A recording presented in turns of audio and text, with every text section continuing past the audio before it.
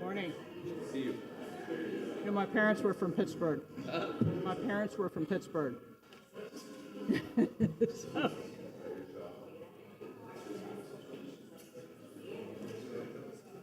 there were residents when I was canvassing, they could actually tell.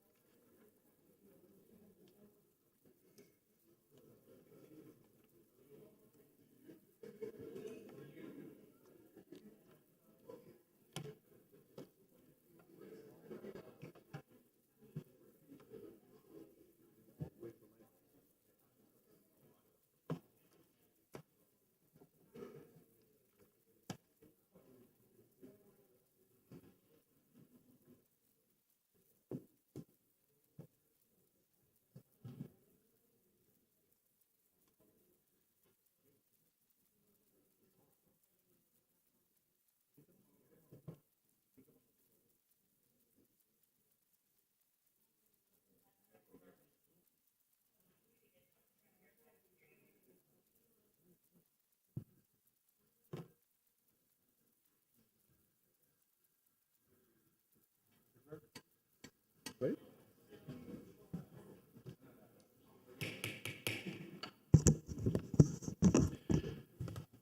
Good morning. Good morning. I'd like to welcome everyone to the Tuesday, June 28th, 2022 City Commission meeting. I want to thank you for being here today. We're blessed to have you all here, and we hope that we have this many people at our next commission meeting. And it's always a pleasure to see so many young people in the audience. That's a great thing, because we're trying our best to show people, especially the youth, that their involvement in governance is important to the future of this great country. So thank you for being here. Now on for our invocation. I'd like to start this morning. We have our Rabbi Jonathan Fish from Temple Judea, which we're always so blessed to have you here, along with your congregation. Rabbi Fish, good morning, and welcome back to the City Beautiful. Thank you for being here today. Thank you so much. You probably can't tell, but I just finished playing tennis. It's a true story. I play every Tuesday at 9 a.m. So there was a conflict this morning. I asked my coach, I think her name is Denise, but I just call her Coach. I said, Coach, can we make it 7 a.m.? And she said, sure. Now, I'm not very good at tennis. In fact, I'm quite bad. And every time I'm playing, I keep thinking to myself, I'm not young anymore. Running is not as enjoyable as it used to be. So today I played tennis. Now I stand before each of you. Yesterday, I listened to eulogies from family and friends as they described their beloved Barbara, who passed far too soon. Her funeral was both emotional and at times uplifting, as each person spoke of how Barbara, a gifted nurse, lifted each one of them up when they were ill and in need. These stories resonated with each one of us there. On Sunday, I drove a friend to the airport as he is flying back to Canada to help his wife finish their move to come back to Miami. I can't wait to welcome our friends who will now live a mile away from our house and not just thousands of miles. After dropping him off, I went straight to a celebration as I helped welcome a new Jewish child into the covenant of Abraham and Sarah. Saturday was Shabbat, a day of rest. Unless you are a rabbi, it is the busiest day of the week in which we work. So I got some rest. And Friday, news broke that had many in tears. And Friday was the memorial of the Champlain Tower collapsing that shook our South Florida community that many of us still mourn today. The world is filled with emotional sways.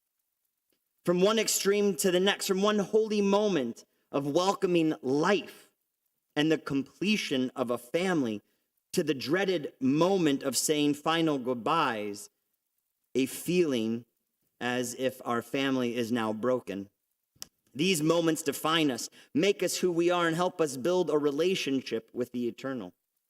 How we act and our emotional connection to others says a lot about us as individuals, as a society, and as individuals leading our community.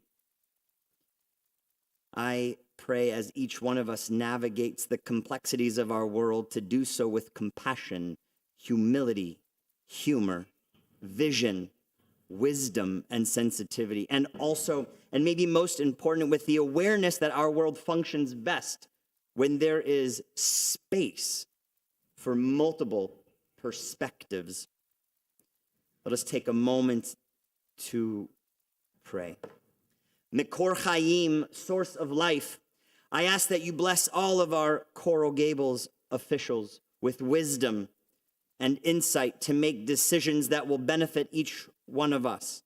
This job isn't easy. Their goals may be lofty and the bumps in the road may be rough, but I ask that you give them the strength, courage, and persistence to see their goals and duties realized. Source of blessing, grant our leaders the ability to listen to those around them, to see perspectives that may be different than their own, and to have meaningful dialogue with everyone that they encounter. May each one of you, along with our men and women of uniform, the police, and our dedicated firefighters, and all of our military, know peace, safety, and may God bless them with the courage as they go about performing their duties to their fullest of their ability. Our God and God of our ancestors, bless all of us with health. Surround us with love. Spread over us your shelter of peace. And let us all enjoy the greatness of freedom that we have in our beautiful city of Coral Gables and our great country, America, as we all say, Amen. Amen. Rabbi, before you leave us, I'd like to mention this is probably one of the most beautiful homilies I've heard in a very long time. And you always come with such energy. And I want to say thank you because you uplift our spirits. And your community is a beautiful, exceptional community that is interwoven in the city of Coral Gables and is at the foundation of what makes the city so special. The reason why I mention this is pretty a little bit different than mostly just saying thank you and you go on your day to continue serving this community. I was sent this morning, I know some of my colleagues were, a pretty disgusting flyer that was, not pretty disgusting, a rather disgusting flyer that was handed out to homes in the city that was left at people's doorsteps. It was an anti-Semitic trope that strikes fear in people, and we're causing to question our commitment to tolerance and acceptance of all members in this community. And I showed it to you, and I also want to bring some peace and calm to the individuals that sent me. The police is on this matter. Our chief, who does an exceptional job, along with all the members of the police department and our firefighters, have spoken to the individual who supposedly may have handed this out, and they're addressing that matter with other agencies, which is currently under investigation. I want to make it very clear, any type of anti-Semitic rhetoric will be dealt with swiftly and quickly by this city. We stand with all minorities. We stand with all groups who want to live in peace and tranquility in this community. I want people to feel comfortable. Nobody should feel at any moment that living in the city or any other city in South Florida could be dangerous for them and for what they believe in. So I want you to know we stand wholeheartedly today more than ever and tomorrow more than today with the Jewish community. So thank you and God bless.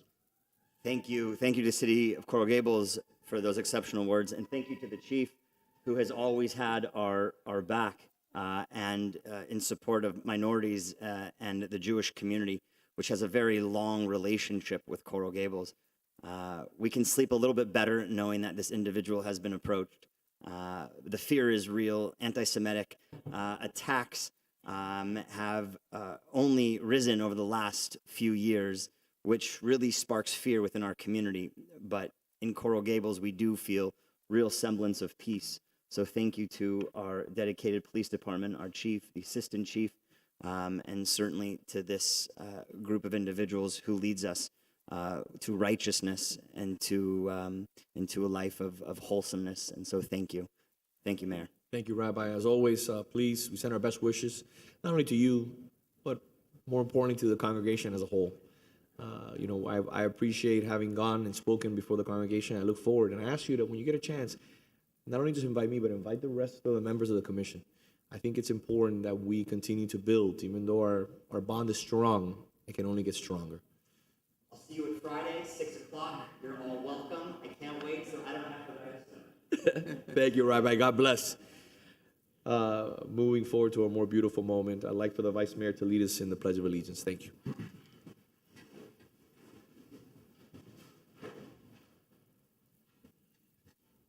Pledge allegiance to the flag of the United States of America and to the republic for which it stands, one nation, under God, indivisible, with liberty and justice for all.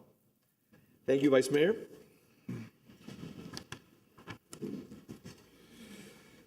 We have a rather long agenda today, so I will do my best to speak less and push the agenda forward as quickly as we possibly can.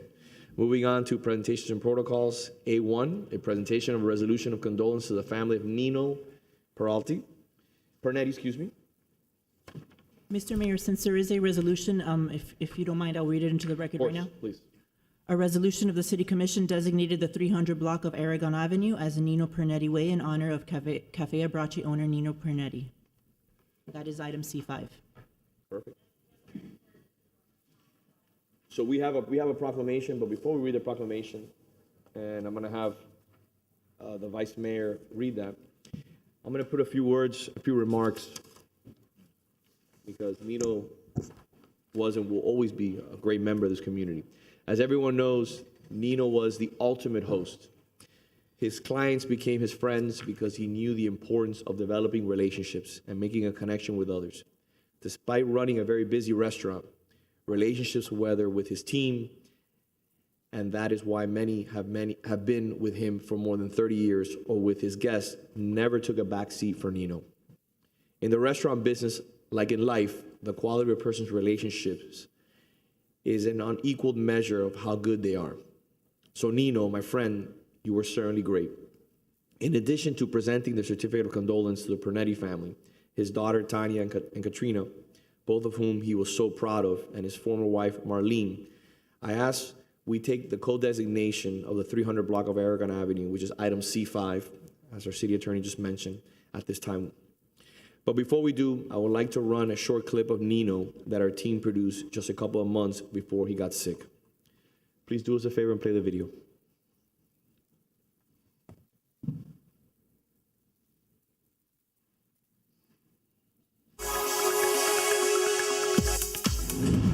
I'm Nino Pernetti, owner of Cafe Abbracci, located on Aragon Avenue.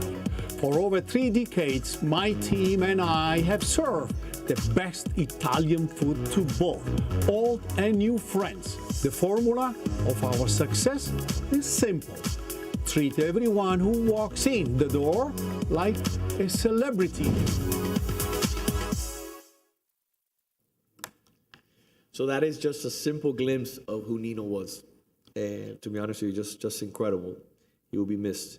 Before we read, obviously, the certificate, the resolution of condolence, which I have the Vice Mayor read, I'd like to talk a little bit about C5, now that it's been read into the record.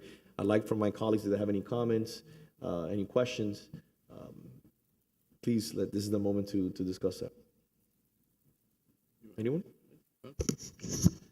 I just want to comment on every decade or so, or every generation or so, you come across someone that touches the hearts of pretty much everyone in our community.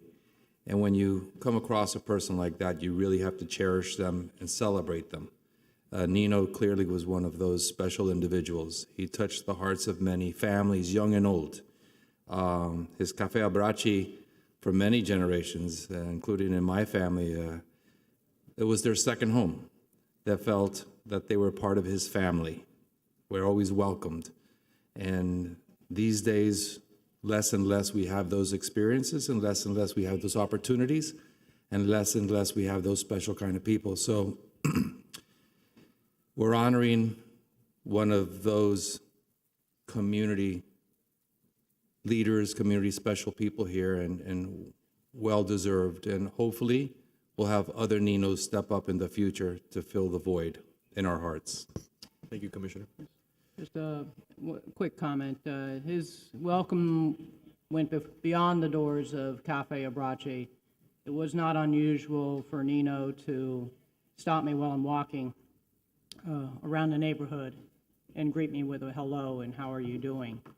And I'll mirror the comments of Commissioner Menendez. We need more of that welcoming. And I see some of you in the audience that do that, and it should also be applauded as well.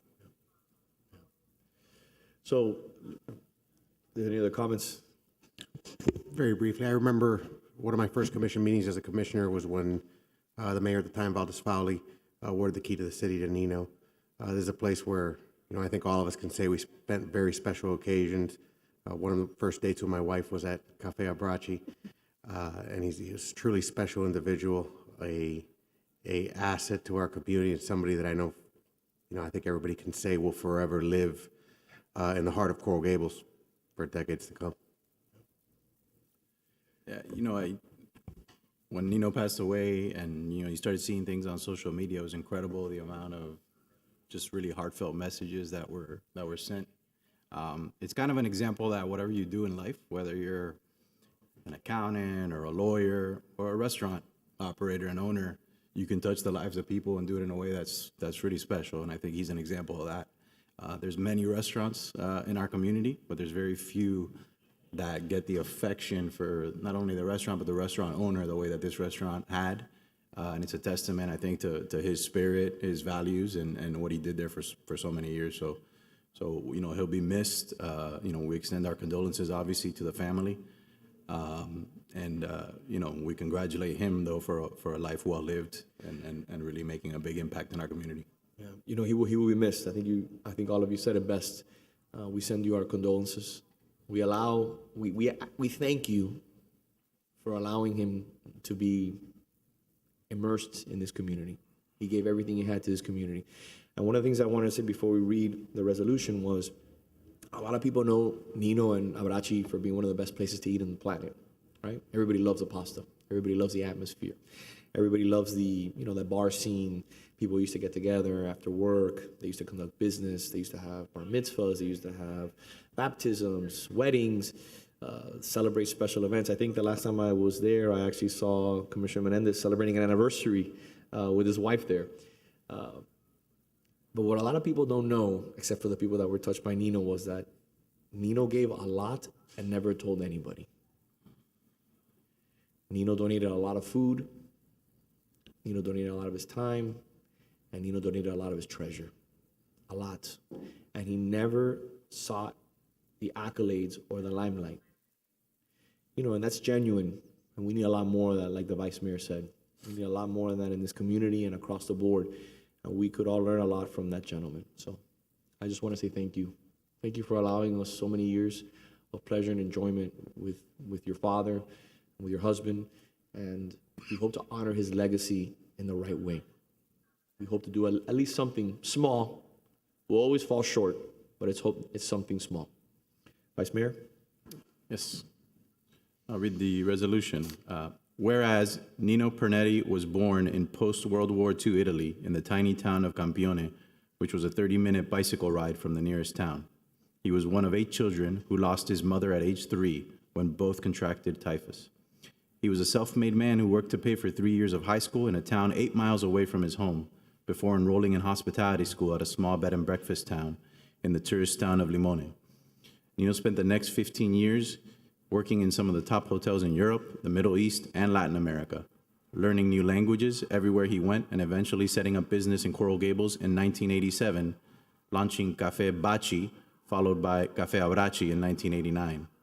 And whereas Nino Pernetti, a highly successful entrepreneur and restaurateur, was the owner of Cafe Abrace on Aragon Avenue in Coral Gables for more than 30 years, he was the ultimate host who knew everyone's name, treated everyone as a celebrity, and made Cafe Abrachi the go-to restaurant in South Florida. And whereas Nino was a loving and devoted father to daughters Tatiana and Caterina, committed to his family, friends, and serving his staff with an unwavering dedication, commitment, and mentorship, many of whom have worked with him for decades. Whereas he leaves behind an outstanding legacy of friendship, hospitality, and service to his community, where he gave of his time and talent to organizations such as the Jackson Memorial Hospital Foundation. And whereas it is altogether fitting and proper that the city of Coral Gables pay homage to Nino Pernetti on his untimely demise, May 31st, 2022. Now therefore be it resolved by the Commission of the City of Coral Gables, Florida, that we extend our heartfelt sympathy to his family on the occasion of their great loss. Thank you, Vice Mayor. Before we bring up the family, which I would love to hear from them, so we can take a quick photo and have you speak, I'd like to bring up item C5. Like it's, as mentioned by our city attorney, it's a resolution, and to move forward, I need a motion. I'll move it. Second. Mr. Clerk? Yes. Commissioner Force, Yes. Vice Mayor Mena, Yes. Commissioner Menendez, Yes. Mayor Lago. Yes. Will the family please come up and say a few words? Thank you for being here. Thank you so much for this. This is such an honor and such a privilege, and he really would have been so humbled. So everything you said was 100% on point. You know my father, he was a host, he was friendly, he loved our community, but I think that this is particularly appropriate for him because of how involved he really was in Coral Gables.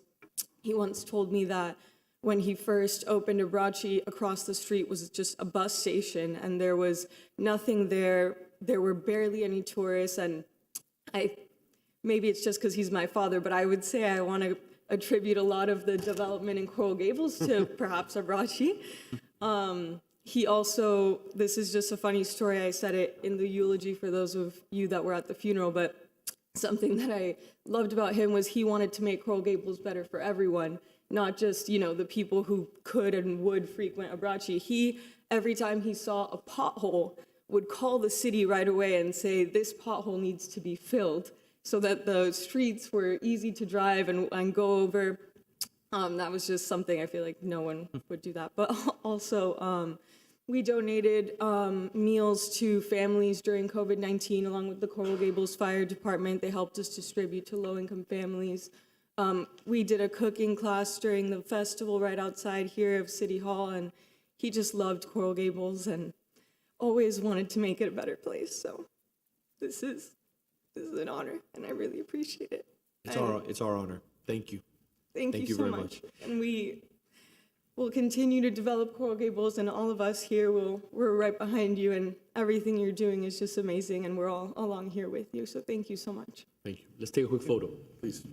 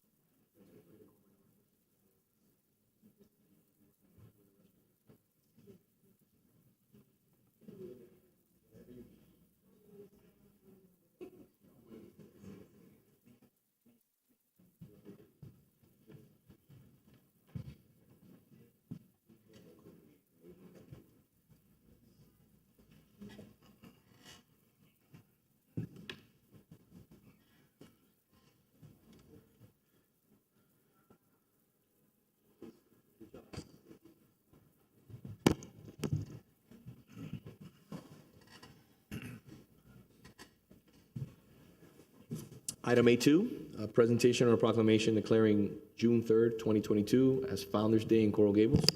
Commissioner? Whereas Coral Gables founding visionary George Edgar Merrick was born on June 3rd, 1886 in Pittsburgh, the suburbs of Springdale, Pennsylvania.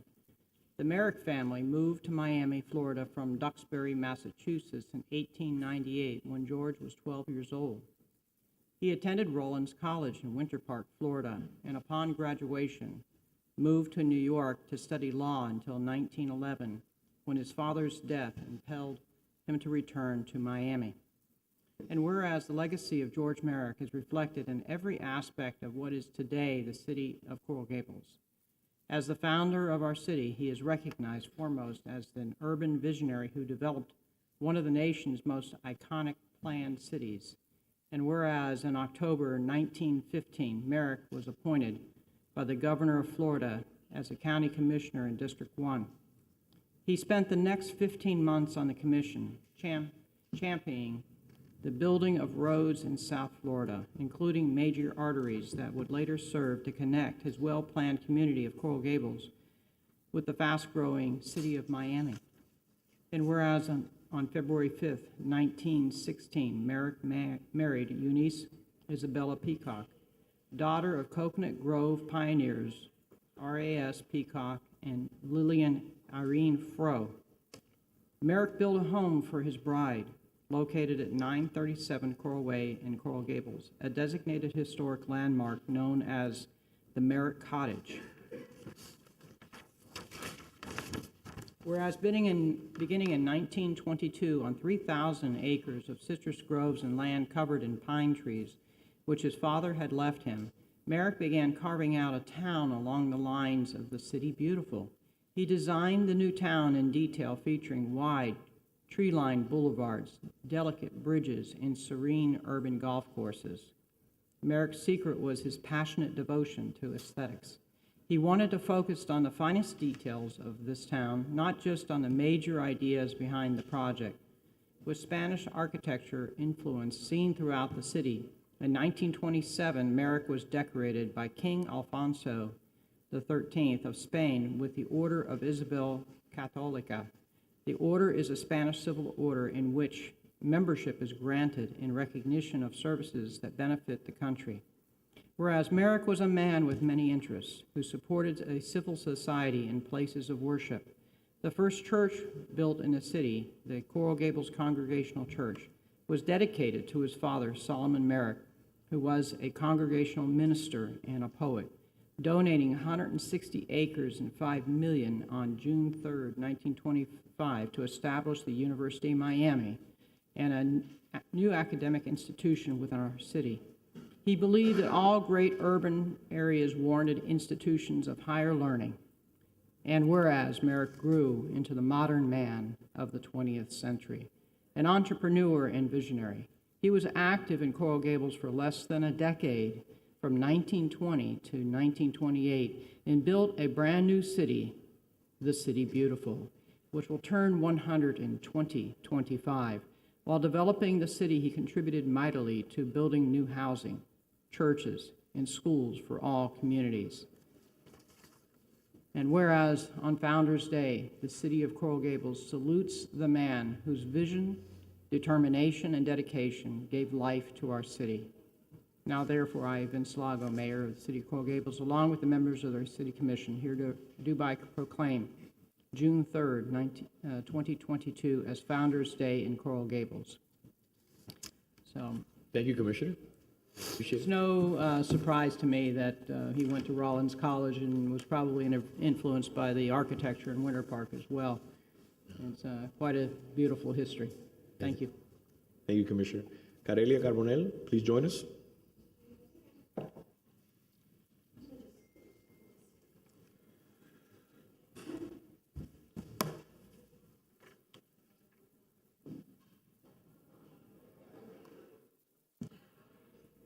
Thank you so much for that recognition. And thank you.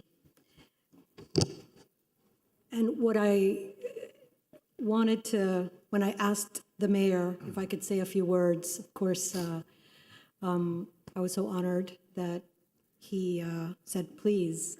So I'd like to read just a statement on George Merrick because it's fitting, number one, and it really is time to recognize him and his legacy. So here it is. Coral Gables founder, George Edgar Merrick, was born on June 3rd, 1886. He grew into the modern Renaissance man, an entrepreneur, a visionary, a millionaire who gave away most of his fortune before he lost the rest of it. A public servant, a civic leader, an author, and a poet. Merrick's love of poetry is expressed in his 1920 book, Songs of the Wind on a Southern Shore and Other Poems of Florida. Building a city did not define him. On June 3rd, 1925, on his 39th birthday, during a newspaper interview, Merrick was asked what he wanted to do after he accomplished his monumental city. And he responded, "After that, I may be able to sit down and do what I have always wanted to do, write." He was a patron of education and founded schools as part of his new planned city. He was altruistic. The University of Miami solely exists because of George Edgar Merrick.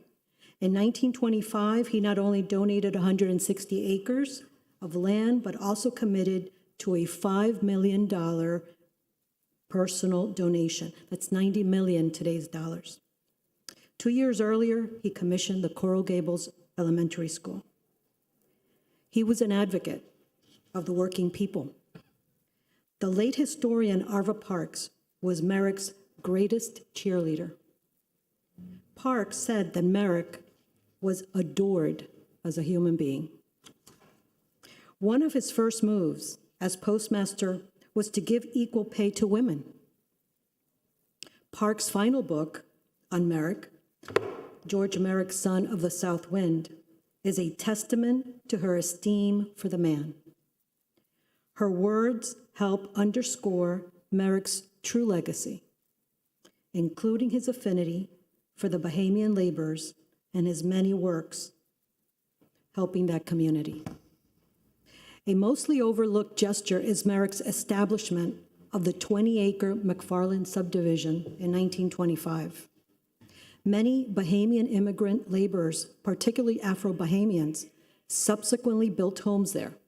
St. Mary's Baptist Church, a focal point of the community, and the first African-American church in Coral Gables was built in 1927. Apart from the McFarland district, Merrick also developed Golden Gate for the Black community.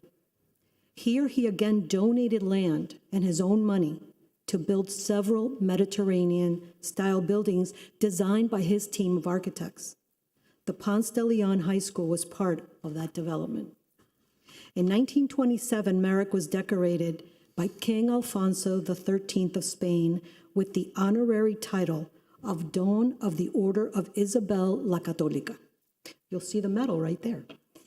At last year's inaugural Founders' Day ceremony in commemoration of Merrick's 135th anniversary of his birth, Spanish Consul Cremades observed, "Not too many people can boast about that honor, and it is a wonderful history that binds both Spain and Coral Gables." Merrick was only active in Coral Gables for less than a decade, and look at what he accomplished.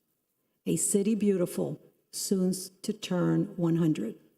So apart from attaining a royal title, establishing a new city, George Merrick was above all a good man.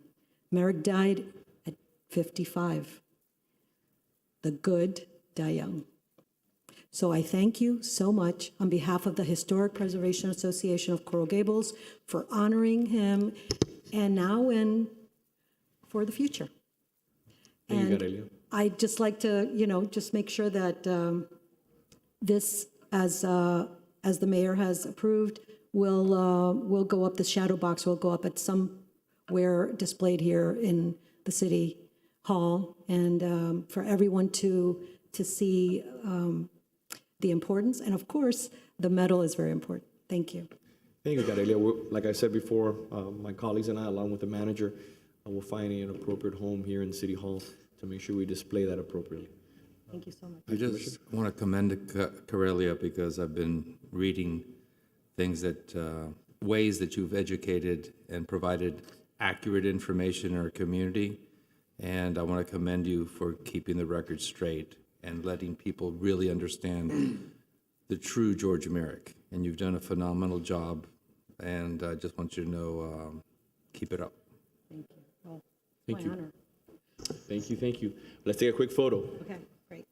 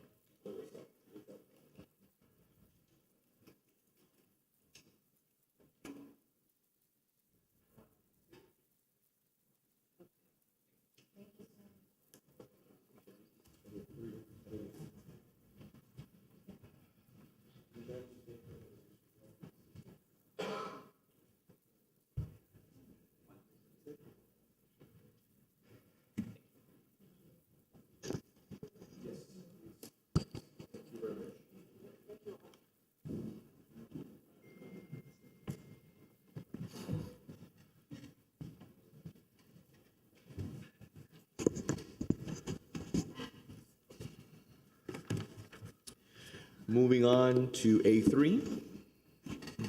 Thank you, Mayor. I'd like for our fire chief who's here to please join us.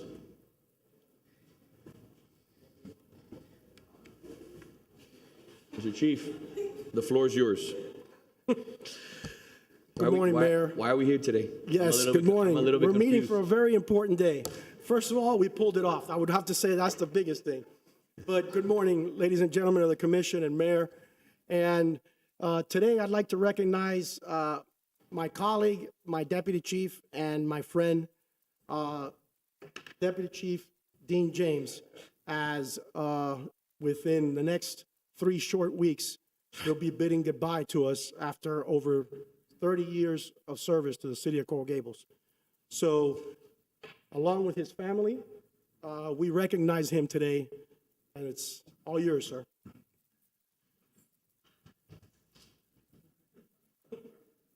Well, thanks for giving me the opportunity to prepare something to say.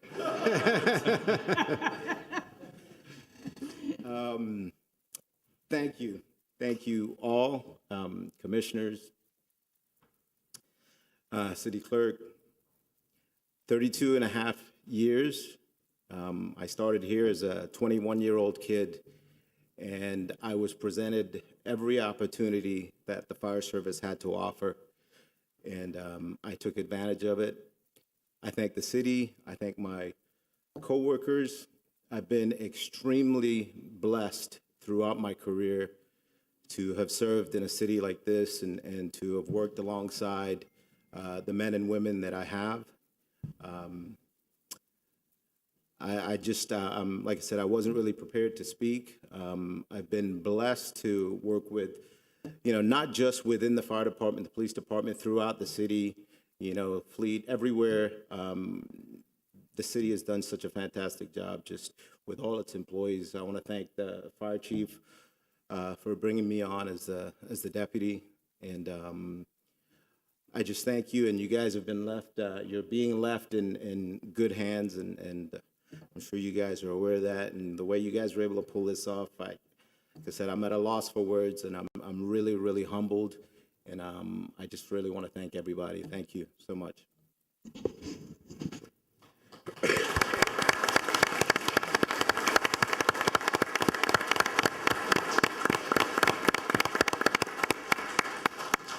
Before we hear from Commissioner Forrest, who's going to read the proclamation into the record, not many people stay in one position for 32 years. And we've been blessed to have you here for 32 years. You're going to be missed. Besides doing an incredible job, I've been serving as an elected official here for 9 years. Every time that I had an opportunity to run into you, no matter the issues that we're dealing with, and we're dealing with a litany of issues this morning across the city, you always had a smile on your face. You never allowed the day's issues or disruption to get in the way of always starting your day off with a smile. And that's something that sets you apart from a lot of people.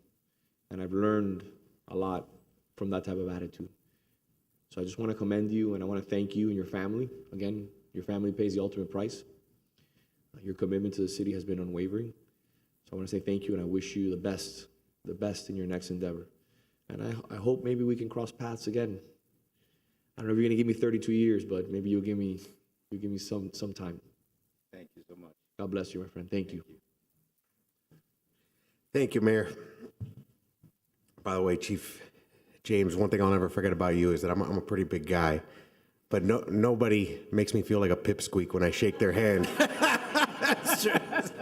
like Chief James does it. My hand disappears in his, and it feels like they're made out of stone.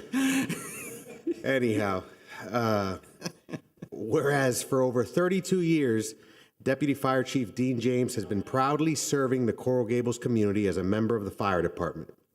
And whereas Deputy Chief James rose to the ranks in the fire department on February 5th, 1990 as a firefighter, moving on to lieutenant, captain, division chief, and lastly serving in his current position as the department's deputy fire chief.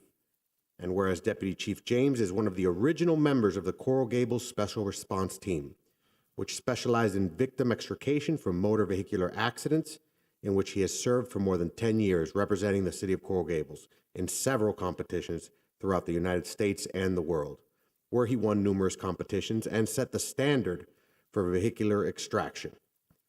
And whereas Deputy Chief James' commitment to excellence motivated him to serve as an officer in the Professional Standards Division, where he instructed 3 firefighter recruit classes, as well as played an integral role in establishing the Coral Gables Fire Department Rapid Intervention Team program. This specialized training provides the direction needed to rescue trapped firefighters in a structure fire. And whereas Deputy Chief James' passion and commitment to his community goes beyond the City Beautiful, serving this country as a United States Army reservist for 6 years, only surpassed by his love for his family.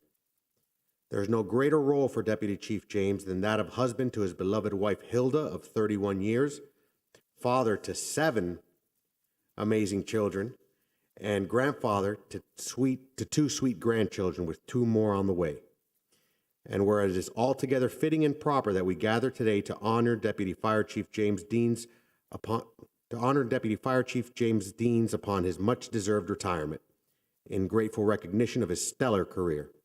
Now, therefore, the Mayor, Vince Lago, along with us members of the Commission, do hereby proclaim June 28th, 2022 as Deputy Fire Chief Dean James Day in Coral Gables.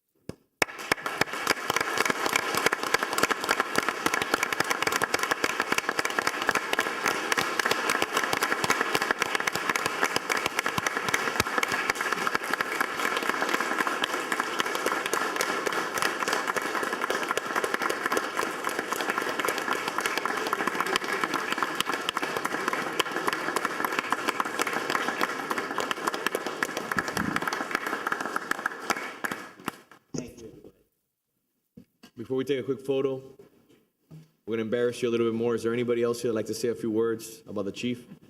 Now is your moment. If not, we'll take a quick photo, and we invite the family to join us, please. I just wanted to say, congratulations not only on an awesome career, an awesome family, but on retiring, right? I mean, good for you, man. Everybody works really hard in this country and tries to get to that point and set their family up in a great way, and you've done that. So congratulations to you. Again, what everybody said. Every time I see you at special events, you always have your whole family around. You always got a big smile on your face. I know you've got your son here, obviously, but you always have your grandkids and everybody around, and it's a beautiful thing to see. So thank you always for just, again, being just a great ambassador for the city, a great person to interact with, and for everything you've done over the years. We really appreciate it. I want to thank you, Vice Mayor. I want to bring your son up here, if he doesn't mind. Maybe he doesn't want the spotlight on him, but this is a moment that happens once in a lifetime, like the Vice Mayor said.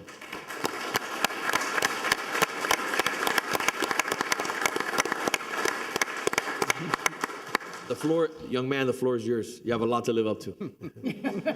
No pressure now. Well, if he wasn't prepared, I'm even less prepared.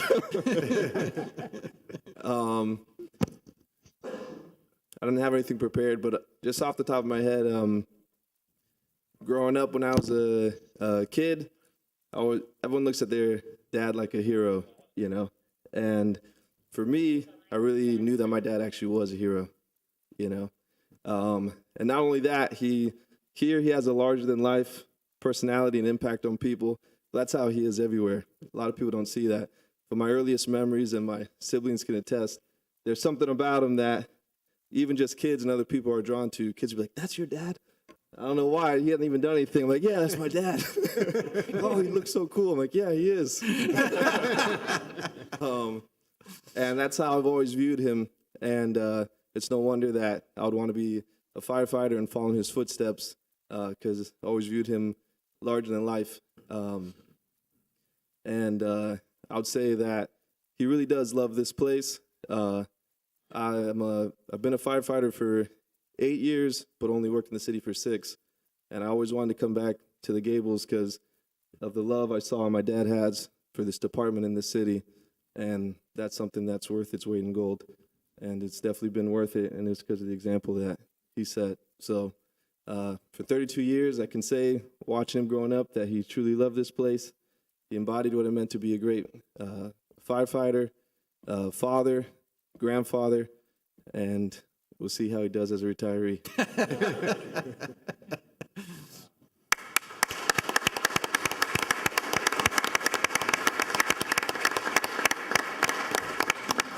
Let's take a picture. We'll do it with your family, Dean.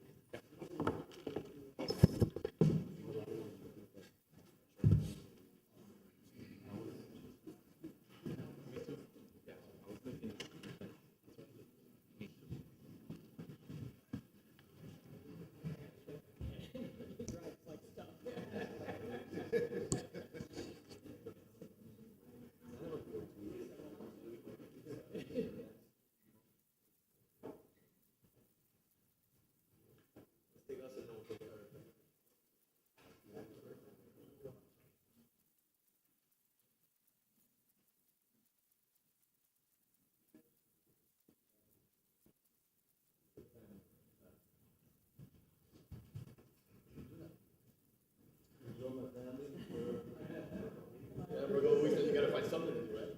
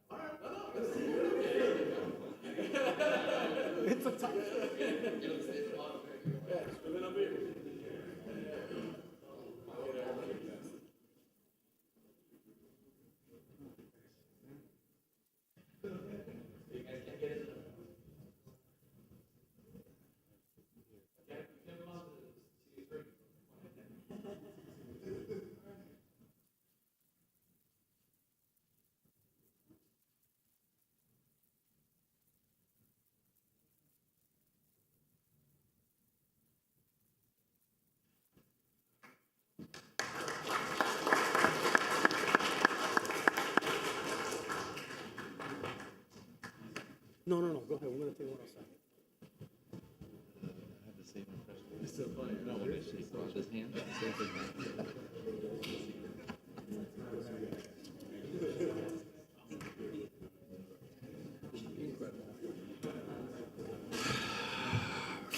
You gotta be careful, man. You gotta be careful. He told me not to do it. I have to say, the St. George's impression, I can shake on his hand. Jesus. Maybe keep that one. Yeah. In the bullpen. We'll keep that one in the bullpen. Get me in trouble? Yeah. Good.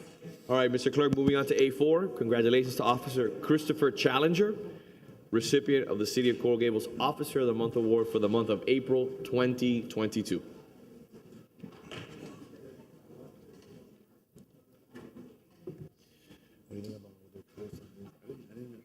Mr. Mayor, with your indulgence, I'd like you to introduce you to one of the newer members of my command staff.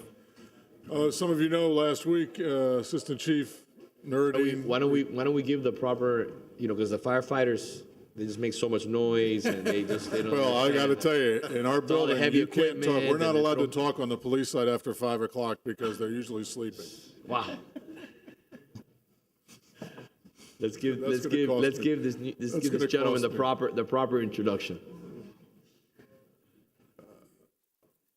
So last Tuesday, Assistant Chief Nuruddin, who had joined us for about 2.5 years, during probably something that was unexpected in my lifetime, a pandemic, she decided to retire after 30-plus years of law enforcement, some of it here and the rest in Bakersfield. That following Wednesday, after consultation with the manager, we were able to direct hire Assistant Chief Thomas Pat Hanlon. Pat comes to us from the Miami-Dade Police Department, where he was the number 2 in charge for a few years. Pat and I have worked together on several major issues throughout Dade County. He was the lead from the police on the Surfside recovery collapse, worked on several Super Bowls, hurricanes. He brings a wealth of local knowledge to us in the police department. So on Wednesday, Pat assumed the roles of the assistant chief's position. As you all know, there's a second assistant chief's position that is still currently vacant. I don't intend on filling that anytime soon. And talking with the manager, as far as our succession planning is in play, Pat will pick up right where the assistant chief brought up and a skill set that I don't have. So I appreciate the fact that Pat came out of a brief retirement and brings to us a wealth of knowledge and will better benefit not just the department but the citizens. So I welcome Assistant Chief Pat Hanlon to the police department. Assistant Chief, welcome to the city. We're blessed to have you. Please. I appreciate this opportunity. Again, working for the county, was there for 38 years, and with the Miami-Dade Police Department, but I've always worked with the Coral Gables agency and the professionalism they've always shown, and they've always been there for any assistance we need. Even being a large agency, you never have enough. So I'm honored to work for the city and for this community, and I plan to give everything that I gave there here as well. Thank you. Please feel free to reach out to the commission through the manager. We're here to help you in the department do your job, obviously protecting the residents and the business community, and we appreciate having someone of your caliber join the team. Thank you. God bless. Chief. Good morning, everyone. Today we are going to recognize our Officer of the Month for April 2022. This is a unique nomination from both Sergeant Zacchio, who was last month's award winner, as nominated by this month's winner, and also Sergeant Kramer for the same incident. Every day, every week we come up here, we recognize officers throughout the department that just do an outstanding job. We recognize our communications operators. And it's usually some fate of a test of courage, a test of dignity, a test of life-saving, and a testament to, I should say. But today is something different. Officer Chris Challenger handled just a regular routine call that we handle every day, a burglar alarm ringing at a house. Chris's response was not just to make sure the house was secure, but he actually came in contact with Mr. John Tomberlin, who was 90 years old, or is 90 years old, and was a police officer for the city of Miami from 1956 to 1990. As he continued to engage with Mr. Tomlin, he realized that his 91st birthday was coming up. Chris took it upon himself to really kind of research the career of Officer Tomlin. And during that, he realized how impressive he was of the turn of the century type of policing that he was a part of. Going a little bit further than what we expect from some other departments, our department, the community investment that we have, Officer Challenger went ahead and put together a little group to go visit, similar to what we did during COVID, but got together some of the officers from the city of Miami who we work with, as well as our officers, and provided pretty much of a surprise birthday party and a few gifts that commemorated Officer Tomlin's work for those years that he was at the city of Miami.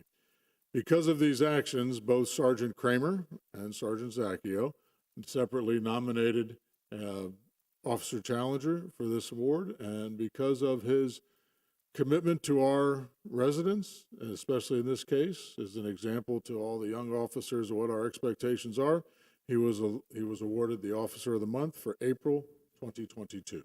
Officer Chris Challenger.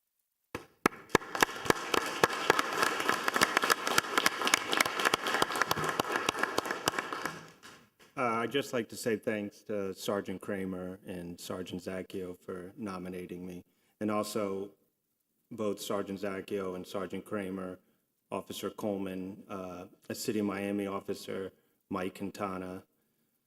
They all responded on short notice. We were actually going to have a larger party for them, and the issue happened, and we were able to get them to go. So I just wanted to say thank you.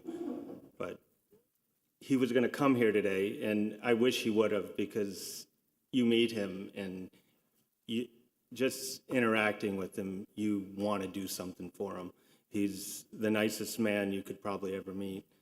And when I met him, he gave me a story. He welcomed me into his home, and he showed me his basically his pride board that had all his like medals and badge, and it was impressive. And he told me a story about that he was involved in a shooting in the 50s, and so that's what made me research his whole career. I figured there had to be something in the Herald or something from back then, and just researching Mr. Tumberland's career, you realized starting from 1956, there had to be at least 50 articles in the newspaper just on him alone.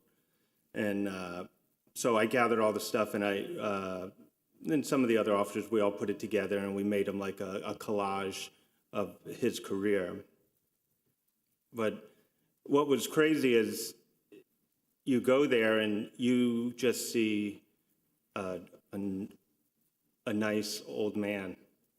He was 90, turning 91, and you realize all the work he's done in his career, and I'd hate to say it was forgotten, but it's not. But when you look online and you find stuff from an officer from 50, 60 years ago, it's impressive. And to me, it made me think that a lot of the stuff we do today that we don't even know is, whether it's important or it is important, it makes a difference. And I know the entire commission is behind the police. But just in this room alone, we have, you don't know it, but we have people that have saved lives. Officer Kramer saved a dispatcher's life in Records when he was choking. Officer Orbe put a tourniquet on someone's leg and saved their life. Officer Toledo saved a drowning baby with CPR. All of that, sometimes it happened, and then we move on. And I just like to say that when I met John, and I know I'm going on, and I apologize, but I just wanted you guys to know that sometimes the stuff the police do sometimes gets forgotten, or just the memory fades away. I would just like everybody to know that all the officers here love the city of Coral Gables and will do everything and anything. So saying that, I know since you guys are 100% behind the city, I just hope it may not be this year, we know, but if an opportunity arises where you guys could vote on a COLA for our retirees, you would take it into consideration, just because a lot of stuff makes the news, a lot of stuff doesn't. And I think if you knew a lot of the stuff that happens, because you don't, you might have a different feel of the work we do out here, and even though it goes unnoticed. Thank you, I appreciate it. Thank you all. Thank you. Thank you.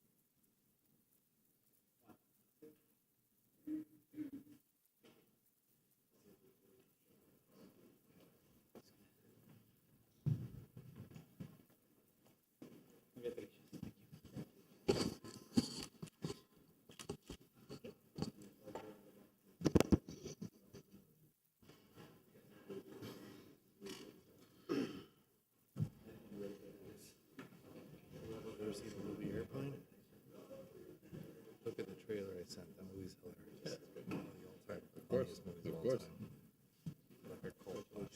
Thank you. I appreciate it. Moving on to the approval of minutes for regular city commission of May 31st, 2022. I need a motion to approve. Move it. All in favor? Aye. Opposed? We have a 9:30 time certain, which is C1. Before I move on to that, just want to take a quick 2-minute break, and I'll be right back. Please take 2 minutes. Okay. Thank you. I'll talk to young people now.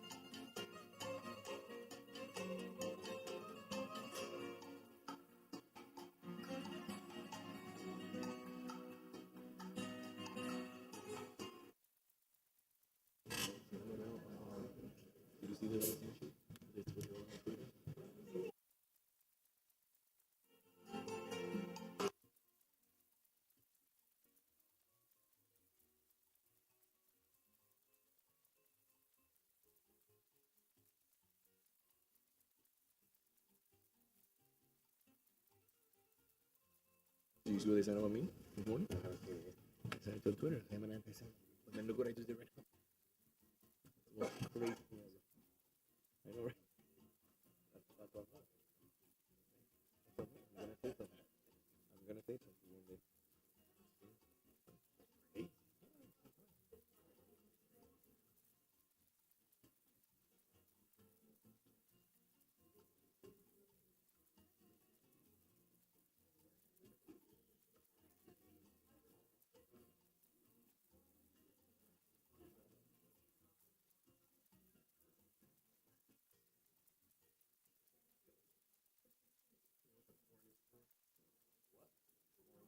No.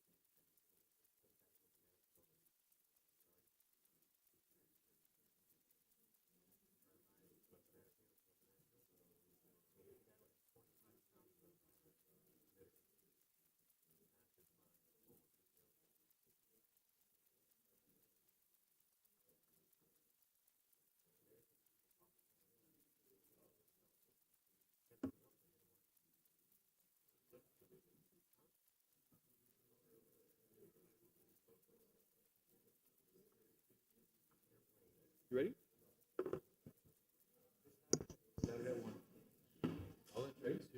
Yes, let's do it. Moving on to C1, time certain, 9:30, presentation by the Girl Scouts regarding Camp Mahachi entrance restoration. Come on up.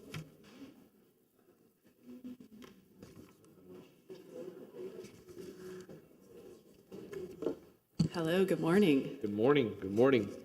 Morning. So it's so appropriate that I get to come and talk about Girl Scouts right after you all just declared June 3rd your Founders Day. As you all look at your centennial of the city of Coral Gables, Girl Scouts of Tropical Florida is on the cusp of turning 100 years old here in South Florida. So this is very exciting, a very exciting time. I've come actually this morning to give a little update on our Camp Mahachi, which is here in the city of Coral Gables. I think there's a PowerPoint. I don't know who's in charge of that. Oh, look, that's amazing. Just a quick update for you all on some of the work we're doing. At the same time that we celebrate 100 years of Girl Scouting, across tropical Florida, which is Miami-Dade and Monroe counties, we will also be celebrating the 75th anniversary of Camp Mahachi, which is located on Old Cutler Road. Next slide, please. Just a few words about Girl Scouts of Tropical Florida. Again, turning 100 years old. We serve about 2,500 girls from Miami-Dade and Monroe counties, and we are so fortunate to have incredible partners from across our community. Of course, fantastic, thank you. The City of Coral Gables being one of our partners. Little bit of information about Camp Mahachi. It was purchased in 1945 for the grand total sum of $3,337. 11 acres right there on Old Cutler. You can guess how Girl Scouts earned that money to purchase that camp?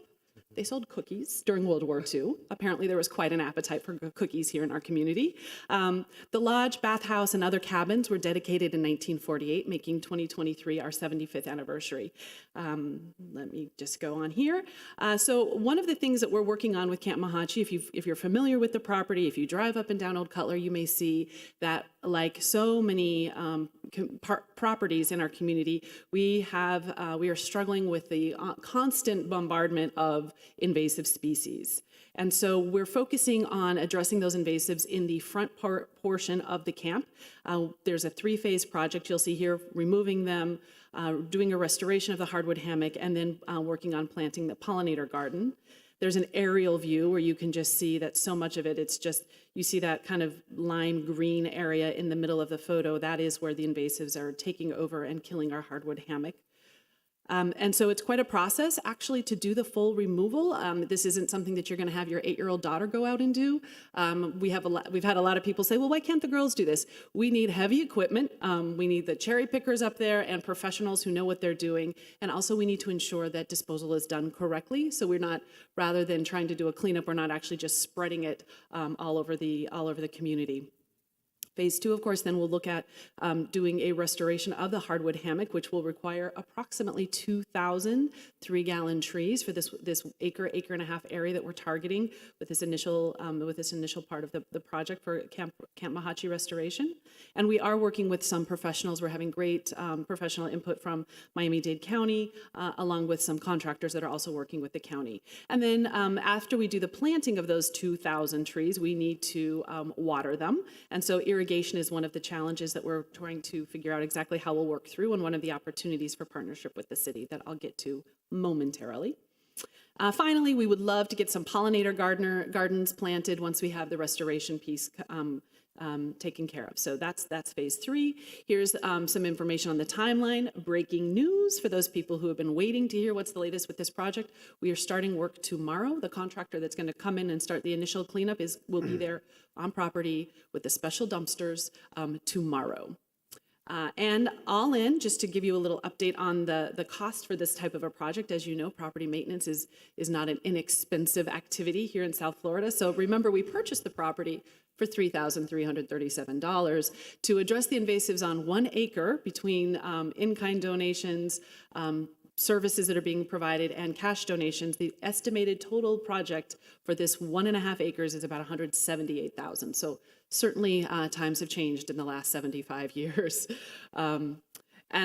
These are just a list of a couple of partners. I do want to take a minute and recognize, share my attitude of gratitude with so many people across Coral Gables who've come together to help us with this important initiative, including the Partnership Fund with the Coral Gables Community Foundation. Mary Snow and the entire team at the Coral Gables Community Foundation have been incredibly supportive. Lynn and Bill Kurdyke, Coral Gables Community Foundation again, the Coral Gables Garden Club, Chip Withers, Mario Garcia Serra, Alexis and Bruce Ehrenhaft have already contributed to help with this work. Mayor Lago has made a pledge that he's also going to contribute to the work, as well as the Coral Gables Garden Club will be contributing for phase 2. So all in, we've already collected about $54,000 to go towards this work.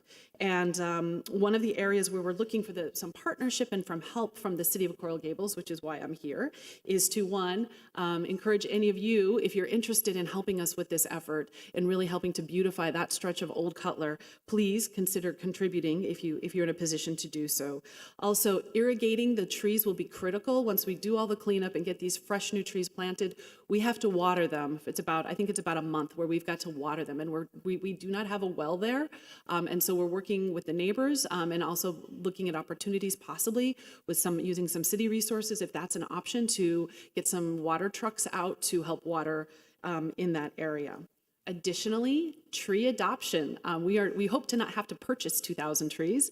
We're working with the county on opportunities for adopted trees, or where people can go in, adopt a tree, and then turn around and donate that to Mahachi. And finally, we need labor. When we do the tree planting, that's the time where we're going to get the girls out, dig in the dirt, and rebuild and have the girls have hands-on opportunity for the hardwood hammock restoration. And we encourage you all also to come out and dig in the dirt. That opportunity will be coming up in October once we do the first phase. So any questions on Camp Mahachi? Well, go ahead. Just one comment that at Commissioner Anderson was the first one to discuss this with me. And I spoke to former Commissioner Bill Kurdyke as well. And I also made a pledge to personally donate to it. And as a matter of fact, I've had the check on my desk for a couple of weeks. That's my fault. So I'll make sure you guys get that tomorrow. Thank you so much. I so appreciate that. It's really, again, this has been such a great example of the entire community coming together and contributing in so many different ways to make this possible. So thank you so much, Commissioner. So I wanted you to be here, and the reason why I put this in the mayor's comments. First off, thank you for giving a briefing of what's happening. This is something that's very near and dear to my heart. So I wanted to make sure that people are aware of the importance of investing in this type of project. So I have 2 young girls. As many of you know, they're Girl Scouts. Many of you have been shaken down to buy cookies, and everybody has always said yes. We're always at the top of the list in regards to cookie sales. Investing in girl entrepreneurship. It's a shakedown. It's a shakedown because at the end of the day, we send out the email and we put a cute photo of the girls, and you can't say no. It's legit. Let's call it what it is, right? That's right. But it's for a good cause, and they're happy, and it's the type of, it shows them a lot about responsibilities and delivering on a promise. I think everybody should get involved in one way or another. If it's a $5 donation or a $10 donation, I have committed to pay $5,000, a personal $5,000 commitment to this organization. This is in our city. This is a treasure. If you haven't visited the camp, I highly recommend that you do. Yes. It's not only for Girl Scouts. This is a great opportunity for team building. It's a great opportunity for you to engage in something that is special. This is 11 acres, right? Yes. It's 11 acres of pristine hammocks that have never been touched and are located within a stone's throw of City Hall and are just, it harkens back to the days of a wild Florida. It's And- like you're time traveling when you Yes. drive into the camp. Absolutely. And when I've gone there, it's not only about the fact that it's sustainably the correct thing to do in regards to the environment, but these young girls, they get a sense of freedom, entrepreneurship. They understand leadership. I had the pleasure and the privilege that my parents sent me for 3 years to Culver Military Academy in Indiana. While reluctantly I went, I ended up appreciating every moment of it because it teaches you structure, teaches you responsibility, discipline, which is so sorely missing in today's society, in my opinion, and in the opinion of many. So when I see my daughters with their patches and they're moving in a direction towards achieving a goal, whatever that goal it may be, there's a sense of pride. Not only in me, there's a sense of pride in that young lady, that young woman who is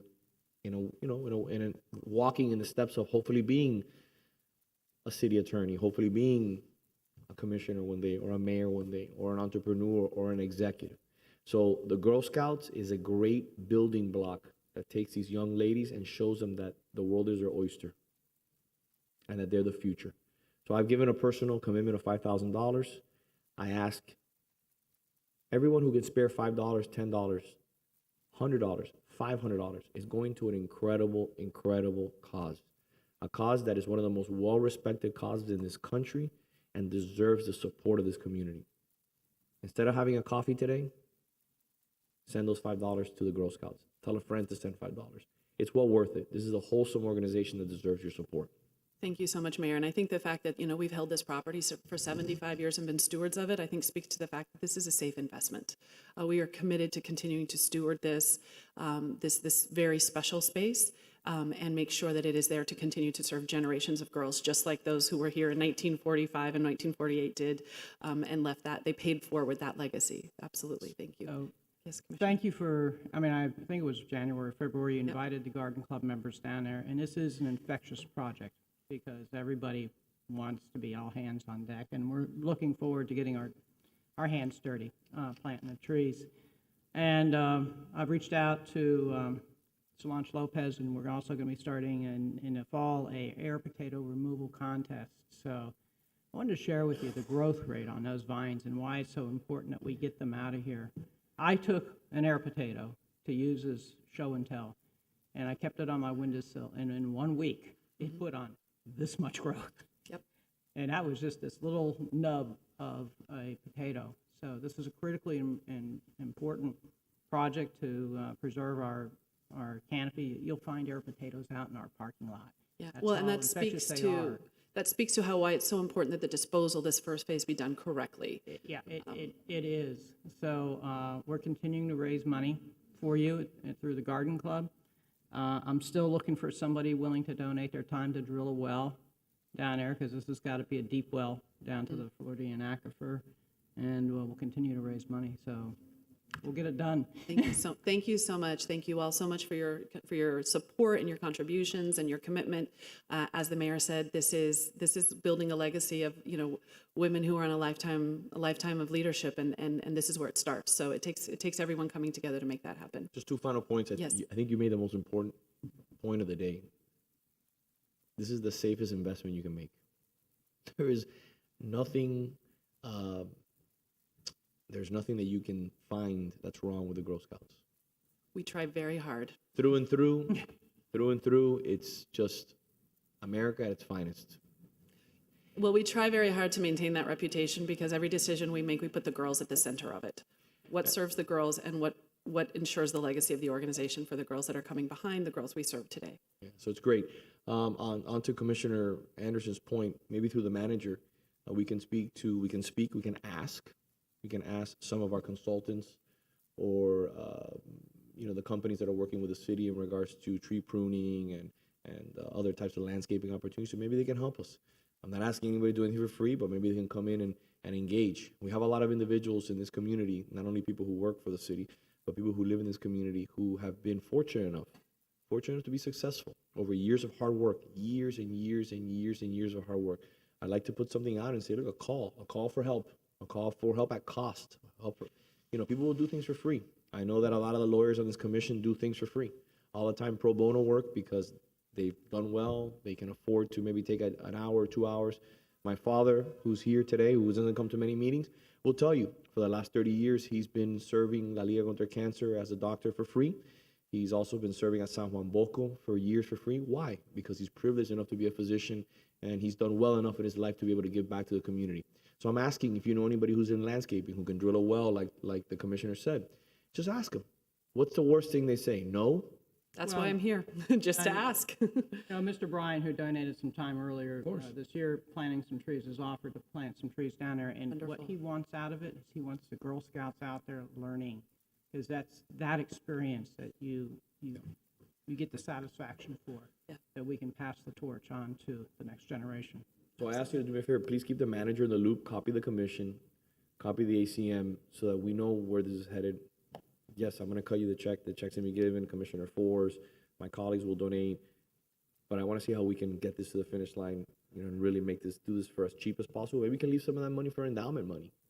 Well, this is one of 11 acres. There's a lot of work to be done. I know. This is just the beginning. So, and we're committed to piece by piece work our way through the entire property, and this is the start. Thank you. Great. Thank you so much. Have a great afternoon. Take care. Staff, I'd like to jump really quick to F9 and see if we can address that item first.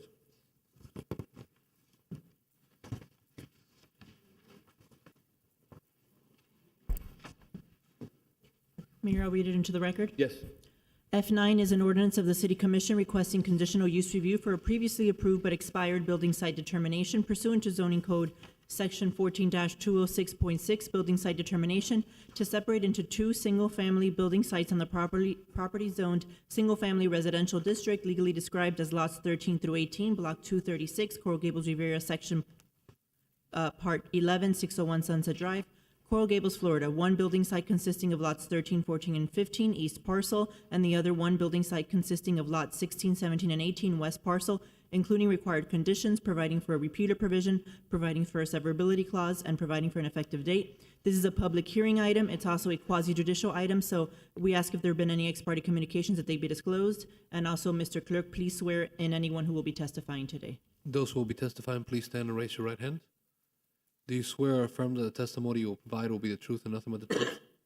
Thank you. Mr. Clerk, do we have anybody who would like to put any comments on the record? No, sir. Okay, please close the public hearing.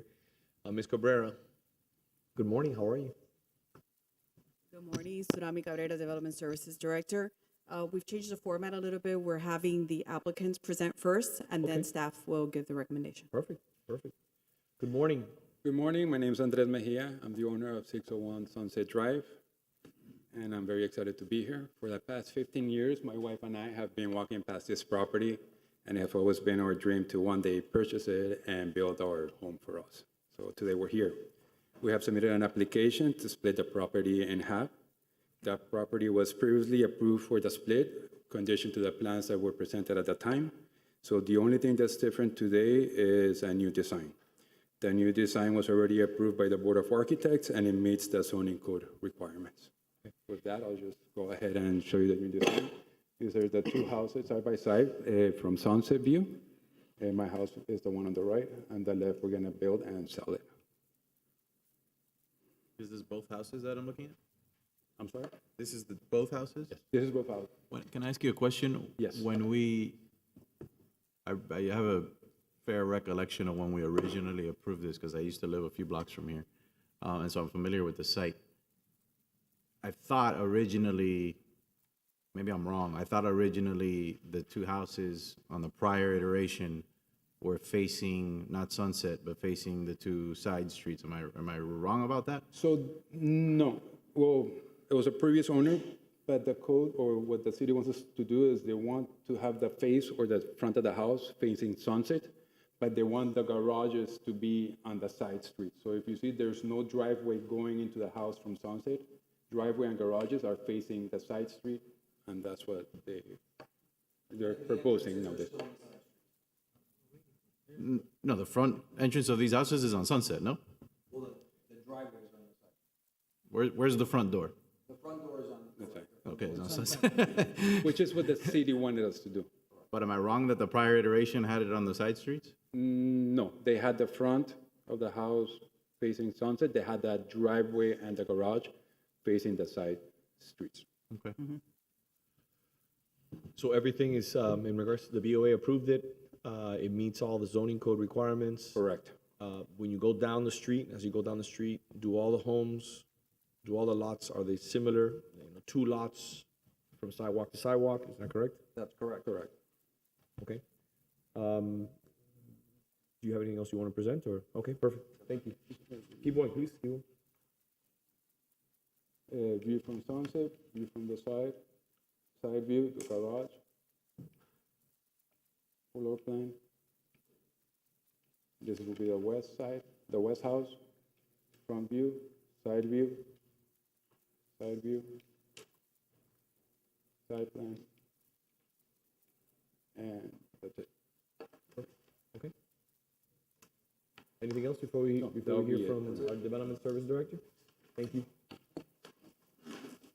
Madam Director, good morning. Good morning.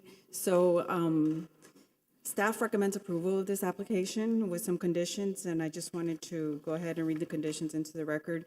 The first one, there are, I believe, 4 conditions. The total square footage of the residences allowed on the separated building sites shall not be more than what would have been allowed if it was one building site.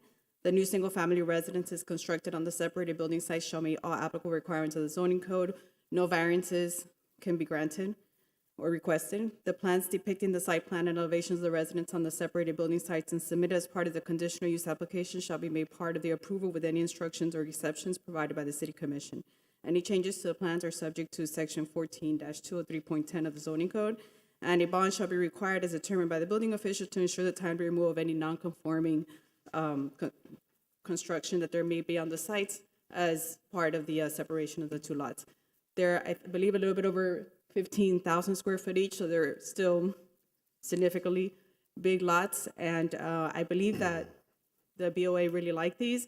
And I believe that when you saw this the first time, there was a comment that the 2 homes looked very similar. They did. They did.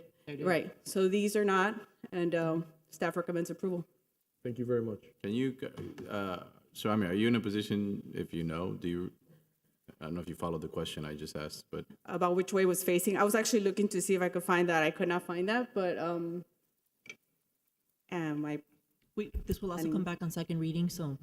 Jennifer or Sally, do you all know which way the homes were facing in the last sitter? They were facing Sunset? Okay. Okay, Thank you. you're welcome. Any other?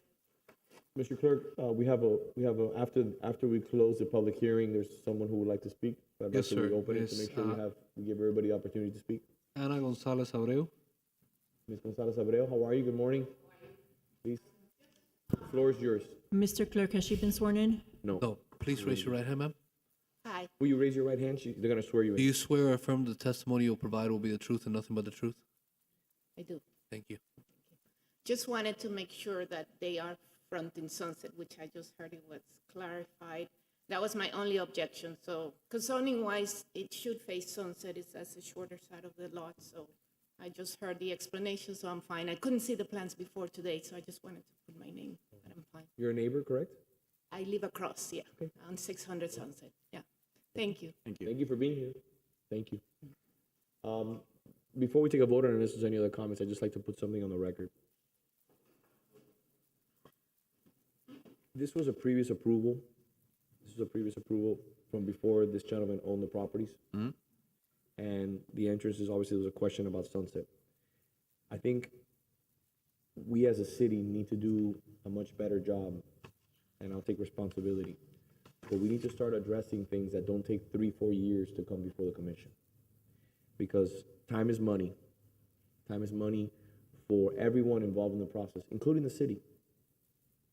This is something where we should have addressed a long time ago, because you have an applicant who's here, you have a resident who had to take time of her busy day to come here, and we're hearing this before the city again because of what happened here in the sense of that the permit expired. I know this needs to be heard before the commission, but it should have come before the commission 2 years ago. I know they've been ongoing dealing with issues. So I ask, I know we're transitioning now to 427. Staff is doing a wonderful job. This is not an indictment on staff. We have electronic permitting, but I think that we could have brought this before and addressed this issue a long time before today.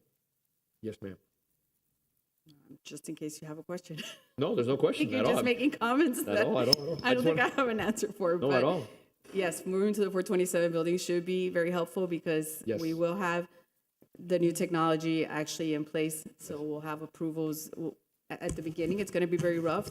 We're assuming that the first 2 weeks of August, we'll be closing the building department, actually all the development services, half day in order to train staff on the new software. So we're putting the word out on that. There are going to be some growing pains with that, but I suspect that by the end of the year, it'll be a very smooth process. If I may, you have made some incredible hires lately. Yes, Doug is incredible. yes. You finally took a vacation for 4 days, forced vacation by the manager. And Doug did an incredible job while you were not here. I knew he Answering would. Every single email, along with the rest of your staff. This is not an indictment on staff. This is on a process that they had to follow, which, due to certain things in the past, resulted in this. They never griped. They never were upset. They just said, we want to get this done. What is the next step? So I think that this is something that, again, just bogs the process down across the board. And I think that we are going to see that bottleneck be relieved now when 427 comes online. Digital permitting, online permitting, a lot of these things that I think are going to offer staff the ability to push these projects forward and deal with some of the bottlenecks that we sometimes have here in the public. Right, and right now we do have since you're saying about staff, we've promoted Arceli to a zoning administrator. I'm very happy. Yes. I think she's doing a great job. She's very communicative with me, and Jennifer is picking up some of the planning director work. I'm also very happy with her. I really feel that we have one of the best teams that we've had. We have a great code enforcement manager with Antoine. Doug Ramirez, of course, who has been a longtime friend, and we used to work together in the private sector. Finally lured him to come over here to the city. Wonderful hire. So I actually feel that we're building the best team we've ever had. And I want you to know, before we obviously take a vote and the commissioners may have any other comments, and I know this has nothing to do with you, and I apologize, but I just wanted to take advantage of this moment. We as a commission stand 110% behind what you need to do to make this the best department in the city. You have a lot on your plate: code enforcement, permitting, BOA, a litany of different things.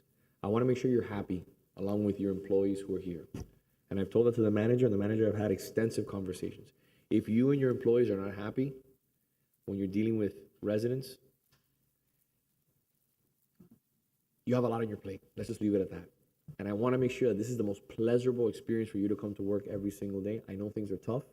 I know you have big, tough decisions to make. I know you have a lot of workload, but I want to make sure it's something that you all take pride in your work, but I want to make sure it's something that is as easy as possible. If there's anything this commission can do through the manager to make it easier, I know we're going digital, new software, new offices, better air conditioning, better lighting, the climate's going to be better for producing better business practices. Absolutely. I think that the staff is going to, when they move to the new location, they're going to feel much more appreciated.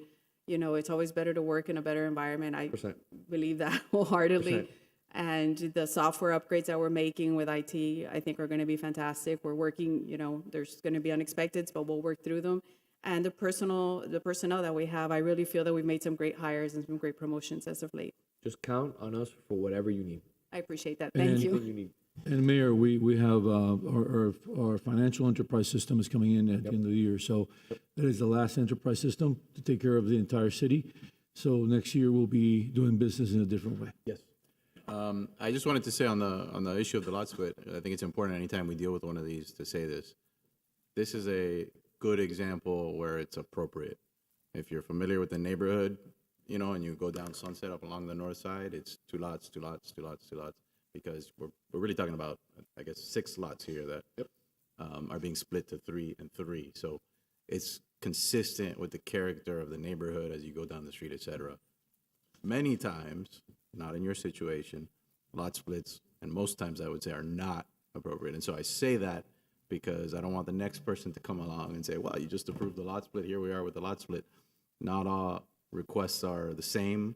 What we always look at, this is an easy one because I remember reviewing this. Again, I know it was a few years ago, but I happen to remember it because, again, I lived nearby the property. And this is one where it makes sense, but I just want to make sure that people out there don't think that it's kind of open season on lot splits, because it's not.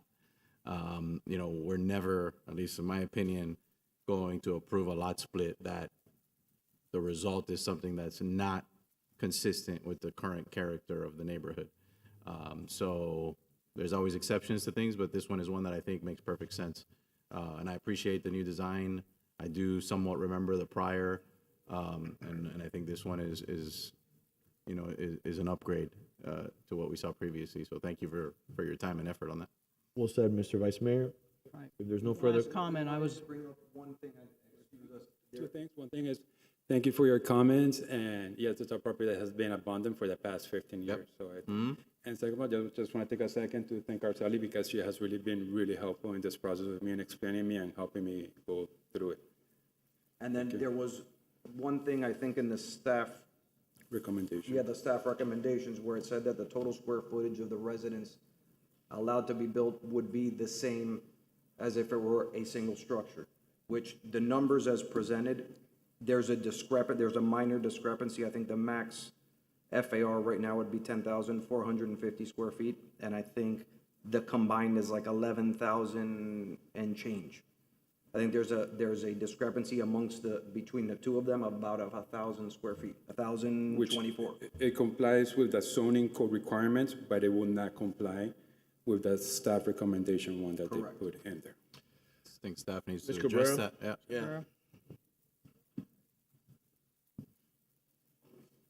So I believe that the staff recommendation was to not build more than would have been allowed today. But if you feel comfortable that with that square footages, they meet as two separate lots, the zoning code, the maximum buildable square footage, then I believe that's appropriate. Let me make sure I understand what you're saying. You're saying that when you say today, you mean if it was one lot? If it was one If lot. it was one lot, they could build, your recommendation is the square footage maximum if it was one lot. Correct. But their proposal is two lots, and each one complies with our zoning code. Correct. So why, I don't understand, can you help me understand why, like, we're talking apples and oranges? No, it's the code. That's the way the code reads, that you can only build up to 10,450 square feet. But that's if it's one lot, you're telling me. If it's one lot. Yeah, it's one But it's lot. not gonna be one lot. It's going to be two lots. It's going to be two lots, so that 10,450 square feet would be subdivided into two houses. But that doesn't make sense. Sorry, I'm missing something. Vice Mayor, the larger the lots on a sliding scale down. But And so we're larger not lot talking would be about, as- we're talking So about. in this case, it's two lots, so lots. it would be, I don't think it would not be I just a don't problem allowing the two lots to be independent, because they are But I don't three even- lots and 15,000 If you would have bought these two lots separately, Yeah, I don't Yes, it could have you would have done, been able to build this. It's not even an anyways. allowance, it's what they're, yes.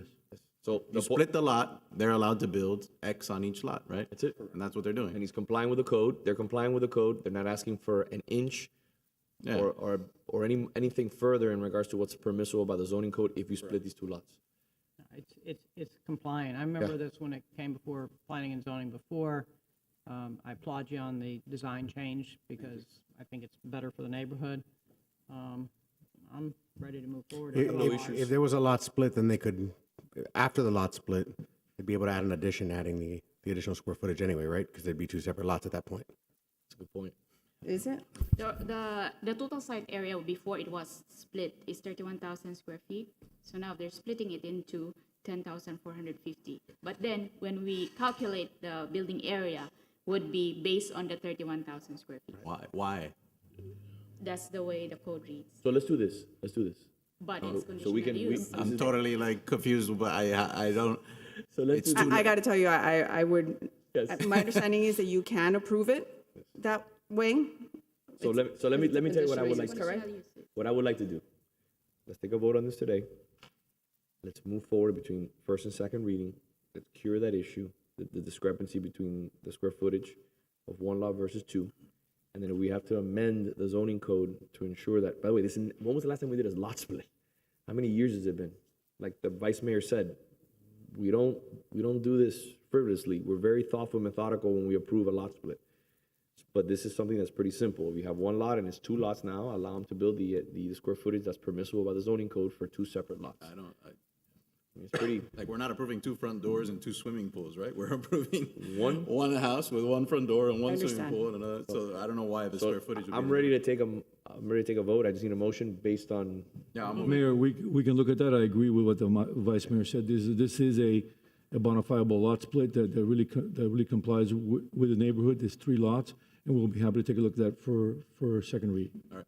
So we've given direction to staff to make the correction from what's currently permissible. My motion is to approve what the applicant has proposed on the, accepting at face value what they're saying, that the square footage that they're proposing to build is consistent with the zoning code if you were looking at it as 2 separate lots. Yeah, I'm gonna look into the history of why that's there. I'm pretty sure that it's because you don't wanna build more than whatever was originally in the plat, but we'll take a look at it and see, maybe it's appropriate to come back with a code change for that in general. Okay, I'll take second a the look. motion. Commissioner Force? Yes. Vice Mayor Mena? Yes. Commissioner Menendez? Yes. Commissioner Anderson? Yes. Mayor Lago? Yes. We'll see you in second reading. Thank you. Thank you for your patience. Thank you. Moving on to C2, introduction of the 2022 page interns. Come on up. Come on up. So I put this on the agenda because, come on up here. Come on up here. No, but come up to. Not that far up. Not that far up. Not that far up. You're not gonna take over just yet. You're not gonna take over just yet. So what we have here is 5 pages that are part of our program this year, and I wanted them to take the opportunity to introduce themselves and tell us where they're working currently, and what school they go to and how old they are, and maybe say something. What are you looking forward to get out of this program? Chelsea's here also, who is again the page wrangler, the person who is running this program. So, ladies first. Hi, my name is Gabriela Orioles. I'm 16, and I go to MAST, and I'm working in the city manager's office. What would you like to get out of this internship program? Experience in government and how things work, and since the city manager works a lot with engineering, things like that. What happened at your first meeting yesterday with the manager and the mayor? Who sat at the head of the table and actually started making decisions on behalf of the city? Wait, sorry? What happened in yesterday's meeting? Oh, you invited me to sit, and I have to deal with the PFAS. So, yeah, in yesterday's meeting, pre-agenda meeting, we discussed a litany of different issues having to do with the city. And I tasked her with researching the PFAL concerns throughout the city and finding out what other municipalities are doing to remedy that situation. So, it's very important. So I'm looking forward to your findings. Ma'am?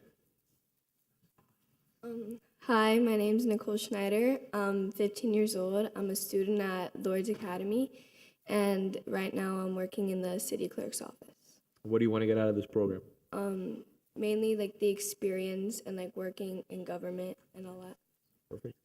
Mayor, I want to interrupt. So Nicole's brother, Alec, was in your page program before, and he's on his way to college, just graduated from high school. And Nicole, I think later today, will be appointed to the Parks and Rec Advisory Board. So it's beautiful to see not one young person, but a family history of service. So happy to see you again, Nicole. I love it. Thank you, Commissioner. Sir?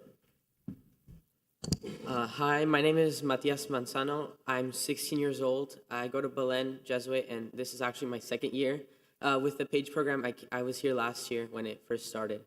So what are you looking forward to getting out of the program? I'm looking forward to just learning, being more immersed in government, especially at a city level. That's kind of where we get all our questions from. If you have an issue with your house or you want to get a permit, you don't go straight to the federal government. You go here.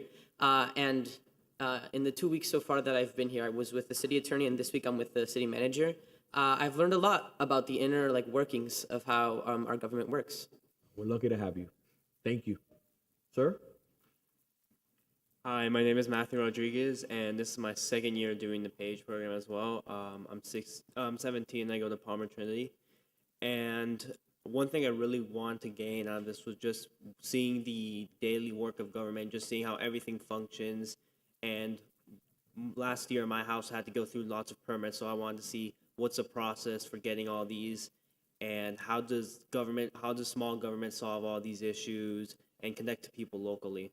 We're blessed to have you again. Thank you for being here. And last but not least, Hi, my name is Jack Lopez. I go to Belen Jesuit, and I am 16.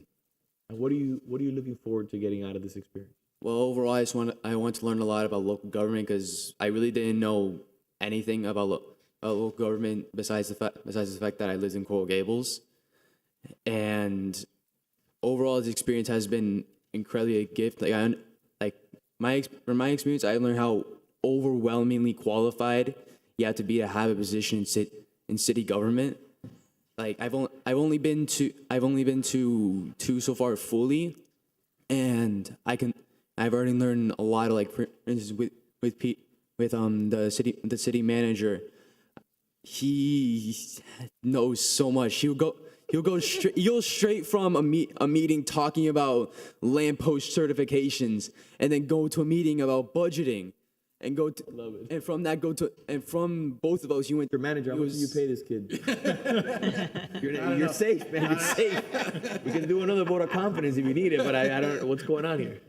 And although the city clerk wasn't in office last week, the people in the city clerk's office have an immense pride about their work and the record keeping and the importance of their jobs. And each of them I can tell, and even not in just their department, take their jobs very seriously and obviously enjoy their work.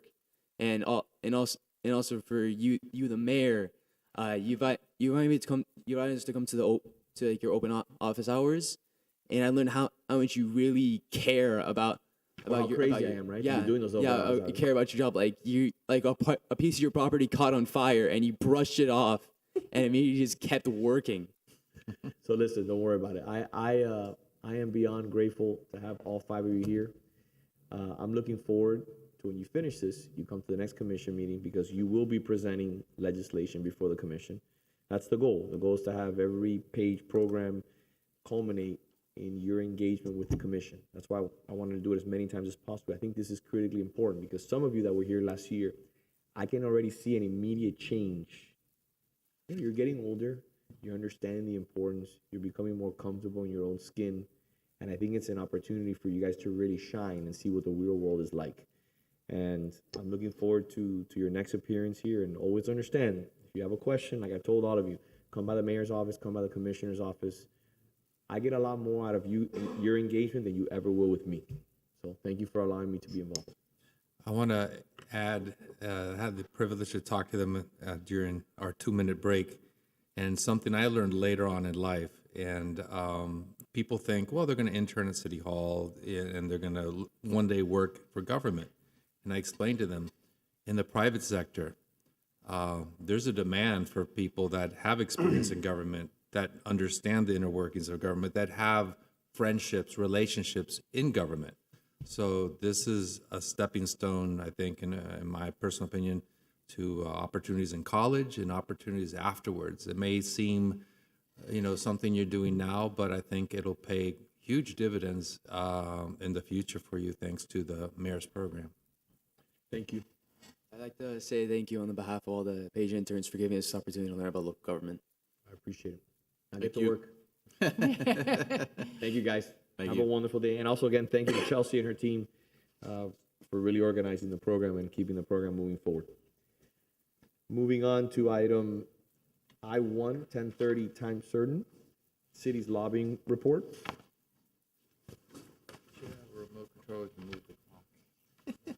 Good morning, Mayor and Commissioners. Naomi Levy-Garcia, Intergovernmental Affairs Manager and Assistant City Attorney.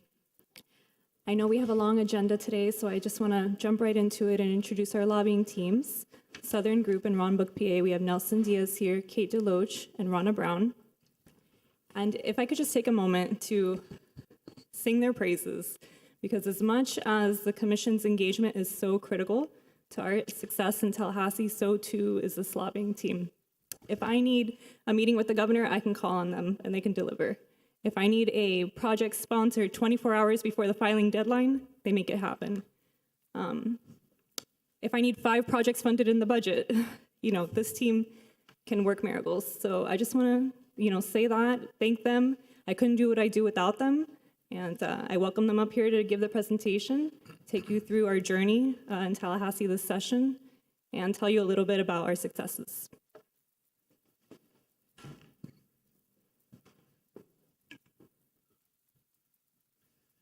Good morning, sir. Good morning, Mr. Mayor, Morning, good commissioners.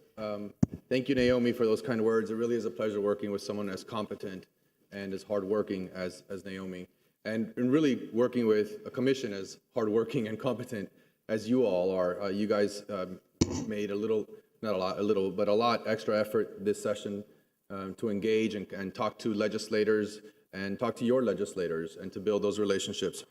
And that's critically important, and it shows.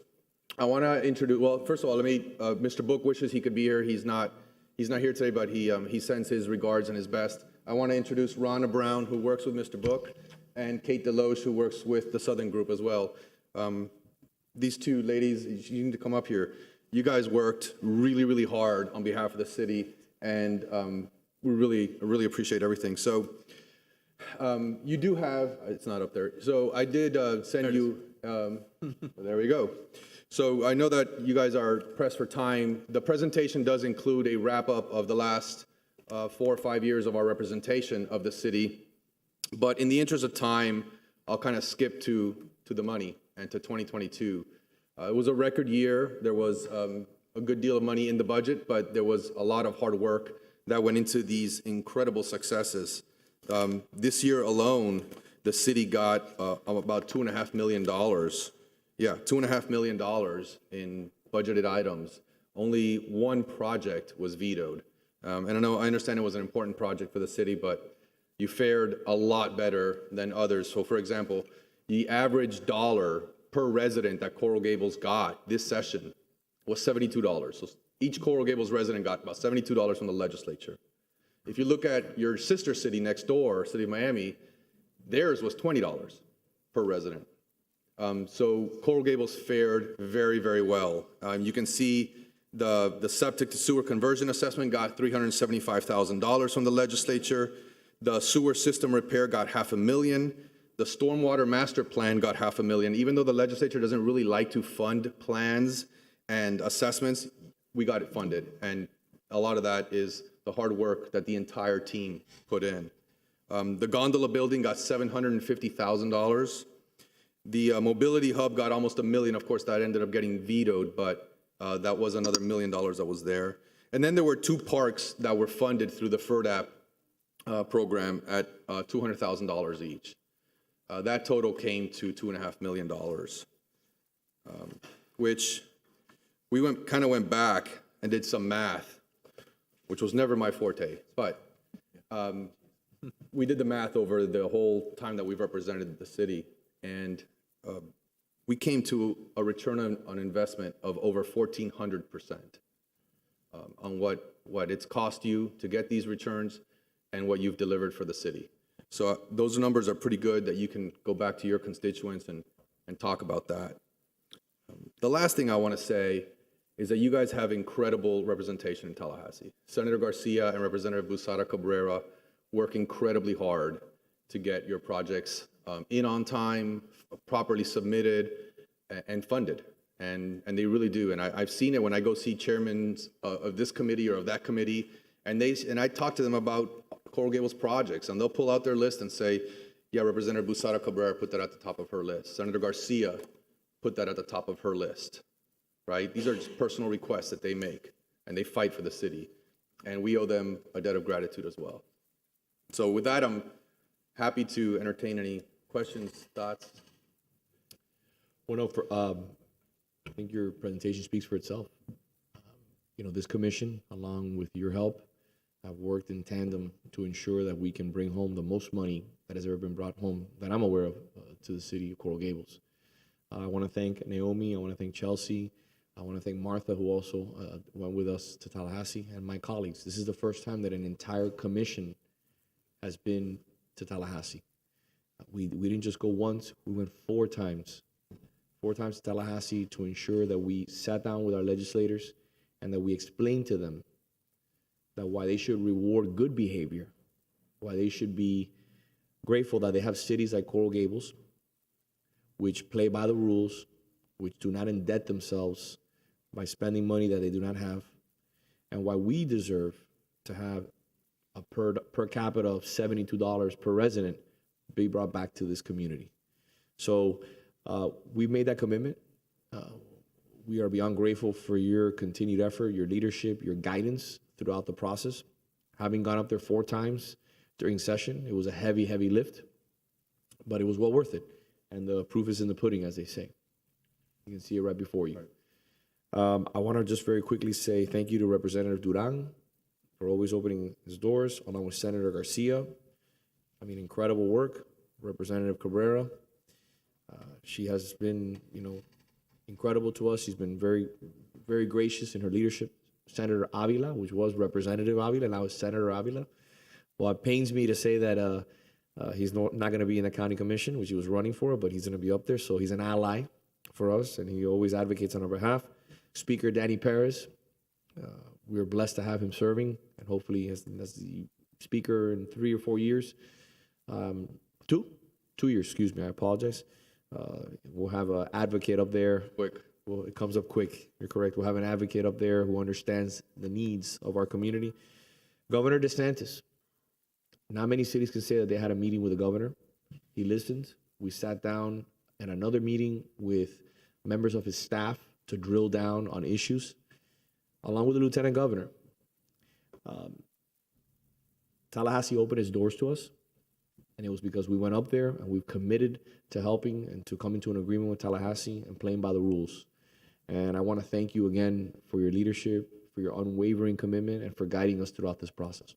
Thank you. Well, it's certainly been our pleasure. And again, we couldn't have done it, without Naomi, without the whole team, without you guys.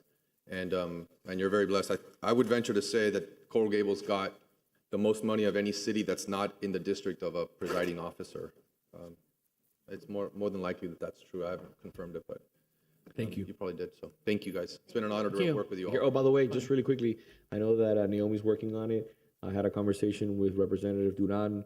I ran into him, and actually Pepe Diaz, the old state rep, was the one that actually turned me on to it, that there's $150 million additional possibilities at the state level now for funding. Do you know anything about that? Yeah, so there's a super fund. I don't know if you want to jump in. Yeah. No, the support grants. I actually think it's 170 million. Okay. $175 million. 175 million. Yeah. Okay. Well, I mean, I would. We'll be sending that out probably tomorrow. Oh, you sent it. Okay, so they sent it. So I know I spoke to Representative Duran. Obviously, I think he's as per Pepe's guidance. He told me that he's engaged in that committee. Yeah.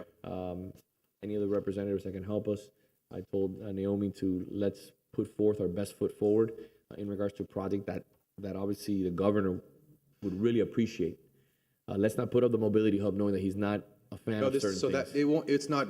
It doesn't go through the normal process. The Legislative Budget Commission is awarding these. They're sort of like a grant process. Okay. So the governor will not be able to veto it. That being said, there's a state law that says you can't fund something that has already been vetoed. So you couldn't submit the mobility hub, for example. Okay. Okay. So again, I leave that up to Naomi and the city manager. Yeah. But this is something. It's another opportunity to have. I mean, not being greedy, but again, I'll take it where I can get it to bring home. And it's mostly house driven, if I'm not mistaken. Just yeah. So Demi, Representative Busara Cabrera, or Representative Duran, or even Representative Avila could. Very nice. Because he's still technically in the House. Okay. I just want to add that it was an impressive session. Everyone was laser focused. Everyone worked together. Mayor, you did an amazing job leading our team to Tallahassee multiple times. I guess in the spirit of being greedy, one of my favorite important items, was funding for a Venetian pool that unfortunately didn't make it this round. But hopefully in the future we can do our best to keep things like that, because the Venetian pool impacts so many residents, and it's a national historic landmark. And I know sometimes they have to pick and choose, but that's very dear to my heart. But overall, very impressed. As Rana knows, I've been up there in the past, and I can honestly say the work done was impeccable. So congratulations on a phenomenal you job. can submit that project again if you'd like. I mean, just know the legislature chose not to fund it once. Yeah. But you can submit it again and see if it can get funded. And I would also encourage the city to look toward possibly a FERDAP grant for that, or some type of grant through DEO. There are many different options, and I know that your staff. We'll pursue. Thank you for that. Thank you for your hard work. Thank you, guys. Really appreciate it. Great work.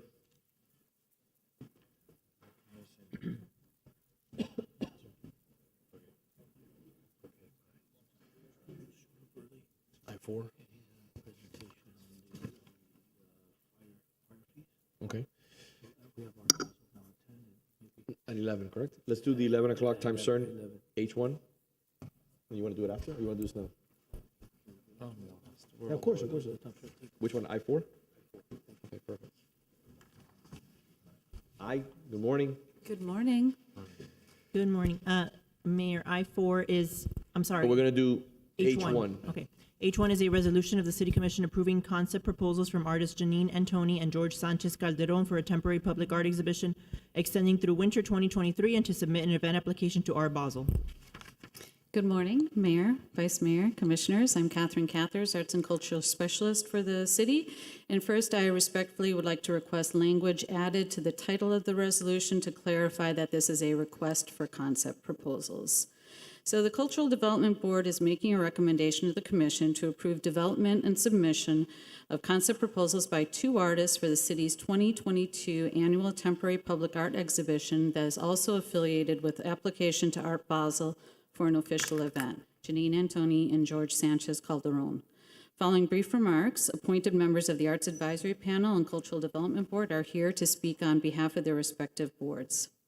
So since 2016, the city has received recognition from Art Basel for an annual temporary exhibition. The recognition encourages the city to maintain quality program that invites residents, visitors, and art lovers to experience all the arts within Coral Gables.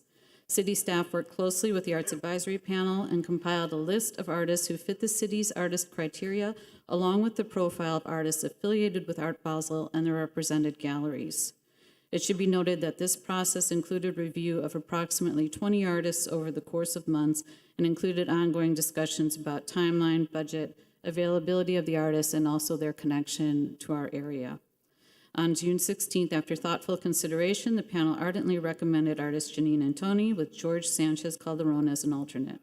On June 21st, the Cultural Development Board reviewed the recommendation of the panel and voted unanimously to recommend requesting proposals from both artists.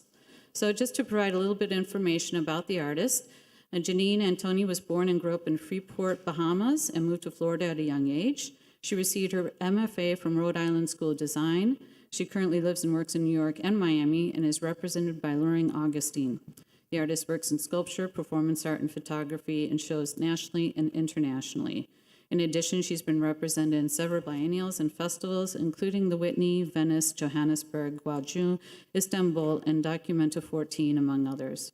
Her work is included in the collections of the National Gallery of Art, Museum of Modern Art, the Whitney Museum of American Art, the Israel Museum, Guggenheim Museum, San Francisco Museum of Modern Art, Art Institute of Chicago, Hershey Museum of Sculpture and Sculpture Garden, and more. George Sanchez Calderon was born in New York and spent most of his life in Miami. He received his MFA also from the Rhode Island School of Design, and he works in sculpture, painting, and multimedia. Sanchez Calderon has shown in exhibitions at the David Castillo Gallery, Carlos and Rosa de la Cruz Collection, and the Faena Arts Complex as part of Art Basel. His work is in the collections of the Crystal Bridges Museum of American Art in Arkansas, the Perez Art Museum Miami, Museum of Contemporary Art North Miami, Franklin Furnace Archive New York, Carlos and Rosa de la Cruz Collection, Craig Robbins Collection in Miami, and Arturo and Liza Mosquera Collection in Miami. For this opportunity, both artists are interested in developing concepts that include meaningful public engagement with the work that extends beyond the work itself. So today, the board is recommending approval for them to develop concepts only and not for specific artwork yet. The proposals will be reviewed and come back to the commission with a recommendation for the artwork. A decision will need to be made at that time in order to meet the application for Art Basel and allow enough time for fabrication and installation of the work. The Arts Advisory Panel has also recommended that the concept be site-specific new work that could also be considered for permanent acquisition as previous Art Basel related projects have been. Staff is recommending funding of $5,000 toward the development phase, and $150,000 is the recommended budget for funding the temporary installation itself, and is in line with previous Art Basel temporary exhibitions. Funding for the project is proposed through the Art Fund, which is funded through private development projects. And now I'd like to introduce Adler Guerrier to speak on behalf of the Arts Panel, and Ray Corral to speak on behalf of the Cultural Development Board. Yes, so our support for Janine and Tony and George Sanchez Calderon pretty much stems from their connection to South Florida. They're two artists, even though Janine and Tony is actually based in New York, that have a long history with South Florida and whose practices can be really responsive to the time, the issues that are current to us.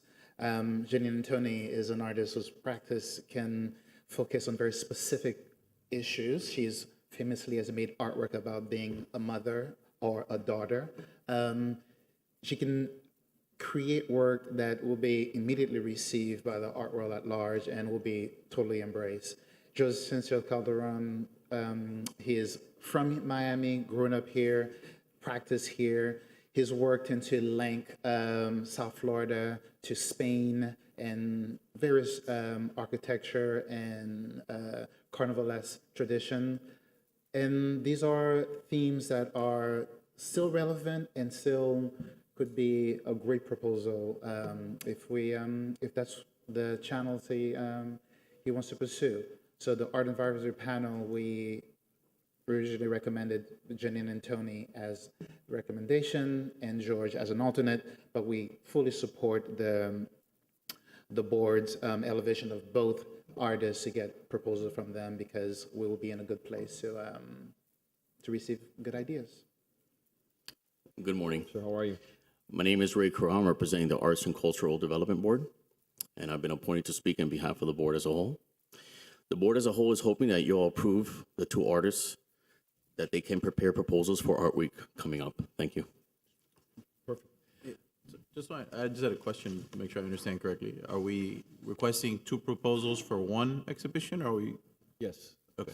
So that's what I was gonna discuss. Just making sure I understood that. You're on it. You're on it. So, first off, thank you for your hard work, and please tell the board that we're grateful for their commitment and their exhaustive efforts to deliver the finest for the city in regards to arts and culture.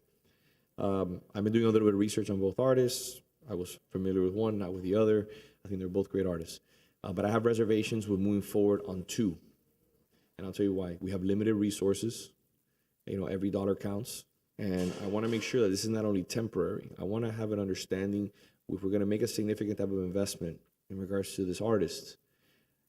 I want to make sure that it's something that we could potentially have on display, even if it costs just a little bit more. But I want to make sure that you're talking about artists that have a significant trajectory. They have a great CV. And I'd love for this to be something that we potentially could have on permanent display.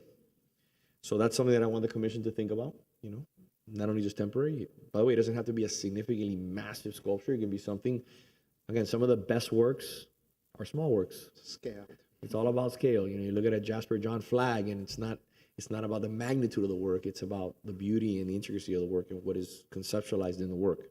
So I understand, I respect the request of the board, and if you'd like to head in that direction, but I don't want to spend too much money on dual tracks and then have to split the baby at the end, because I think that the art would suffer, in my opinion. Yeah, well, I guess, how have we done it previously on both fronts? One, on the proposal front, right? And two, on, if I'm not mistaken, the piece right outside City Hall here in the intersection was for a Basel temporary exhibit, but I think it's still there, last I checked. Yes, that was an acquisition. So this is actually the first time that we would be doing, that they're recommending concept proposals from two artists ahead of coming straight to the commission. You pay for each? With the concept and the artist. Pay for both? We'd pay for the proposal fee, which would be $2,000 per artist. Okay. So it's a minimal amount for the concept. But in all the cases so far, except for Kiki Smith last year, they've been direct selections of artists who have then developed a concept, and then we've come to the commission with that concept. So this year it's a little bit different, and it's more being driven directly by our panel and boards this year as well.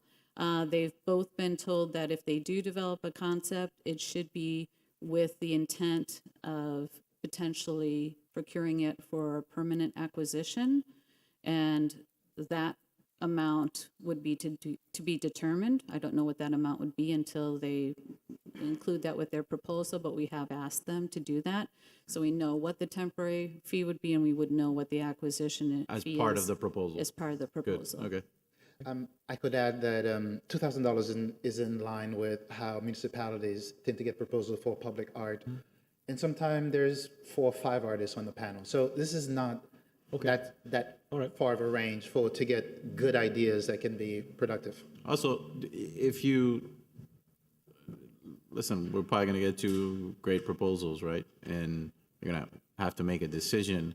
Is there a way to sort of, whichever one we don't select, to sort of almost have it in the bank for like, you know, a potential art in public places on a future development where we could say, hey, we already got this proposal right here. Is that something you'd be like? I just, you know, if there's a way to, if we, on the assumption that, you know, people like both and it's something that hypothetically would like to see somewhere else, maybe we can pivot to a different opportunity. That tends to be the strength of this process, that ultimately we'll be choosing from 2 ideas, but we could potentially commission 2 ideas, not necessarily simultaneously for Basel, but in time, Okay. Okay. So I think there's consensus to explore the 2 artists and move forward. Is there an identified location, sorry, for the temporary exhibit? Or is that like? We've been asking them to focus in the downtown area. And by the way, the good thing about this is a pretty short notice for something in our Basel around the corner. So the fact that, like our friend here said, you know, there are local artists who have a presence here, we can move rather quickly. So is there a motion to accept the recommendation? Yeah, I'll move it. Second. Mr. Mayor, before you vote, there is a member of the public requesting to speak on this item. Okay. Ms. Maria Cruz? Ms. Cruz.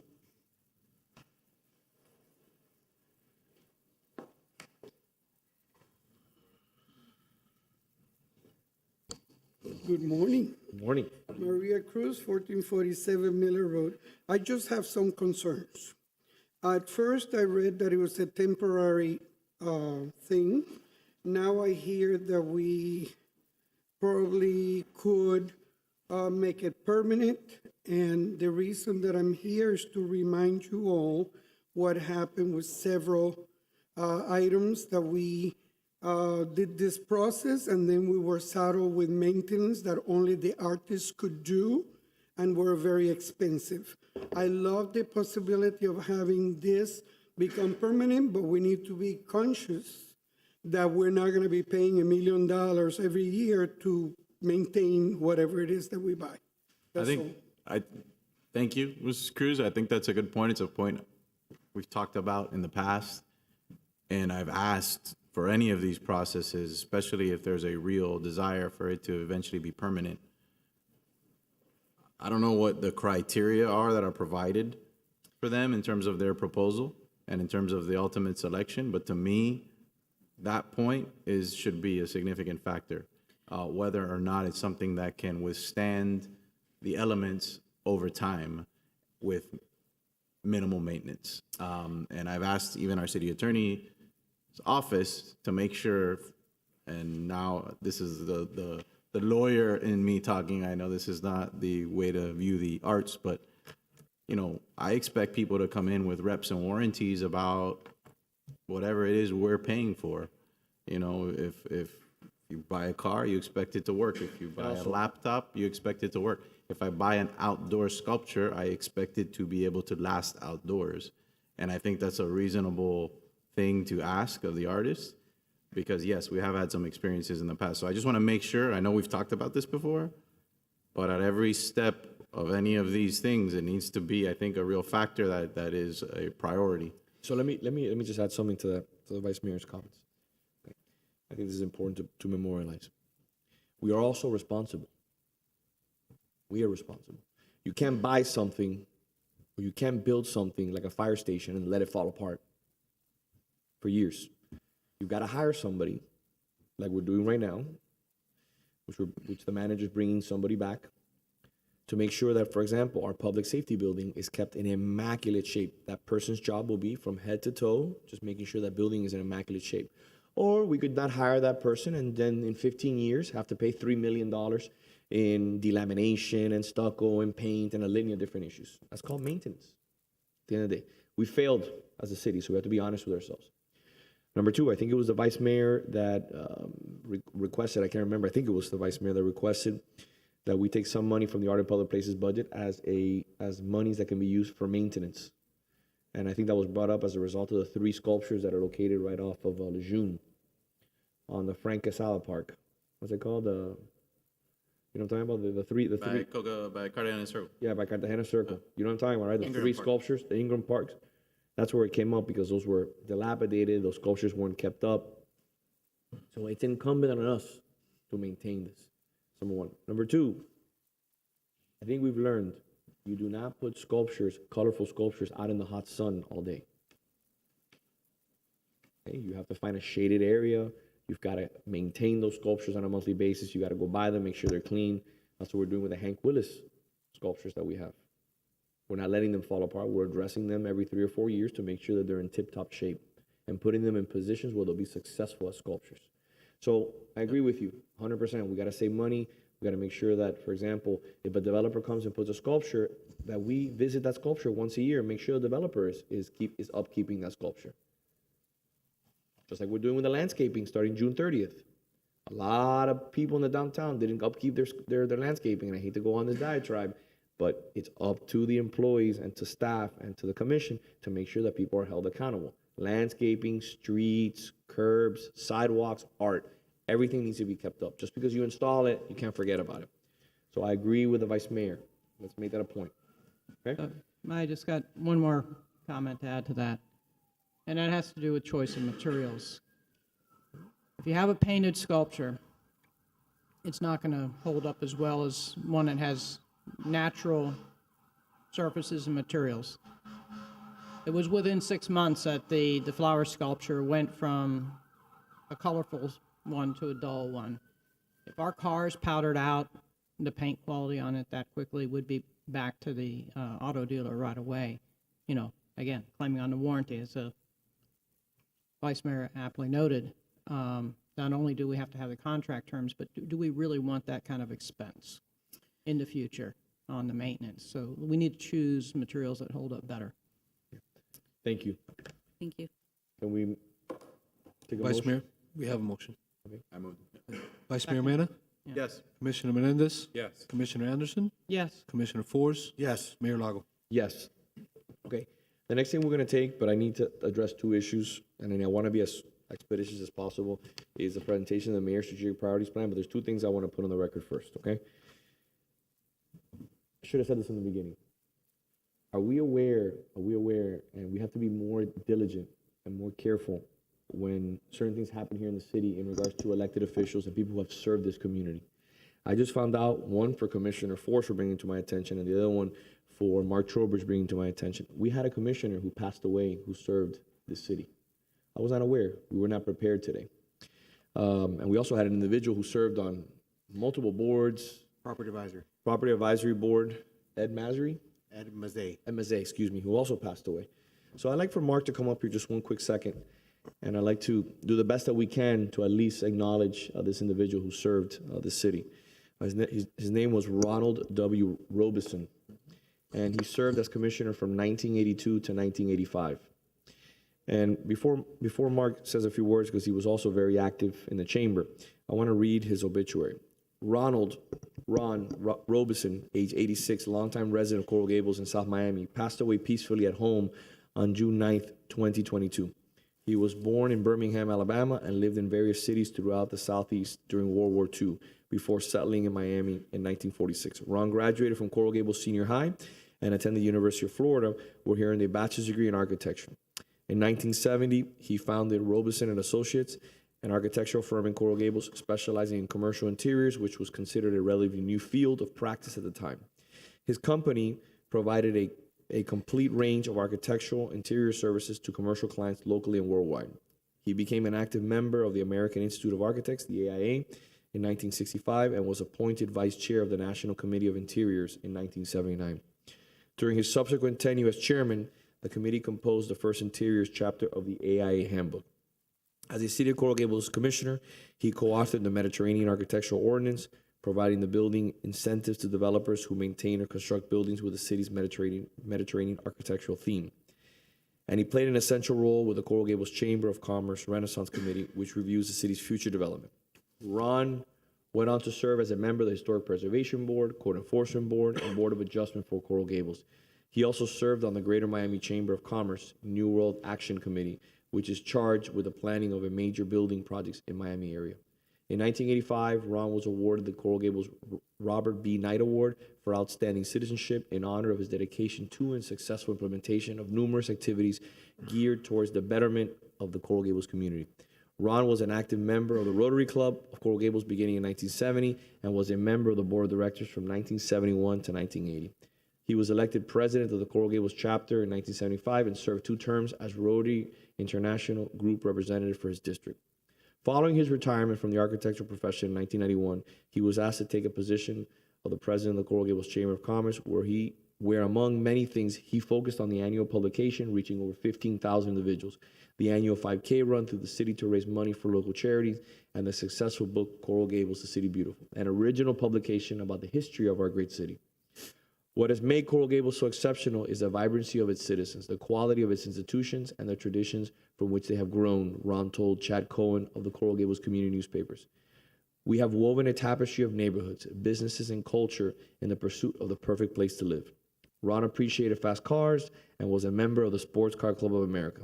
He treasured his Porsche and relished surprising passengers by hitting 0 to 60 and hearing them gasp. In his leisure time, he enjoyed boating, golfing, Miami Heat basketball, and cheering for everything Miami Hurricanes. He loved his family and adored spending time with his friends while enjoying a glass of scotch. Cheers to you, Ron. Ron is survived by his by the love of his life, Susan DeRoches, 2 children, Robin Robeson Ingram and Wayne Robeson, 4 grandchildren and 4 great-grandchildren. So with that being said, I'd like for our dear friend from the chamber to say a few words also. Thank you, Mr. Mayor, and good morning, everybody. Mark Trowbridge from our Coral Gables Chamber of Commerce at 201 Alhambra Circle.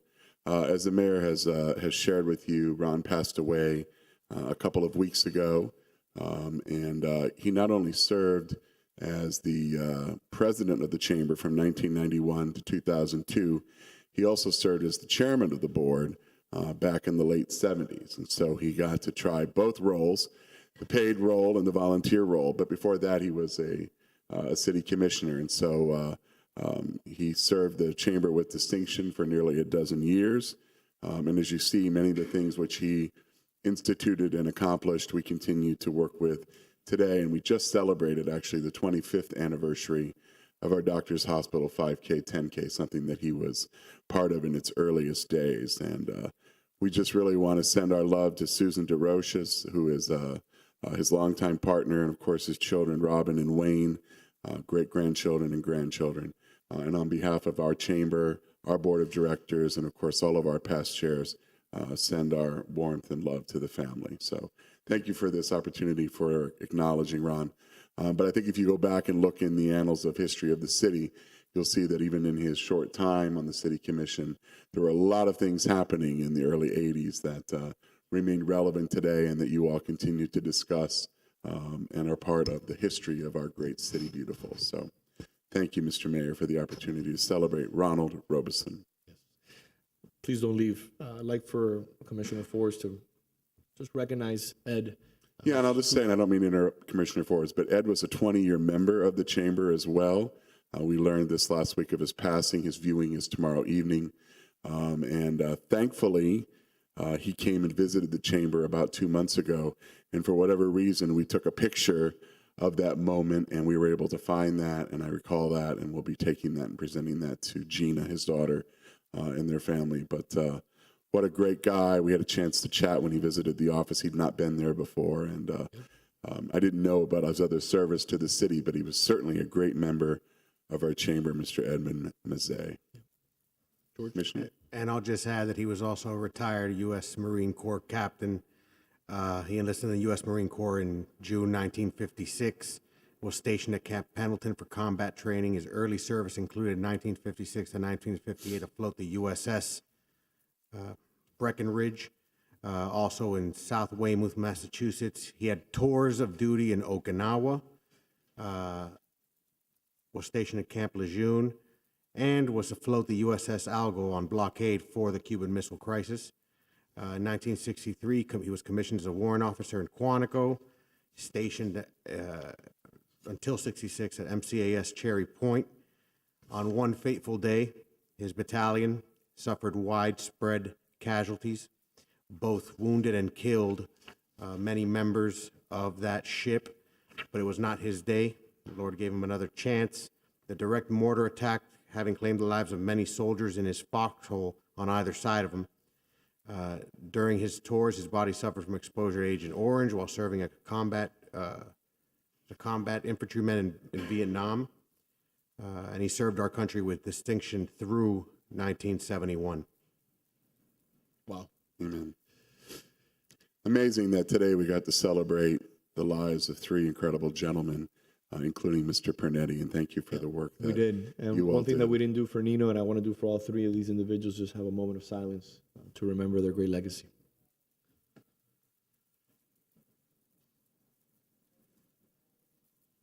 Thank you. Mark, I appreciate you being here. Thank you, Mayor. Thank you so much. Thank you, And thank you, Commissioners. Commissioner, for bringing that to my Thank you attention. very much. Anything you want to say? Or no? Yeah, I just want to add, when Ron was at the peak of his involvement in the city, I was a little bit older than the interns, high school, college, youth center, and he was a presence everywhere. He was involved at every level of our community, from business to community to service, and probably one of the first individuals in the city, me growing up, that caught my attention of what being a Coral Gables resident, giving back, is all about. So I remember him very well, and he made a huge impact on my life as I was sort of transitioning from a teenager to a young adult. Just wanted to add that. Thank you. Thank you. I just want to, before we take my item, that I want to go over the first year in office report. I-4, how fast can we do your presentation? Can you wait? Okay. Chelsea, let's do this now.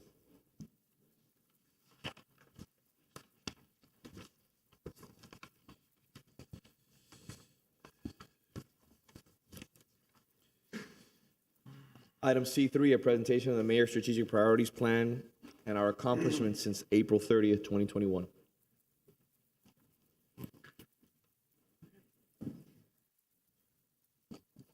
Good morning, Mayor, Vice Mayor, and Commissioners. My name is Chelsea Grinnell, and I'm the Chief Community Engagement and Policy Advisor to the Mayor.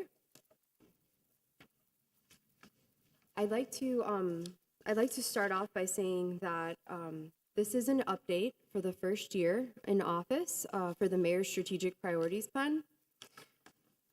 And we initiated this plan starting May 1st of 2021.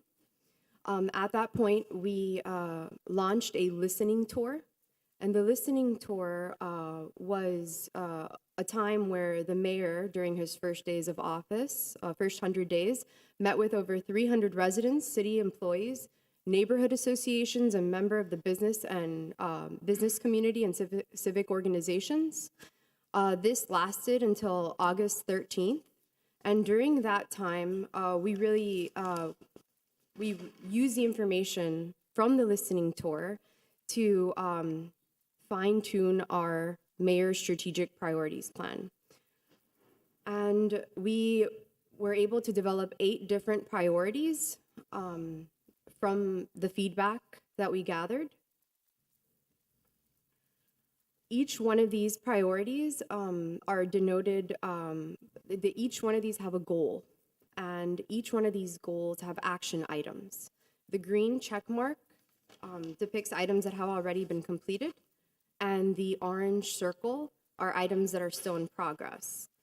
Some major items are the trolley expansion to weekend service and longer operating hours, and the acquisition of new parks and green space.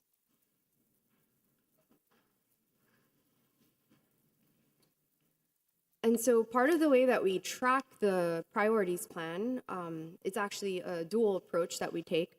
The first is the creation of a mayor's citizens council, which I'll get to a little bit later.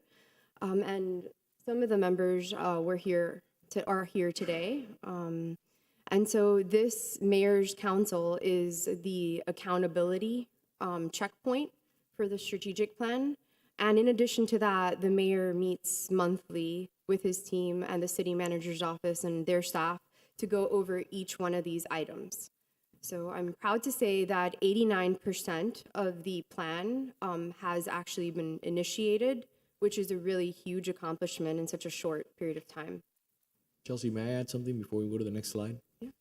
So the reason why we're doing this today and why this is important was because I'm not aware of any other office in the county or any other elected official. We should be very proud because this is our work, not just my work. This is our work.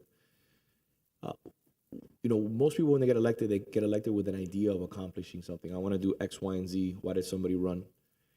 What we've done is we've set the bar and we have ratified via the commission a strategic master plan, which are this commission's ideas, vision for the future of Coral Gables.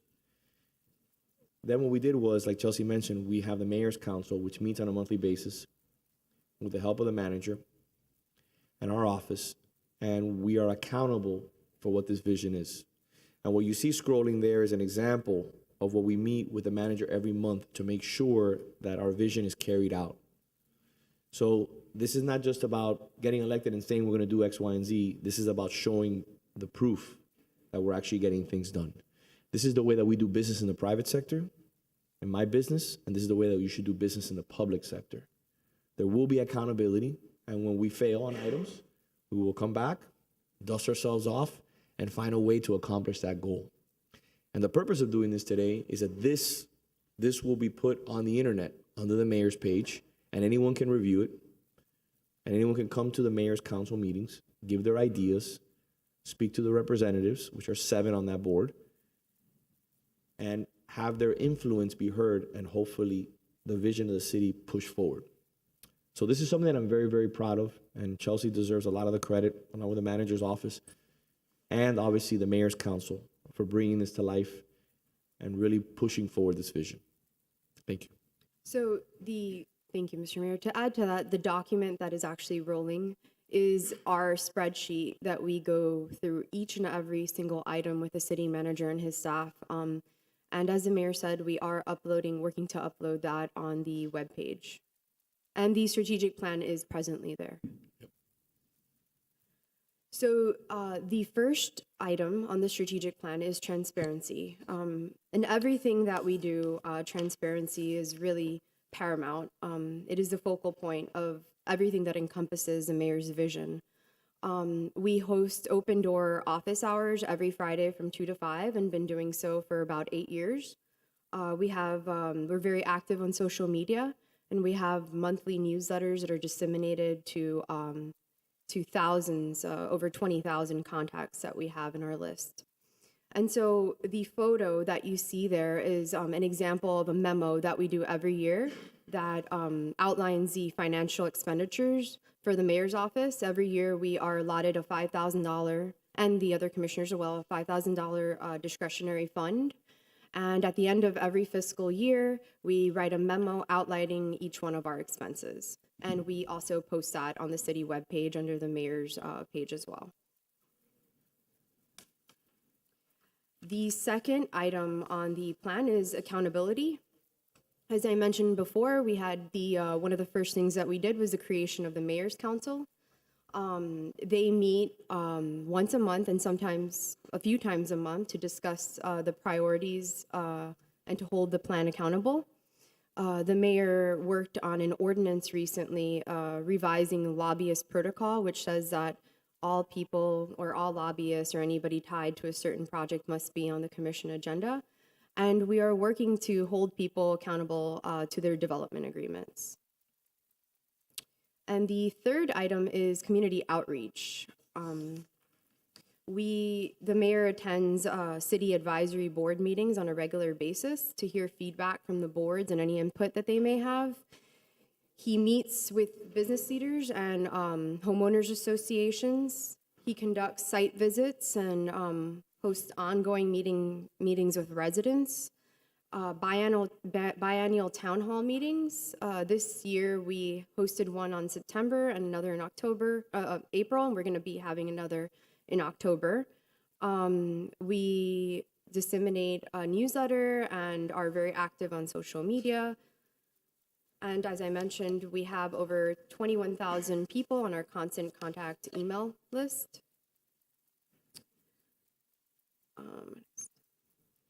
Our fourth priority is community engagement and enrichment. The mayor has met with a variety, dozens, if not all, of the consul generals in the city of Coral Gables and outside. He's met with elected officials at the state and local levels and was able to secure $2.5 million in appropriations and grants through these meetings. I believe that's the most funding we've ever received. And he's also, part of one of his initiatives is to deliver on 5 high-quality cultural events in the city of Coral Gables. This year, we had the opportunity to support 2, Colombia and Mexico. These were pretty outstanding events. And the purpose of these are to enrich our community with culture, and so that they're able to learn a little bit more about different cultures. And we are also embarking on a landscape beautification plan in our downtown area. The mayor mentioned before that the deadline is June 30th for businesses to pressure clean their sidewalks and keep their facades up to date. And this slide here are some of the ideas that we've collected throughout the process of meeting with different individuals, community stakeholders and whatnot. These are some of the ideas that we've received. And the green highlighted bubbles are items that have been completed. Some really cool ones that we were able to see through the process were the trolley, pedestrian safety throughout the city with street lights, and sidewalk connectivity at the Granada Golf Course. And as many of you know, sustainability is very important to Mayor Lago. He drives a small electric vehicle and has solar panels that power his home. So having said that, we are part of the Keep Coral Gables Beautiful program, and we conduct recycling drive-through events twice a year. It's a household hazardous waste event. Our staff does a wonderful job. And we also do downtown cleanups. We recently did an ordinance, the commission passed an ordinance to require EV charging stations development projects. Mayor Lago last year, became appointed to the Biscayne Bay Watershed Advisory Board, and this is a group of leaders that meet to discuss water quality issues in the Biscayne Bay. And we're also trying to remove invasive species in both the downtown and citywide areas. The sixth priority is preserving our the historic integrity of our city, and which is the cultural fabric of who we are. And with that also comes beautification. We're working on undergrounding the utility lines. We have, Commissioner Anderson had sponsored, along with the mayor, the reevaluation of the Mediterranean bonus, which was a task force that worked on reevaluating what that means. The Landmarks Advisory Board was also a co-sponsored resolution that established a structure for residents to review the condition of the historic entryways and landmarks. And a really cool one that that came to our attention earlier was a resident who had somehow acquired historic White Way Arcadian lights that were originally installed in front of the Coral Gables Country Club.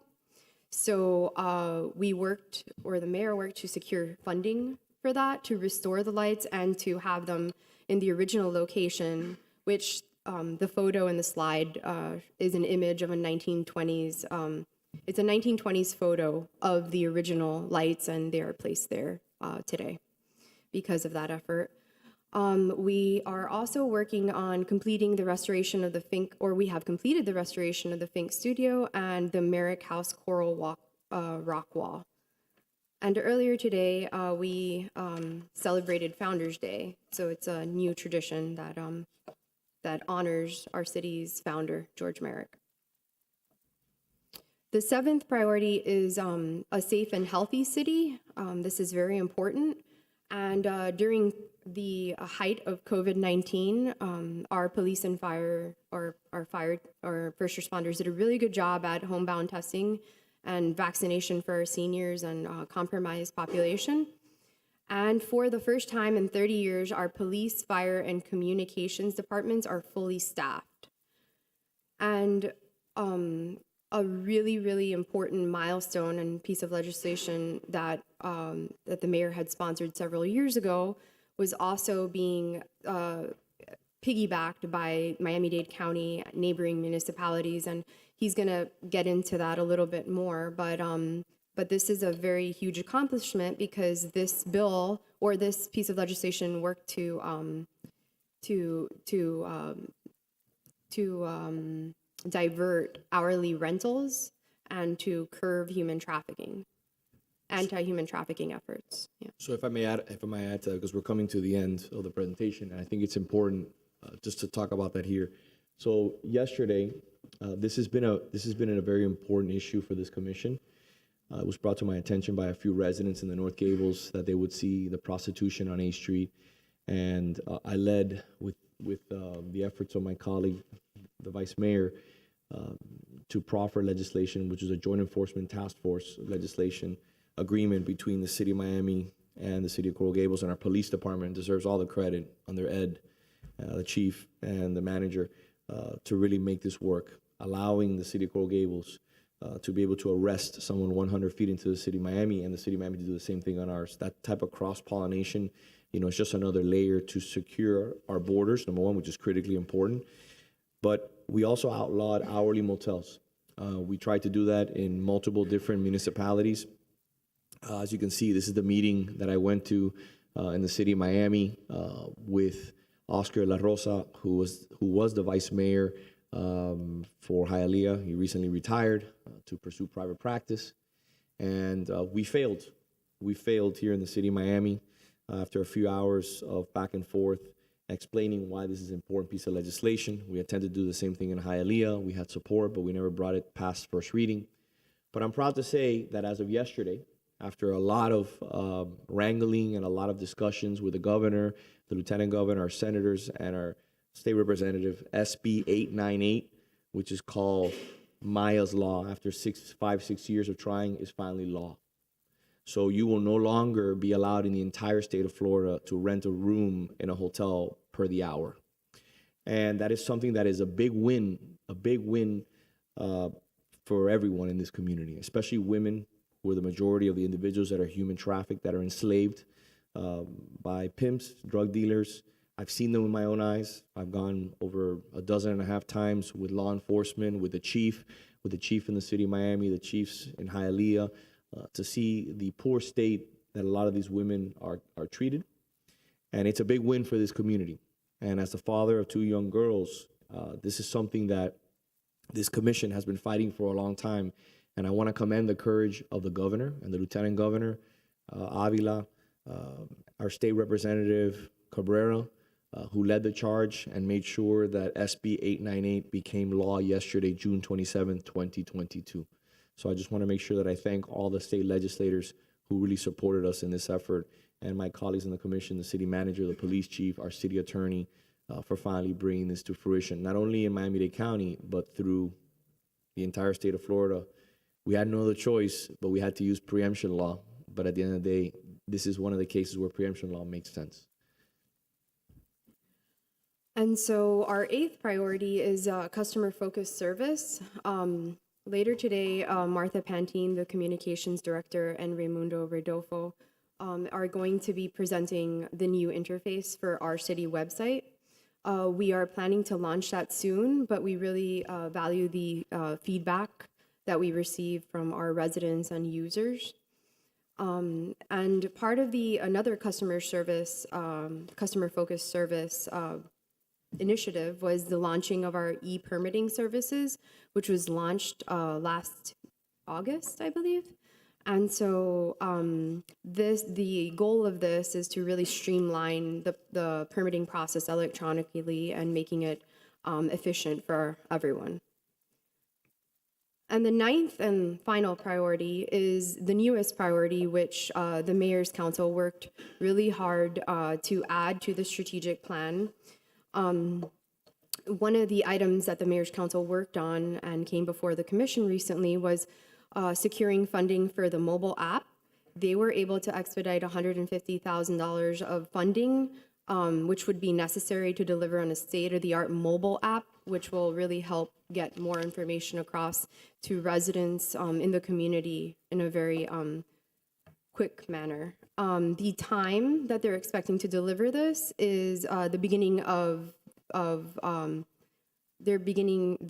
this year, later this year. Another thing that— If I may just add something, and I'm sorry to interrupt you. I want to thank the city clerk, city manager, and the mayor's council. This came from you to finding the money for Raimundo to expedite this. We were budgeting for this, but there's always budget constraints. This is critically important for the commission, and I want to thank the clerk. The clerk made it happen with the city manager. So you're both to be commended for finding a way to get this funded. Thank you so much. And so our tech department is doing a lot of great things, and one of the things that they were able to do was the installation of a smart city pole, which is an AI-powered smart pole that includes free Wi-Fi, CCTVs, traffic and safety sensors, environmental sensors, and we also have public Wi-Fi in certain locations throughout the city. And here are some other accomplishments that we've managed to fulfill. The trolley hours are a huge one that I mentioned earlier, and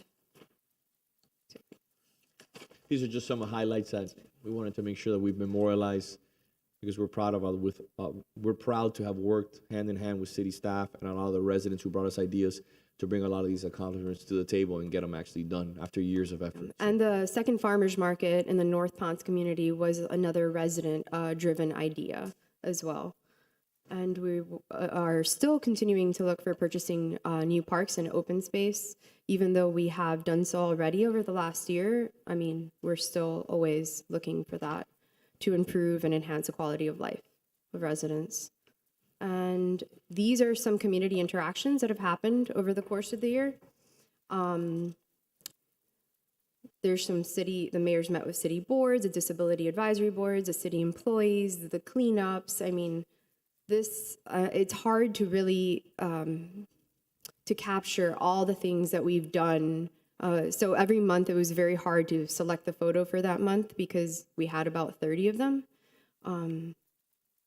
But let's see here. The Crystal Academy interaction was really special. It's always great to go out there. And the mayor also really likes to mentor youth. And so you see that with the establishment of the PAGE program and going out to schools and speaking about the importance of being an elected official and government and policy. And most recently in June, we had the opportunity to go to DC to discuss funding opportunities for our projects as well. And on a final note, I think it's very important to mention that our door at the mayor's office is always open. Every Friday from 2 to 5 p.m., we're there. I mean, sometimes till 6 or 7. But we are there, and we're very active on social media. We have Facebook, Instagram, Twitter. If you aren't following us, we really encourage you to do so. You can always give us a call. Our door is always open, and I wish you could go back to that slide because it was a very special photo that I'd chosen to. Yeah, I think that that last photo, we can get it up there, really is the culmination of our entire year of effort. This is probably the most special moment that I've had in public office. While SB 898 is critically important, and it's been years, and projects like the Underline and buying parks and all those things are great, and having some of the lowest crime rates in the city's history, and bringing great fire stations and doing all kinds of things that we're doing for the environment. We as a commission got to share this moment with Crystal Academy and this young lady who was mayor for the day, Sienna. And this really drives home the fact that we are so blessed to sit up here. And I just want to say thank you for allowing me the privilege to sit in the seat of the last year and having faith and trust in my office. And I also wanted to take a moment to see if CGTV, Martha Pantine, and Michael Rocha were able to put together a very lovely, video production on a very short period of time. And so we would like to cue that in.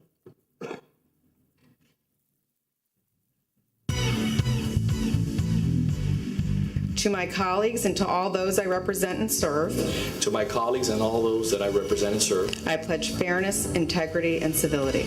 I pledge fairness, integrity, and civility. Congratulations. Thank you.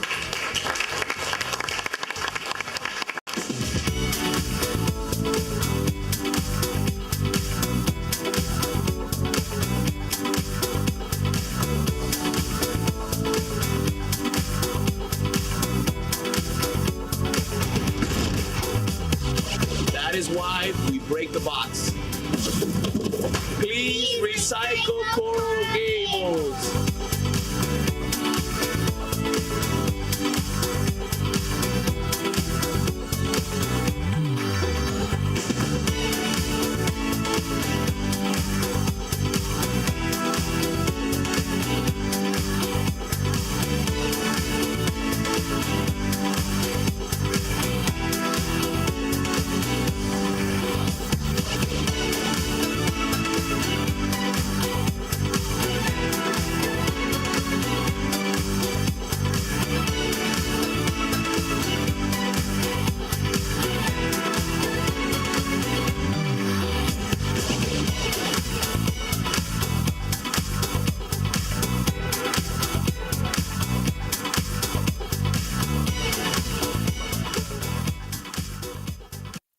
Thank you very much. You didn't have to do that.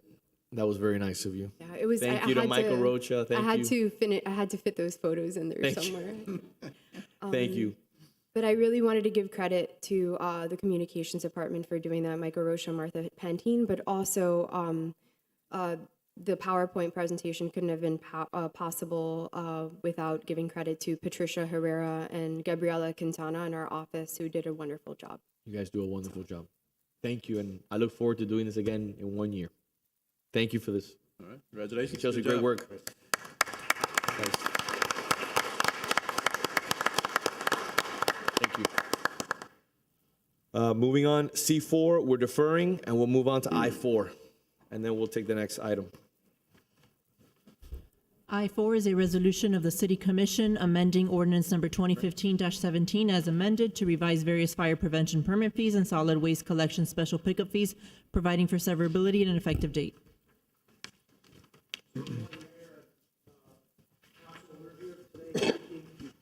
Parallel our fee structure for fire permitting process for new construction to that of the Development Services Department.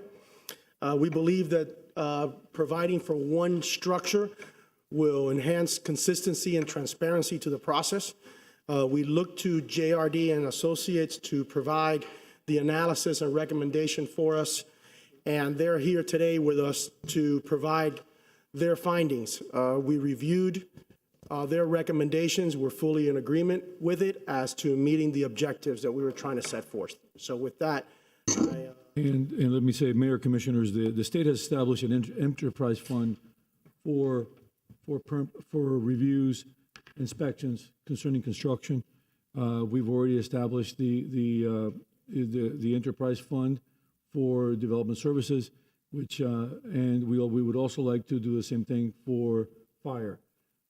This does not deal with the CUs or BTR issue. This deals strictly with permitting and inspections. Allows us to set up a enterprise fund that would pay for itself by the users, provide better service, and not impact our general fund. And with that, I would like to turn it over to Mr. Duyos, who will be presenting. Thank you. Thank you, Mr. Manager and Chief. Good morning, good afternoon, Mayor, Vice Mayor, and Commissioners. George Duyos with JRD and Associates. As some of you may recall, we did a similar type of assessment for the city a couple of years ago for your building permit fees. So what we've done is take the same approach as the manager stated in looking, assessing, and making recommendations to your fire prevention division fees that are related to construction inspections and plan reviews. So I have a brief presentation here. Again, the Coral Gables residents and businesses have a high level of expectation as to the level of fire services provided, and therefore it's important that a fee mechanism be established to allow for that level of service to be provided and for the cost recovery of those services to be accomplished. So our objectives were multiple. The first one is to ensure adequate cost recovery. Again, in the spirit of the enterprise fund, we feel that the services provided by the Fire Prevention Division are similar to the services provided by your building services with respect to inspections and plan reviews. So we want to make sure that those services are accomplishing cost recovery. We want to make sure that the fees are concise and easy to understand. Right now, if you look at your fees for your fire permits, if somebody comes in, a commercial structure comes in, and you're looking at $2.75 for the first 100 square feet, then a certain amount of money for every 100 square feet after that. Add sprinkler heads, fire sprinkler systems, alarm systems. It's a very convoluted fee schedule, so what we've tried to do is simplify it, and as you'll see in a few minutes, we think we've accomplished that. Next, we want to make sure that there is a reserve, since this is proprietary, just like we did with building permit fees. Construction activity is sometimes unpredictable. We have things that affect activities, such as COVID, downturns in the economy, so we want to make sure there's money in the bank for a rainy day. Very important, the next one, we want to make sure on this these fees that we're recommending, that the residents and the commercial businesses are not affected by any fee changes with respect to their annual inspection fees or alarm fees. And we'll have a couple of slides showing you that. And then finally, providing consistency with the building permit fee structure, as I mentioned. So I'll go quickly over our approach. We wanted to make sure we had a historical perspective of activity to be able to project forward. So we looked at 3 full fiscal years of permit activity with respect to fire permits. We wanted to make sure that we determined the division's fully burdened cost of providing the services. Again, providing a concise and easy to understand fee structure. We projected future revenue based on the anticipated level of activity. And finally, we conducted a comparative analysis of fees from similar municipal fire departments in Miami-Dade County. As you probably know, there are only 5. So we looked at the ones that, working with the chief and his staff, we felt were most comparable: City of Miami, the county, and the City of Miami Beach. The only one we didn't look at was the City of Hialeah. Again, looking at the historical perspective, this chart shows you that from fiscal year 19, 20, and 21, there was the level of activity for fire permits in 19 was $269 million. Went down, anticipated, COVID hit, went down to 199 million, and then COVID continued, but you saw a rebound in construction activity. So these are the job values from fire permits. And you can see that new commercial accounted for over 2/3 of your permit activity with respect to fire. This is a very important chart, and it goes to the manager's point on setting up a proprietary fund. essentially for the last 3 years and probably beyond, we only looked at the last 3 years, Fire Prevention Division has been running at a deficit. So it's been subsidized by the general fund. And we took the average, and you look at over $330,000 of really subsidy that's been provided to this division that really should be a fee for service. Even if you look at the average, then from 19 to 21, there's almost a threefold increase in the deficit level. So we wanted to try to make sure that this was now in the green going forward and out of the red. So we determined the fully burdened cost. This is the proposed budget going forward into 23 for the Fire Prevention Division. And you can see there are initiatives. The chief has expressed an interest in adding 2 plan reviewers to up the level of service with respect to turnaround times for plan reviews and inspections, as well as some administrative help for the amount of work that comes into to the department. There are some initiatives for technology and computers that we've put at $100,000, and that's really to make sure that the folks in the field have the latest hardware, software, tablets, again, to be in par with building inspectors and to provide the level of immediate information that your developers are expecting. So the proposed expenditure budget going forward into FY23 would be $2.175 million. The proposed fee structure, if you look at the table to your left, we're basically recommending to place a fee of 0.55% of the value of the work as the permit fee for construction related fire permits. This is consistent, again, if you recall, your building permit fee structure is based on a percent of construction value. It's tiered based on the value of construction as well as whether it's residential or commercial. So, so we've calculated that the appropriate value to bring in the revenue that needs to be brought in would be at 0.55% of whatever the job value is for that work. The minimum fee, we're recommending increasing from $100 to $350. This is consistent because most projects that come in are going to be at least 2, 3 to 4 hours of work from Fire Prevention Division staff, and so we want to make sure that that money is recouped. The special inspection request fees, which are currently at $200, which sometimes can go up to 4 hours of service that you provide. That's right now at about $50 an hour. Your hourly cost of Fire Prevention Division staff is at about $107, so it's still below what it could be if they are out there for a minimum of 4 hours. On the right side, the table, you see the projected fire prevention revenue. We've calculated this, again, based on historical information. And what we did for the first line item, the Fire Prevention Bureau permit fees, is take a 3-year average of that value or job value and multiply it by the 0.55% to come up with what the revenue would be. And then the others are based, again, on the historical revenue numbers. So it comes out to about $2.3 million. Again, I showed you the slide showing your expenditure budget at 2.175. So if this were to come to fruition at the end of FY23, you would have a reserve of approximately $130,000, which is about 6% of the expenditure budget.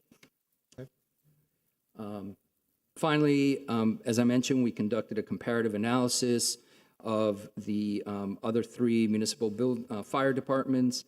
One thing I'll say is that we always like to do these comparative analyses because your customers that are pulling permits here are pulling them in these other municipalities. So it's something that's important to show, but from our perspective, it doesn't really affect our fee recommendations because we don't know if their fees are too high, too low, what their level of service is. So we base it, your recommended fees, on what your expected level of service is. We looked at 6 different fee types, and I'll just show you some quick numbers here. The first one is a commercial tenant build-out. This was actually the Lululemon build-out at Merrick Park. You charged $810 in meeting with the chief and his team. It was determined that there were a minimum of 19, probably to 25 inspections that are done, including re-inspections. If you take that at your hourly rate of at least $107 per hour, you're currently, for that permit, you lost money. You provided a lot of service that you didn't recoup the funds for. So in the recommended fees, again, at 0.55% of their $500,000 of value of work, that fee would come out to $2,752. What we did is compare and give you an average. So the average of the other 3 municipalities is just shy of $2,000. I will tell you, and you might recall from the city of Miami, their permit fees are typically lower for specific permits. However, they make a lot of money based on volume. Building department, I know over there was in almost reaching $100 million in reserves from building permits. So they're historically low on a per permit, but again, they bring up the revenue that they need. And I'll point you also to the city of Miami Beach, which changed its fees last year and actually took the same approach that we're doing here, and they're doing a percentage of job value also. So their fee is at 0.7% of job value, so higher than the city. And they are also charging for sprinklers and alarm systems. One of the things I wanted to mention also, in our recommended fee of the 0.55%, that will be inclusive of all plan review and inspection and systems. So if a new commercial structure comes in, they will pay one fee just incorporating not only the plan review and inspections for the entire project, but you will not be charging them separately for their fire sprinkler systems, their alarm systems. So we wanted to make this as concise and easy as possible.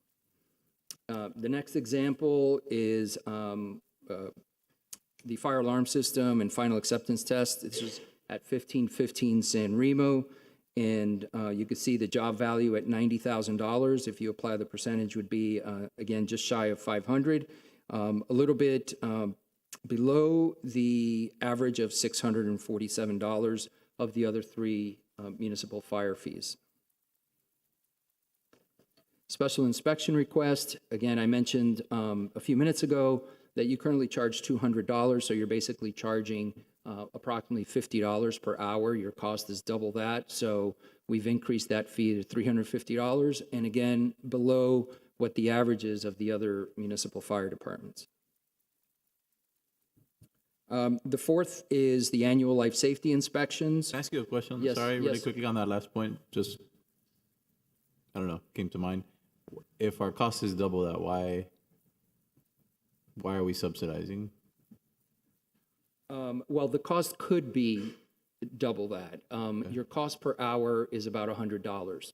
So, and that gives whoever's requesting that special inspection up to 4 hours, but it's not always 4 hours. So sometimes it could be 30 minutes, it could be 4 hours. So we wanted to, try to recoup the cost, but realize that to pay $350 for maybe a half-hour inspection is maybe too much. So we wanted to try to reach a balance. But is there a reason it couldn't, because you want it to be a flat fee, you don't want it to be... This is a flat fee. Right. Yes. Right. Could charge it per hour, but that becomes a little bit of an administrative burden, recording the hours and billing by hour. Right. Yeah, I guess the question would be, and this is just a one item, obviously, I don't mean to belabor the point, but,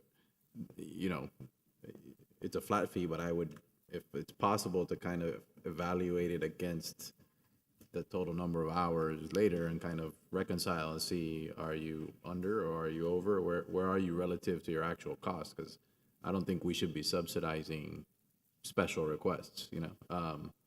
Right. So, you know, where maybe the 350 gets us there, to your point, and if, you know, I just don't know what the hours are. so it's Right, hard and to- again, this is more anecdotal than quantitative, but again, in spending many hours with the chief and his staff, you know, we had discussions about all of these, and the conclusion was that not all of these special inspection requests will take 4 hours, so. Yeah, you might try to come out find a ahead on balance. some and you might come out below on others, but That's my right. point is on the overall, where do you end up? Right. So, okay, understood. Okay, the annual life safety inspections, again, right around the average of 314. And this is one that we are not changing, but we wanted to show compared to the others. Also, this chart is for residential false alarm services. Again, the city is very generous, as are some other municipalities, that for the first 2 false alarms, you do not charge the residents. There's a $60 charge on the third one, which again is considerably lower than Miami-Dade County, Miami Beach, and the city of Miami. And then it goes up to $210 as the violations keep occurring. And you know, this is a really good service that the city is really providing to the residents with respect to not charging them. And false alarms have increased by about 300% from FY19 to 21, according to the data that was provided to us. So again, just wanted to show this as a comparison. On the same note, for commercial false alarm, again, no changes. You see Miami-Dade County charges $250 for the first one and then $500 for the second one, along with Miami and Miami Beach. Don't charge for the first 2 violations for commercial false alarms, but then we are very consistent with the other municipalities after the 3rd violation, except for Miami-Dade County, which is double the city. So in wrapping up, we wanted to highlight some of the benefits if you adopt this proposed fee structure. First and foremost, we want to ensure that the Fire Prevention Division achieve cost recovery, that you have a reserve for potential uncertainty in permit activity. You want to enable the division to operate at the chief's desired service level. We wanted to provide consistency with the building permit fee structure, facilitate quicker turnaround times for plans review, and that can be accomplished with this type of fee, which is, I think, what you're seeing with your building permits as far as turnaround times, because you don't have to have a plans examiner now counting the number of heads. They have to do it for code compliance purposes, but certainly not going to count them for feeing purposes. This would be very easy to calculate. It's transparent. You have a value of construction. You apply the percentage. That's your permit fee. And again, it's fairly consistent with the comparable fire prevention fees within the county. So I'll be happy to take any questions. I think out of the case studies or the comparisons, the one that was a little more alarming to me was the tenant build-out situation, where that same build-out now is almost $2,000 more, right? You know, that's what it is, right? Yes, sir. Yes.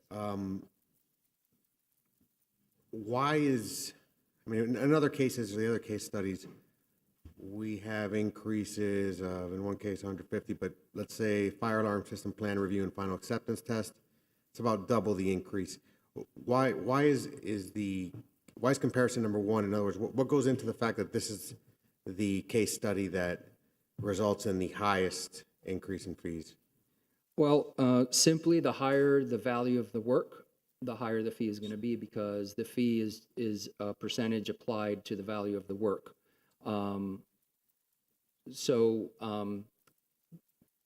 It makes sense that the higher the value of the work, the bigger the project is, right, the more service is required from your fire prevention inspectors and plans examiners. So that's the correlation to percent of work tied to value of construction, percent of fee. In this case, in the Lululemon tenant build-out, again, as I mentioned, it was approximately 20 to 25 inspections, separate inspections that were conducted, not even including plan review. So the fee that they were charged, which is based on your existing fee structure, was extremely low, and essentially the city lost money on that. Somewhere else it was subsidized, and that is part of that that general fund. And would you say that there's, in what you reviewed, a lot of occurrences of cases like this one where the city ends up severely undercharging compared to other municipalities? Well, we only looked at really a few sample permits. I think if we were to look at more, I think we would find consistency with this, because this is a very common permit that's pulled, is a very common type of activity within the city from a commercial standpoint. So when you selected this example, you were trying to look for a sort of a typical. We were looking for as typical as you can We get. were looking for a typical commercial build out. We picked this one. We had good information from the city on it. We had the number of sprinkler heads, so we were able to calculate what the current fee it was that was charged on this, and then compare it to others, because some of the others also, like the county and Miami and even Miami Beach, also fee the number of sprinkler heads, fire alarm systems. So we needed to have that information. So we found one that we thought was representative. That comparison in particular, that case study, makes me a little hesitant. I think like Commissioner Mena said, I do view entirely differently the false alarm service charges, especially when you get up to the higher rates of false alarms where clearly there's something happening that is avoidable, as well as special inspections, but I hear what my colleagues have to say about it. What this would provide, Commissioner, would be an enterprise fund, a user fund. It would allow us to provide more plan reviewers and more inspections and more inspectors, and provide a better service to the industry. It's based on the enterprise fund created by the state statute. And so I think the state statute allows us to recover costs for that. And I do think that Miami and Dade County will be revisiting their permit fees. They have just not done it yet, as City of Miami Beach did, which is much higher, by a much higher percentage than ours. But this is a user fee, and right now that's being subsidized by the general fund. And I feel that we can provide a better service to the construction industry by going to an enterprise system similar to what we did in the building department. It's worked out very well, and we've had no issues since we initiated the building department fees. And this may be a silly question, but the method of charging, in other words, how we charge, that has to be a certain way in order to be able to create the enterprise fund? No, I don't think so, but I think this is an appropriate way of doing it, because the bigger the job generally, the more the service is required, and it's worked out very well. City of Miami Building Department did the same thing years ago, and it worked out very well, and it's worked out very well with the building department right now, something that Mr. just presented Let me ask you a last question. year. There seems to be a lot of questions here. Do you want to defer this for the next commission meeting? Does everybody feel comfortable? I just want to make sure. Look, I think I'm comfortable personally. I mean, if you want to defer it, I'll defer it. That's whatever you're comfortable with. I think to your point, and it seems to me like it's not so much that the 2,500 on that comparison is very high. It's that the prior was very low. Right. For the level of service that was being provided. Because if you had to go out for 20 or 25 inspections I'm prepared to move forward now. The reason why is we have a lot of items on the agenda, and I know you want to get to lunch at 1 o'clock, and I want to hit all the time certain items. If you want to defer it, I'll defer it. If you want to vote on it, we can vote on it, whatever you like. I'll give you my 2 cents. Right now, we're subsidizing it. In other words, the general taxpayer is subsidizing the fire fund, and there's an equity to this program in that, because it's based upon the value of what is being built. Right. It balances the interest, and instead of having the general taxpayer pay for these inspections on this new construction and build out. So those are my thoughts on the process. I agree with you. And also, one thing is that the industry is asking for additional services, and this is a way that the industry can pay for the services that they will be getting.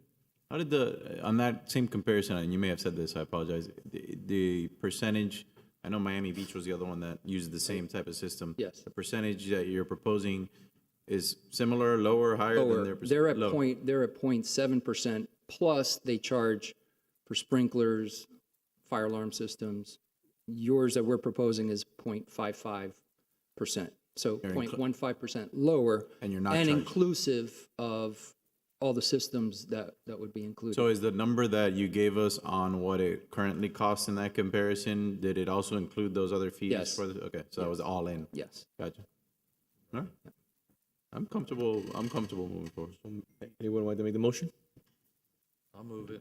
I'll second. Mr. Clerk? Commissioner Menendez? Yes. Commissioner Anderson? Yes. Commissioner Force? No. Vice Mayor Mena? Yes. Mayor Lago? Yes. All right, moving on to consent agenda. We also have the solid waste collection Thank you. special pickup, Mayor, on this item, if you don't, Which one is that? this is on item I-4. This is moving from $10 a cubic yard for waste collection to 15.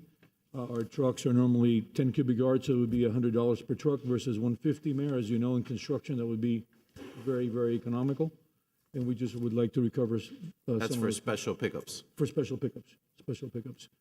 And I can think, Mayor, you can imagine if you have a 10-yard truck for $150 in the construction site, that's not a bad deal.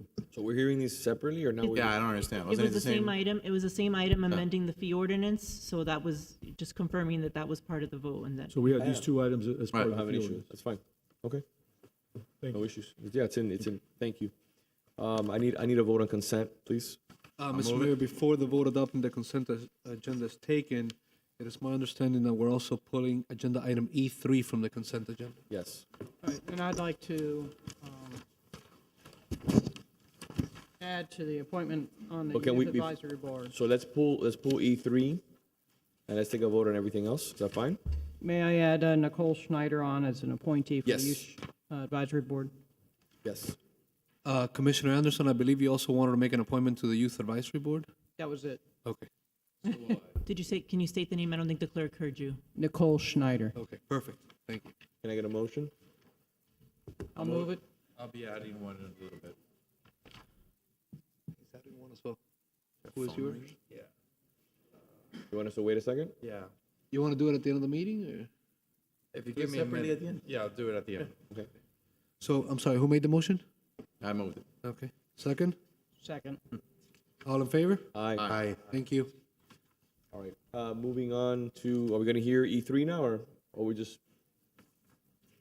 It's up to you, Mr. Mayor, if you want to hear it now or just later on in Somebody the you pulled resolutions. E3, correct? Yes, sir. It was This was pulled, Mr.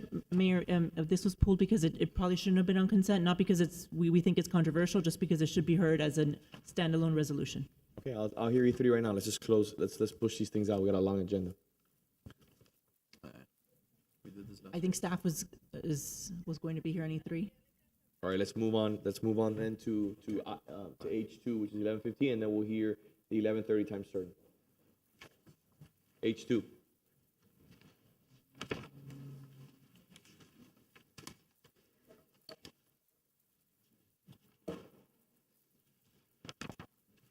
H2 is a resolution of the City Commission approving fiscal year 2022 to 2023 cultural grant recipients and setting in place a funding mechanism contingent on the city's approved budget.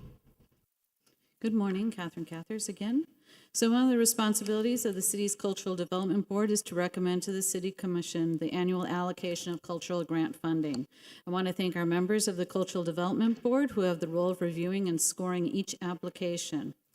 I'd also like to thank our cultural partners, the Coral Gables Chamber of Commerce and Arts and Business Council of Miami, who provide important professional development opportunities and support to our grantees.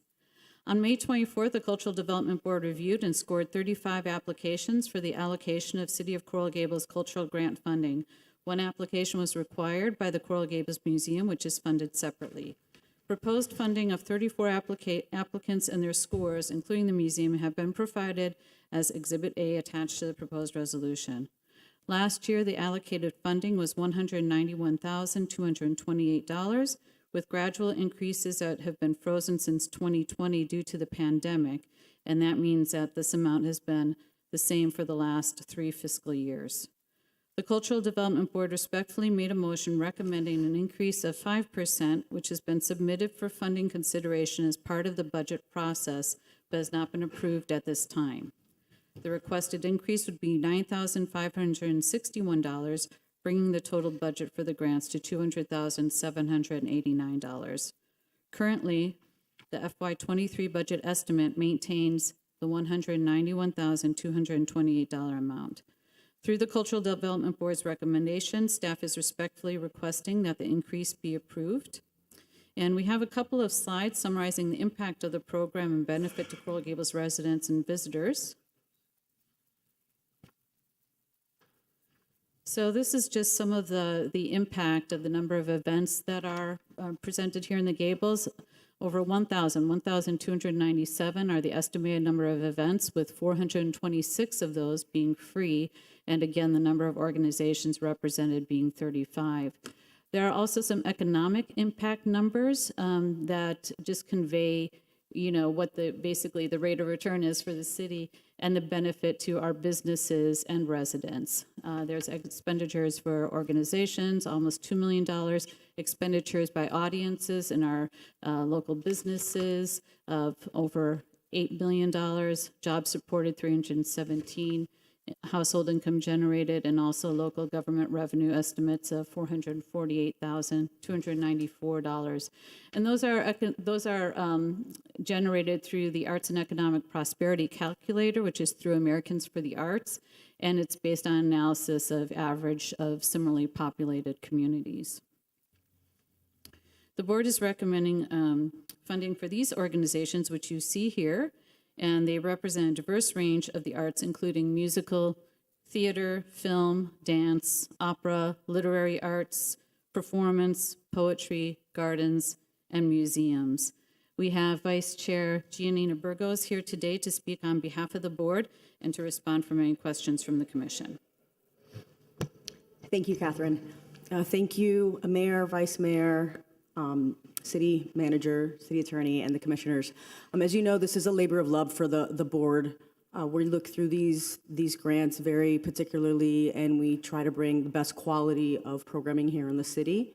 It's something that we're very proud of. We know that the cultural arts events here in the city are important to the community and to benefit not just economically the community, but just the arts in general. And so I'm here to answer any questions you may have regarding either the budget request. Funding for the arts is always something that's needed more and more every year, so it's something that we requested as well in a motion. Any questions you may have, I'm here and available to answer on behalf of the board. Thank you. First off, just thank the board for their commitment, obviously, to the city and to all these great organizations. Can you put back the list of the entities that were granted funding? Yes, can we have the PowerPoint back up? So this is a list of the organizations. The one in the bold at the bottom are what we call our Coral Gables-based organizations. They're not the only organizations that are based in Coral Gables, but they are the ones where their primary focus is the arts. They have their operating budget is over $500,000, and that's the only function that they have is or only service that they do is arts programming. So the organizations above represent programs that all take place in Coral Gables. None of the funding goes towards programming outside of Coral Gables, and you'll notice a few on here are nationally recognized organizations such as Seraphic Fire and Chopin Foundation for the Arts. Even Area Performance Gallery, who used to be in the Gables, unfortunately had to move, but they provide programming for all residents, but they are doing it in Crystal Academy as well as programming here in City Hall that this funding goes towards. So it has quite a diversity and quite a level of impact. How are we keeping tabs of when a grant is given that all the monies are spent here in Coral Gables? How are we keeping tabs that events are occurring, these reports? So I want to be, every year I struggle with this, and this is a big struggle for me because I'm not keeping tabs of what other cities are doing. Like, I would love to know what the city of Miami is doing, West Miami, South Miami, unincorporated aid, well, not unincorporated aid, but more like other municipalities where they're, first off, they're giving these grants. Mhm. And if they are giving these grants, are they giving them these grants to entities that are in Coral Gables? That are Yes. based in Coral Gables? Yeah, some of the programming, their funding is matched Right. by those other But how much- grants. What other cities are doing that? So, of course, the county, Miami-Dade County, City of Miami Beach. I'm not sure if Doral has a grant program So or for not. example, Department of Cultural Affairs in the county. Does Miami Beach give a cultural grant to the Coral Gables Museum? Well, but I don't know if they that- do, but I'm they're not sure that's a great example, Mayor, only because Okay. Coral Gables Museum has the exhibits that happen there in the museum itself, as opposed to, like, for example, a Seraphic Fire, right? Seraphic Fire is a national organization that brings productions into this city and other cities throughout the county.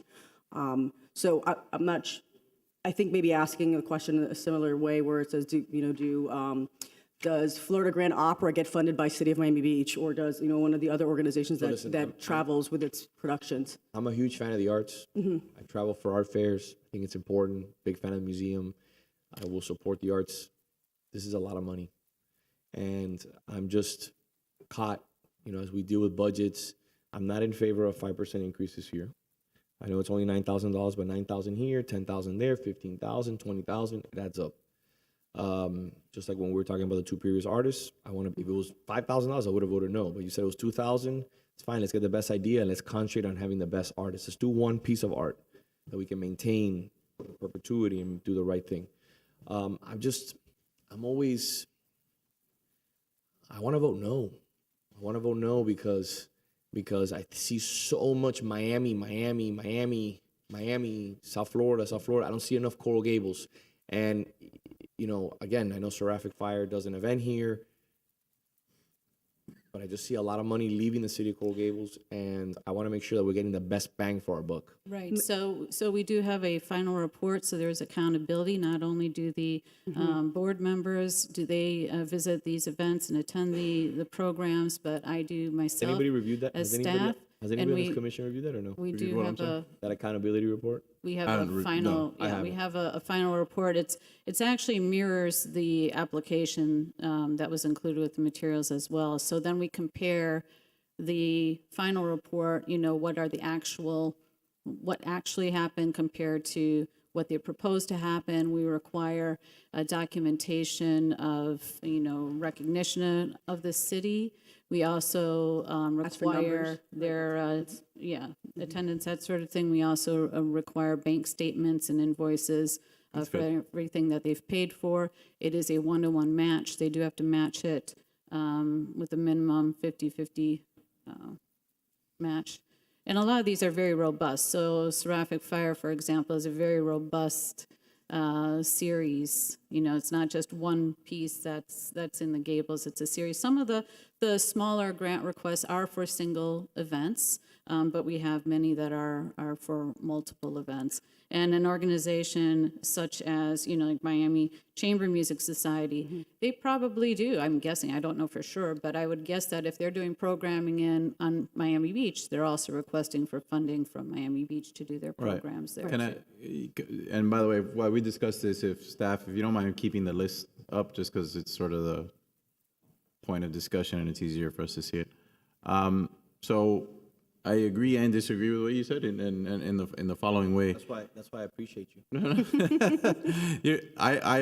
I agree that I can't, out of principle, agree to increase the budget for this item this year, because I'm looking staff on budget on a variety of issues that we talked about at our recent budget hearing, and asking them to make cuts in a lot of tough places.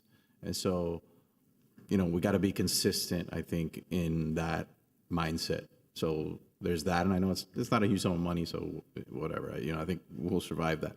On the other point, I think bringing an organization, even if it's not a Coral Gables-based organization, to Coral Gables for the benefit of Coral Gables residents to have an event or something is justified.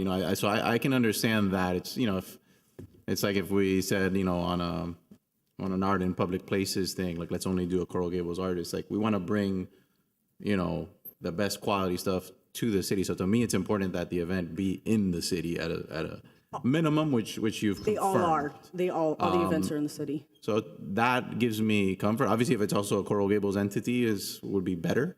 But I'm for bringing, high quality organizations into the city for the benefit of our residents, right?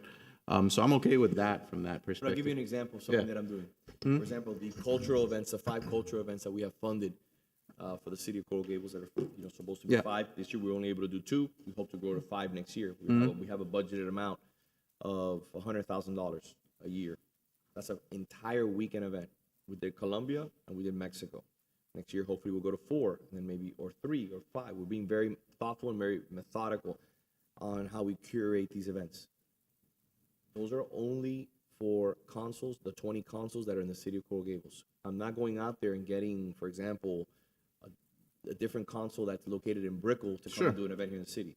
I won't. I'm only allowing the 20, and we're growing now because we have other consuls that are, we're courting, and we're in the process right now of bringing them here. So that's my only issue. I would love nothing more to focus in on the entities that are based here in Coral Gables to hopefully give them as much money as possible to see them be as successful as possible. May I address? Oh, I'm sorry. Go ahead, Commissioner. I just have a And then I'll question. address. So I know Vice Mayor, I think, asked for the screen, but we didn't get the screen back. Yeah, can we get the PowerPoint back up, please? There you go. Thank you. Leave it there. So those are, let me work from the beginning. When organizations apply for the grants, what's the ratio of Coral Gables organizations versus non-Coral Gables organizations applying or pursuing? Can we just clarify? I think it might be helpful for the commission if we clarify that there's two kind of categories for this funding. So one category would be Coral Gables-based organizations, and the grant can be used for their operating expenses. Yes, all operating expenses. Other Those are the bolded category, ones. you do not have to be a Coral Gables-based organization, but the programming must be in Coral Gables. That is correct. And my understanding is generally they need to say, this is the confirmed programming on such and such date. If they don't have those details, it is also described in their application that they don't have the confirmed details yet. So that might be helpful for y'all to kind of understand. Correct. But I'm still interested to see how many Coral Gables-based organizations. 6. So 6, those are the large organizations that are arts organizations that they are standalone, locations. As opposed they to have what? physical, as opposed to an organization that is a nonprofit organization that may be functioning out of an office, or they don't have their, they don't have a operating budget over $500,000. So You're they're saying smaller. that type of entity that happens to have an office in Coral Gables So they have certain criteria that they have to isn't meet. applying for the first category Correct. of grant. Because they're not applying, if they're eligible. doing an event in Coral Gables, they would be Yes. applying Yes. for that. So the first category is I understand what you're saying. over $500,000, right? And located within the city of Coral Gables. So that's And why we have that's- Actors Playhouse, Coral Gables Art Cinema, the museum, right? Right, Those Coral are Gables the- Art Cinema and Coral Gables Museum can use grant money for their operating because they are exclusively basically operating in Coral Correct. Gables. Correct. As So- opposed to an entity that may have an office in Coral Gables, but maybe 90% of their work hypothetically could be outside of Coral Gables. Correct. So those are program-based. Those are for specific programs, as the city attorney said. To answer your question, Commissioner, this year, and it fluctuates every year, this year, 13 of the 35 organizations have their residence in Coral Gables. So it's about 37%. Were there Coral Gables-based entities that were turned down for Coral Gables-based events? No. No. So my follow-up question, well, I have two follow-up questions. One is, why is it just 13? Are there more organizations in Coral Gables that could arguably qualify for these types of funds that perhaps aren't applying or don't know about it? Or, my related question, I know some local schools have put on musicals, put on shows. Do those qualify? Because I'm trying to figure out your universe of organizations. I know a lot of these are high-end organizations, high-end events, but they're also community-based events that are mom and pop and grandmother, but they're musicals and they're things and, So yes, there are criteria, and there are some programs that the fund does not fund. And one of those is school programs, workshops. Those are the main ones that come up. Awards, we don't fund award money, cash prizes, kind of the similar things that you see on other. I'm sure there's a good reason, but why? And I have an example. Why not? So, Sanctuary of the Arts get a grant? I'm sorry? Sanctuary of the Arts, did they apply? They did not apply didn't this apply. year. However, they do have some of the grantees are doing programming at the their sanctuary. location. Why didn't they apply? So Do you know? I don't know. I know that they're working closely with one of the organizations that did apply, so they may not just have had their own programming yet. far enough along in place. They are aware of the program, and we have a close relationship with them. And another thing to bring up is that part of the application, they do have to have a letter of commitment from the venue that they're doing their programs in. So right now, out of the we have many venues that our grantees use throughout the Gables, and 50 programs are at these different venues that have been listed by the grantees. So that's another benefit, not only to the arts organizations, because some of those programs happen at the museum or the art cinema, but they're also happening at like the Congregational Church, Methodist Or Church, at Steinway. Sanctuary of the Arts, Steinway. Do we and so- find ourselves year after year, more or less the same organizations coming back again and again? I mean, it's the same universe. Generally, right? Many times, and there are ones that haven't been back for many years, and then we're always trying to of course increase the pool of organizations, and that's been one of the directives of the city to staff. For example, Miami, which is a very prominent organization, has never done anything in Coral Gables. Last year was the first year, and they started small, so they're seeing how their programming does in Coral Gables, and will hopefully expand it. So we're always reaching out to other organizations. So, because we have a lot of items on the agenda, does anybody else have any other questions or any other items that you want to address? I was hoping you could explain Coral Gables Branch Library to me. That's the county, basically? That's actually, I'm sorry. Yeah, no, go ahead. It's like they use a fiscal sponsor. Yeah. So last year Friends they of went the Miami-Dade, through, right? now it's Friends of Yes, Miami-Dade Friends of County Miami-Dade County Public Library, but all the funding is for programs at our Coral branch Gables Library. library. But that seems, that one's a little funky to me, to be honest with you, because So what are the county size of- operates the library, right? Yes. What are But the we size of help, the Issuing a grant. because they probably wouldn't do certain funding if they didn't have enough. They still have to so pay what is for the their size of the funding. grants? What do they range? They range from, just a minute. I guess my point is, if you told me, this is probably not a great example, but if you told me Seraphic Fire was asking for funds to do an event at Coral Gables Branch Library, cool. Right. Why is Coral Gables Branch Library asking for a grant? Because to me, the county operates the library. They are should be bringing responsible for the programming for the Yeah, they library. bring in artists as well. So you mentioned Seraphic Fire. I know they've worked with Dance Now and other dance and fine art organizations to come in and do specialized programming that they wouldn't do typically. So they still have to fund it outside of their county. It's like a similar question for like a museum that's connected to university, right? So you have the university funding that's massive, and then you have the museum itself for the arts. And so even though they're part of a larger operating budget, they still have to find the funding to the particular art I programming don't know, for but to that me, location. on that one, and I don't know anything about the organization, what their Sure. plans are, so I'm speaking off of that page, Sure. basically, to be fair. But So if there was an entity providing the programming, asking for a grant for an event in Coral Gables, like the rest of them, I'm comfortable with that. So But they the are, library, right, because they're like subcontracting. They are hiring artists to come in and do programming at their venue, which in this case is the branch library. But we don't know what it is. Well, they tell us in Yeah, the we have grant, in the in the application. application, it has what the programming is and what they're going to bring in and what, who the artists are and all of those things. So I'm sorry, Mary, I want to answer the other question.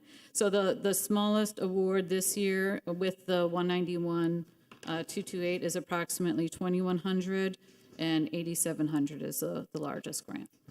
So 2,100 is the lowest, 8,700 is the highest. Does that include, I'm sorry, does that include the operating ones for Yes. so that, 8,700 is which is within those Coral Gables based.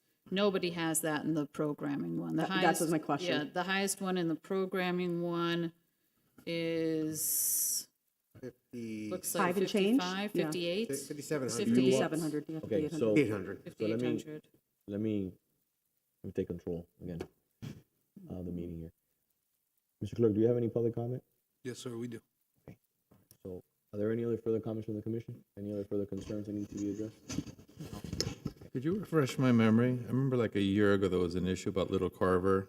Is this the same This is grant the same, fund? This is the same issue it where is. they wanted to have a food festival. Yeah.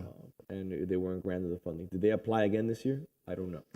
Again, you said schools are not part of the equation. Correct. So the funding has been, and of course, the commission can change any of the guidelines at any time, but right now, it is for public programs that are open and accessible to the public. And the school programs, and I did attend that event, by the way, the school programs tend to be only for students And or parents, students and yeah. families. But if there's a school program, a musical, let's say I went to Beauty and the Beast recently, a couple of months ago, beautiful. They got the licensing rights from Disney, put on full production, and they sold tickets, and it was open to the public.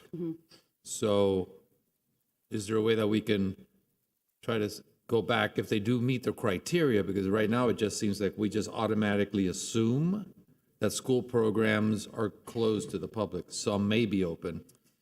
But what I'm also confused about, Commissioner, is so we're not allowing a school that is located in the city of Coral Gables, which has a certain amount of individuals that go to that school that are Coral Gables residents, but we're allowing a public branch library.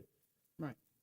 That's in the city, that again, I guess to say, outside of my two kids, I don't know of anybody else here who goes to the library. I think my daughters, I'm saying, but they go to the library. And I manage people in this community that go to the library. There's just like there's people who attend Carver and all the different schools, but we're never getting at 100%. Say, look, there's Coral Gables residents that go to the school, or 100% residents that go to the library.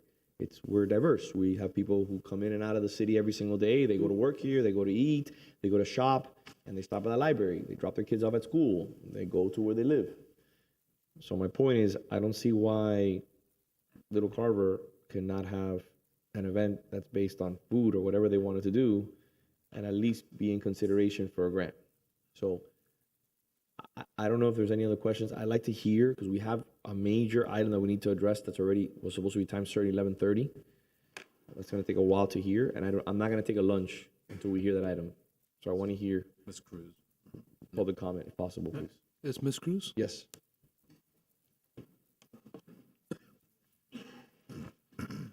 I am so grateful today to hear all this conversation, because I've been on this Maria Cruz 1447 Miller Road. First of all, I would like to, when you see the summary, we should have something that says how many times or how many years we've been funding. Because there comes a point where if people are interested in a program, they should, we can help them start, but we shouldn't be maintaining them forever and ever more, unless there's a specific reason. I mean, if you look at the list from this year and the list from the last year and the year before and the year before, there's the major money goes to the same people almost all the time. Almost all the time. That's number one. Number two, when you look at that list, you see how many free programs are offered. The number of free programs that you saw on the screen show very few of them have lots of free programs. Some have one program, some have two, some have 100% free programs. I think that should count. Because if they're doing out of 400 programs, they only do 40 free, and then there's one that has 80 and has 80 free, there is some value to that. Now, how do you know that Coral Gables residents are taking advantage of these programs? And I'm thinking the kind of things that the university does with the free tickets. Because you know what? free doesn't mean only for residents of Coral Gables. But if there was a program where the residents of Coral Gables could access free tickets to some of these events, then your money would be well spent. That's the second one. The third one, the library, really blew me out of the water because we all pay county taxes. We all pay library taxes. How many other places do the cities support the programs that the library offer through our tax money anyway? You see what I'm saying? Okay. The last one, I think, for now, let me look at my notes. I didn't understand that the museum is funded separately because they had requested money, and then I say zero, so I didn't know how that worked, but their numbers of free programs are included in the free program, so I didn't understand that. And this issue of not allowing the school to participate is a big issue because school programs, believe it or not, Coral Gables High, and I still do not have anybody there, but I will, my oldest granddaughter, they have drama programs, they have sports programs, they have all kinds of programs. Why couldn't their art and programs qualify to get assistance? Their drama programs are not for the school kids, it's for the community. So is the Carver thing. Isn't that the same logic as the library? To your point, No, but you just said the library. the school don't fund. Listen, I'm saying one of my point is, because I agree with your point on the library, as I just stated, we pay taxes to. But the school board doesn't support those programs. They have to raise the money. If you're in a drama program, right? But I presume that I'm agreeing with you on the library, but playing devil's advocate, I presume the library would say the funding we get is for X, Y, and Z, but doesn't cover this programming. okay. And my answer to that is, do all the cities have to provide for the extra programs that the libraries do? And I am sure to tell you that no, the answer is no. It comes from Dade County money. The problem is that we're seen as wealthy and we're supposed to pay for everything, okay? The library is a big issue with me, okay? But the difference between the library and the schools is that if your child is in a drama program at the school board pays for the teacher. Everything else, you all have to provide the money, sell the tickets, do whatever. Of course. So why can we support them? Oh, I understand. So let's. Okay, Anything let me else? see. Wait. We have a long agenda today. I agree. I'm very happy that you brought it up today. I think you need to be able to support the schools, and we need to know how many years we've been funding a specific program, so we know that it's time for them to raise their own money. I'm on the schools. Look, the issue with the schools is whether the event at issue is a school event or is a community event. Evening event. So, because all of these are community events that are open to everybody in the community. So, Right, if a just to school event- clarify, yeah. if a school event is for everybody in the community to go to and is marketed as such and But is I'm treated as saying- then I have no problem with that. But if it's Just for effectively a students- PTA event for just that community of the school that really just parents go I to, understand. then that's a little different. But Wait. We're never gonna get out of here today. Okay? I don't want to hear later. If I don't apply Robert's rules here, I'm about to do it. I'm just giving everybody warning. There's a free-for-all here in the commission constantly. I'm about to apply the rules. Okay? Don't complain later. Okay? Now, would you like to finish your public comment? I'm done. Okay, you're done? Perfect. I'm done. Thank you very much. I want to make a motion. Okay.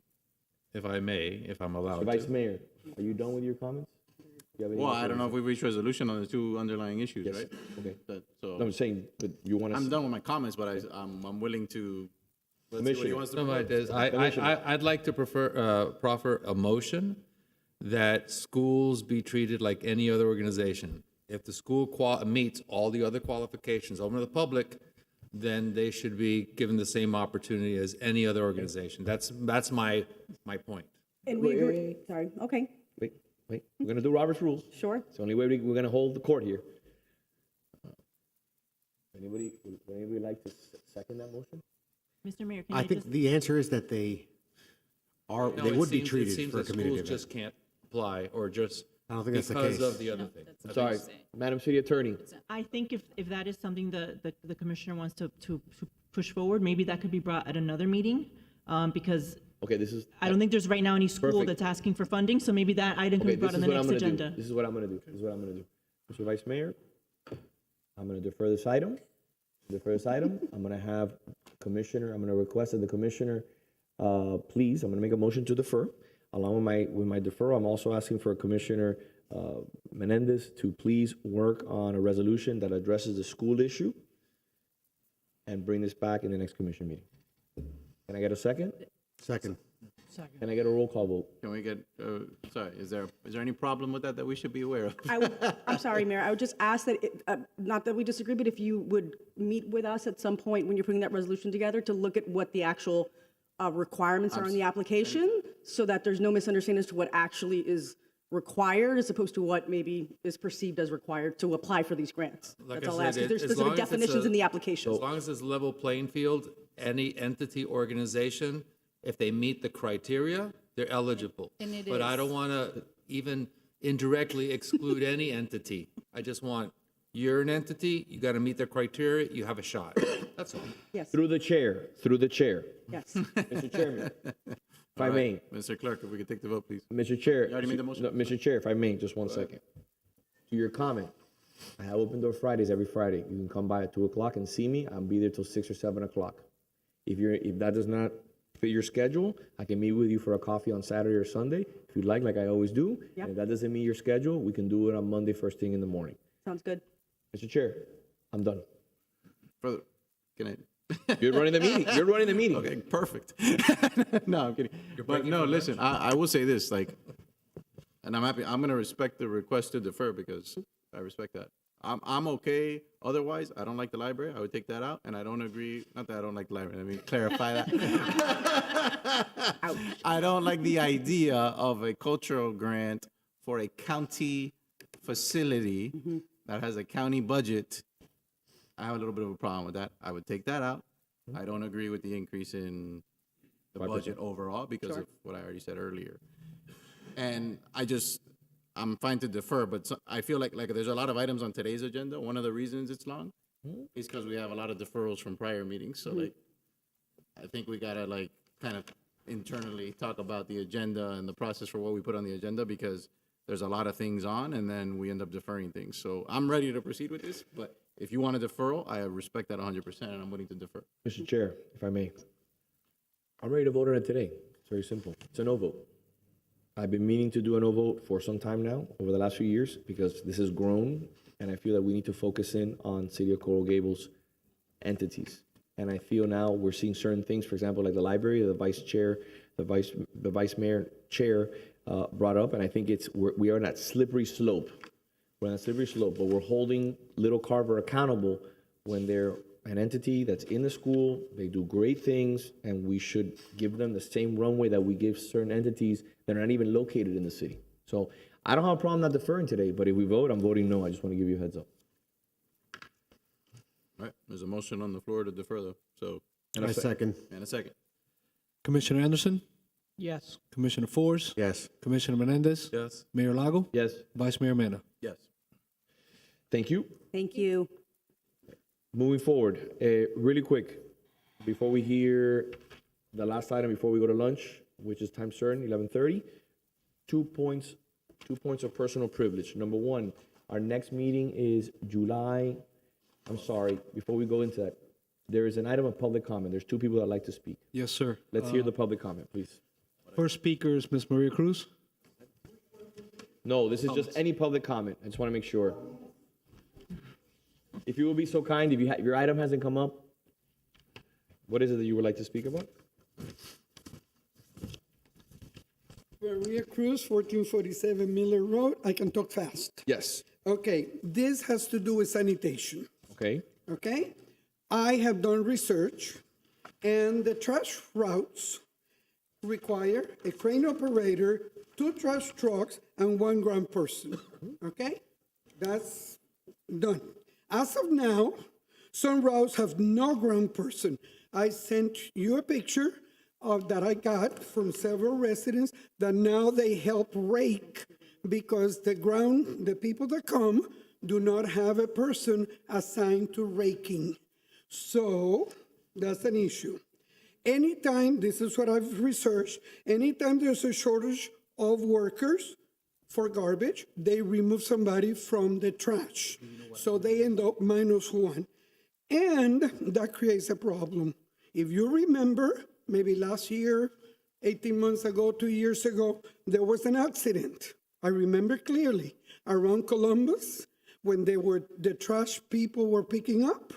And because there's several trucks, one next to the one behind the other, there was no ground person, and the guy tried to cross in between, and there was an accident, and he was hurt. The crew has to have the number of people that they have to have, or we're open for big issues. Okay? And now, also, very fast, it hurts me when I see the garbage people, the sanitation people picking up, not even having a raincoat. Because the city doesn't issue raincoats. And sometimes I have seen that the rakes they have are not up to par. I couldn't use them in my house. How can they use them? Okay. That's it. Ms. See how Cruz, fast? thank you very much. Just to address your points, I will be meeting with the city manager. I know that the city gives sufficient clothing to employees. If we do not have raincoats, please, let's make it a priority. If we have some issue with a rake and they don't have the appropriate rake, please make sure that it gets taken care of, Mr. Manager. I know that was not an intention of staff. And the final point, please provide to the commission an answer in regards to whether we're short-staffed, that somebody has to jump in from sanitation to address the issue, okay? From garbage. We will do that, Mayor. Thank you, Mr. Manager. I appreciate that. Next speaker, Mr. Mayor, is on Zoom, and it's Ms. Jessica Keller. Ms. Keller, good afternoon. The floor is yours. Good afternoon. Is everyone able to hear me? Yes. Yes. Lovely. I'm Jessica Keller, Vice Chair of Bike Walk Coral Gables, and of course, a resident of Coral Gables. I'm really sorry I'm not able to be there. Debbie Swain, Chairwoman, and John Swain, Treasurer of Bike Walk Coral Gables, are present in person there today. Our entire board, Secretary David Henderson, Elvis Fuentes, Kenneth Garcia, Chris Roop, Rick Smith, Tom Snook, and Maria Flight, needed to address an email we sent to the commission last week regarding our position on South Alhambra Circle bicycle infrastructure out requirement. One commissioner acknowledged our concern, Commissioner Anderson. Bike Walk Coral Gables envisions a community that values the safety of all people using public right-of-way. Cycling and walking are healthy and sustainable forms of transportation and recreation. Bike Walk Coral Gables also advocates for the accessibility of streets and trails for bicycle riders and pedestrians so they may enjoy our city's beautiful and lush canopy. We assert that the city is responsible for ensuring that all users of the right-of-way provide infrastructure that allows them to walk, ride, or drive safely. We continue to support the installation of facilities on the right-of-way that safe passage for all users of those rights-of-way. We support installation of infrastructure on South Alhambra Circle, and we commend you. We object to the concurrence of adjacent property owners as a prerequisite for the installation of bicycle infrastructure on the right-of-way, as it's inconsistent with existing policies and past practice. In recognition of the importance of providing safe bicycling infrastructure, the city has never required concurrency for installation of the existing bicycle lanes, including Galliano Street in this past year, Sevilla Avenue in 2014, Segovia 2012, and Alhambra Circle over 20 years ago. We recommend the city adopt a policy for the installation of bike infrastructure on the right-of-way that's consistent with city policy for other public works projects. Installing bicycle infrastructure is aligned with existing policy and regulation, and I'm sure you're all familiar with the existing policy and regulation. Ordinance 2010-09, which was passed unanimously, is that the Coral Gables Comprehensive Plan that, among other things, says the city shall require private and public development projects to adhere to the city's citywide bicycle master plan. The city shall promote, not deter, the safe movement of bicycle and pedestrian traffic. Resolution 2017-151 is the active design policy sponsored by Mayor Lago, passed unanimously to encourage design and policy strategies for healthier communities. Resolution 2018-80, adopted unanimously, is a Sustainable Complete Streets resolution, which states, among other things, the city of Coral Gables strives to develop, I know I'm going over my time, but I'm sure you can give me some Take your leeway. time, take your time. Thank you. The city of Coral Gables strives to develop a safe, reliable, efficient, integrated, connected, and livable multimodal transportation system that best enables access, mobility, economic development, aesthetics, health, and well-being for people of all ages and abilities, and supports enhancement and sustainability of environment. Resolution 2018-142, adopted unanimously, is the age-friendly resolution encouraging, among other things, safe and affordable modes of private and public transportation, complete streets types of initiatives. Ordinance 2020 passed unanimously, which is the 2020 strategic plan that identifies a number of adopted objectives, amongst which is to improve mobility and transportation safety. We also want to highlight our concern how this procedure will impact Resolution 2020-156, sponsored by Mayor Lago, a resolution accepting funds to rehabilitate the half-mile segment of the Commodore Trail on Edgewater Drive. Right now, the trail exists only in name on Edgewater Drive. Will we be requiring 2/3 concurrence to rehabilitate this segment of regional trail, making improvements that make it safe for our families? Today, we also heard about Mayor's strategic priorities plan and the importance of environmental stewardship. To create a more sustainable city, reduce our carbon footprint, reduce energy savings, and educate the community on the importance of caring for the environment. We'd like to remind you that transportation continues to be the greatest contributor to greenhouse gas emissions. We recommend the city adopt a resolution for installing bicycle infrastructure that is consistent with the procedure for other public works improvements and does not require the concurrence of adjacent property owners. Thank you. Thank you. Have a wonderful summer. Is that the end of the public comment? Yes, sir. All right, perfect. Now on to the next item. July 12th this is my final item for mayor's comments. July 12th is our next commission meeting. I'm asking if the commission will indulge me that we move that meeting if it's possible. I know that everybody has vacations, business issues that they have to address. Is anybody available on the 22nd, 23rd, 24th, 27th, 28th, 29th, or 30th to move the commission meeting? I may be out of town that last week. Sorry, say the dates again, I apologize. Anything after the 19th of July. I can do 2021. Yeah, the 26th. I can't answer you right now. You'll have to circulate. Why don't we figure it out on the? Because the issues that may have to move the commission meeting, we move it, we have to do it at this meeting, correct? Yes. Yes. And we. Yes. Oh, wait, yeah, give me a chance to look at my Okay, if you can move it to the 26th, it's fine. Let's revisit at the end of the meeting. just want to ask. Okay, Perfect. perfect. Moving on to item F11, I want to read a quick statement onto the record. I'll be recusing myself from the following items due to a potential conflict and or potential appearance of bias because I'm part owner of a property located across the street from the proposed project. And additionally, the property has been leased to an entity owned by a principal of the applicant. So the following items are F11, which has nothing to do with this item, F12, F14, F18, and like I said, F11. Mr. Vice Mayor? Thank you. And after that, we'll take a lunch break, and then we'll reconvene. All right, F11. Mr. Vice Mayor, I don't know if you wanted to start with F11 or the one that was time certain, which was F12. That's fine, we can do F12 first. Sorry. So F12, F13, and F14 will be consolidated for purposes of the public hearing. I'll read them into the record.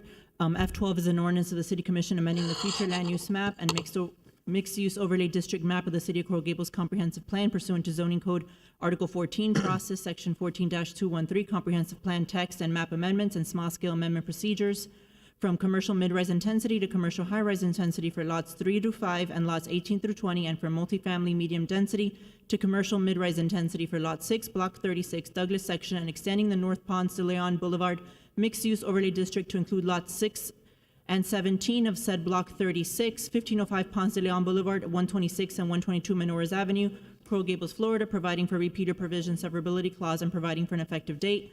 F13 is an ordinance of the City Commission making zoning district boundary changes pursuant to Zoning Code Article 14, Process, Section 14-212, Zoning Code Text and Map Amendments for lots 3 through 5 and lots 18 through 20 from mixed-use 2 district to mixed-use 3 district, and for lot 6, block 36, Douglas section, from multifamily 2 district to mixed-use 2 district, and extending the North Ponce de Leon Boulevard mixed-use overlay district to include lots 6 and 17 of said block 36, 1505 Ponce de Leon Boulevard, 126 and 122 Menorahs Avenue, providing for repeater provisions, severability clause, and providing for an effective date.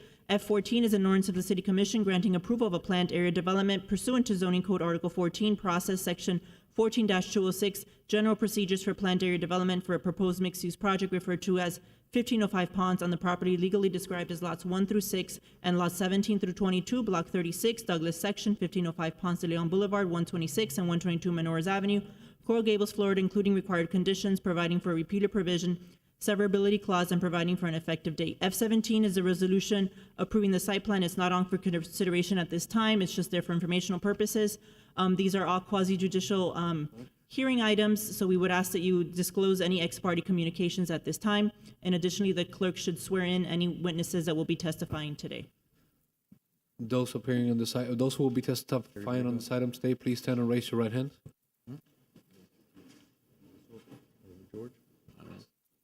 Do you swear or affirm that the testimony you'll provide today will be the truth and nothing but the truth? Thank you. How are you doing? I just want to make a comment on this item. I'm Robert Behar for the applicant, but Mario Garcia Serra is going to be presenting, and he's on Zoom. He is on Zoom, and he is ready to speak. Okay, great. Thank you. But I just wanted to disclose, I've had spoken previously to Mr. Garcia Serra regarding the proposal. And I also have spoken with the applicant and Mr. Garcia Serra as well. So have I. Good afternoon, Mr. Vice Mayor and Commissioners. Mario Garcia Serra with offices at 600 Brickell Avenue, representing Location Acquisitions, the contract purchaser of the property located at 1505 Ponce de Leon Boulevard. My apologies for not being there in person today, but the rest of the project team is attending in person. And they are Rishi Kapoor, the principal of Location Acquisitions LLC, Vivian Bonet and Leonard Roberts, both with Location Acquisitions, Hamed Rodriguez, our project architect, and Matthew Lewis, our landscape architect. Mr. Kapoor's first project in Coral Gables, the Via Valencia project at 515 Valencia Avenue, has achieved great success, and he is looking to replicate that model here at 1505 Ponce de Leon Boulevard. Via Valencia is characterized by low density, large units, and generous public open spaces, and that is what is proposed at 1505 Ponce de Leon Boulevard. There is a lot to like about the 1505 Ponce project. Its density is less than half of what is presently permitted. 80 units are proposed compared to the 179 units, which would be permitted under today's zoning designations for the property. It is providing almost 30% of its lot area as open space, where only 20% of open space is required. 2 public parks will be included as part of that open space area. A 6,600 square foot linear park fronting along Ponce de Leon Boulevard, and a 6,240 square foot park on the east side of the site, which would be ideal for a much needed dog park in this area. And lastly, the one existing structure on the property, which is a small historic apartment building located at 122 Menorahs, which was built in 1925 and designed by George Fink, one of the city's founding architects, will be preserved and adaptively reused as an amenity space and commercial area, servicing the building as well as the public. I'm sure that all of you can appreciate that having a developer that embraces historic preservation is building less than half the density permitted, and proffering 2 public parks as part of a project is unique and welcomed. Hamed, if you may, if you can bring up the aerial photo of the project site. There is the project site, 1.56 acres on the east side of Ponce de Leon Boulevard between Menores and Mendoza Avenues. You will see as part of the architectural presentation that a key feature of this project is moving the tower off of Ponce to avoid creating a sort of condo canyon situation along Ponce de Leon Boulevard, where many of the other larger buildings are located fronting right on the boulevard. However, in order to accomplish this, we need to expand the MX3 zoning, which fronts on Ponce, further east, so that proposed height of 16 stories can go slightly more to the east. Hamed, if you can now bring up the zoning map slide.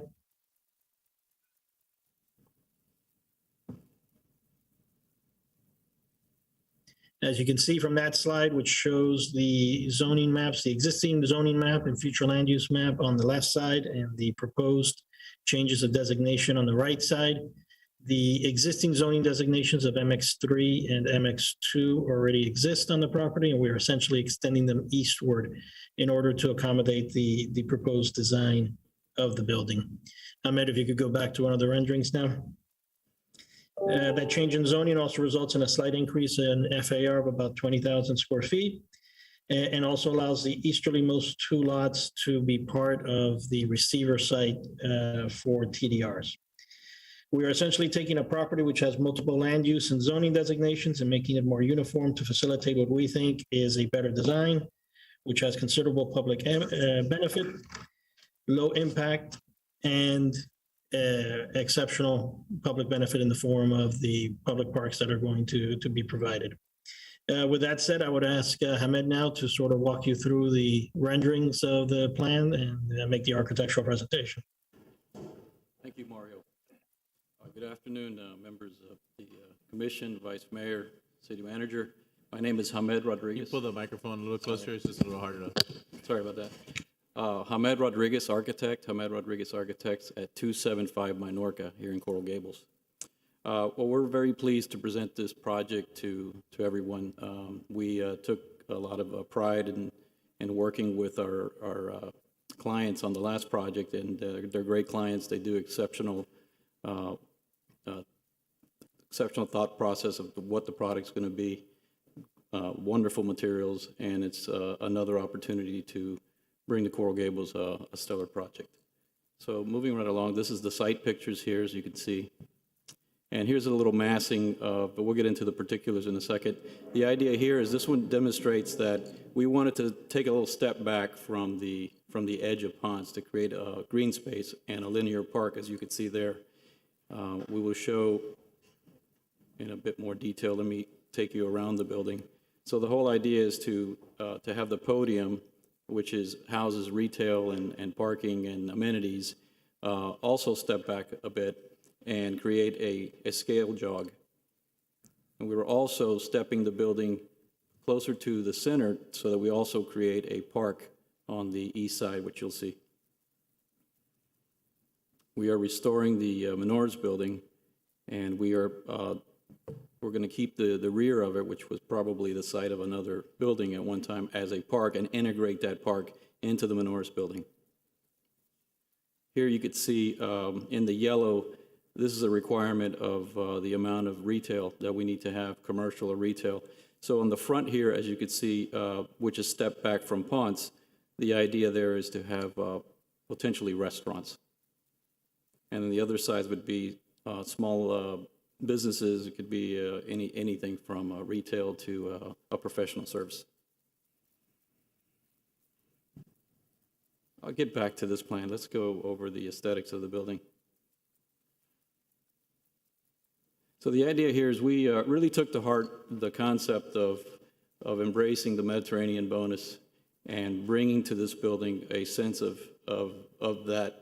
Not only did we check off all of the boxes, this building really has rich materials. We've taken motifs from Moorish elements to create screening And there's a lot of depth in materials, so we have a lot of play in the structural columns and the amount of depth between surfaces. Here you can see we have a very elegant front to the building with a center portion marked as a pedestrian entrance, and it flanks the park here. Above, Sorry, sure. I guess that those boxes I see there, if you will, those are grates. Right. So this right here, there's gonna be a closer image of that. So this one right here is what we have behind are louvers to shut off all lights from seeing any of the parking. You will not see any lights, any headlights, any garage lights at all. Okay. And then so what we did is we're using depth there to create a decorative louver in front of that, much like we did in the Valencia project. Yeah. And here, one of the sides, we have the entrance to the lobby is from either the north or the south, and the entrance to the garage is internalized, so you wouldn't see cars pulling in and out of an opening. It's a pass through. It's also going to be finished in very nice materials, so the pedestrians can use that as an internalized street, much like what you see at Village of Merrick Park. Here we have the live work on the ground, and we have a connectivity to the Menores building that you see there on the left, and we have closer images of that. We're also carrying through the same motif of the screen and introducing that into the railings of the balconies so that we have consistency. Here you can get a bird's eye view of what the rear looks like. So we've kept this podium that goes from what would be retail and parking and amenities, and it turns into live, work, and residential. And this is just an oversimplified image of the park that's open to the public. It'd be maintained by the developer. And it also integrates the back of the Menores building, which we would, right now it's a very closed off facade. It only has small, what would have been bathroom windows. So the idea is to revitalize that, open up the back, and have that be very transparent so that the programs in the Menores building, which would likely be a coffee shop, ice cream, things of that nature, opens up into the park. Does the plan call for, it appears in that rendering to be like a double wide sidewalk? Is that yes the rendering, or is that actually part of the? No, the sidewalk is actually, this is correct. You'll see that when we get back into the plans. Okay. And then here we also have another paseo that goes from the north to the, or from the, either way, north to south. So that way you can walk towards the Menores building, around to the front of it, instead of having to go all the way around the building or through the vehicular driveway.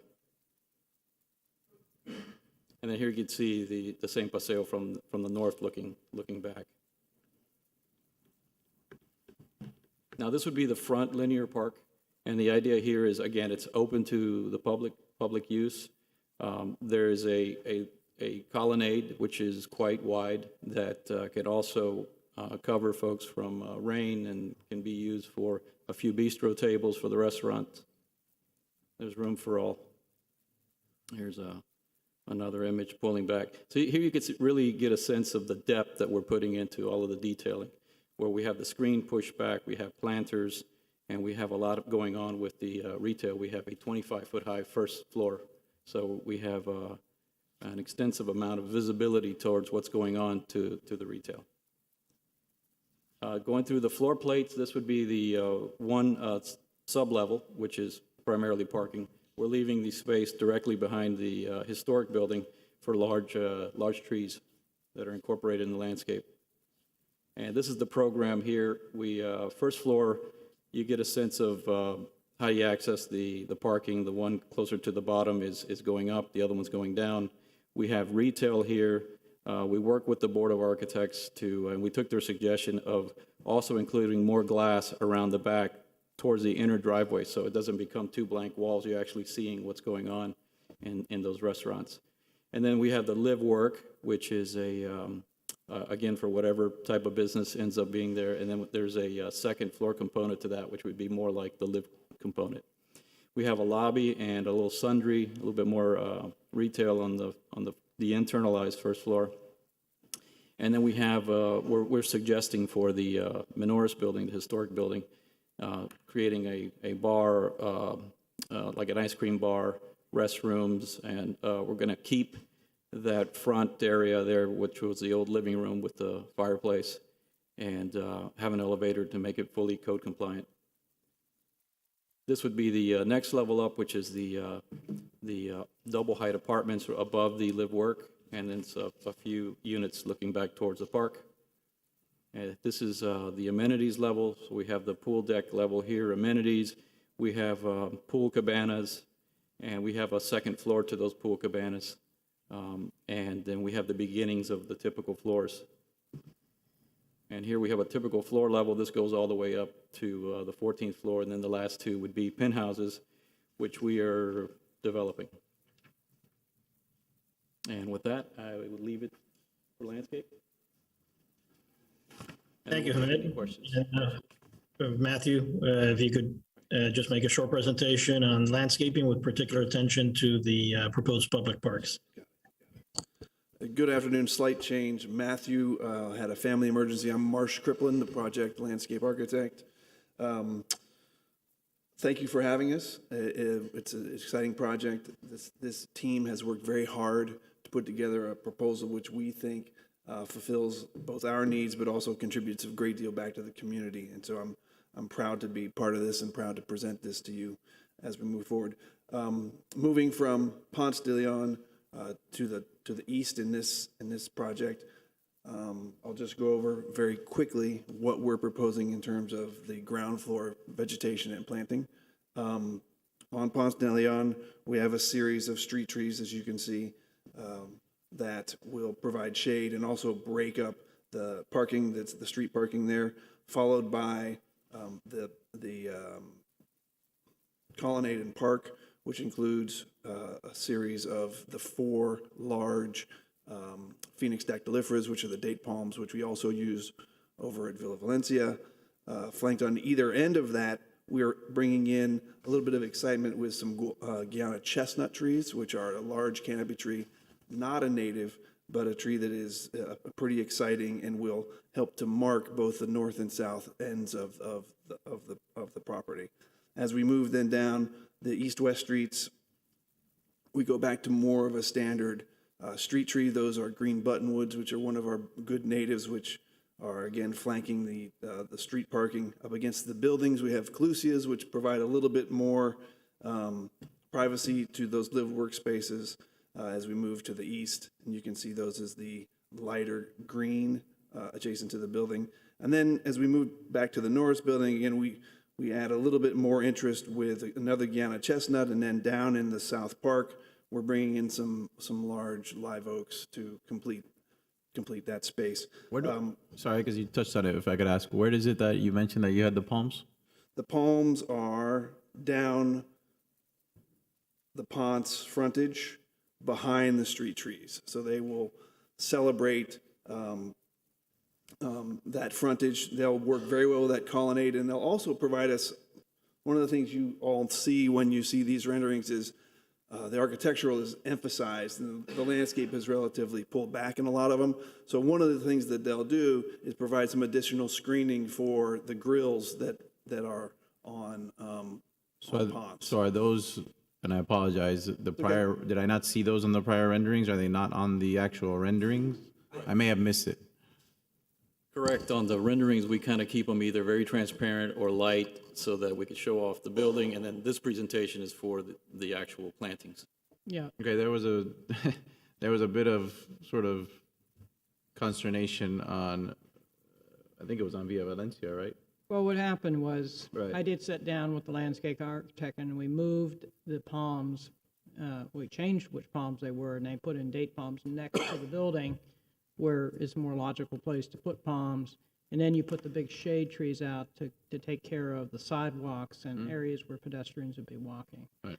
So it turned out very nice over there, and they mixed in also the oaks in between, so you have a sort of a tiered look. Which is part of my question here on the renderings that you had up a moment ago. on the linear park facing Ponce, there were not only trees out, if you will, by the street, but also in the linear park. Will there also be shade trees in the linear park or just palm trees? No, there are shade trees in the linear park as well. Okay.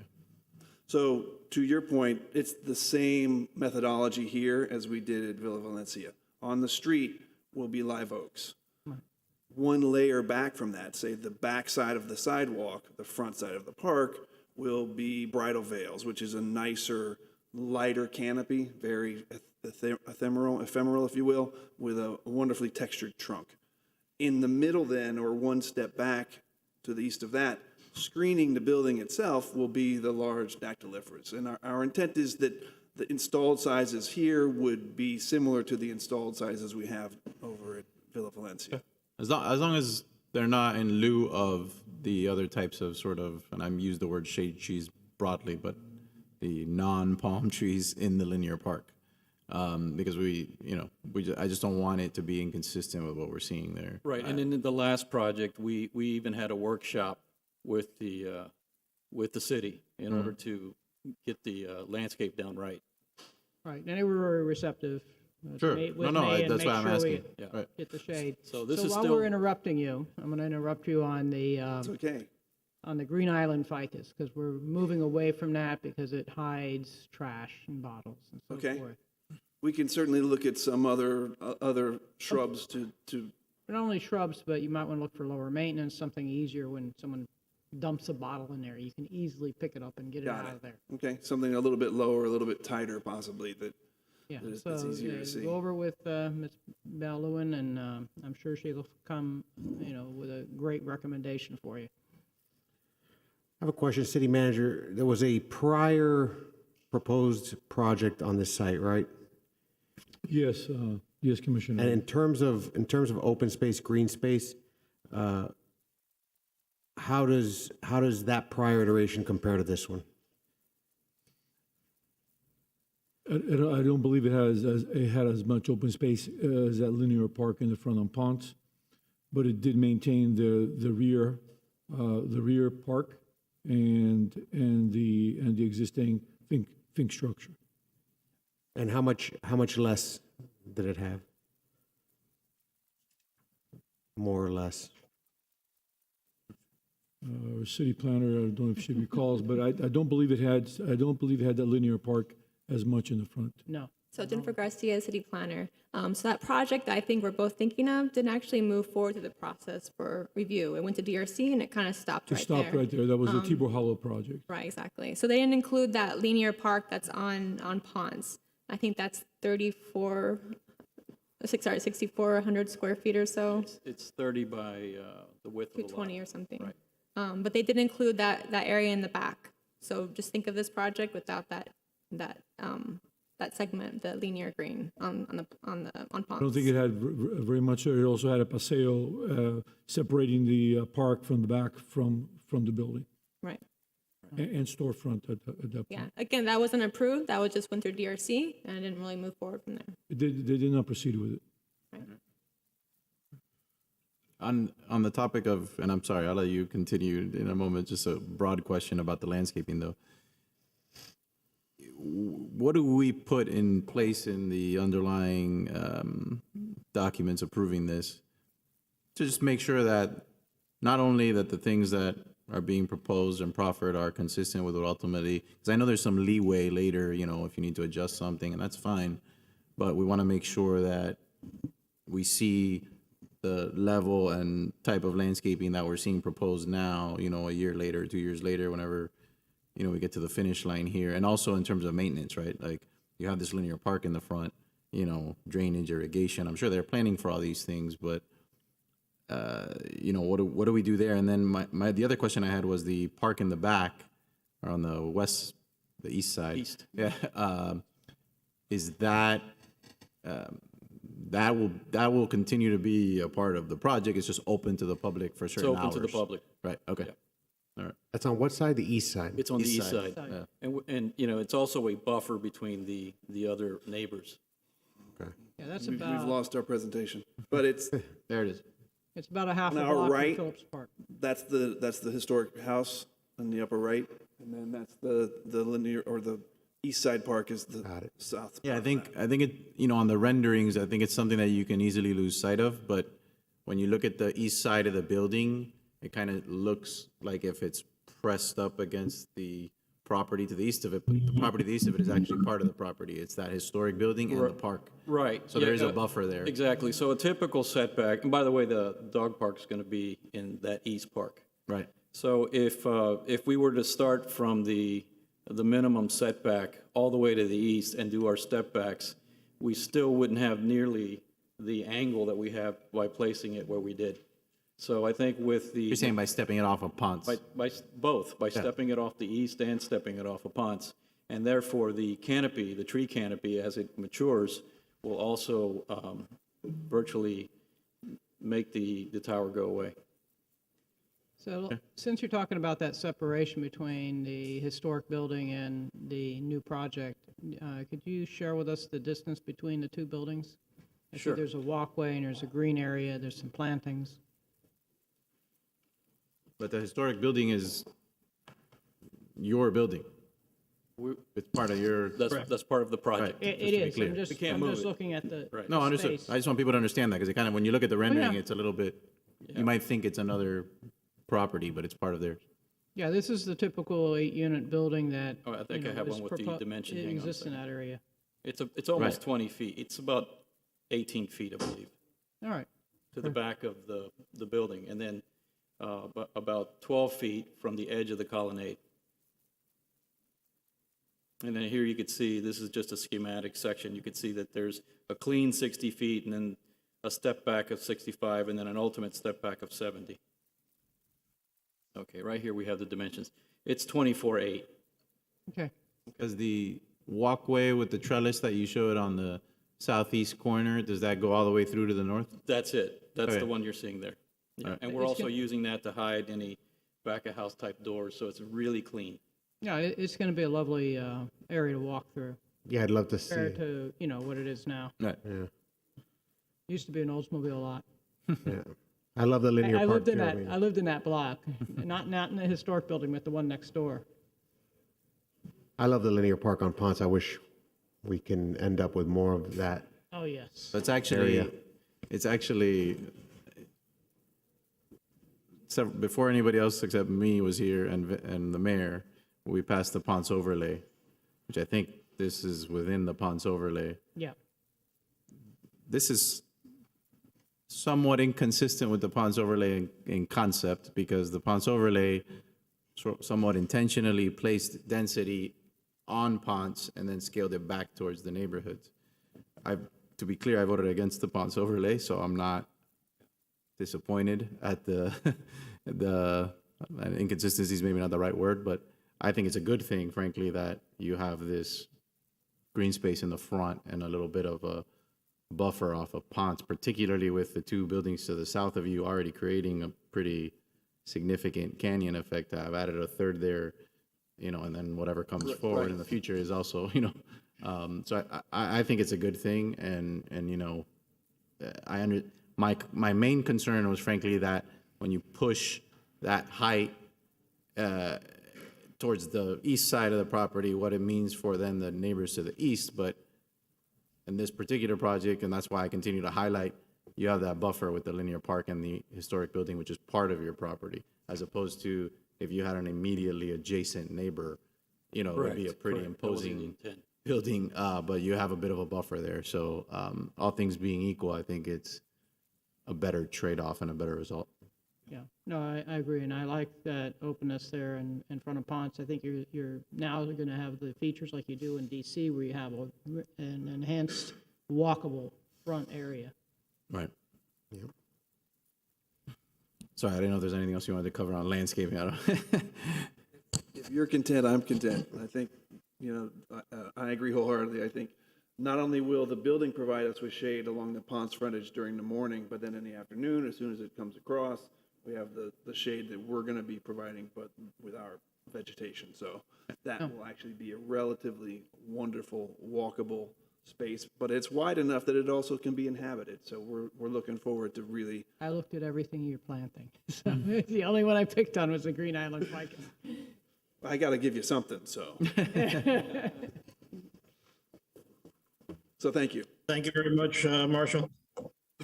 The city staff is recommending approval with conditions. Planning and Zoning Board is also recommending approval with conditions. Those conditions are acceptable to us.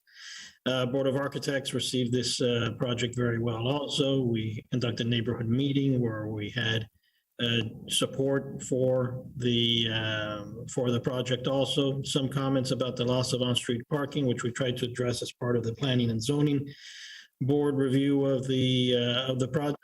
But really, it's a great project. It's been very well received. And we would ask that you follow those recommendations and vote to approve. And prior to concluding our presentation, I would just ask our client, Rishi Kapoor, to provide a few closing comments, and we'll reserve time for rebuttal if necessary after the public hearing. Mario, this is Surami. I just wanted to call up Jennifer because she does have a presentation ready with the staff approval and the conditions. So could we bring up the presentation, please? I don't want to cut out anything you're about to say, but to the extent it overlaps with anything they just said, obviously, like. Yes, it does. I'm actually looking for the pointer. We can point. Clicker, anybody? I'm sorry, here it is right here. All right, so you know the location. The area is mostly vacant except for the historic property that you guys asked about in the northeast corner. I'm gonna run through this really quickly. Nice and conditions. 4 requests, as Mario said: comprehensive plan, map amendments, zoning map amendments, PAD designation, and the mixed-use site plan. So as he said, the comprehensive map amendments include basically three things. They're moving the boundary of the commercial high-rise intensity further east, basically where that existing line, the dashed green line is, of the North Ponce mixed-use district. They're changing the land use of the historic property from multifamily to commercial. And then they're also extending that boundary of the North Ponce mixed-use district to include their entire property. The zoning map amendments are pretty much the same, extending MX3 over to the end of the, more or less where the end of the mixed-use boundary is, changing the zoning from F2 to MX2, and then extending that boundary. The PAD, like you said, includes the garden dog park, the linear plaza, which is 6,600 square feet, traffic calming as recommended by staff, and also the adaptive reuse of the historic building. Mixed-use site plan, you guys looked at that as far as pedestrian villa, the dog park, live work units facing Mendoza and Menotis, linear plaza on Ponce, and ground floor retail. And 1505 Ponce includes, I think he went through all this, 29% well over the open space requirements. And I just want to say that actually is all open to the sky. They're not including any arcade area, any right-of-way improvements. That's all open to the sky landscape area. Density is well below the maximum. The height is at the maximum at 16 stories, 190 feet.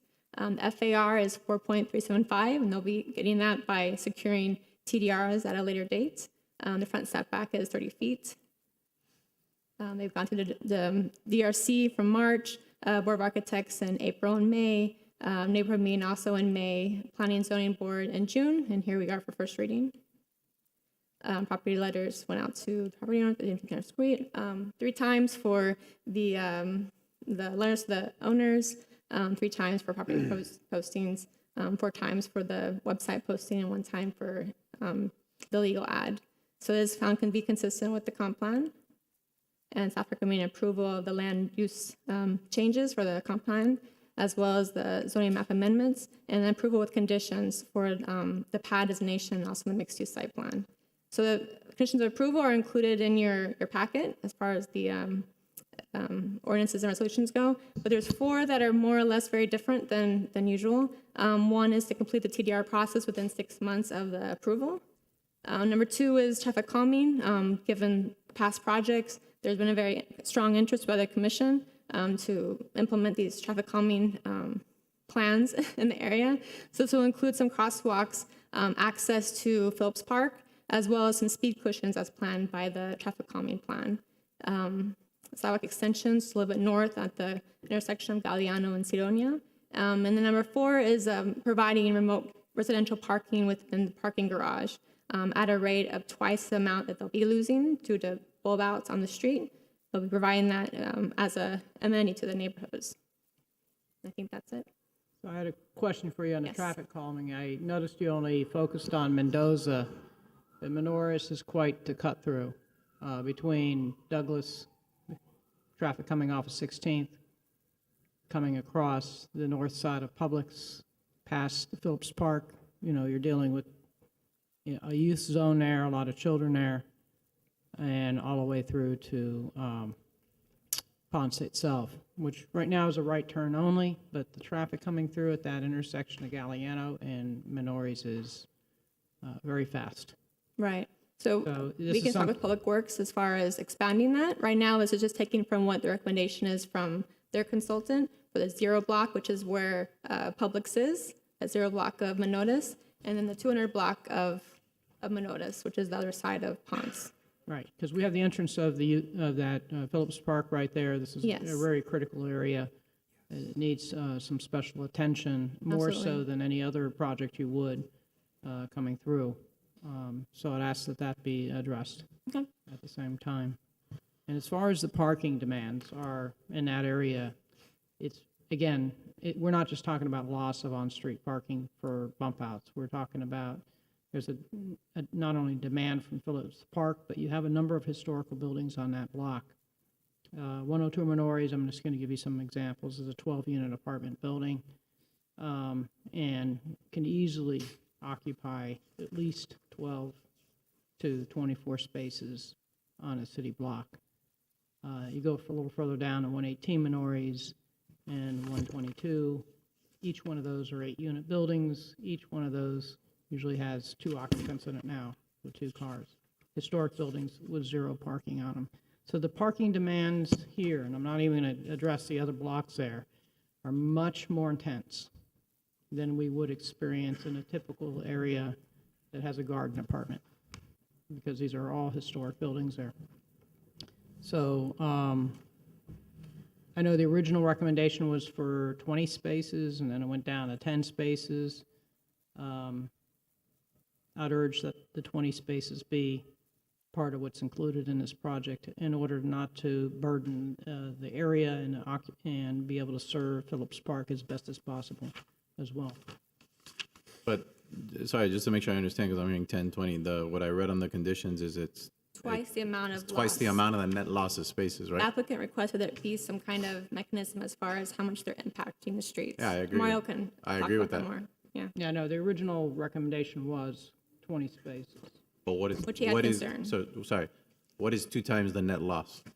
I don't know if it's 20 or 10 or what it is. They're still studying the actual street design to see if they can remove any of those bulb outs, especially on the loading area, as well as on Ponce. There's an extra 2 or 3 bulb outs they could probably remove.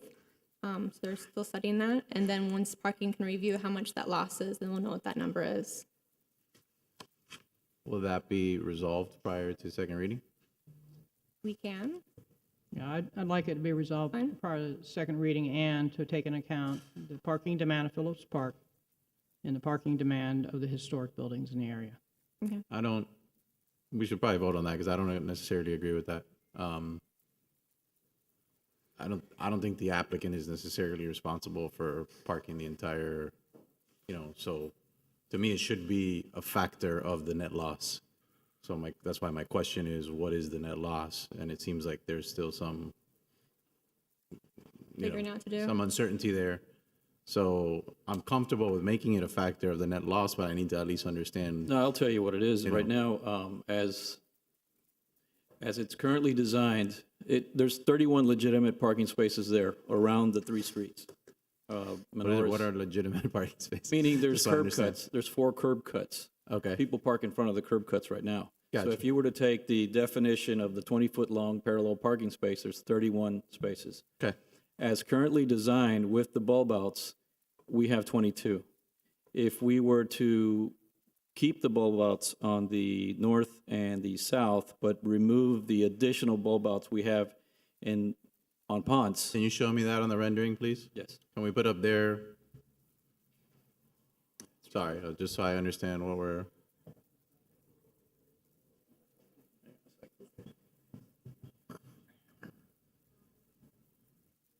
Yeah, we could use this right here.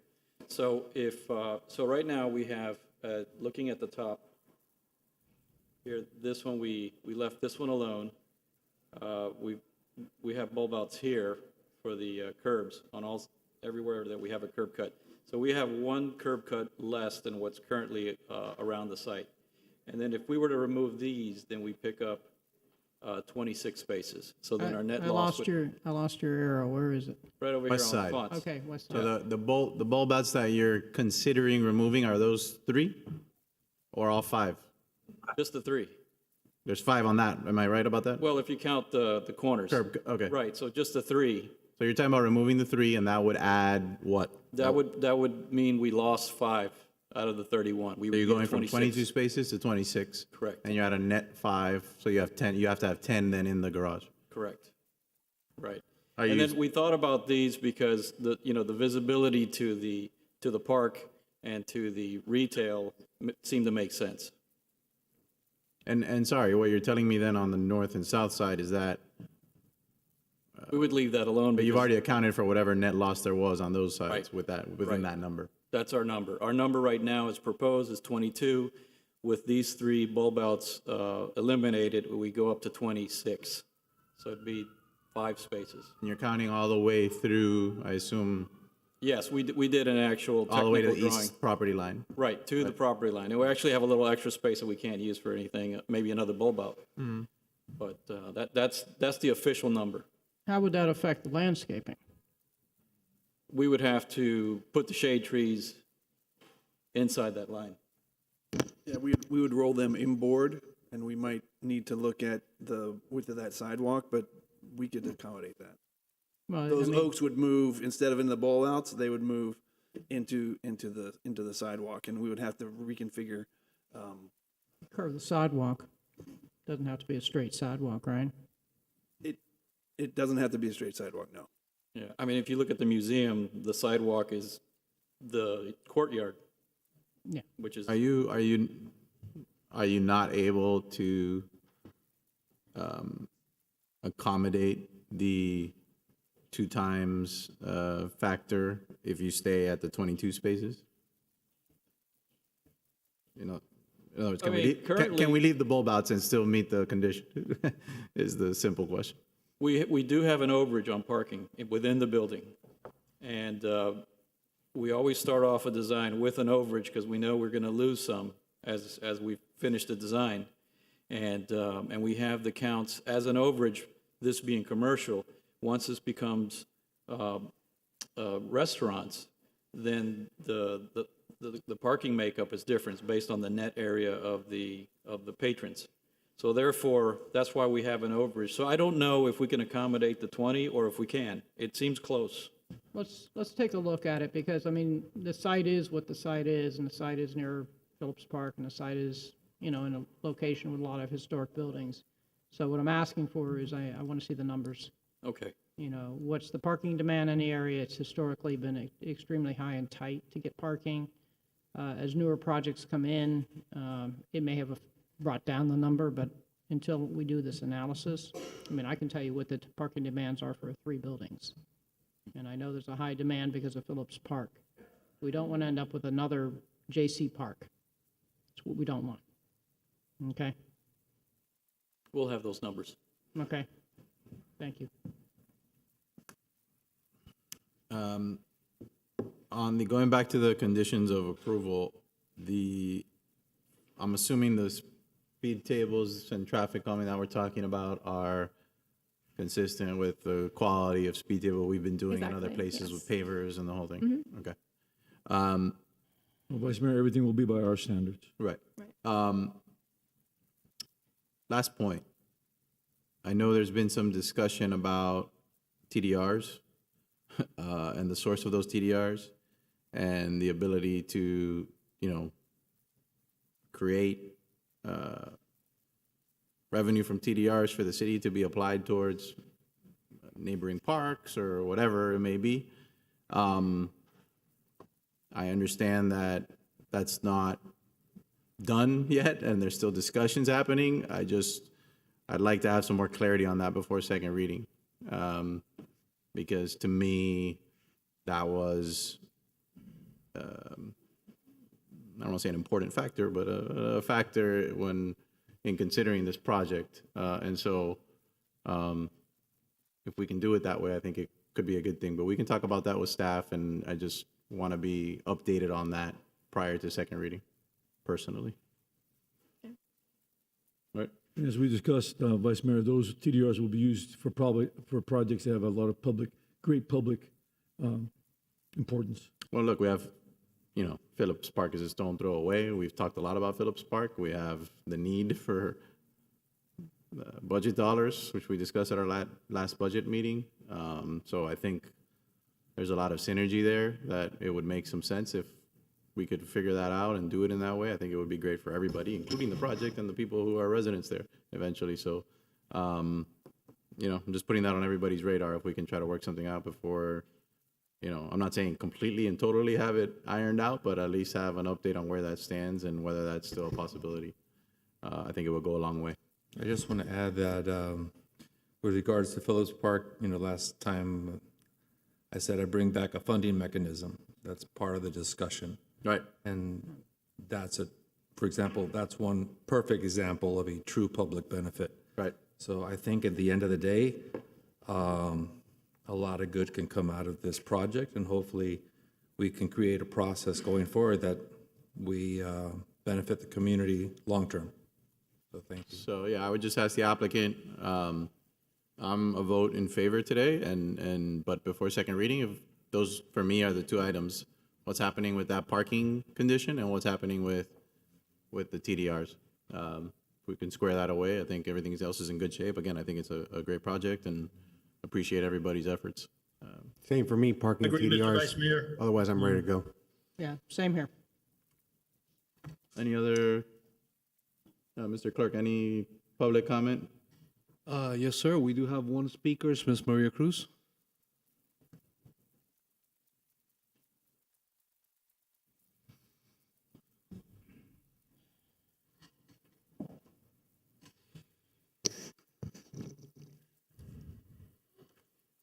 Maria Cruz, 1447 Miller Road. I have several comments. The first one is, I would like to know, I requested information as to why the planning and zoning meeting was moved from their scheduled meeting date to the day before.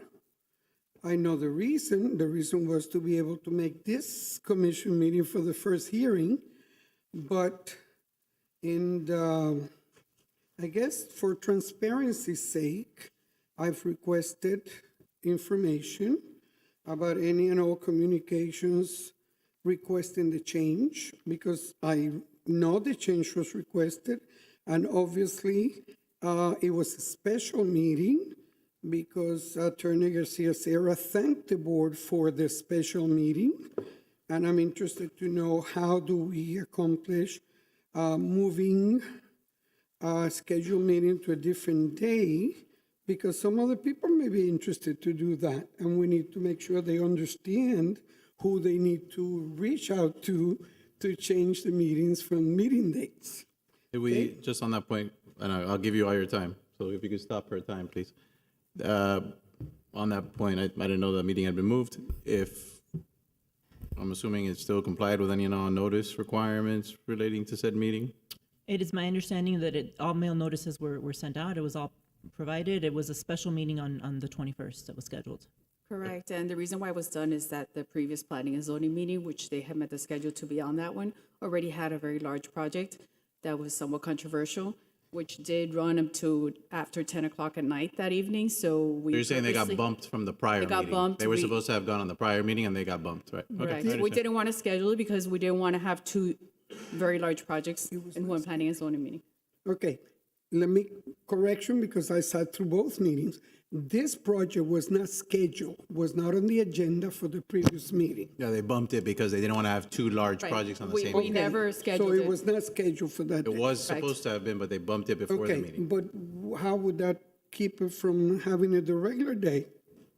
I don't understand. It could have been. It's an accommodation for having It could have been been bumped from the well, prior but, meeting. Once again, I would like to know how it was requested and how it was You approved. should get any information you're entitled to, absolutely. Because, as you know, other people may want to do the same thing, and we want to, in the Absolutely. transparency, we want to know how to do it. We get contacted every day by residents that want help with I permits and all requested it. kinds of things. So, we do what we Listen, can to accommodate people. I wanted to have it for today, but obviously was not provided by today. Okay. At the previous meeting in May, I think the last meeting in May, the dog park was presented as a temporary park. Did I hear today that this is a permanent dog park? I think I could be wrong. I think The you're talking temporary park will be the current site. the current site, right, exactly. And that will be a temporary park Then a until permanent. construction starts. Wait. Before construction, temporary. Once constructed, there'll be a permanent dog It'll park. be on the- there. Yeah, on That's the what east I'm side, asking, because I listened to both the agenda, the previous meeting again, and it did not sound like that. I'm just making sure. Okay, I know, once again, one of my big objections is that when people buy property, they need to see what they can build there. Instead of buying and then coming through with all these kinds of requests, so they can do something that is not meant to be there. And of course, we end up, once they buy it, we have to help them along, because otherwise they will not make money, and et cetera, et cetera. Okay, so Mediterranean. I know that at the meeting that I attended, planning and zoning, this is a modern Mediterranean.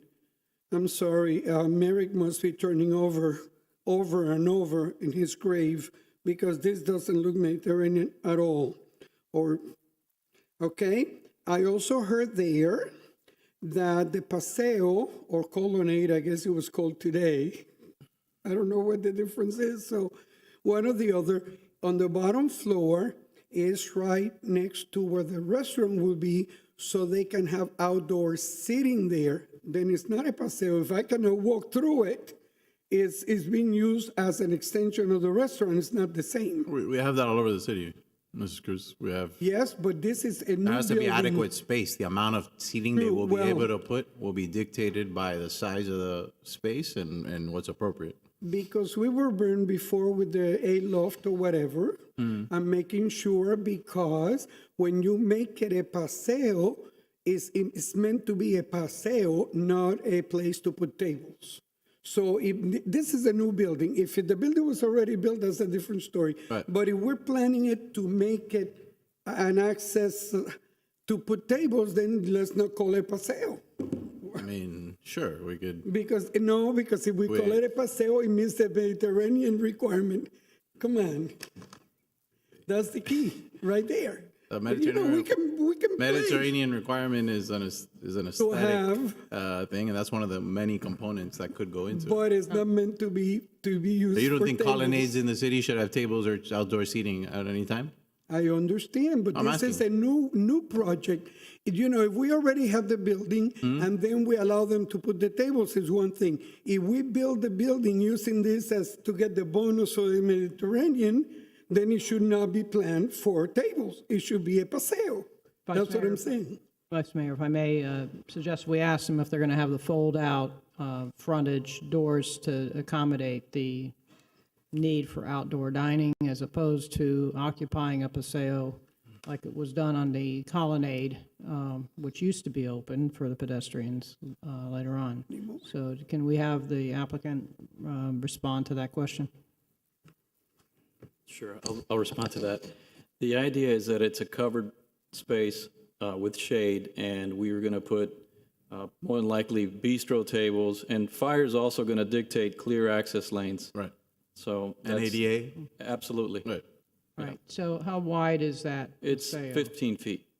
15 feet. So between servers and ADA access, you have to probably have about 6 foot clear, just off the top of my head. 6 foot is more than enough.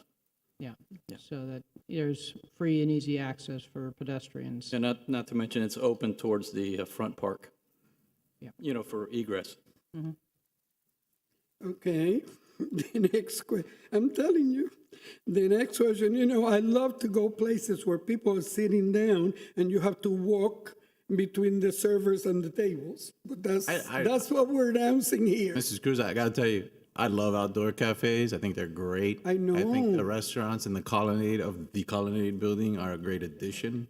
I think, so there's a lot of, you have to have the right give and take. I think you have to have the right amount of space. I don't think you can overdo it. You still have to comply with ADA, fire, et cetera, and we'll do that. But to say that there shouldn't be any, I don't think is correct. I have absolutely no problem with having the outside seating. I have the problem getting the Mediterranean bonus for having a paseo that you're going to be using for something else. The colonnade. You're referring to the colonnade, if I'm correct, Yes, right? but that's what they're getting credit for the Mediterranean bonus. Okay. Okay. Also, at that meeting, I heard that the historic building was going to be for amenities. That's how it was presented. Then, somewhere in the middle of the meeting, well, maybe the second floor we could rent for offices. Today, it was presented as amenities commercial. Now, we know it's going to be commercial because, we've been progressing towards that.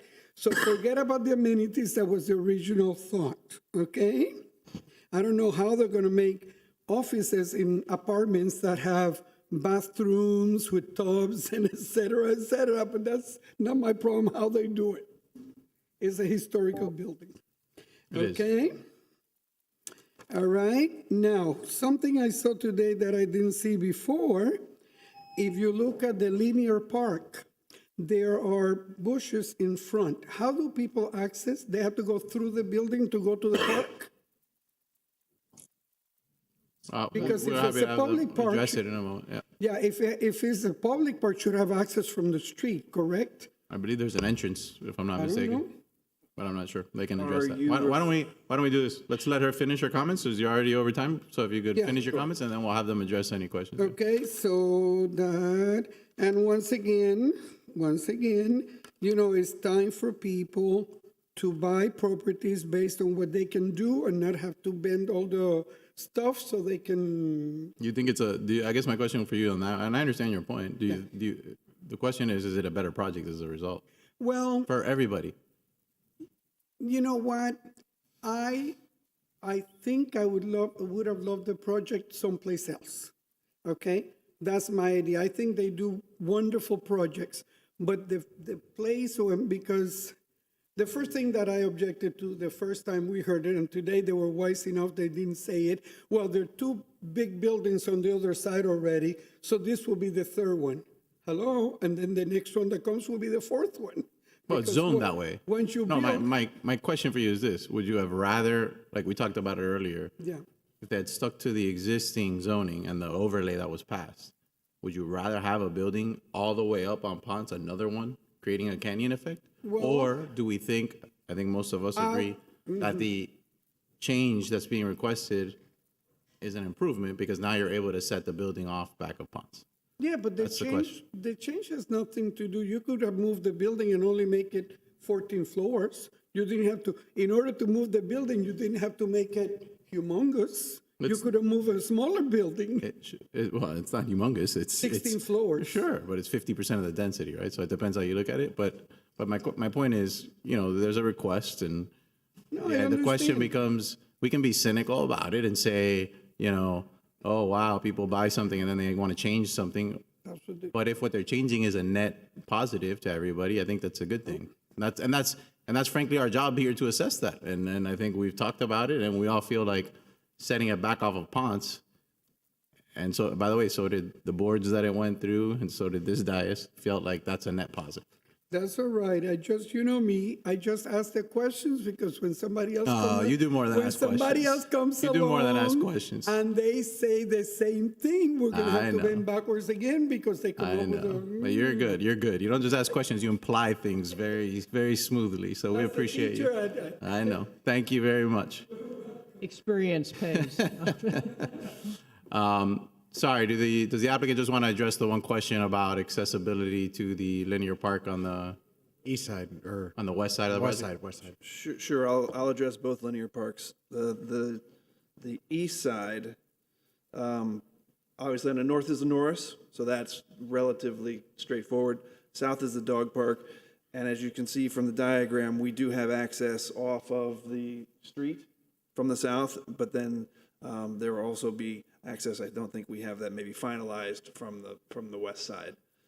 That would be from the arcade that runs down the west side of the building. On the west side of the building, again, that park is intended to be, well, it's a park, so it needs to have space and place to gather. And so it will be accessible from multiple sides, but predominantly the east and the west. As you can see, it's clear and open along most of, if not all of its length, only capped at the north and south by some low planters that help to sort of embrace it and give it a little bit of definition. Okay. Yeah, my only 2 cents on that is, like at University of Miami, you can just basically flow through the campus. When people park in front of your property, you want them to be able to flow be able to get the restaurant without having to go all the way around. All right. Unless there's any other comment, Madam City Attorney, do you need a vote on each item? Yes. Okay, so somebody make a motion on F12? I'll move it. Second. Commissioner Force? Yes. Commissioner Menendez? Yes. Commissioner Anderson? Yes. Vice Mayor Mena? Yes. F13? I'll move it. Second. Commissioner Menendez? Yes. Commissioner Anderson? Yes. Commissioner Force? Yes. Vice Mayor Mena? Yes. And F14? I'll move it. I'll second. Commissioner Menendez? Yes. Commissioner Anderson? Yes. Commissioner Force? Yes. Vice Mayor Mena? Yes. Do we need a vote on F18 also? So F18 hasn't been discussed yet. Right. It's not related to this project per se. But F18? F18. And Okay. and so it's but we should take it F18 and F11 next because the mayor has also Is also recusing on those? It's the same applicant. Okay. Gotcha. So we can do F18 or F11. No, go ahead and do F18. Okay. So F18 is a resolution of the City Commission approving the transfer sending of transfer development rights to create a city park pursuant to zoning code section 14-204.4C.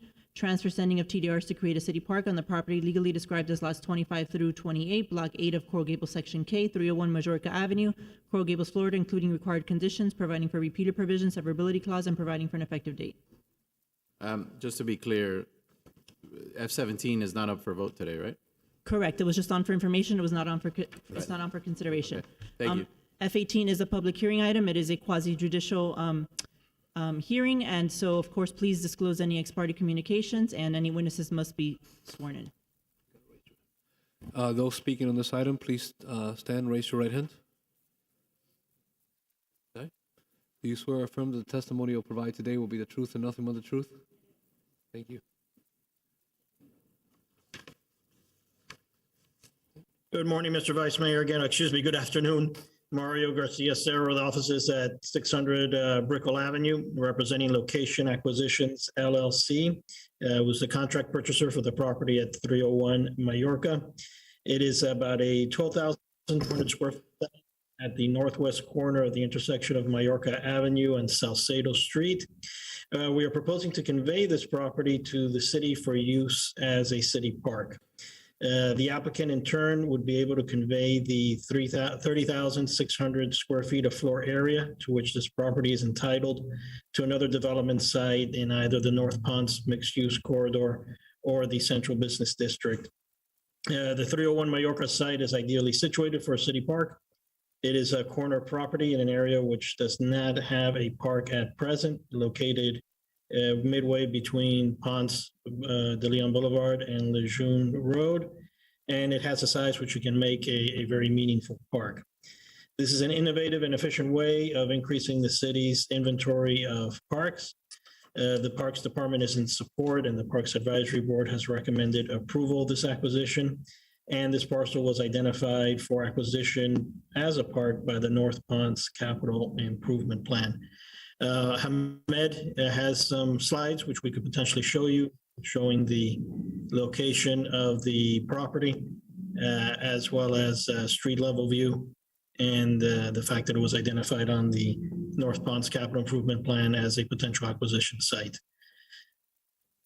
Looks like staff has the same presentation, so perhaps staff can show that to you.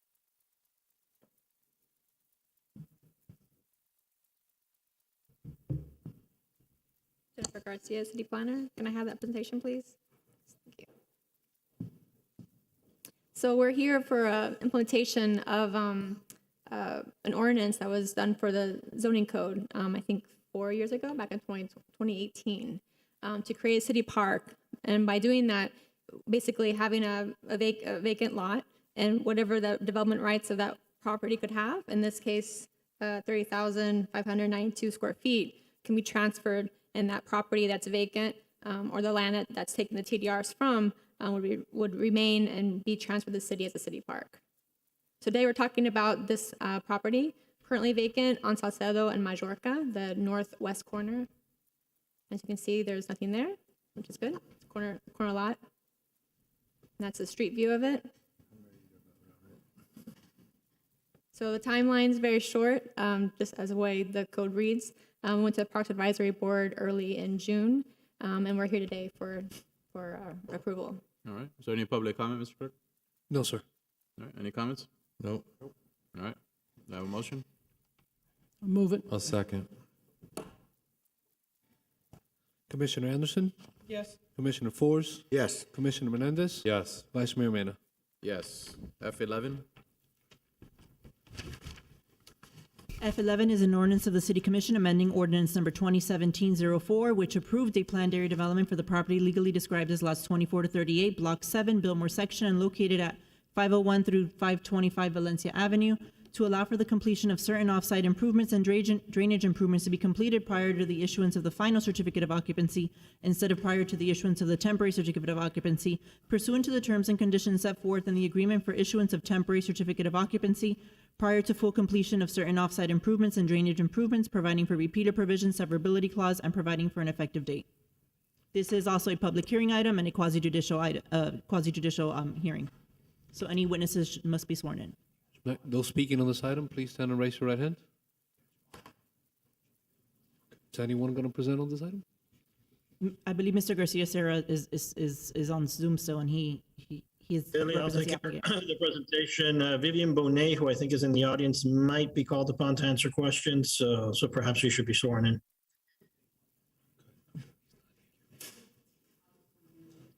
If she is there. She is. Do you swear or affirm that the testimony you'll provide today will be the truth and nothing but the truth? Thank you. All right, Mr. Garcia Serra? Good afternoon again, Mr. Vice Mayor and Commissioners. Mario Garcia Serra, representing 515 Valencia SPE LLC, the owner and developer of the Via Valencia project. The Via Valencia project, as was indirectly mentioned before in our previous item, is a project of which we should all be proud. It is a low-density, high-quality development which has been setting sales records in the city and which has considerable public benefit in the form of a 10,000-square-foot public park and a public dog park.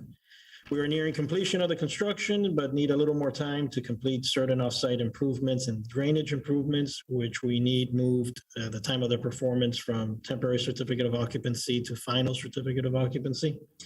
In order to secure performance of these obligations, we have already proffered a $900,000 cash bond to the city. We are just asking for additional time to be able to comply with and complete these conditions of approval. Okay. Does staff have anything on this?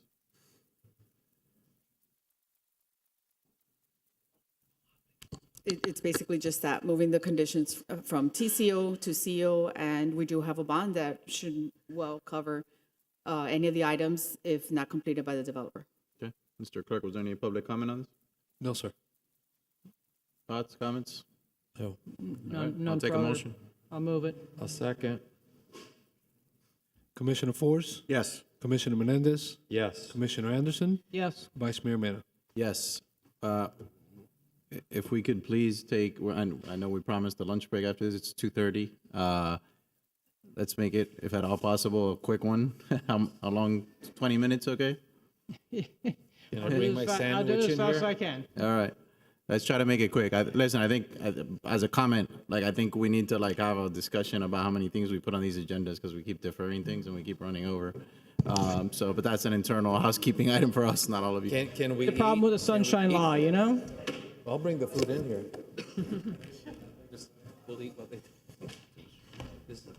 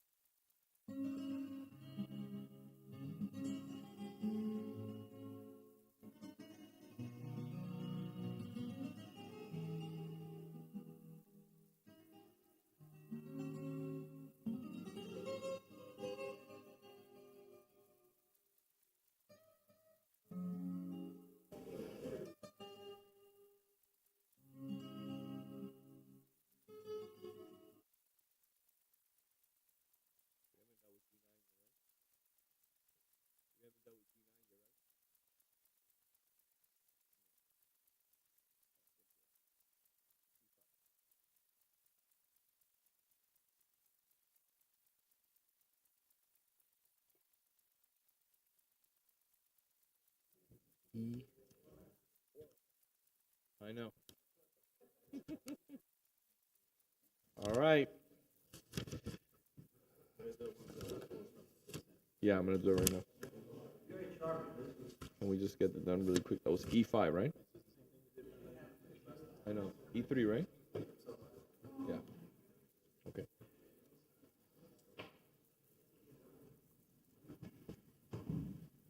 You ready to start?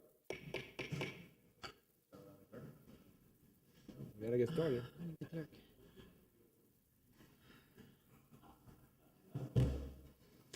Madam City Attorney, can we get the meeting rolling or no? We should get the clerk. Give me a second. Mr. Clerk, can we get you back over here?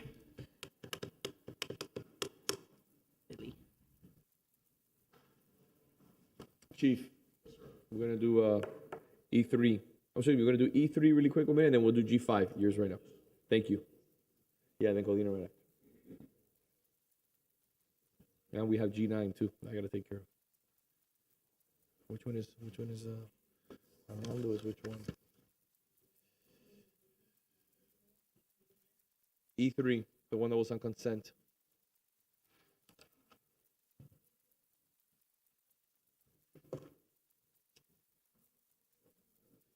Madam City Clerk.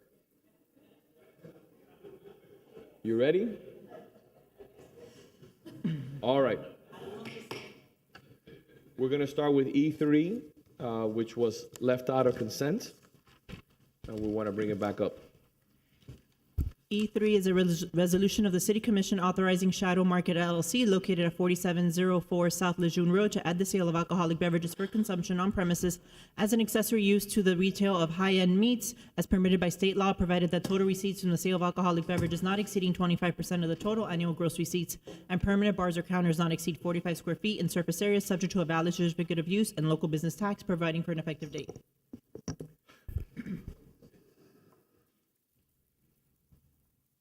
Ms. Cabrera? Good afternoon. Sorry about that. I was just getting the city manager. So yes, this is for a liquor license. It's a 2 COPs, just beer and wine. It's coming before the commission because it's not a restaurant, and non-restaurant facilities have to get commission approval. Yeah. Before you move it, Mr. Vice Mayor, if you haven't gone to this place, I've been there a few times already. I highly recommend it. They're doing some very highly innovative food options, and it's always a wonderful experience. So I recommend that either you're dining in or dining out, this is something that I highly recommend to everybody to please go enjoy. They're booked months in advance, and it's an incredible experience. So I welcome them, and I'm The owner's in the house. and I'm happy to see that Shadow's expanding. All right. So there's a quick shout out. Motion. Second. Mr. Clerk? Vice Mayor Mena? Yes. Commissioner Menendez? Yes. Commissioner Anderson? Yes. Commissioner Force? Yes. Mayor Lago? Yes. Moving on to G5 and then I5 after. G5. Good afternoon, Mr. Mayor, members of the commission. Chief Hudak for the Police Department. We are here today to talk about our operational plans in general for school safety. As all of you know, school safety is among the top priority of law enforcement throughout the country. All of us watched in horror on several occasions throughout our country, not to mention obviously so close to home with Marjorie Stoneman Douglas. Because of that, the state of Florida kind of leads the way in how we respond to police, or how police respond, I should say, to school shootings. We have a presentation quickly about what we have in place and what we do. First of all, the state of Florida created a felony law of a second degree under the statute for people who threat to kill, do great bodily harm, injure, or mass shooting any act of terrorism in any way. What this allows us to do from the law enforcement side is go after or prosecute, pursue people who make idle threats, what they may think are idle threats, through social media platforms. What we do is we are engaging conversations with children in their school about what this law is and what it does, and have become informed about the social media they use, which is why now, as we've discussed before, we have a cyber crimes detective within the department that works with other areas to track these down as quickly as possible and intervene. The other thing that we have since the Marjorie Stoneman Douglas Act, they created the Office of Safe Schools in Florida, which is Fortify Florida. It's a bunch of tools that we use in law enforcement. It also requires, as you know, this body has approved in years past, SRO, school resource officer at each school. That still continues that day. Before the school board police department was able to ramp up, and really there's about 400 officers now in the school board police department, we were covering those schools with our officers as well. We do safety assessments in the public schools. We have done that both through talk with PTAs, but also having our officers in some of those schools along with the school resource officers of Miami-Dade County. They also have a behavioral threat assessment unit, which we defer to the Miami-Dade School Police Department to assess those students that are attending. It's a No Joke awareness campaign was aimed at the students, addressing the school threats. Believe me, some of these cases that we have seen here were really not somebody who was of a mind to do harm. So we continually try and drive that message home early in the school system, that the children understand that these kind of threats are in fact felonies, and create a very drastic response from law enforcement. We go on to talk about the primary goals of the office through the state: the prevention, the intervention, and the emergency preparedness and planning of schools, which we work with our partners of all the schools. And I'm talking in general now of Miami-Dade schools, but this also applies to all the charter schools that we have. These are the schools within the Miami-Dade for public schools. What they've come up with now is not so much as an active assailant instead of an active shooter. Again, there can be a lot of different ways that schools can be breached. The safety of a school can be breached. It's not just a firearm. So we have a lot of these protocols are in place already. We do have partnered, and we'll talk a little bit about Safer Watch. You all know that company as somebody that we partner with. They are now one of the state sponsors or state approved panic button alerts. To that end, this company that we partner with are also going to provide the panic alarm system for our employees here in the building. That's going to be a direct connect right to the police department. Obviously, we have already identified from a lot of the major schools our reunification areas. As you've always heard me say, anything that's happened throughout the country has happened in Coral Gables at one time or another. And the reason why we train as hard as we do is because when it happens, we need to be ready. And we have trained historically with a lot of these schools. Most recently, Temple Judea, we have been out there. I know some of you got phone calls. The SWAT team was actually practicing there. That was something that was obviously sanctioned, but also to give us situational awareness. We do have the Youth Resource Unit detectives that work out of our criminal investigation section. Right now we have one sergeant and 4 detectives that assign all juvenile crimes here. Their goal is to prevent and control delinquent and criminal activity of use, maintain programs and strategies of intervention.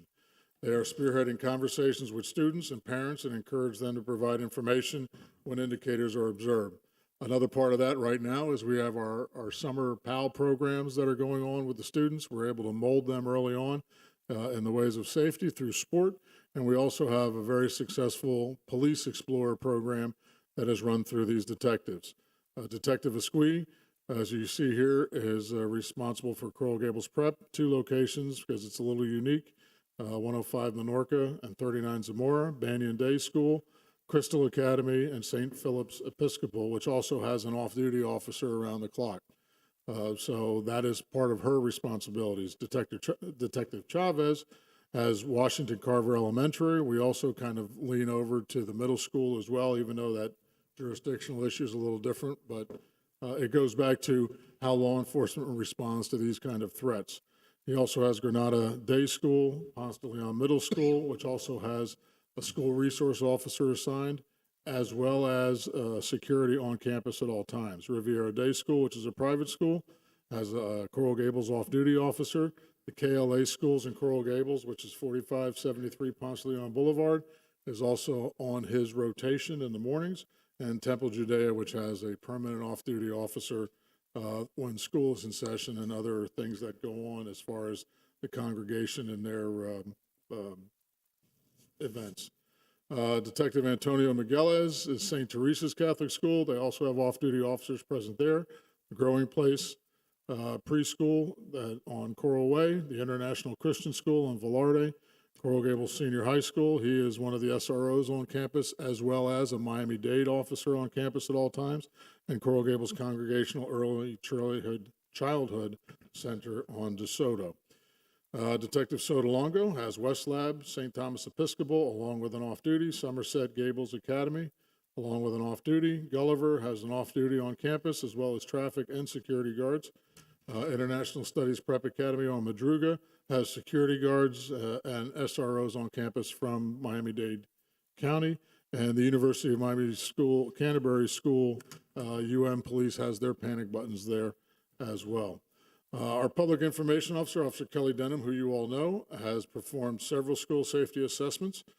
She has done all of these that are listed here, where we have gone on to active shooter drills. She continues to stay on top of these schools. We visit them every year. And the Uniform Patrol has recently acquired breaching tools for supervisors. Tragically, we learn in law enforcement how to do things better. Not necessarily through Uvalde, but other places. Here's one thing that I can assure you. When we acquire all these tools that we're talking about, there is not a door that we're not going to be able to get into immediately.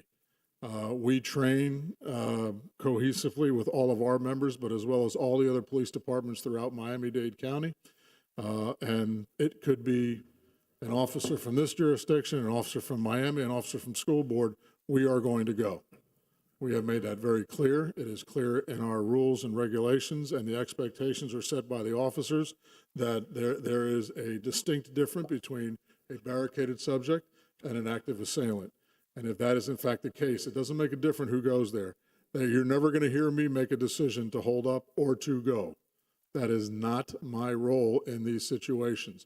We have trained us and we've written our policies that if there's life-threatening actions going on, we are going to go in.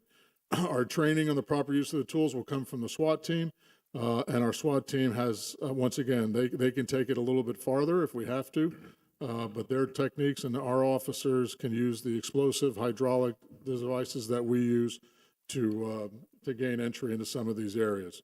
Our threat mitigation investigation division continues on a regular basis, as you all heard this morning. By 7:15 this morning, our threat assessment unit was working along with the cyber crimes to identify the individual who threw out some very vile pieces of literature throughout the city. We do the same work every time we get one of those school threats. We've identified students within hours that use on social media with a pink gun. The University of Miami student, on several occasions, we've had students express some kind of concerning thoughts about the University of Miami. It's an immediate, unified response, both to campus, but also identifying the person and isolating them as quickly as we can. The Specialized Enforcement Division, along with everyone else, puts together an operational plan beginning and end. I won't distribute this because it is kind of confidential information, but my office, through and now Assistant Chief Hanlon, we do an operational plan for the most vulnerable times of the year, beginning and end. Everything that is done is laid out ahead of time, not just traffic, which is a big concern, but it's also our operational plan. Every beginning and end of the year, these plans are on file.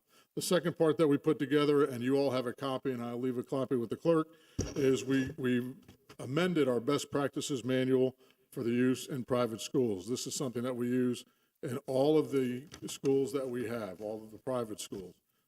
I touch basically on everything that should be done. It's kind of a lessons learned that we've seen throughout, but we're very proud of the work that our detectives put together on that and revising that as well. Technology. So the Safer Watch app. You've all heard me say Safer Watch a few times, where somebody can stream things to us live stream. Safer Watch, as I said, is now a panic button for teachers and students that only works when they're on campus. So we are going to have reality of seeing what is going on in those classrooms. And I know a lot of chiefs will tell you sometimes IT is a stumbling block. I got to tell you, I brag about our IT people and what we come up with. And I know sometimes it gets beyond us from cops of what we're doing, but the ability to partnership with IT and bring in these platforms that help us is something remarkable. The see something, say something is just the bottom. It's almost like the golden rule. If you see something that doesn't look right, or the hair on the back of your neck stands up, by all means, you should call us. As I talked about the mobile panic button, which is going to be supplied right to the 911 center. We can turn those on. And Safer Watch 911 is the ability for anybody calling 911. We're going to know exactly where they're at, including the altitude of what floor they're on. As we continue to grow as a city vertically, we know that's going to affect our response times. We can get to a building, but it may take us minutes to get to where we're going to be. You get to a school, it may take us minutes to find out where we're going to be. This technology that we have in place that we're going to flip the switch for coming up on a pilot basis is something that we are extremely proud of, because it's going to lessen our abilities to take any kind of decisive takeaway actions. The last thing that we're going to do, and I wanted to announce to you all, I know I've talked to some of you independently about it, is how can we do better? And through our IT, we're partnering with a company called Bond. We are going to announce this on Friday. Again, as we put out today that we're going to set the press. Imagine having a piloted drone available to fly out and give us situational awareness within 2 minutes anywhere in the city where the officers can see this. When I say cutting edge technology, this is it. We will have 2 people on a roof around the clock, and when we need them to go on not just these kind of calls, but everything else, they're going to be able to fly a drone, and we're going to be able to see it within 2 minutes. It has a thermal camera. It can help us in fire. We can actually see inside the side of buildings. Now, before everybody starts calling you all or me, these are mission-specific flights. We are not patrolling. We are not looking for things. It doesn't record tags. It will be controlled by us. It'll be controlled by us. We will fly the routes of the road. So we're not going to be flying and hovering over people's backyards unless there's something specific. I do believe this is going to be a game changer, where we have a helicopter without having a helicopter, and having that ability to fly over the water, to fly over the mangoes when we're looking at things like that. So this is something else that to put eyes oversight of a school before the officers even get there, we know where to go. You're going to be able to see where that door entered, where that person came in, and we're going to be in right behind them. So we're excited to partner with them. We're going to see. We may have to come back after the pilot and say, hey, this is a budgetary decision of what we want to continue, but we will be the first ones that I'm aware of in the state of Florida for sure that is handling it like this, where we have not automated, but people on the roof actually doing that. So we're partnering with both community and everything else. I didn't go into great detail on what we do and how we approach these, but we have a history of doing this. In 2007, we did the first Operation Sandbox, which was a multitude of people. There were 500 role players at the University of Miami just to work on different scenarios that we created there. We continue to do that. So we are as prepared as I think we can be today. Tomorrow, technology may change, and if that changes, through the manager, we bring that forward and we go forward. And as was said this morning, it's the only reason why we are as good as we are in Coral Gables is because of the quality of the employees that we hire, and they all understand. And if they don't, they also understand that they won't be working here. And there's a history of that within the department as well. So with that, I open up for any questions. Chief, first off, very impressive as always. Again, I think you hit the nail on the head when you talk about redundancy efforts. And this is an effort to continue to improve on the quality of life of the residents and make sure that we prioritize and put public safety number one. I mean, that's all I have to say about the issue, and we will continue to spend the necessary dollars to make sure that our community is as safe as possible. And you can't compromise, for example, on our school safety. I mean, there is no compromising. To remind everybody out there who forgot, because there hasn't been an incident, thank God, in any city schools, your commission was the first commission in Miami-Dade County. Myself and the vice mayor, we were on the commission back then. We actually pushed for that legislation with the manager. We required that our police officers, through your leadership, be in every school before Miami-Dade County, who was working on the resources. It was a significant lift, obviously after Parkland, was able to deliver on an officer and a resource officer in every school. We didn't even take the chance. We didn't even think about twice. It wasn't an issue about money. Yes, it did put pressure on our budgets, but at the end of the day, you can't put a price on public safety. So again, I think it's a great, this is spectacularly well done. I mean, this is just a testament to the city's commitment and how we do things the right way. And everyone wants to emulate the city of Coral Gables. So congratulations to you and to the manager. Just to dovetail on that, one of the things that we invested in, to the mayor's point, that I'd just like to get an update on at some point. It doesn't need to be right now, but we can talk about it prior to the next meeting. You know, one of the things was the public safety building. And one of the components of that was the top floor of that building, which was supposed to be, you know, a state-of-the-art training facility. We saw recently with, you know, what happened in Uvalde, you know, people have different opinions of that, but bottom line is, you know, we want to make sure that we have the best training facilities and everything, and we invested in that. I know there's been some delays in getting that operational. When can we expect to sort of see that? Well, somebody's going to think you and I set this up. If you all want to join me tomorrow afternoon at about 3 o'clock, we have finally have all the kinks out, and we have the 300-degree simulator in one room, a driving simulator in another room. Great. And tomorrow we have somebody coming in from out of town just to kind of run them through that. So yes, the indoor gun facility helps us hone our skills on a regular basis. The simulator, because of what we put together, is just short of $750,000. And your blood pressure will raise. You will see the active shooter scenarios. And tomorrow afternoon we're running. I welcome you all to please come over, join us to see that. And that's the repetitive part of our training. Because of this commission's action, Commissioner Forres and the manager, because he's been trying to throw me as a jiu-jitsu doll for a while, we have 3 jiu-jitsu classes 3 times a week. We started off at my request that we started off voluntary, and we have seen more and more people, more and more officers start to become more confident in their abilities to not. So, you know, just starting off, opening up has made us better officers. Chief, and I'm sorry to interrupt you, but I think that training is forthcoming because my staff told me about it and I asked them to please put me down for that. Right. I think it was like a 6-day course or 6 afternoon. Maybe I have Yeah, the dates wrong. the 6-day course is what we give to students that are going away for the first time, for ladies only, or we have what used to be a red man. I'm here. I'll take it.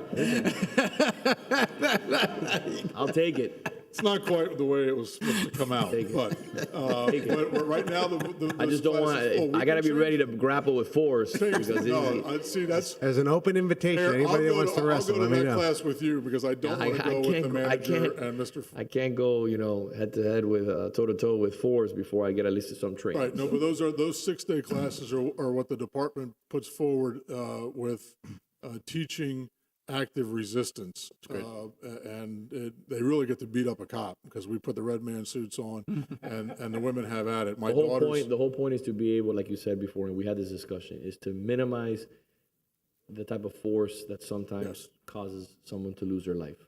Yes. And Commissioner Forres, like you mentioned, has been at the forefront of pushing that along with the manager. They both have a background in jiu-jitsu and wrestling, and I think it's critically important that before you draw your gun, you may have to one day, at the end of the day, and police officers have that discretion and they have that training, but you want to be able to disarm somebody and do the best that you can to not put yourself in that position. Right. So. And the driving simulator is another one that they're actually making it for our streets. So I know the risk manager is going to be very happy that because we can kind of reduce our accidents, but that's another thing where we have the scenarios where the officers drive to a call in progress like they would. and we take them out of the simulator and put them right into a movie theater.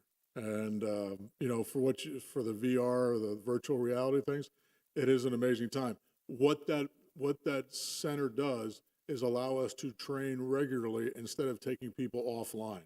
So with the current shift deployment of having 10 hours, I can afford to take people out for 2 hours without any kind of lessening of our coverage and have them go through the training, shower up, go to work, and we have that follow them. So we are very proud of that. It has worked wonderfully, and we're really kind of looking forward to making this the norm on how to train like that. Well, thank you, Chief. I appreciate the presentation. As I said before, you know, very professional as always, and we look forward to seeing the innovation of public safety. Appreciate it. Thank you for the support. Thank you. Can we get his statement on a loop? Just repeat it over and over and over. I think it's great. Before we hear Regency, I just want to ask a quick question. In regards to I-5, how long do you think the presentation will be in regards to Miami-Dade County? All right, let's do that, and then we'll hear Regency after. Thank you. I-5. So I-5 is a resolution. I don't know, Christina, do you need to read it? Yes. I-5 is a resolution of the City Commission authorizing the city manager to enter into a cooperative agreement with the School Board of Miami-Dade County, Florida for Project Victory, a program that assists young adults with disabilities by providing work skills and employment training within the city of Coral Gables. Good afternoon, Commissioners, Mayor. With this agreement, the City of Coral Gables is partnering with Miami-Dade County Public Schools to bring to the city Project Victory. Project Victory is a program developed by Miami-Dade County Public Schools to prepare students with disabilities between the ages of 16 and 22 for financial, personal, social, and independent functioning through the acquisition of employability skills, essentials for success in the workplace. This year, the 2022-2023 school year, the city will host 12 students from Coral Gables High School. These students will work first at City Hall in the different departments located right here, beginning with the mayor's office, the city commissioner's office, as well as the city manager, city attorney, city clerk's office, the finance department, and development services. While working at the city employees will mentor these students through on-the-job training and tasks deemed appropriate based on their skill levels. This program is in line with the city's goal of promoting meaningful employment opportunities for individuals with disabilities and encouraging their integration into the workforce. The city's Disability Affairs Board was instrumental in supporting this and bringing this to the city. They wanted me to express on their behalf how thankful they are to the city leaders for bringing this program to the city and empowering individuals with disabilities. We have here today with us 3 representatives from the Miami-Dade County Public Schools. We have Mr. Gregory Bethune, who is the Administrative Director for the Central Region. We have Angie Torres, Administrative Director for ESC, and Magali Edcia, who's the Instructional Supervisor for ESC, and I believe they want to say a few words. Thank you. Good afternoon. I'm Angie Torres, ESC Director for Miami-Dade County Public Schools, and Magali Edcia is with me. She's the Director over the transition programs for the district, and I have Mr. Gregory Bethune. He's our Administrative Director for the Central Region Office. And I promise I will make this quick, but I did want to thank Mayor Lago, all the commissioners, Raquel, and the entire city of Coral Gables for this opportunity. It means the world to us to partner with the city of Coral Gables to open the Project Victory program. The opportunities that this will open for our students with autism and disabilities are endless.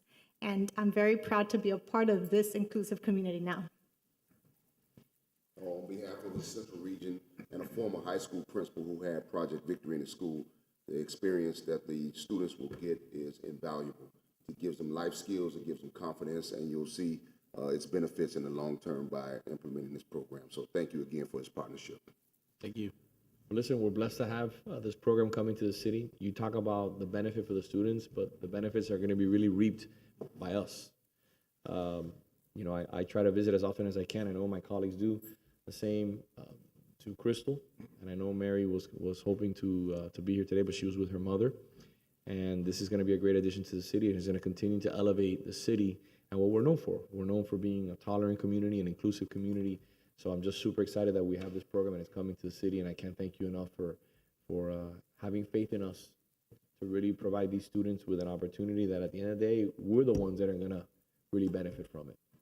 And hopefully, private sector entities will pick up on it, and we can include these individuals in the chamber, in the business improvement district, and other organizations which are playing a big role here in the city of Coral Gables. Thank you, Mayor Longo, on behalf of Miami-Dade County Public Schools. This is like a dream come true, so I'm, Yeah. if we have any, do we have any public comment, Mayor, or are we ready to, I'm sorry? are we ready to move it, or? Yeah, I'm ready. I'm ready. I need a motion. I'll move it. Second. Commissioner Menendez? Yes. Commissioner Anderson? Yes. Commissioner Forrest? Yes. Vice Mayor Mena? Yes. Mayor Lago? Yes. Thank you. Thank you. Thank you very much. I look forward to hearing the progress. Maybe in a year you can come back and we can have a little bit of a report to see how things are going. I'd like to do this on a yearly basis. Absolutely. I don't want the project just to be here in the city. I want it to expand to the private sector. We would love that. Okay? Thank you. Moving on to time certain item F4, F5, F6, F15, and F16. Regency. Mayor, if you please bear with me while I read them into the Yes. record. Don't worry. Okay, F4 is an ordinance of the City Commission approving the vacation of a public alleyway pursuant to zoning code Article 14, process section 14-211, abandonment and vacations, and City Code Chapter 62, Article 8, vacation, abandonment, and closure of streets, easements, and alleys by private owners in the city, application process, providing for the vacation of the east-west public alleyway lying between lots 1 through 12 and lots 35 to 46, Block 10, Coral Gables Craft Section, according to the plat thereof, recorded in Plat Book 10, page 40 of the Public Records of Miami-Dade County, Florida, providing for substitute perpetual access and utility easement, setting forth terms and conditions, providing for an effective date. Item F5 is an ordinance of the City Commission providing for a text amendment to the City of Coral Gables official zoning code by amending Appendix A, site-specific zoning regulations, Section 8-36, craft section, by removing the number of stories and height limitations for the property legally described as lots 1 through 12 and lots 35 to 46, Block 10, Coral Gables Craft Section, Coral Gables, Florida, providing for a repeated provision, severability clause, codification, and providing for an effective date. Item F6 is an ordinance of the City Commission granting approval of a planned area development pursuant to zoning code Article 14, process section 14-206, general procedures for planned area development for a mixed-use project referred to as Regency Tower on property legally described as lots 1 through 12 and lots 35 to 46, including the public alleyway lying in between Block 10 and lots 1 to 4, Block 15, Coral Gables Craft Section, 290, 272, 250, 244 Valencia Avenue, 247, 297 Almeria Avenue, and 2701 Salcedo Street, Coral Gables, Florida, including required conditions, providing for repeated provisions, severability clause, and providing for an effective date. F15 is a resolution of the City Commission granting approval for conditional use mixed-use site plan pursuant to zoning code section 2-200 mixed-use districts for a mixed-use project referred to as Regency Towers on property legally described as lots 1 through 12 and lots 35 to 46, including the public alleyway lying in between Block 10 and lots 1 to 4, Block 15, Coral Gables Craft Section, 290, 272, 250, 244 Valencia Avenue, 247, 297 Almeria Avenue, and 2701 Salcedo Street, Coral Gables, Florida, including required conditions, providing for repeated provisions, severability clause, and providing for an effective date. F16 is a resolution of the City Commission approving receipt of transfer of development rights pursuant to zoning code Article 14, process section 14-204.6, review and approval of use of TDRs on receiver sites for the receipt and use of TDRs for the mixed-use project referred to as Regency Tower on property legally described as lots 1 through 12 and lots 35 to 46, including the public alleyway lying in between Block 10 and lots 1 to 4, Block 15, Coral Gables Craft Section, 290, 272, 250, 244 Valencia Avenue, 247, 297 Almeria Avenue, and 2701 Salcedo Street, Coral Gables, Florida, including required conditions, providing for repeated provisions, severability clause, and providing for an effective date. These items will be consolidated for purposes of the public hearing. These are all quasi-judicial items, so any ex parte communication should be disclosed on the record. And Mr. Clerk, please swear in any witnesses that will be testifying today. Right. Those who will be participating on this item, please stand and raise your right hand. Do you swear or affirm that the testimony you will provide will be the truth and nothing but the truth? Thank you.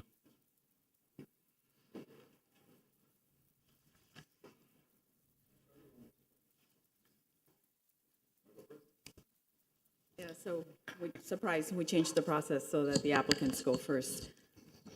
Always keeping us on our toes.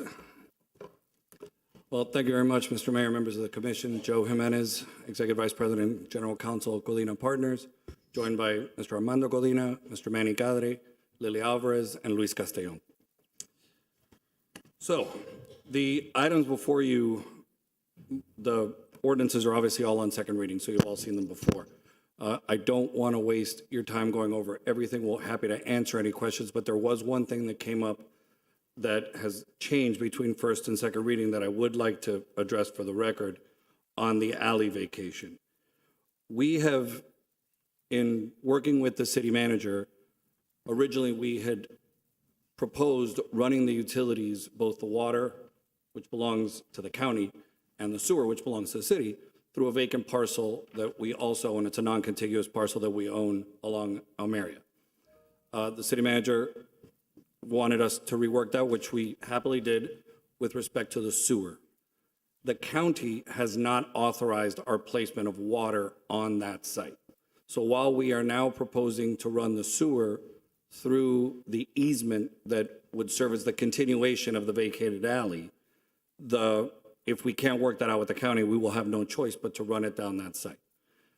So therefore, there is one, Section 3, I just want to clarify this for the record, Section 3 of the ordinance vacating the alley, which states that the owner of record shall grant to the city absolute rights, et cetera, of all utilities. The city doesn't get that easement because, so I just want to make clear that we're happy to do it for any city utility, but if we are not able to do it with the county, we will grant a county an easement on a separate site that we own. I don't think the language has to change. I just think that it has to be clarified for the record.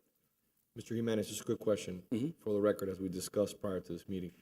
Have you spoken to the manager and his team and made them aware of the potential circumstances with the county not allowing the easement to be used? The manager and I have been in constant contact, and the county has communicated their denial to the manager via email, is what you told me yesterday. I haven't seen the email, and I told you as well yesterday. We have not been able to get the county off of their stance. Whether we agree with them or not, we're just stuck between two governments, quite frankly, because you own the sewer, they own the water. We need to do what each of you tell us, even if it means granting two separate easements and going in two different directions. And okay, well, that's the way this one went for us. But we always thought we could do it that way. There were several designs. And as we got further down the process, obviously our options are limited given our current status of design. So if we're not going to run it down that alley, there's no other place for us to do it at this time. Mr. Manager?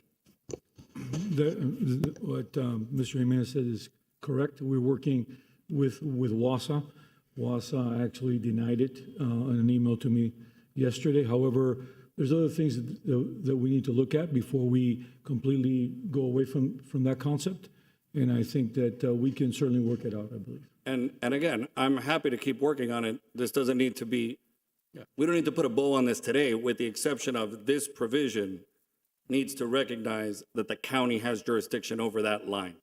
So I'm happy to read this the way it actually reads, and with comment from the city attorney, welcome, shall grant to the city absolute rights of all utilities. I'm reading that to mean city utilities. Right, yes. That's just the way I'm reading it, just for future interpretation. The language is fine, just so long as it's being recorded somewhere, everybody can agree. It's not a problem. But I still think we need to work on it, and I think we have a little bit of time to get that done. That's fine, and it doesn't affect the other votes you're taking today. Yeah. So, and I have just two issues that I want to make sure that we do put a bow on before we finalize everything, and that is number one, obviously, we're extremely grateful. We're going to have a world-class open space in the downtown, and that was facilitated by the commitment of Armando Codina and Manny Cadre, who have gone to bat to deliver this piece of property in the middle of our downtown.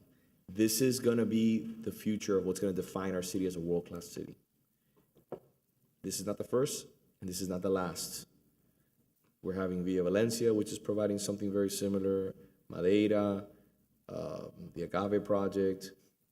Now Regency is going to do something which is going to be spectacular. It's going to be an amenity to be enjoyed by all in our downtown. I've spoken, and I couldn't vote on the previous project, but that project is offering not one, but two open spaces for people to come and enjoy. That is the future, and that is what defines, in my opinion, a world-class city. Go to Europe, and you will see some of the best cities have hidden gardens, small open spaces, plazas, where people can congregate and have a moment of solitude in between their work, or have a lunch, or sit down and read a book under a tree, and enjoy some of the best art that any city has. And that's what the city of Coral Gables is going to have. So what I would love is just to kind of understand and have you sit down with the manager and finalize what we're planning on doing in regards to the park. I don't want anything, I don't want to water park. I don't want a roller coaster. I don't want. We'd have to change the zoning. Good news. I don't want to do that. But I want to make sure. I want to make sure because sometimes we get ahead of ourselves and there's a lot of marble and there's a lot of, material, and this is simple. There's beautiful oak trees on the property already that happen to be there on the property line. I love to see maybe some more shade, a lot of green, and a small platform, maybe a reflection platform, pond of some sort where you could put the sculpture so that the work is protected in the shade. That's what I'm looking for. I understand. And I'm looking for something very simple. Very, very simple, with maybe a few benches where people can sit down and enjoy some simple landscaping. I don't want it to be concrete jungle in the middle of a concrete jungle. Well, and Mr. Mayor, I have no problem putting a bow on that piece of it today. I think the most important thing to consider, and I really don't follow other development projects, whether or not they provide green space or whether or not they deed a park over. It never occurred to us to design this without input from the city, because this will be a municipal park. 100%. It is yours. You should tell us what you want there. Once you tell us what you want there, we can figure out a cost to do this, and we can also. But if I may, let me just add something to your point. I just want to make you at ease. Okay. I know, and so does my commission, know what you did to get us that piece of property. Okay. I know the value of that property. Even though there's been the TDRs and the actual FAR has been stripped from that piece of property. But I know the value of that property in our downtown. I'm not asking you, that's why I started with something ridiculous like a roller coaster or a water park, or I don't want any of that. It's very simple things. What I would like is to see something like a Durango Park with all grass, a few nice trees, and maybe one or two benches. Something simple. I mean, I don't want to get ahead of ourselves, and that's why I'm putting it on the record today, because I would love to see actual grass in the downtown. I know it sounds crazy. No, absolutely. I would actually like to see somewhere people can sit down and it's not something that is over embellished or something that is over programmed. I don't have an interest for that. I couldn't agree with you more, and that's great. And we would, when it comes to, I know you're very big into art and public places being placed in these parks. We are going to have to go through the art and public places process, and you're going to have to maybe sign in with us, because we're going to say, well, we're going to go ahead and put it on this city park. It will eventually be one.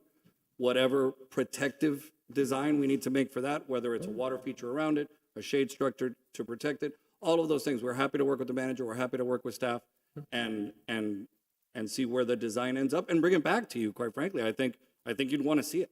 And we can always finalize that on that day. But since you mentioned it, is Laura in here? Also, Ms. Laura Russo is here, who represents Mercedes, and as the manager knows, in order for us to acquire this park, because although we owned it, Mercedes-Benz was getting it back once we sort of finished with the project, because the city expressed an interest, to put it mildly, in acquiring this park. We were able to come to an understanding with our very good corporate neighbor with certain conditions. And I think the two main ones with the city have already been worked out. But the final one is the Ussery family has a long presence on this site. And they were this was the last piece of the original dealership that they were getting rid of. So because they insisted that it were a municipal park, not some green open space maintained by us, so that it could be there in perpetuity, but that they also got naming rights in terms of, and while they haven't specifically asked for a name, the language that I think we would do is that they would come up with a name. Obviously, you would vet it if it was somebody specific. In this day and age, we all understand that you never know who anybody is, but that it would be somewhere in line with naming it after the Ussery family.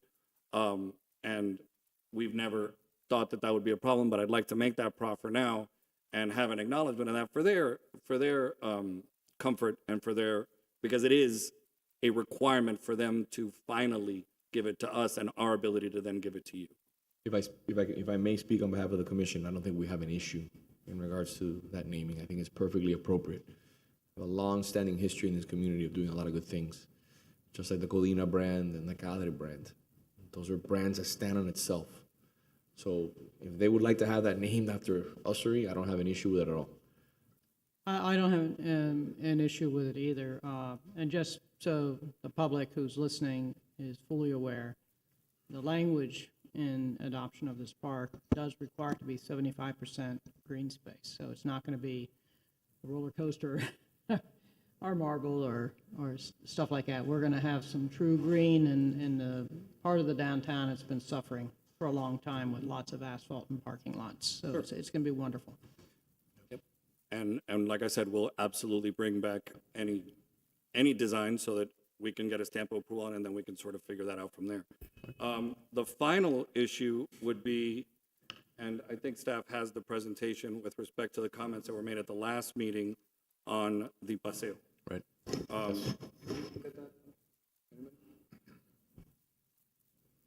Can we bring up the staff presentation? Do you have a separate presentation? Again, Oh, okay. Your presentation. So is there a presentation? Yeah. Yeah, I your mean, if you wanna presentation. finish, I'm happy to. No, go through your presentation. That's That's not- ours. Can we bring up the other? While they're pulling up the presentations, I would just like to Yeah, that's it. clarify that the naming of the park should come back as a separate resolution Yeah, once of they have an course. exact Yeah, name. of course. And That's would be perfectly subject fine. to your approval, of course. Yeah, I just would like to get that moving forward so we can start crossing things off. Yeah, and we'll dot those i's, absolutely. It's just the Usry family asked for some level of comfort on this, and if we're proffering the park, I at least want the family to know that the final condition to us acquiring it in full, you are aware of, you're comfortable with, and we can go from there, and now they can choose that name. So, as you recall, this is the site plan that was presented in the packet that we saw previously. After the comments were made about, and we've clouded the areas because, of course, once you start changing one thing, a couple other minor things do start changing. And we've clouded those three areas, excuse me, along the south and Almeria, both to the west side and the east side, and then obviously the full Paseo. What we came up with was this. We were able to improve, starting on the northeast corner, we were able to improve the turning while it worked before because Public Works does an exhaustive review, as does Fire. We feel that this is an easier turn for the types of vehicles that will be going through there, namely fire, waste management, et cetera. As you go to the south, we've moved those rooms also, the maintenance room, the fire pumps, and then what we've done is, in order to further activate Almeria, the bike storage that you see there in the bottom southeast corner, we closed that off, and then where it was, now to the west, where it says retail, we've added a small 650 square foot retail space. While we're not limiting the uses that are there, the use that we see is something along the lines of a spa, like a nail salon, a hairdresser, a barber shop, something that also is what I like to call retail is one of the things that you still can't do on the internet. You know, cut your hair, paint your nails, whatever it may be. The other change, and this was more of a practical matter in speaking with restaurant operators, before we had, as you can see, a private dining room. That was a little aspirational. Once we talked to operators, they said, that's impossible to serve. Please don't make my restaurant two different buildings that I've got to start crossing over one or the other. It makes it way too difficult. So we brought it, no increase, we just brought it over and connected it to the main space. On the north side, we were able to move the dog park, which we're calling, it's kind of like an indoor run, and a dog spa for the building along that service corridor as well, also further amenitizing the building. They were much further away before because of the space plan. But those are the minor changes that we've come to you with. This is our final site plan. It is my understanding, I'm sure staff will discuss this through Public Works, this project does not increase the net trips of this property by more than 50 trips. So we would not have required a traffic study. However, because we are proposing, and this has been said by several people over the months that we've been working on this, we're proposing a lane closure to create street parking and street trees. Right now, Salcedo at that moment is 2 lanes going north. It is the first such block where that condition begins. On the block immediately to the south, there is a loading zone, there are parking spaces, and it's only 1 lane. Public Works asked for a traffic study for that. The data has been collected. I think they'll have that by the end of June, so we're happy with a conditional site plan approval from the sidewalk in, And if traffic warrants that we can do the beautification of Salcedo along that line and create more parking, then we'd propose that as well, and that could be left up to staff through the manager. Okay. But this is what we're happy to answer any questions on. This is our proposal, and there's the site plan we're seeking approval for today. It's interesting because in that addressing the issue of additional street parking, we were talking about the north area in a public meeting last week, and they wanted more street parking. Now here they want to keep the lane and have no street I parking. haven't even asked you for credit. So here you're talking about creating parking It only along costs. with creating parking along with shaded trees. It's interesting how different areas want different things. Along every side, and look, along Valencia and along Almeria, we might be net loss there, but we are creating the ones along Salcedo. All I ask is simple. Again, I know maybe the trees, make them as shaded as possible. Less palm trees. And more that is absolutely the plan. There's a few palms in the plan, but it is. I mean, if you look at what we did at the Sophia and at our corporate office, we take that seriously, and those trees will mature beautifully over the years. By the way, I think where you said it's 2 lanes to turn it into one, it may have been one some years ago, and they switched it to 2. So you may want to look at the history, so you may be, Well, and quite frankly, it might as well be one now, because Mercedes is always has a truck there. It's true. So it's actually good to get them off this site, which goes further to why you heard last time we were here on how this reuse of these different, it will see a marked improvement in the neighborhood. No, I think it will, because there was always trucks staged there and unloading and blocking the traffic. And there was a perception that there was more space than there really was when the trucks weren't there. And I think the traffic study will be telling, because it's not like there's a right-hand turn that you can take from Salcedo to Valencia. If there was, then a right-hand turn lane might have been appropriate. Right. But I think that the change with the Paseo being taken out because it wasn't very useful, and it didn't really add to the usability for pedestrians, which is really what we're trying to accomplish with some of these paseos, wasn't there, and I applaud you on the additional changes that you've made. Thank you. And I think the alleyway is a lot safer now. I mean, it seemed, at least on the plan, to be pretty tight before, and I think now it's a lot more ample, and you don't have pedestrians crossing in the middle of it, more importantly, so. No, thank you for the comment. It was well taken, and like anything, you start tinkering in one, and then it sort of cascaded, and there was already that comment on the private dining room, which makes sense. It's easy to sort of leave people in there and have them be forgotten. It looks pretty, and it's a nice idea, but at the end, restaurateurs, which we know, when we talk to them, they're like, please don't do it. So, all right, perfect. So, and we'll obviously reserve any time necessary, but thank you very look much. forward to staff presentation. Ms. Cabrera? Thank you. Could we get the staff presentation, please?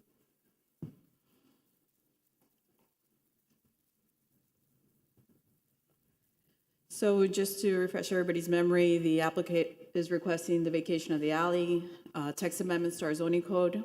It's a pad, some TDRs for additional FAR, and the conditional use for mixed-use site plan. That's the location of the property, the future land use map and the zoning map. The first request on the alley vacation is the gray area that you see there. The second request is a zoning code text amendment. The applicant's request is to remove the building height limitation of the subject site in order to allow the project's proposed building height of 18 stories and 204 feet and 8 inches. The pad, they meet the minimum site requirements size of 1 acre. The minimum lot width is 200 by 100, the landscape open space of 25%, and that it provides a substantial public benefit, which is the park. Request number 4 is the transfer of TDRs, and the receiving site shall be located within the CBD, and it gives them an additional FAR of 25% over the 3.5 that they get with the Met bonus. Request number 5 is a conditional use review for the mixed-use site plan. They meet the requirements. Of course, last time we were here, there was the comment about the paseo and whether it is required or not required. they, at the recommendation of the commission, looked at removing the paseo. It went back to the Board of Architects, and the Board of Architects actually did not like that idea. They actually prefer to have the paseo in place, and I'm sure that Joe will be speaking about that further after I'm done with this. This is the new site plan showing how they did the alley and the removal of the paseo. Some site plan information, we've already been through all this, so I'm just gonna skip right through that. The renderings, elevations from the north, the south, we have all the elevations here. It shows the previous, and the change to the elevation was really minor in removing the paseo. It wasn't significant.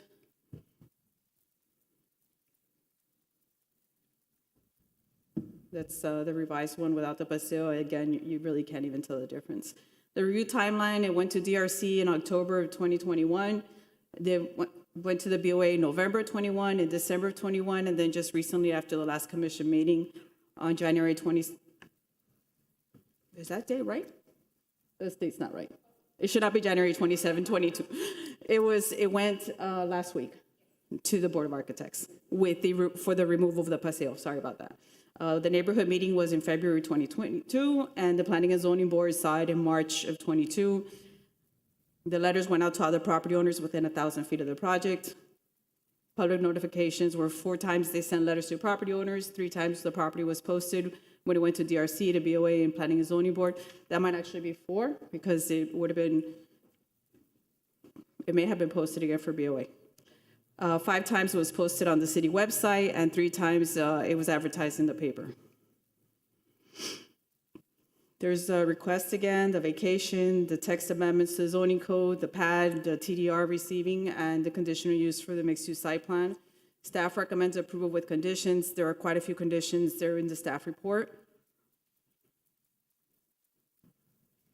And that's the end of it. What happened with the BOA, it's in your memo, is that they actually would prefer to keep the paseo, and they made a recommendation to move the paseo to more to the center of the development, through where the restaurant and open spaces.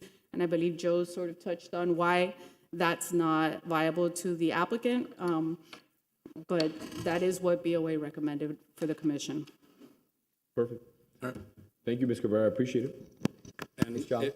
And if I may address some of those issues, because they actually came up on Ms. Cruz's comments earlier on a different project. I don't want them mixed up with this.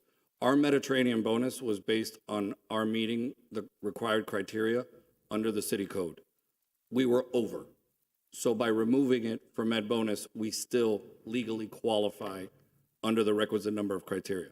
Number 2, in a PAD, and I would ask the city attorney to confirm this, and this was confirmed at the last time we were here, Section 2500 of the city code reads that when the commission finds it necessary and appropriate to have a paseo, one will be required. It was my understanding, obviously, that the last time we were here, you all deemed it neither necessary nor appropriate. And that's what I explained to the board when it was said to me repeatedly, this is a code requirement. It is not. It is a requirement for Med bonus among others. And if you choose not to use that, underground parking is a Med bonus requirement. We don't have that either. But we do have the proper number as found by the board when they gave us Med 1 and Med 2. So I don't want it to be, we're not using this to get it and then now all of a sudden pulling it back, as was mentioned on a different project earlier today. So for the sake of transparency and for the sake of the public knowing what we're doing, we fall well within the code in every design element. And just to confirm, yes, section 2-500 of the zoning code states that where necessary and appropriate to enhance public pedestrian access, that's when the paseo is required. If you all decide to approve this today, without the paseo, we will of course include in all of the items a finding in the whereas clauses by this commission that it's not necessary and appropriate. Right. And with that, our presentation is done. Obviously, Mr. Golina, Mr. Cadre are here to answer any questions you might have for them, as am I. So thank you very much for the time. Thank you. Does the commission have any further questions, or are they satisfied with the responses? I think we've pretty much discussed this project in full detail. I'm ready to move forward. Me too. I need a motion? Same here. So these are public hearing items, so we have to check. Oh, I thought we had already requested that. Thank you. There are no public speakers on the site. I'll make a motion. We're going to need 5 motions. Yes, no problem. Take one at a time. We'll take one at a time, starting with F4. Motion. Second. Commissioner Anderson? Yes. Commissioner Forrest? Yes. Vice Mayor Mena? Yes. Commissioner Menendez? Yes. Mayor Lago? Yes, moving on to F5. Make a motion? Second. Commissioner Forrest? Yes. Vice Mayor Mena? Yes. Commissioner Menendez? Yes. Commissioner Anderson? Yes. Mayor Lago? Yes, moving on to F6. Motion. Second. Vice Mayor Mena? Yes. Commissioner Menendez? Yes. Commissioner Anderson? Yes. Commissioner Forrest? Yes. Mayor Lago? Yes, moving on to F15. Make a motion? Second. Commissioner Menendez? Yes. Commissioner Anderson? Yes. Commissioner Forrest? Yes. Vice Mayor Mena? Yes. Mayor Lago? Yes, moving on to F16. Motion. Second. Commissioner Anderson? Yes. Commissioner Forrest? Yes. Vice Mayor Mena? Yes. Commissioner Menendez? Yes. Mayor Lago? Yes. Thank you very much. Congratulations. We'll see you when you have to come back again. Thank you very much. Have a wonderful day. Thank you. Moving on to G9.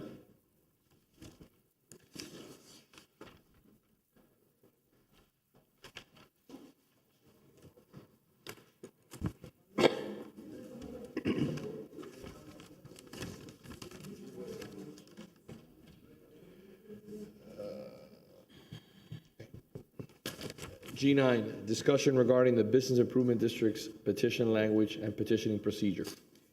I'd like to see if we can have staff come up here and discuss the city attorney can give us a little bit of a rundown.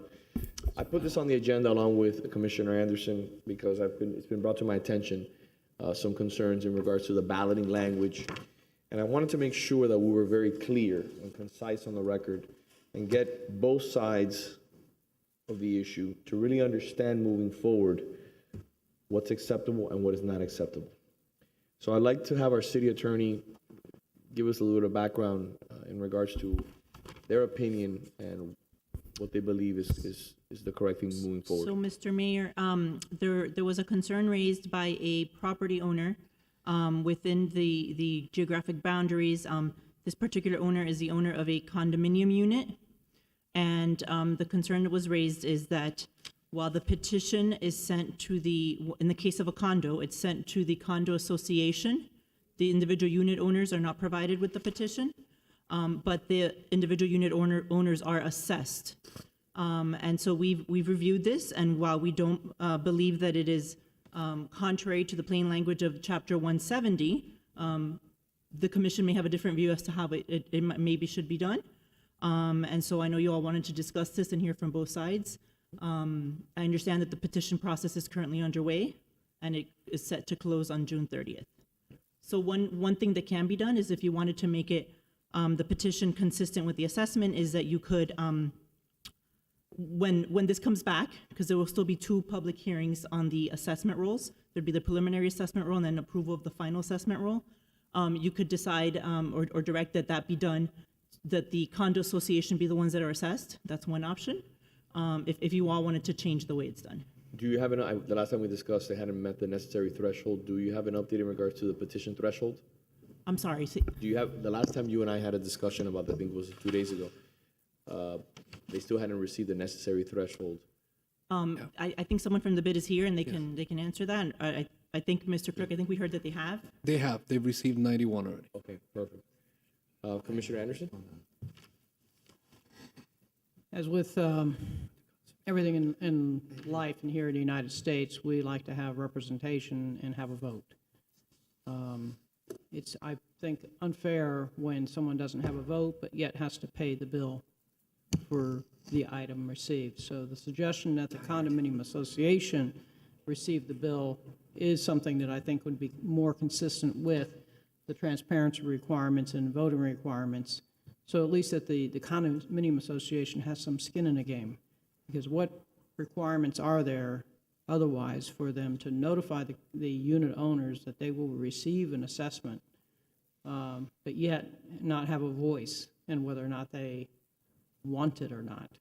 So that's my suggestion, is that the condominium association be the party to be assessed and not the individual unit owners, since it's indeed the condominium association receiving the ballot.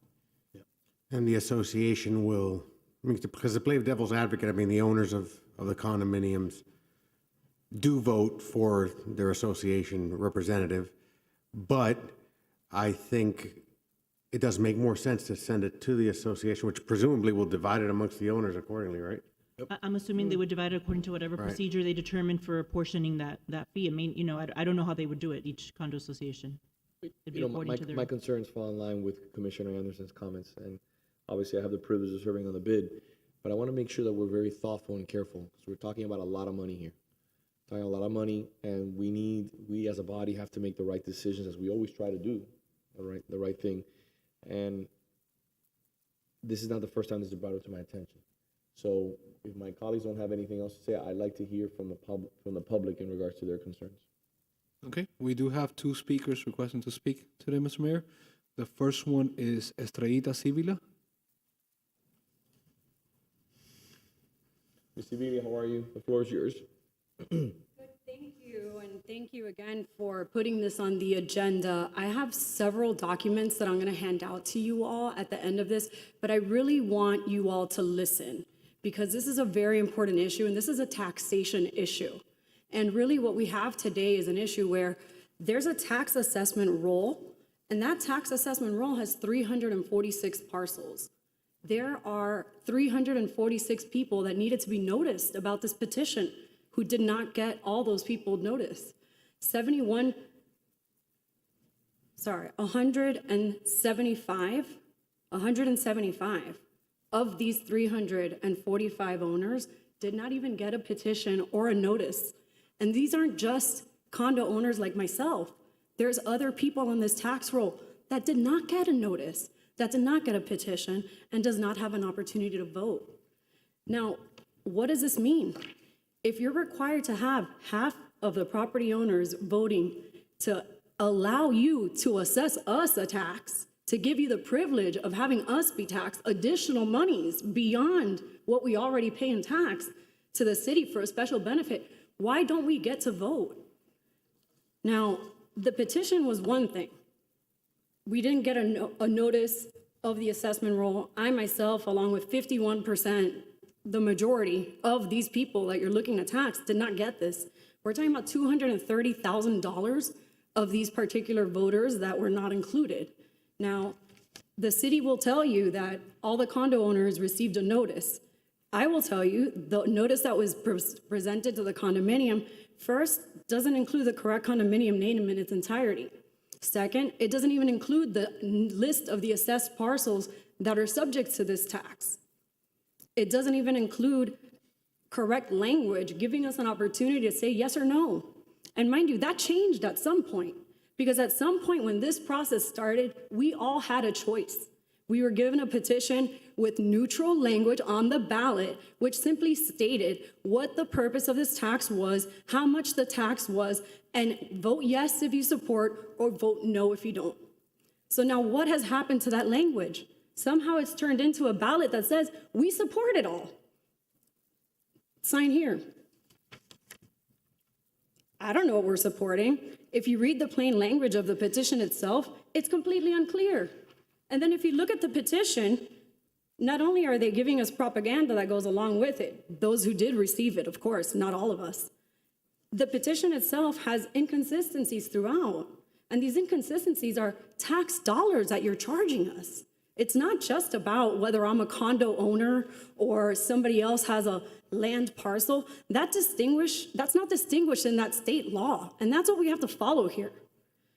More importantly, the ambiguities are so many. And how many? How many mistakes are okay, right? So not all the property owners got it. Maybe a condo is okay, but how about the other property owners that are on the assessed roll that didn't receive it? Are we ignoring them too? Who do we choose to ignore and who gets to participate? Multiple petitions include more than one ownership entity also. So even if I wanted to sign on behalf of these entities, some have two petitions. One says on behalf of an LLC and another one on behalf of an Inc. I cannot even sign that because I wouldn't have the proper authority, even if I wanted to sign that on behalf of these properties that are receiving the petition. Now, at least one of the parcels that was included in this tax assessment roll is specifically depicted as a non-bid parcel in the map. Can we trust that they're getting this right? They're not sending it to the right people. The wrong people are getting it. They're included in the vote. I don't get a vote, but I get a tax. This petition was circulated starting May 6th, but no preliminary assessment roll was even available until last week. We're basically being asked to write a blank check every year for the next 5 years that this would exist. For the next 5 years. The final number that I want to leave you with is $5 million. $5 million is what these property taxes are going to cost us, the people within the bid boundary. 51% of us don't even know it's happening, don't even have a notice to vote, don't even have an opportunity to participate in this petition. Now, what does it actually cost us to circulate the petition to each owner? We're talking $200. Will you tax me $5 million to not spend $200 in getting the petition correctly circulated to everyone that deserves to have a vote? Now, more importantly, I have all this documentation that shows how this was previously done. I'm hoping it was an error that they've made in the past, that property assessed tax owner isn't somehow not equivalent to the 346 parcels that are included on that special tax assessment roll. I don't understand where the disconnect comes, because the city's methodology to calculate how much tax we pay in the condominium has been already regulated so that I pay the same amount as every other affected owner that has a vote. Now, talking numbers, these are hundreds of thousands of square feet of property. We're not talking about me in my little condominium. We're talking about hundreds of thousands of square feet, hundreds of thousands of dollars, and more than 51% of the people that are gonna be taxed got no notice and no chance to vote. And that just does not sit well with me, and it just shouldn't sit well with you all either. It's taxation without representation. We're being asked to write a blank check. We're being told that we can't participate, and that I've been noticed through an entity that is incorrect, was not sufficient to even let me know what parcels are affected, and does not describe what they're actually asking, allegedly my condo association, to do, and on behalf of whom. So where exactly, and how does that notice, how is that sufficient? How is that sufficient to tax me? How is that sufficient for you to know that the majority of the affected property owners are for this tax? Thank you very much. Thank you very much. Next speaker is Mr. Jackson Rip Holmes. Mr. Holmes.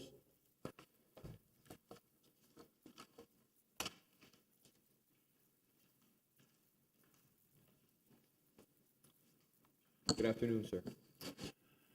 Thank you very much. I'm going to urge you, I do urge you to cancel this election. I don't think this is a true election. I think that the disenfranchisement is really breathtaking. And so I just want to emphasize, I'm urging you to cancel and redo this election. And when it's redone, there are certain things that I think should be changed. Number one, I don't think that the authority as to who runs this election should be delegated to the people whose very jobs depend on which way the election goes. I mean, this is something, I hate to say this, but I'm going to send this probably to the late night comedy shows, how to win an election without really trying. Get a municipality to give you the authority to run your own election. This is just right there is really, really strange, right? Why do they have the authority to run their own election? I think it should be done by the city. Number two, the idea that we have so many tax folios who are not even getting noticed and not getting a right to vote is just really, it's mind-boggling to me. I think we should redo it, and we should notice every single person who is paying a tax. There may be some uncertainties as to how votes are apportioned, but that's not really that hard. You know, if someone has a small parcel versus a large parcel, I mean, we all have gotten past our course in algebra. That can be broken up, apportioned appropriately. I don't think that, what else should be changed? There is no yes or no option on this. In my own family, I had to explain to people in my family who do not participate in city government that you can vote no by not voting. I mean, it's really, isn't it just, I mean, again, we get to this thing, how do you win an election without really trying? For Saturday Night Live, you have a ballot that gives you only one option. Thank you very much. Well, let me finish, please. I've got a lot more to say. Please. I mean, look, this taxation carries with it substantial legal penalties. If someone doesn't pay, they can have their property taken away from them. And I think it needs to be changed. I mean, I have pretty much stayed away from the city commission because of personal issues that I'm dealing with, but I really can't imagine that any of you want to be taxed without having even being noticed. The idea that that serving a condo association is the equivalent of serving the individuals, I know from personal experience. I'm the one who informed Ms. Cibula that this vote was going on. She didn't get notice from her condo association. She was shocked. She said, "Are you kidding me?" I'm the one. She didn't get notice from her condo association, all right? So that's not a safe or proper way to give notice. I think going on further, when this ballot goes out, they say in there, you have the option of voting yes. If you have any questions, call us. The idea that the people at the bid can be counted upon to give people honest answers is belied by the fact that we have the former bid director, Marina Foglia, who told us that as she was working there, she was asked by the people at Terra Nova to, wait a second please, to go up to 8 stories and to say that the whole bid supported the Terra Nova project going up on 8 stories on Miracle Mile. She said, I can't do that. The Terra Nova is about 15% of the ownership, and 85% of the ownership are the rest of the people, and most of them don't want it. I can't lie and tell the Coral Gables City Commission that the bid supports this 8-story building when it's not true. They said, okay, good, you're fired. So these are not people that you can say, oh, don't worry, they're going to tell everyone the truth. I mean, honestly, I don't think the city should be associated with this kind of election. I ask that you cancel it. Thank you, sir. I appreciate it. Have a wonderful day. Thank you. Mr. Clerk? That's it, Mr. Mayor. Would the bid like to say anything on the record? Please, will you sign? You can sign it after, but please, come on up. Mr. Mayor, Commissioners, City Attorney, City Manager, and staff, thank you very much for the opportunity. As you know, the bid is celebrating 25 years of championing the downtown and its businesses. And it's also the year, in fact, that we turn to our members for support to extend the existence of the bid for another 5 years. The bid is proud. We're very proud of what we have done with our stakeholders since 1997. We don't do this by ourselves. We do it with our stakeholders because we do it for them. We create a favorable environment that increases commercial and cultural activity within our district. Very importantly, the bid also encourages a spirit of cooperation among our constituents, and we welcome conversations such as the one we're having today that allow us to maintain a high standard of operation in our work with the city and with our cultural and business partners. Because it's together that we energize the city of Coral Gables and the downtown, and together we bring value to our residents, our businesses, and to the property owners. I'm happy to work with the city in any kind of path you suggest that we take forward. As we all know, we have, since 1997, followed very careful management of our process of election and our process of taxation. And we have, when we have changed those processes, in fact, as we know, we were a yes-no vote for 97, 2002, and 2007, and then we chose to change it to a one-step system instead of a two-step system. So some of you might recall the two-step system was the first mailing had to go out to Miami-Dade County, and we had to get confirmation from all of our property owners and their IDs, and once that came back to us, then we went out with the ballot. It was decided back then for the 2012 election that we would have a one-step situation, because with a signed document and one that is notarized, we were getting the two-step and one-step. And that was something we all agreed, the city and the bid and the state. And as you know, along the way, we've had confirmation from our state attorney general for when we shifted our taxation and our voting. So we feel confident that it was done the right way. I'm here to say that there's always a chance that there's change in our environment in the downtown, there's change in our membership, and there's change in how we are developing our businesses and developing our streets and our landscape. And I would like to right now say that we're happy, the bid is happy to work with the city in whatever direction you'd like us to take. Thank you. Thank you very much. So, Madam City Attorney, I'd like to understand, Ms. Sevilla brought up a few points that I'm a little bit concerned about. Being elected by the people, we give everyone the ability to cast their vote. And that is done in an election, which is fair and impartial. And as long as you're a registered citizen in this country, you can vote for this. I mean, it's simple. As long as you live in the city of Coral Gables, you're a resident, you can vote for the elections.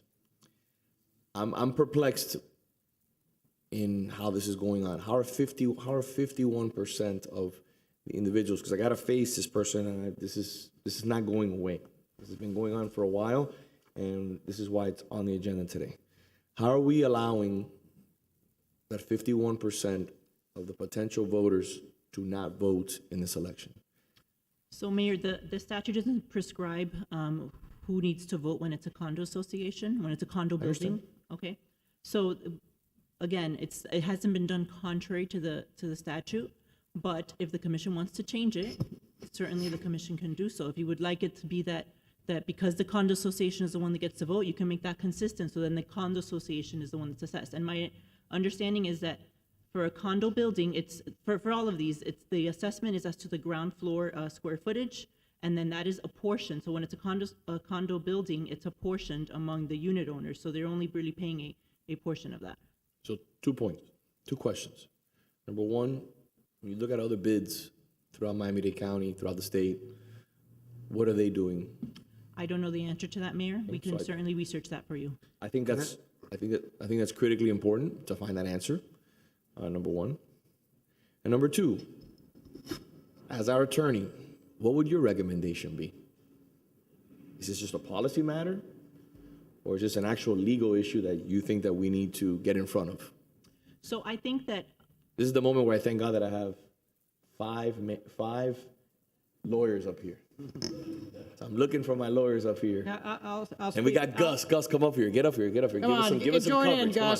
We need a sixth lawyer up here. well, we have Ms. Levy Garcia as well too. Oh, I didn't see her. Group photo. Naomi's here too. Naomi can provide a little guidance. No, but we're dealing here with the city. Let me get back to you now. So, Madam City Attorney, since we don't have an answer for the first question, which is okay, it's fine. So, Mr. Mayor, I think you could allow the current petition process to conclude if that's what the will of the commission, and you could either today decide to give direction that you want the assessments to be directed to the condo associations to make it consistent with the petitions that went out. You could also decide to at the next July meeting You could decide to go a different way. You could wait till the July meeting, see what the final numbers are after June 30th, and make a decision then as to what you want to happen. In any event, this will come back. This has to be scheduled at least 2 times to come back for public hearing, for setting the preliminary and final assessment roles. But I'm a believer in doing things once and let's do it right. This has been brought to our attention. I have a concern that 51% of the individuals are being excluded from voicing their opinion, that they're paying taxes. What do you think, Commissioner Force? I have a question, because one thing I was really picking up what you were putting down in terms of each parcel having an opportunity to vote. But then the city attorney just said that the assessment that you're getting is based solely on the square footage of your ground floor, which is your common elements, right? So you're not being taxed based on the square footage in your unit, just of your that specific area of your common elements. So my question to you is, isn't all the decisions and all the control of your common elements, if it's really the case that you're only being taxed as against that ground floor common element, isn't all control and decision-making basis with those common elements, including assessments against it, something that gets taken care of by the democratic process within your association and voting out board of directors? Because I could totally understand if the special assessment were against the entire square footage of the entire building, including your unit. But don't you think it makes a difference that it's just that area of the common elements? And that the person literally in charge of that is no one unit owner, but the association, and that they're checked by the unit owners voting them in and out? So I guess ultimately the question is, who deserves to know that this is going on? And whether the condo association has the duty and obligation to put forward this message on your behalf. Chapter 170 says nothing in this statute will allow the city to not provide actual notice to the affected property owners. And we're the ones that are getting the tax bill. The disconnect is that you won't be able to file and foreclose on the association, which is really what this tax is all about and what the power that it gives you for us to be able to be taxed. Otherwise, you don't have a person to be able to foreclose upon. You wouldn't be able to foreclose upon the common elements of my building. I think you can. I would say you can. And is that what the city wants to do? They want to foreclose on entire The city buildings doesn't want if to. one of the owners chooses not to participate in the bill? No, but would you not admit that this tax is not against the square footage that you own solely in your unit? Oh, no, I agree that it's in proportionate share to the lot area of the parcel. Now, there's multiple other owners, let's say the Colony, that owns an entire city block. So they own 130-something thousand square feet, and they're paying more than, let's say, Mr. Holmes' parcel that's only 2,500 square feet. I have people in my condominium that own more than 2,500 square feet once you go back and do the regression to come up with our proportionate share. So to say that one parcel that might be 800 square feet should have less of a vote after we've recondensed down to our proportionate share is unfair. Some of these condominiums have 70,000 square feet that they're paying for. Some have less, but it's not, the issue is the fairness, the notice, and the taxation. And whether or not the notice exists to the proper party, whether the proper party is the one that's paying the tax, and whether that's the party that would lose their interest and their property rights should a failure occur. You know, I'm troubled by the voting process that was done here, because every resident has a right to vote for who the leaders are, and we determine the tax, and everybody then receives the tax, but everybody has a voice. And this appears to be fundamentally flawed.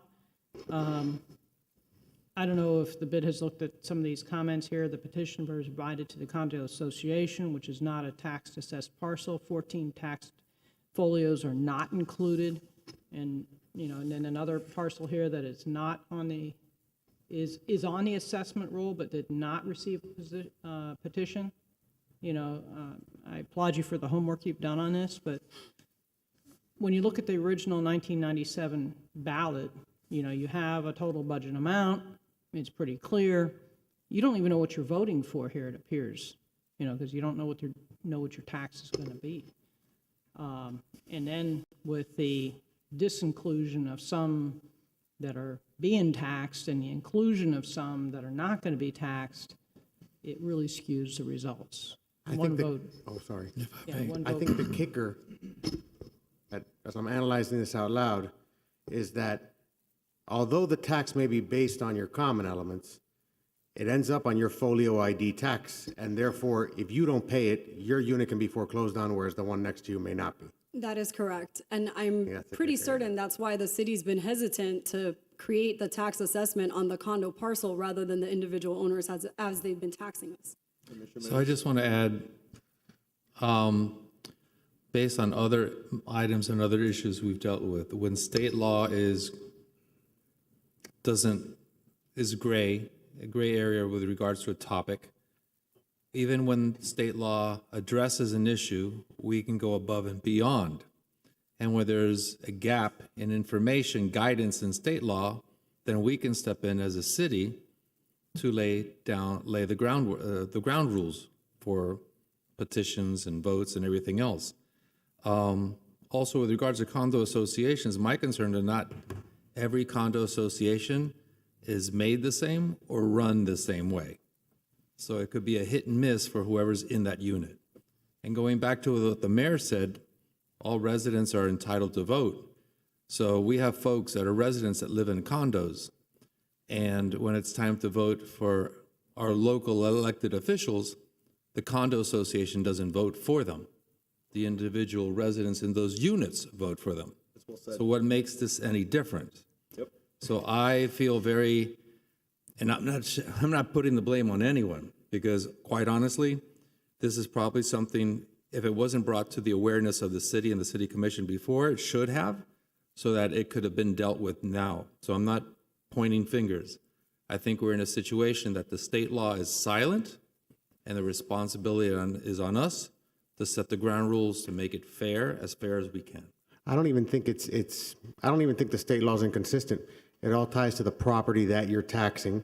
And I think that a notice to the association only would be appropriate if the tax was being levied against the common elements only and not in each individual unit. In this case, because each individual unit is being assessed and subject to foreclosure for non-payment, then I think you have to notice every single parcel. So listen, I agree with you. So to move on to this, move the issue forward. If the commission doesn't have anything else in regards to this matter, what is the will of the commission? What would you like to do? Me personally, I've been very clear. I'll scrap the whole thing and start again. I think we need to start again. It's fundamentally flawed. And You I can't think rely upon it. I think it's a reset, and I think we need to have someone, with the help of the administration and the bid, and to come back with a proposal on the best way forward. That's fair, covering all the issues that's been discussed here. Instead of having us and I'll make a motion on that end. I was going to say, Commissioner, is that a motion? That's a motion. Would you like to say something? Yes. The last time we had a tax consultant, that was in 2006, 2007, when condominiums, in fact yours, were just coming into existence. So we had hired someone through a task force that we had here in the city that worked very closely with the city and with the state.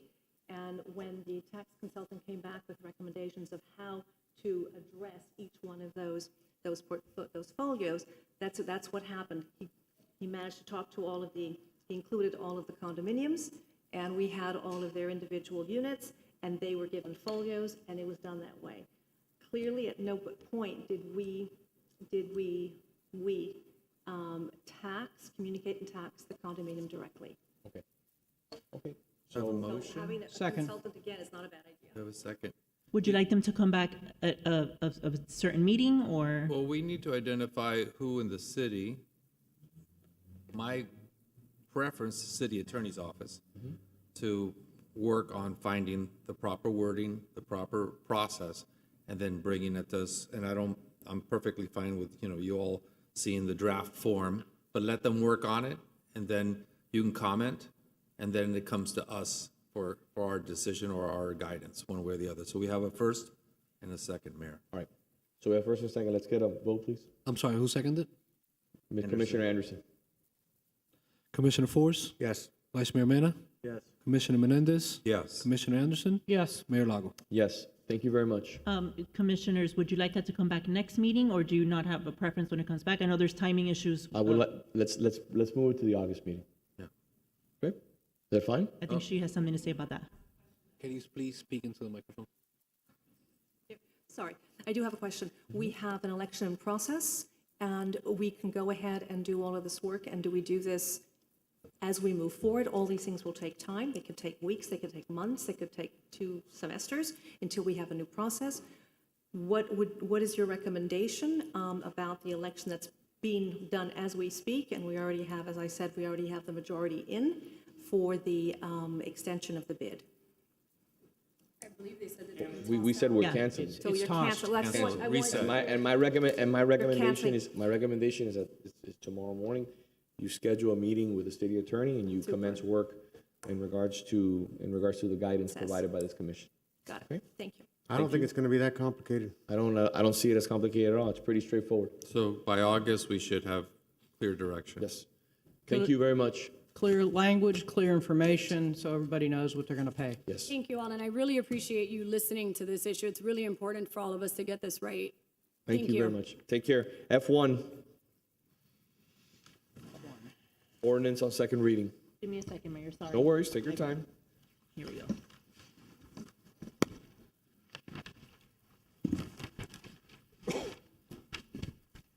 F1 is an ordinance of the City Commission amending Chapter 105, Buildings and Building Regulations, Article 2, Building Standards, Division 1, generally of the City Code to create Section 105-32, additional rules and regulations for construction sites, providing for severability, repealer, codification, and effective date. There have been no changes since first reading, but Assistant City Attorney Gus Ceballos is available if there are any questions, and this is a public hearing item. I'll entertain a motion. I'll move it. Are there any speakers, Mr. Clerk? No, ma'am. I'll second. Vice Mayor Mena? Yes. Commissioner Menendez? Yes. Commissioner Anderson? Yes. Commissioner Force? Yes. Mayor Lago? Yes. Moving on to F2. F2 is an ordinance amending Chapter 62, Streets, Sidewalks, and Other Public Places, Article 4, Maintenance of Sidewalks and Swale Areas, Section 62-151, Alley, Swale Areas, and Rights-of-Way to be kept clean and mowed of the Code of Ordinances, to revise the maintenance responsibility of property owners, providing for severability clause, repealer provision, codification, and providing for an effective date. There have been no changes since first reading. Assistant City Attorney Naomi Levy Garcia is available if there are any questions, and this is a public hearing item. Ms. Garcia, what is the deadline? June 30th.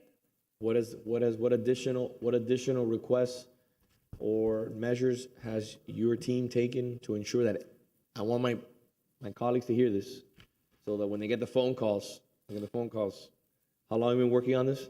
Months. We've 6 been working on months. it for months. We took additional precautions with the ACM, with your team, with the city manager this week. We sent more notifications, we sent emails, we sent letters. Everyone is aware. Buildings need to clean their sidewalks. If their sidewalks are not clean and they get hit with a fine, Mayor, can't do anything about it. we send letters to the bid, send letters to the chamber, put it on any news and social media. And to individual property owners too, Okay, through economic development. did we also send notices to the property teams, the associations? For example, the gentleman behind us who lives in a building on Billmore Way, has his association been notified? I'll have to defer to economic development. They did the mailings, but I believe that notification went to anybody and everybody. And the HOAs that we had. Okay, HOAs, perfect. Thank you, Thank you. Naomi. Thank you for your hard work. Thank you to the ACM, to the CM, and to everyone that worked on this. Economic development, thank you. I'll entertain a motion. Move it. Second. Mr. Clerk, can you confirm that there are no speakers? There are no speakers, ma'am. Thank you. Commissioner Menendez? Yes. Commissioner Anderson? Yes. Commissioner Force? Yes. Vice Mayor Mena? Yes. Mayor Lago? Yes, F3. F3 is an ordinance of the City Commission amending Section 2-79 of Chapter 2, Article 3 of the City Code titled Order of Business to clarify definitions of support information, adopt an order of presentation for quasi-judicial hearings, and clarify procedures for submission of evidence in quasi-judicial hearings, providing for repealer, severability clause, codification, and providing for an effective date. There have been no changes since first reading, but Assistant City Attorney Ceballos is available if there are questions, and this is a public hearing item. Thank you. Mr. Clerk, do we have any comments? No, sir. I'll entertain a motion. If not, if there's no comments. Make a motion. Second. Mr. Clerk? Commissioner Anderson? Yes. Commissioner Force? Yes. Vice Mayor Mena? Yes. Commissioner Menendez? Yes. Mayor Lago? Yes, moving on to F7, ordinances on first reading. F7 is an ordinance amending the City of Coral Gables zoning code, Article 8, Historic Preservation, and Article 14, Process, to address inconsistencies in the zoning code and revise the historic designation process, providing for severability, codification, and an effective date. This is a public hearing item. Mr. Ceballos? Good afternoon, Mr. Mayor, Vice Mayor, Commissioners, Assistant City Attorney Gus Ceballos. So this item has a few changes. I will give you a quick overview. If you have any questions, feel free to stop me, and I'll provide further details. So among some of the changes is the determination of eligibility will be pushed back and will be given a timeline of 45 days. The eligibility will include criteria where before the eligibility didn't necessarily describe the criteria required. And additionally, the final hearing will be within 90 days of that eligibility determination. There's also modifications to proposals for designations. There's more requirement, more information. So basically, this will prevent a current issue we have where an applicant will submit a letter basically says, I want to designate the vice mayor's house because it's old. And there's no further information, no actual legwork has been done. This shifts the burden back onto the applicant to basically put some legwork so that it's not all falling on the Historic Preservation Department. Additionally, a bit of a due process issues. Before, there was no requirement that a property owner be given X amount of time before a hearing is taking place where your property may be designated, you're not given enough time to review the report. Yep. That is now being added into the code so that you will receive these reports 14 days before any hearings in order to assure that you have sufficient time to review the report and prepare your response if you want to contest the designation or whatever item is going before historic preservation. There is one section where you're simply making a correction in regards to historical determination letters. Right now, the code in one section reads that it is 6 months, and another section reads 18 months. It's always been 18 months, so we're basically just cleaning that language up to make it 18 months. And that's the vast majority of the changes. If you have any other questions, I'll be glad to ask. Great work. Thank you. Yep. Mr. Clerk, do you have any comments? No, sir. Perfect. I'll entertain a motion. Motion. Second. Mr. Clerk? Vice Mayor Mena? Yes. Commissioner Menendez? Yes. Commissioner Anderson? Yes. Mayor Lago? Yes. F8, F8 is an ordinance providing for a text amendment to the Coral Gables Official Zoning Code by amending Article 10, Parking and Access, Section 10-110, amount of required parking to modify requirements for electric vehicle charging, providing for severability clause repealer, codification, and providing for an effective date. This is a public hearing item. Mr. Ceballos? So we've discussed EV multiple times. I think everybody on this dais is an expert at EV at this point. But I will give a quick recap of what are the proposed changes. So the first change is the threshold. Originally is 20 parking spaces. We are lowering that threshold, so any development with 10 required off-street parking spaces, all of these regulations will kick in. The three subsections, the EV charger, EV ready, and EV capable are being modified in this manner. So EV charger is going to be taken from 2% to 5%. EV ready is taking from 3% up to 15%, and EV capable is being modified from 15% to 20%. Additionally, we're going to be requiring that the entire building structure, all parking spaces, have sleeving and structural penetrations to allow for any future expansion or installation of these EV chargers to make it much more easy. That's the vast majority of those costs is the retrofit, so this would avoid that issue in the future. If any of you have any questions about any one of those subcategories and you'd like for me to explain it further, please let me know and I'll be glad to do so. perfect. No questions. Any comments? No, This continues to put us at a leadership level when it comes to EV charging and EV infrastructure. So happy to see it. Perfect. It's like Commissioner Anderson? it's come full circle, and we've been pushing for this for how long now, since you started? Well, we had the ordinance in 2018 that we originally implemented, and now we're increasing those ordinances to meet the future demand. All right, if any, Commissioner, when I proffered that ordinance in 2018, we were much higher. Yeah. We were at these numbers. And we thought it would be a burden, and I got a little pushback. Staff said, you know what, let's just get started with this, and then we'll see how we can raise it up. But now, obviously, it's a no-brainer. Everywhere you go, there's electric vehicles.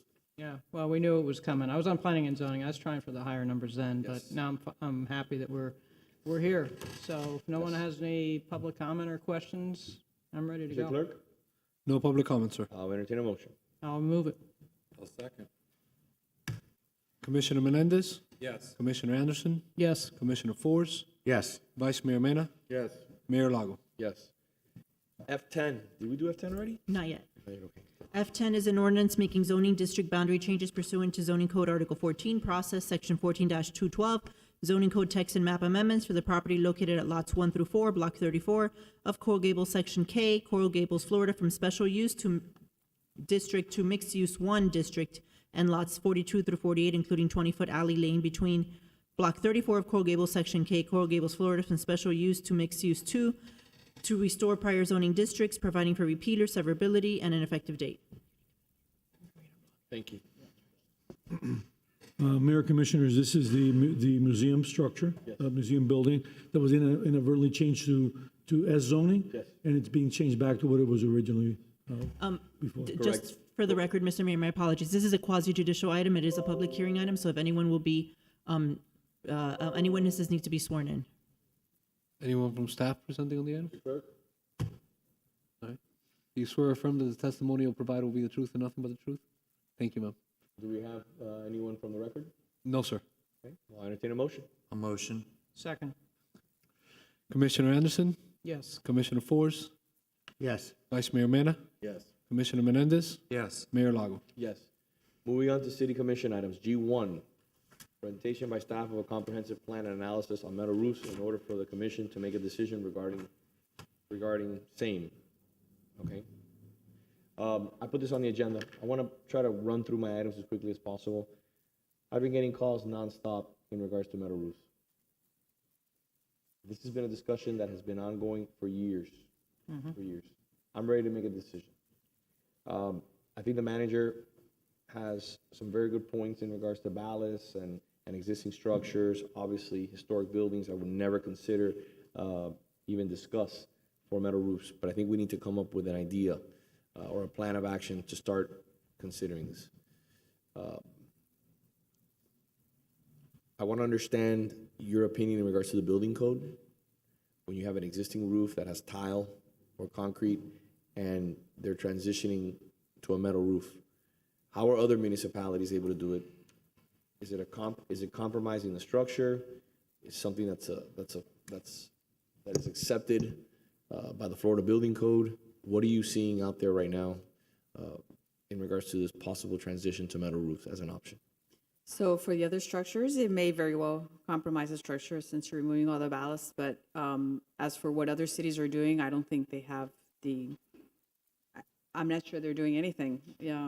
And a lot of homeowners probably don't know. But under the building code, there's nothing we could do in a re-roof that we would require that they show us proof that the strapping down of the trusses and that the design, not just the trusses, but in conventional framing, and that the anchoring is able to take the reversal in the from the wind loading. So I think we consider it here because we have, Peter, the city manager, who is highly, highly technical and, understands that this is an issue. But for the older structures, yes, it may very well be an issue. Actually, the opposite happened with May. I re-roofed and I added strapping on my 1951 home on every single truss coming across, and I had to sign a document acknowledging that I was not required to do that. So. Yeah, the code doesn't require that you upgrade the structure supporting the roof, the tile system. But if I want to put on a copper roof, I get no notice to alert me to the fact that probably should add the strapping. Yeah, No, we would have noticed you. We would have told you so, told you the problem, and then you make the decision. There is no building code requirement, as the building official said, for this. It's really up to the individual owner whether they wish to do or not. But it does, especially on the older structures, it does make a difference. But that's where I have the conundrum. When you're talking about the code allows you right now to install a copper roof. Yes, incredibly costly, probably 4 or 5 times more costly than a standard metal roof, but you can do it. And if there is supposedly a risk, you're putting yourself at risk, but it is permissible and we would allow it as a city. So that's why I'm getting to the point where we need to take some sort of action here, because I just in good faith, I just can't say no to somebody when, again, I think that there's an opportunity. There's an opportunity. But Mayor, What is the will, what is the will, is there an appetite in this commission to consider metal roofs throughout the city? Is there not an appetite? I kind of need to understand what is the will of this commission. Well, I mean, we have historic districts, and I think that, Obviously, yeah. you know, and that's not part of where I'd be willing to go, but I do think we need to inform residents so they can make an informed decision that if you take the ballast off, you know, this is what you lose, and they can make an informed decision just like you can ride a motorcycle without a helmet on. It cost me $3,000 to add the strapping. It was a negligible cost. I saved it on the insurance and then some on my home. So people can make informed decisions, but if you don't know the issue, because you got the background and experience, you know this, but if they're an artist, you know, or a lawyer even, they're not going to know it. But they can make an informed decision if we let them know about it. But I don't see how we can allow copper roofs but not allow anything else. let me just say that copper roofs, I don't recall last time somebody tried to do one because they're so expensive. And I think that if somebody tried to do a copper roof, we would advise them of the problems and then they can make that decision. So if that's what the commission wishes to do, we can certainly advise the property owner saying this is what you're doing, and if they proceed, but as long as they're advised, I guess, and they can make that decision. But I don't recall last time we went from tile to copper. The copper roofs that we have in Coco Plum and areas like that were designed originally for that copper roof. And so a lot of the things that the ballast effect was not used on those roofs, if I recall correctly. There are people coming in, and I know of one in particular, because she came to me before I was elected, and she did put the copper roof on. So no, it's not designed for it. It's highly unusual to go with copper because of the cost is so high. Right. So does anyone else in the commission have any interest in taking this up? Or would you like for me to prepare some sort of legislation and bring it before the commission? I personally, we all know there are a lot of folks in the community that are very interested in having metal roofs on their homes for good reason. And it's not now, it's been for years. And if we can find a way forward that takes into consideration the historic districts and also the safety concerns, I think it's something we definitely should look at because there is interest in the community. So, Mayor, I know you've been leading the charge and you're very passionate about this, as is a lot of other people as well. So if you want to come back with a concept that we can discuss and hopefully get our arms around, I support that completely. Okay. I agree. Let me, Mr. Clerk, do we have any comments? Yes, sir, we do. Okay. Ms. Maria Cruz? Ms. Cruz, is it the last person we have? Yes, sir. Please close the public comment. Yes. Do not worry. I'm not going to put a metal roof on my house, but I say the same way as people have to go before the Board of Architects if they want to change their roof, they should do that, and they would have to prove that they have everything in place to do it and let them decide. They're not going to approve it unless they're ready to be approved. So let the people choose what they want. What's the issue? To me, it's very clear. If I wanted a metal roof on my house, I would find out what do I need to do in order to have a metal roof. And if I complete that, then approve it. If I don't do what I have to do, then you won't approve it. It's simple. Yeah. Let the people choose. Yeah, I think that's two different things. One is the policy decision. That's what we need to make, one way or another. I just want to know this appetite. Right. For me to But start if we make looking- that policy decision, then it's whether it can be done. Of course, it can be done. It happens everywhere else. Yeah. Well, I have an appetite. Okay. Perfect. So then what I'll do with the commission's will, full stop. I'll have, I ask my colleagues to please engage with staff. We'll address this through the manager, and hopefully we can prepare something for August to bring before the commission. The Board of Architects can approve it aesthetically, The technical matter is a non-issue because the code doesn't require it, so that's where we're at. We'll discuss that and we'll bring it before, we'll sit down with Ms. Cabrera, the manager, and we'll have a conversation to see what we can put together and, considering aesthetics, structural implications, the code, and, again, historic preservation, historic districts. It's not as easy as people think it is. We have to navigate a few issues. Okay? So do you want us to come back with something that's, because I think we've discussed before, having a divider line, that anything Yes. south, I have an issue, and I'm gonna be upfront here, I have an issue with that, with south and north. Yeah, I don't like that either. I don't like that idea. Something comprehensive. Yeah, because I feel that we're drawing the line. It was good for the goose, is good for the gander. That's it. And quite honestly, we're not going to get very far if we just go piece by piece. This has been bouncing around for years and years and years, and I think this commission has the will to take it on.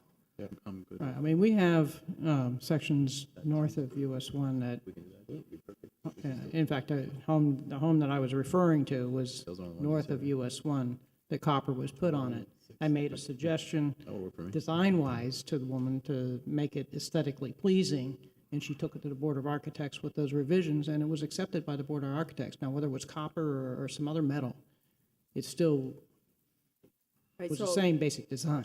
It would still go to the Board of Architects? Of course. If the city architect isn't comfortable that if it's a style, it would go to the Board of Architects as any roofing job would. And I believe that the city planner had recommended that we definitely not allow it in the historic districts, not just historic homes. I wholeheartedly agree, and it should go through the process, structural review, aesthetic, everything needs to be reviewed for its approval. Okay, so moving forward, before we go any further, can we address the issue of July 12th of the commission meeting? Did everybody take a chance? Mr. Mayor, before you do that, July 13th, we also have the budget workshop as well. Yeah, but we can continue with the budget workshop, and I can attend that over the phone. We're adopting a resolution on that meeting. Okay, so what would you like to do? So you would He's be saying to taking- reschedule so that you too. would- So for the workshop, you'd be taking action, so you wouldn't be able to participate via Zoom. Okay, so we can move it. You could probably move both if Yes, that's. we would need to move both. So does July 26th and 27th work? So I have a question, and it's regarding that. So I asked earlier, commission meetings, if we move it, doesn't have to fall on a Tuesday, so we know that, right? Correct. Does not have to fall on a Preferable, Tuesday, so we can pick any day of the week. So second, I know one time I stepped away and Vice Mayor Mendez stepped away. If one of us is out of town, how much can we participate if the commission as a whole approves our participation? So it needs to be an extraordinary if there's a quorum in the room, you can participate via Zoom or telephone or some other means. If there's a quorum in the room and you have an extraordinary circumstance, Like and the commission makes a finding of that. Like you're in another city.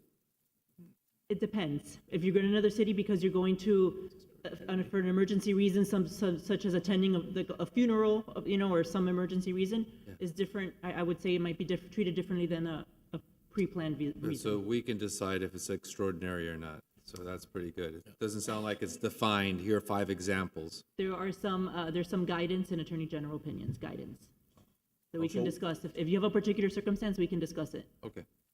I know, I appreciate everybody's flexibility. I'm sorry about this. I think it's the first time I've ever done this, but is there a day that works?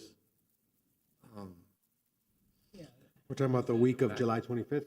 July 26th, 27th? I could do the 26th to keep it on a Good. Tuesday. Just How do you, I just want to, I want to make, yeah. I apologize. If that works. Earlier. That's fine with me. What's the earliest you're available? I'm available the 20th, 21st, 22nd.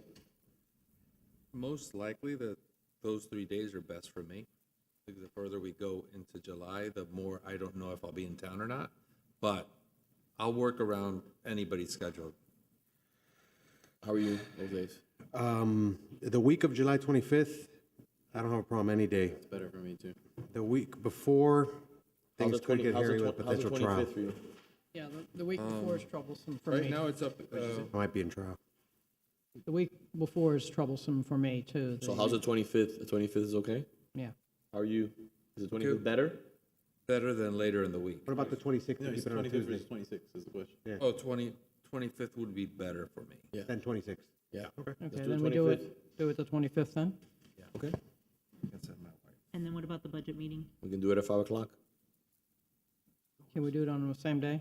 Yeah, I mean, that's trying to make sure, open up the week for. Excuse me, I have the budget director coming. I just want to make sure there's no conflicts with that date, with any date, and he's coming right up. By the way, with regards to the August meeting, there's certain things that we do that are obviously valuable to the community, but sometimes could be pushed back to another meeting.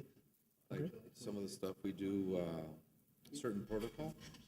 If we could move those, that way we can make sure we have time. without the resolution. Perfect.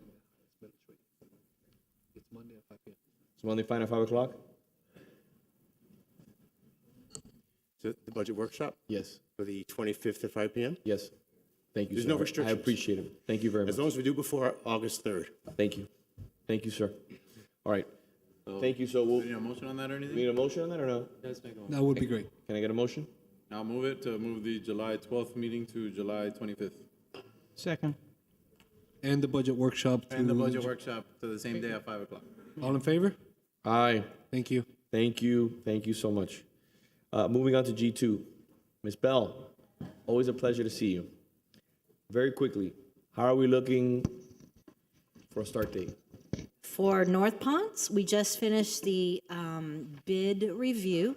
Okay. I hope that we award the bid this week Okay. and we award the contract and get started on scheduling the work. How about for all the shrubbery throughout Ponce that we're going to be working on? I have a presentation, Mr. City Clerk, for G2. If you want to pull up the plans, Okay. I can show a visual.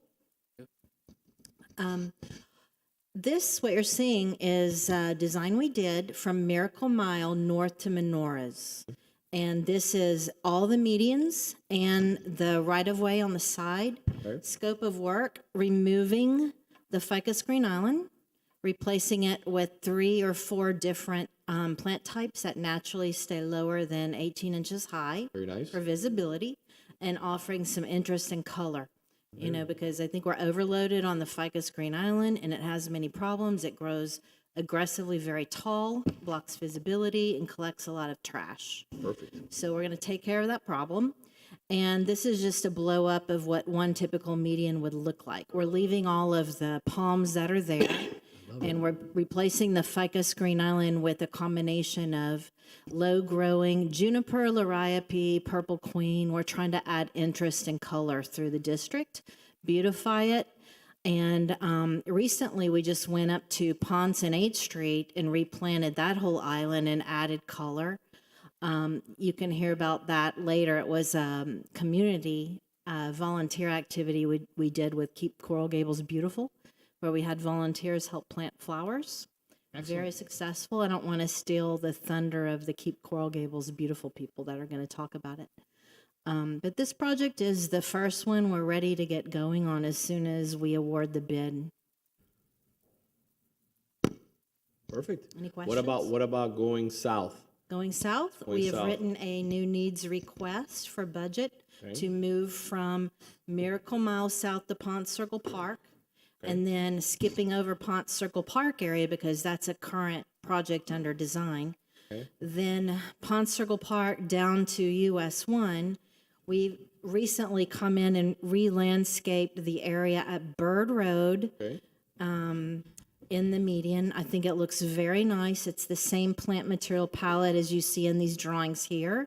So we're trying to create some consistency through Ponce. I'm going backwards. Okay. And then, as you know, Do you think we'll be able to do that? When do you think we've we'll already have- completed that one. Okay, and I'm saying from Miracle Mile down Ponce Circle Park and around That all the is a new medians. need request for next year. So I've written a new need budget request for that whole area. Okay, I was hoping we would get it done earlier, but can you keep me in the loop in regards to the costs so that I can see what we can do with the budget? It's important. I would like to get that done. I think it's something important. I know we're waiting a long time for North, and I'm happy about that, especially in front of Zuka. It's shameful. It's shameful. We need to get those areas really cleaned up. I need, and I'm asking for it, I've been asking for it for some time, I need a meeting with Merrick Park. So, okay, I'm leaving out of town next week. I've been asking for a meeting for, This Thursday morning, sir. super excited. It's scheduled. Okay. I like to sunshine that meeting.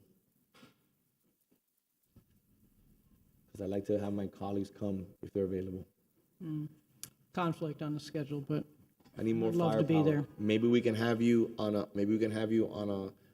phone, and I'll carry you around and I'll show you what I'm thinking about. Because Tough on Thursday. let me tell you Wednesday what's going on. afternoon, Yeah. Let me tell you what's going on, just so you're ready, because I hold you guys in the utmost respect, and staff does a wonderful job. I drive every day in front of the re-landscaping efforts around the circle. It's embarrassing. It's the bare minimum of what you could do. It's literally dead trees. They threw mulch in there and they planted 1 or 2 trees around the circle. We need to do much better. We need to do much better, and I'm going to point it out. I'm going to show you what needs to be done. This is a I don't even know how much that property could be worth. A lease that is peanuts with the city. Peanuts. They gotta step up. They gotta step up. They can do so much better after not doing anything for 15 years.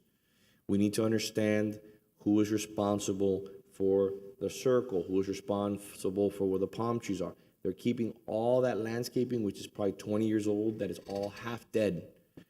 There's no leaves. We need to replant it. That's the whole point. We're the city beautiful. So on Thursday morning, I welcome all the staff to please join me. I'd love to make this a family affair. I'd love to have your input. I'd love for my colleagues on the commission to join me. I think it's important for Merrick Park to understand. Let me give you an example so you understand. Before Tuesday morning, drive into Merrick Park. Look at the landscaping inside Merrick Park. Why does it look so different outside Merrick Park? So why is the landscaping so nice inside Merrick Park, but the landscaping outside doesn't look so good? I'll delegate my comments. Makes you wonder why Lejeune, why Ponce, why the bare minimum is being done. I know it falls on us. It's an incumbent on us to hold people accountable. I know. Thursday, I'm asking, please, for somebody from Merrick Park to be there. If they do not comply, I am asking Surami Cabrera, start fining them. Do not give mercy to people who are on city property, who again are not putting their best foot forward. Does the commission support me on that? I do. I just will delegate my comments for Ms. Dina Bellewin to take full, make it beautiful. That's all I say. Perfect. Okay, good. I just want to make sure we're on the same page, that I'm not going out of, I don't want to step if my colleagues think I'm overstepping. No, it looks horrible. Because it looks horrible. Good. Okay, good. It does. So I'm not the only one. It looks horrible. I drive by and I always wondered why, but. And also the signs. The metal signs are rusted in Merrick Park and Valet, and they're broken, and there's some on the circle that are bent and twisted that say streets. We can do much better. It's been like that for years. Is it just we have to let it be because they're Merrick Park and they're not going to do it, so we just got to accept it? No one takes mercy on us. So why are we taking mercy on them? I know. Guys, I got a year here. 1 year. I'm not stopping, just so you know. We're going to do this every single meeting. Mr. Clerk, put this on the agenda for July. Thank you. Dina, I love you. You're the best. We're seeing actual results with you pushing. And with Surami and with the team, but we got to push harder. We got to push hard. We got to hold people accountable. Thank you. Thank you very much. Thank you. Mr. Mayor, just for the clarification for the clerk, the item you want in the next meeting is the landscaping and. Again, the same one. G3, update on implementation of the quarterly reports on the condition of city buildings. How are you? First off, I want to say thank you for your hard work. Doing a great job. Thank you so much. As always, thank you. Where are we at? Good afternoon, Mayor, Commissioners. Zeta Sardinas, Asset Manager for Economic Development. I have a quick presentation.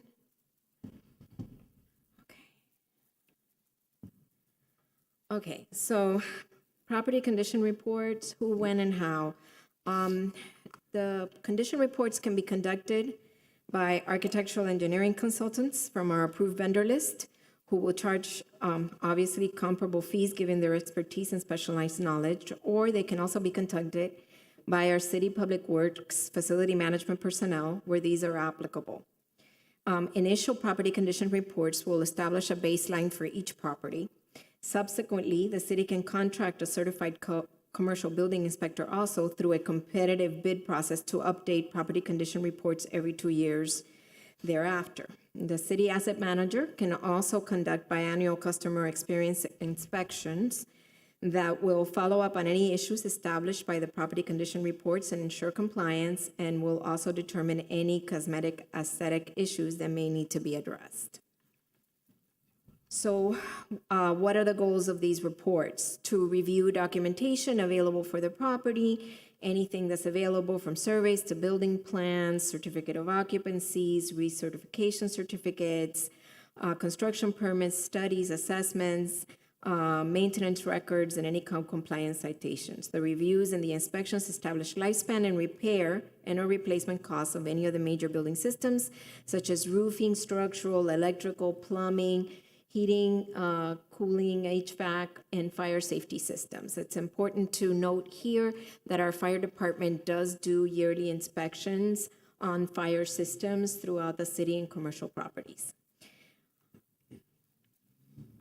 We would inspect the property's interior and exterior conditions, including a checklist, and while referring to the maintenance responsibilities for the lease, the tenant and landlord determine compliance for the building code and the lease, and of course, identify safety-related risks or deficiencies. So here is, I did 3 short slides on some of the commercial properties. So the first category is the land lease, which is the public-private partnerships or category that includes the Merrick Shops Mall, the Gables Grand, and the Palace properties. The leasee here is responsible for all interior and exterior maintenance, including landscaping and right-of-way. So in this case, it's the function of code compliance to review landscaping and right-of-way maintenance. And then after that, we have the hotel banquet category, which includes the Biltmore Hotel and the Biltmore Guard House that we have leased to the Garden Club. With respect to the hotel property, the tenant is responsible for interior and exterior maintenance. So for there, we would be recommending a formal architect, engineer, property renovation condition report. We have to be an overall assessment to establish the baseline for addressing maintenance issues. With respect to the guardhouse property, the Garden Club, has been excellent and recently completed a total interior renovation and impact window installation for that property. The next slide is the retail properties that are in the garages. So pursuant to lease provisions, tenants are responsible for interior and some exterior maintenance, especially those that have like outdoor dining and so on. Public Work Facilities Management, along with Asset Management, reviews this code compliance, reviews the exterior. So here, we're well aware of what is in these properties. We can establish a baseline with Public Works. Some of them don't even have AC units. They're AC units that are part of the garages that are on the roof, as it is in Garage 6. We can do HVAC evaluation, plumbing, and electrical. With respect to the retail properties on Miracle Mile. So pursuant to lease provisions, tenants at Starbucks, the vacant restaurant space, Haagen-Dazs, and are responsible for interior and some of the exterior maintenance. Public Works Facilities Management, along with Asset Management, reviews the code compliance exterior maintenance. With respect to the pop-up space, the Miracle Theater and the Coral Gables Museum, which is on Oregon, as we all know, pursuant to these lease agreements, the city is responsible for some interior and exterior maintenance. At the pop-up, Weathertrol maintains the HVAC through a city contract. At the Miracle Theater, a new roof as well as a chiller and 2 HVAC unit replacement projects are scheduled to begin shortly. A roofing project and other maintenance repairs are also scheduled at the Coral Gables Museum. So there it's obviously the 278 property is vacant. We're in the process of working through a new tenant on that. And just like we have one under construction at Garage 6. So that's basically the presentation. Let me know if you have questions, how can I help?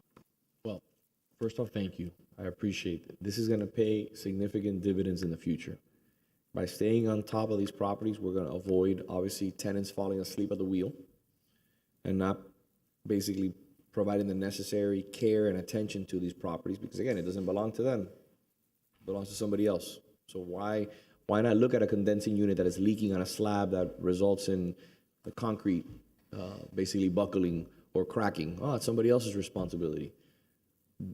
People, if this is an added cost, I want to understand how much it's going to be and what are the results of the added cost. But this is an investment in our future.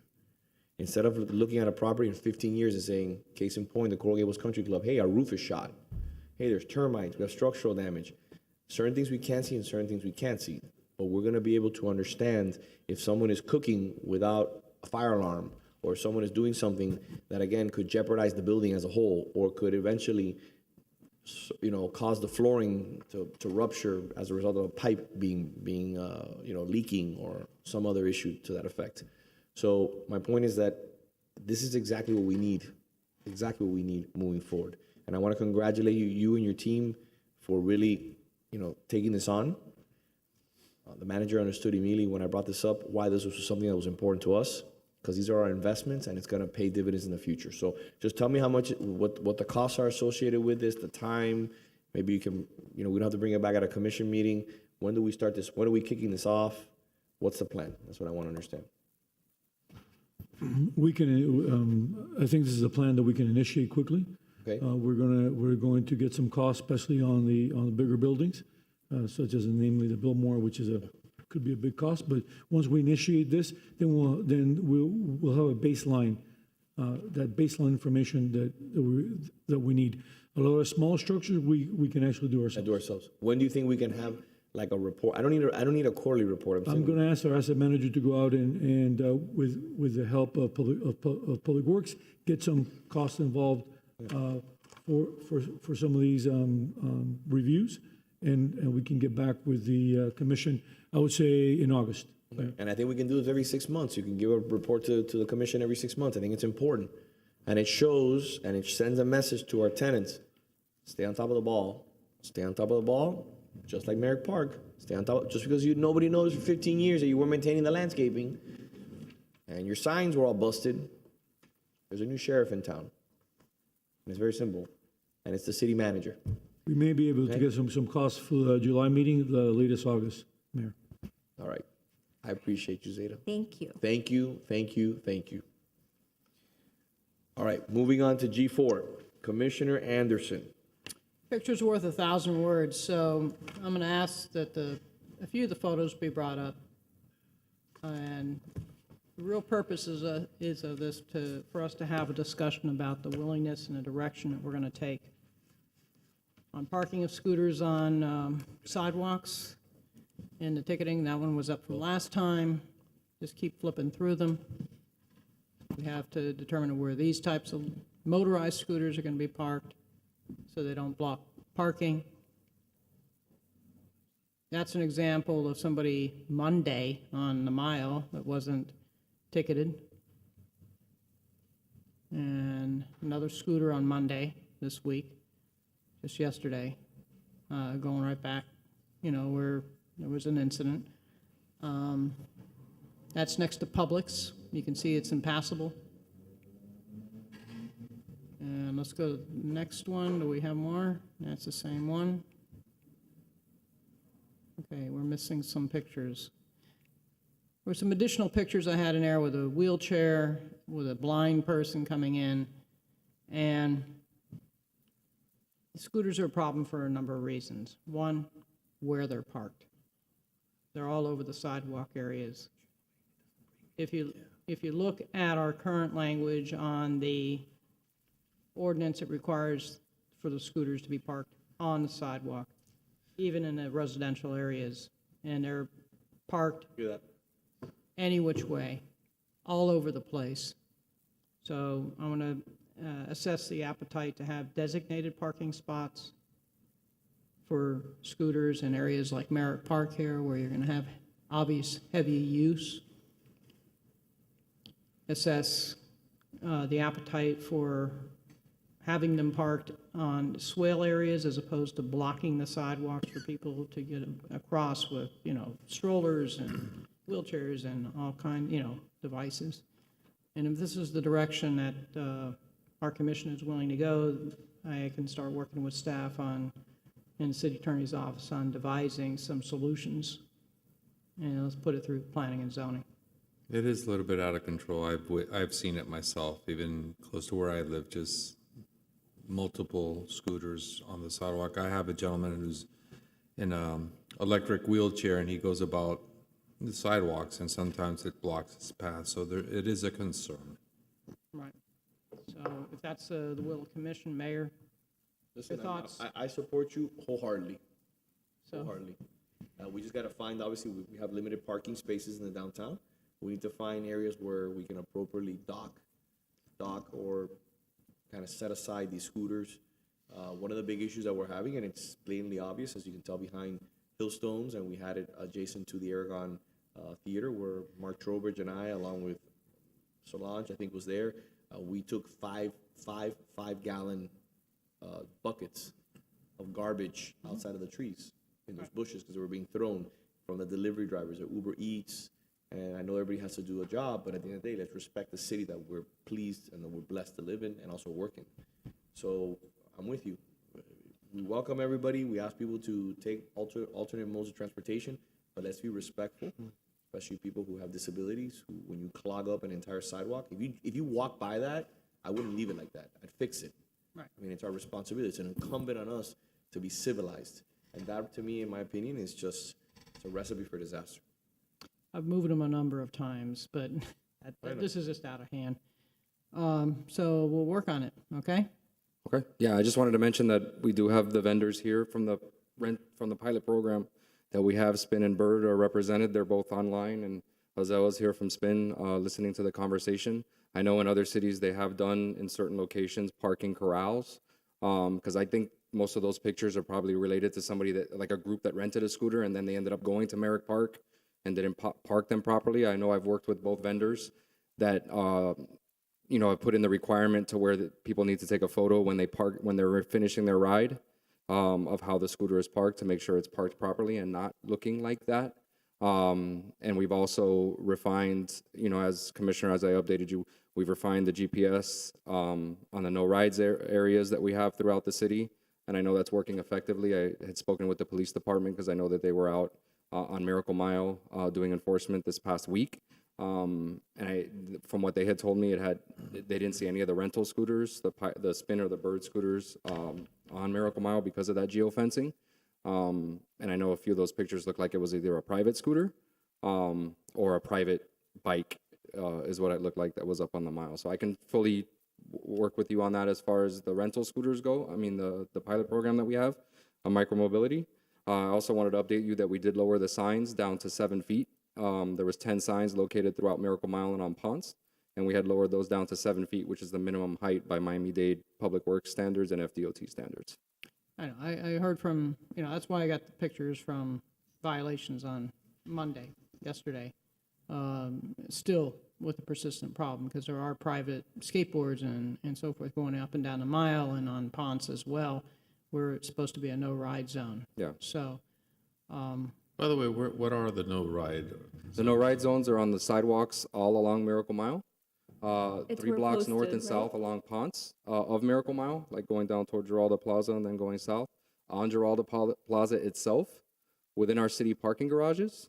And then is, one vendor is allowed to ride on campus if someone rents it and happens to go on campus, but then they need to immediately remove it off campus. And they can't leave their actively station. scooters pretty much anywhere other than, like once they finish the ride, like residential areas, it doesn't. They could end up in residential areas from time to time. I haven't received the number of calls. Like I said, I've been overseeing this program for about a year and a half. I haven't received the number of calls related to them ending up in a residential area because usually the vendors are going out frequently and collecting those and then restaging them in the approved locations that like they're I allowed said to earlier, stage. like 2 or 3 on the sidewalk on my residential street for about two days. Yeah, that shouldn't be happening. Same If that here. does, please let us know. They also have phone numbers on the scooters, like if it's parked wrong or whatever, that somebody can call and notify the vendors as well. And we also have a lot of messaging going out through both of the apps that they have and on our city website. I also updated our city website to designate the no ride zones. It's very bold and in your face once you get to the website. We have been putting additional messaging out there to help, let people know that they can't be riding in those no ride zones. Yeah, I get calls for that reason and also for the jaywalking tickets. So, I mean, it's sometimes People are the despair- jaywalking? Yeah. That's true. We know you never do. I know. So, we'll bring that up. Mayor, if you're ready, I want to just do a similar thing with the bike lanes, G6. Okay, perfect. There's only particular slides, Mr. Zayas, that I think we need to just pop up for the concepts. Almost done.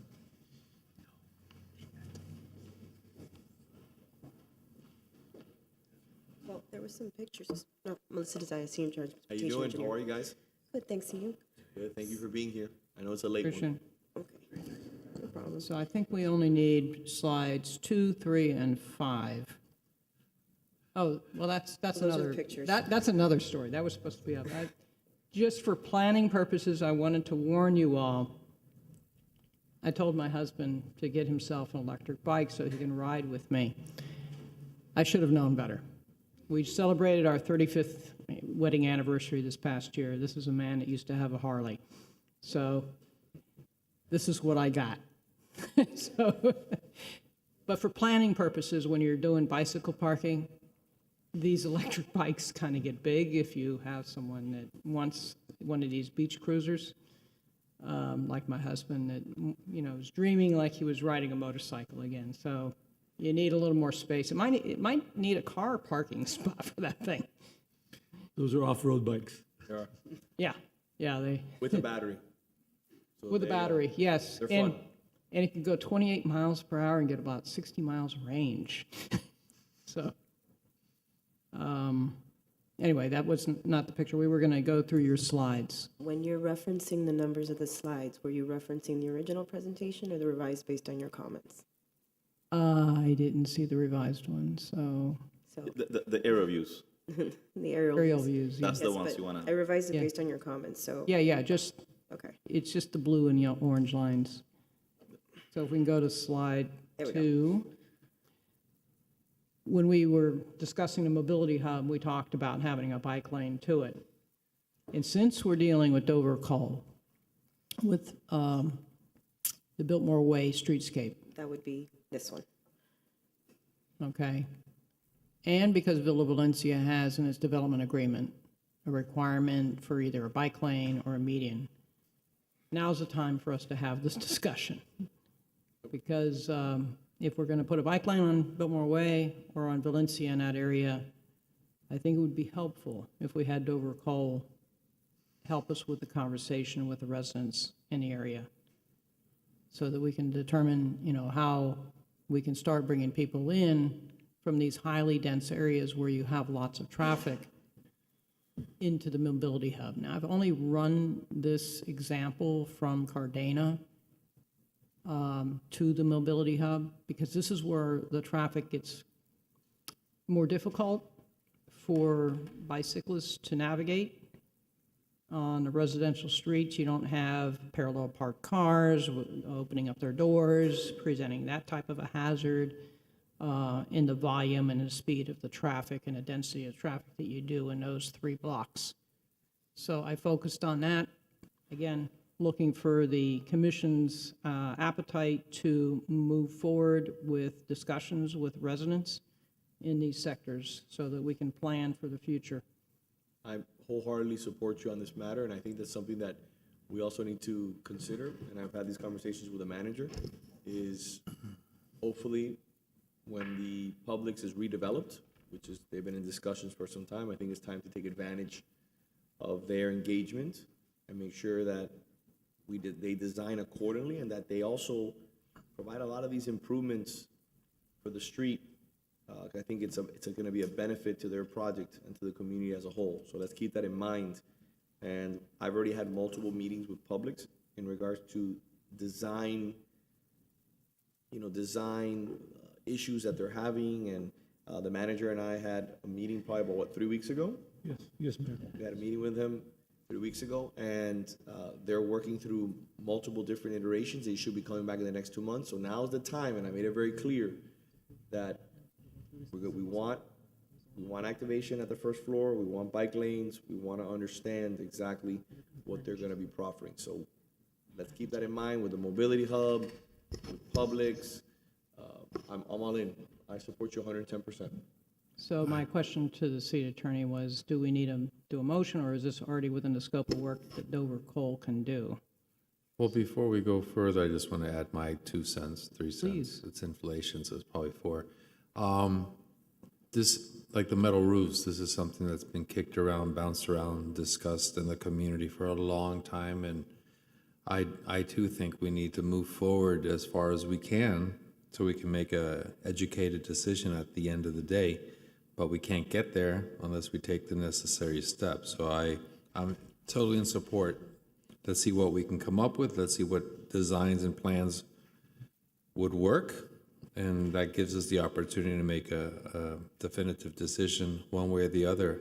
But, I'm excited that we're able to tackle some of these issues finally once and for all as a commission, because, the community really, really wants us to.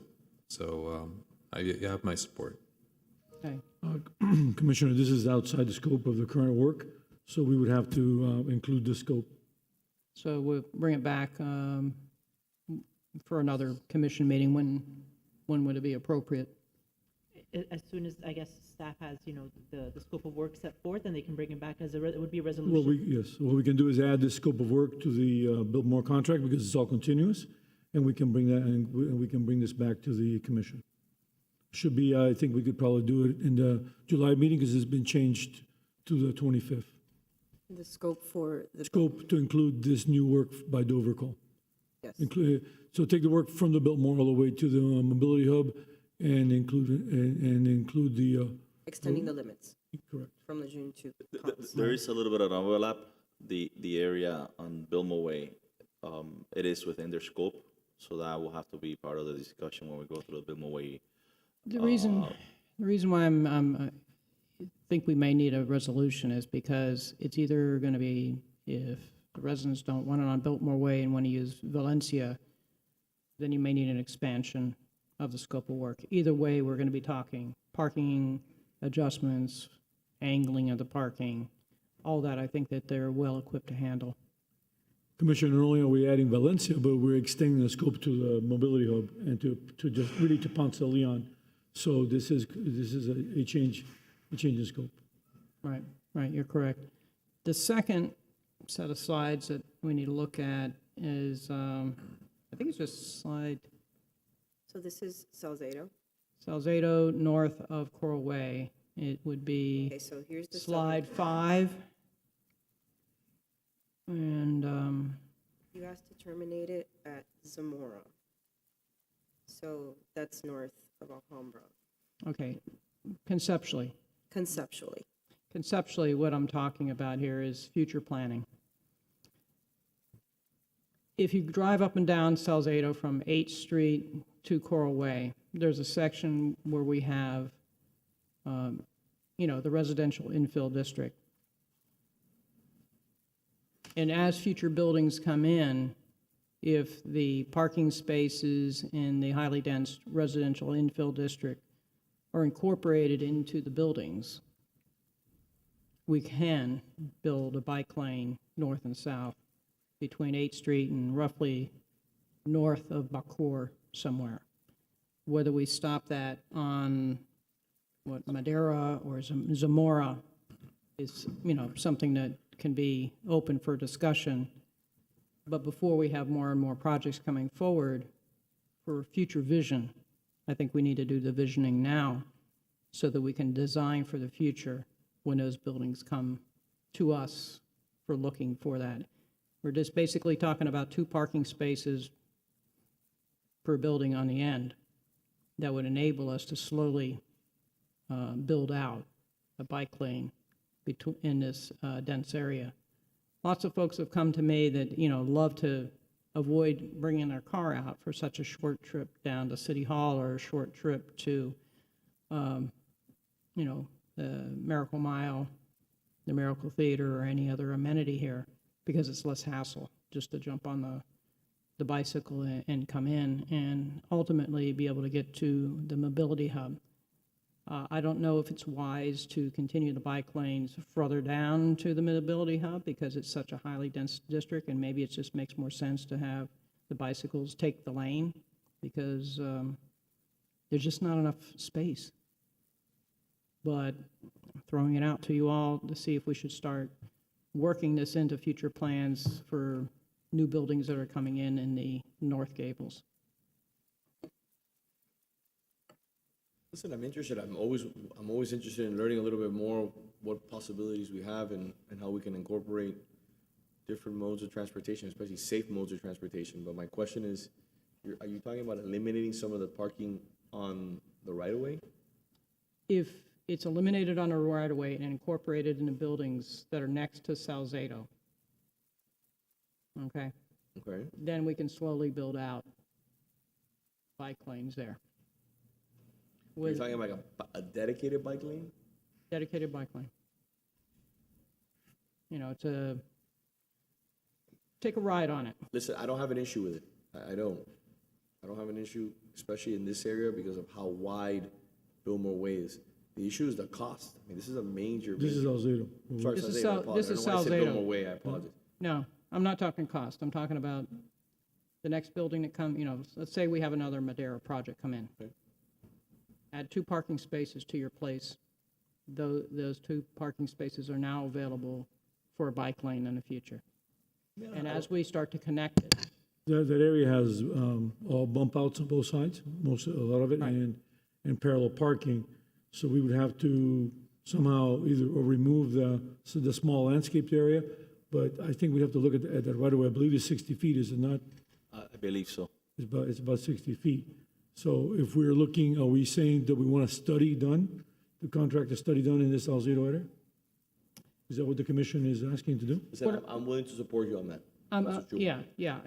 Before we have another building plan come in for another building along Salzedo, I think we need to incorporate the future of building out some bike lanes for a north-south corridor here as far as it's feasible. It may not be feasible for the whole thing. In other words, 1 block off of 8th Street might be the appropriate place to start because you don't want to take the parking away from or have bicyclists rolling up right next to the 7-Eleven there because it gets too dangerous with the driveway. So we can study it, staff can make some recommendations of where we should begin it and where we should end it, so that when these future developments come in, like you have around the corner there on Salzedo, there's an empty piece of property right now.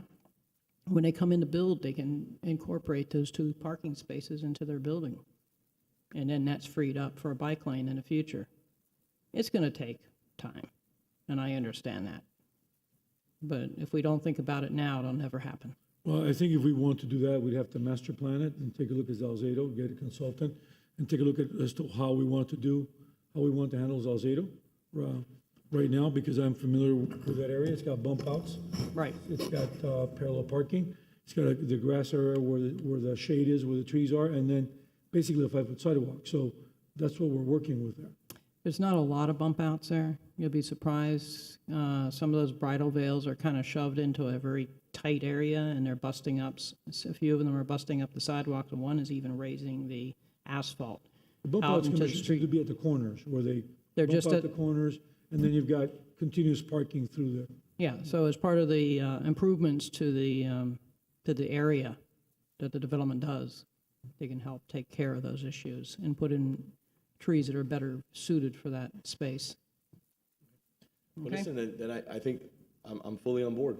I'm fully on board, and I'd like to see a study produced showing us so that when we do have new developments coming online, that we can tell them, listen, before you consider designing your project, let's see if we can really implement some bike lanes. Okay. Does the commission wish us to master plan the area for that? I mean, I think it'd be great. I mean, we don't have to get in, I mean, I think we can get into some detail, but not into something I don't want it to cost too much, but let's see what we can do. We can get some numbers and come back to the commission in July or August. That's fine. With some, let's come, I think we need maybe July might be a little close, but we can get consultants to give us some numbers on some of the costs involved and come back in August. And the Yeah, commission. nothing's going to be coming in front of us for construction. You want to put that on the agenda in August? In August, be fine. Mr. Clerk, can we put that item on the commission, please? So I believe our transportation manager can get a price from consultants for that area, the area that we just looked at. Thank you. You're welcome. Thank you very much.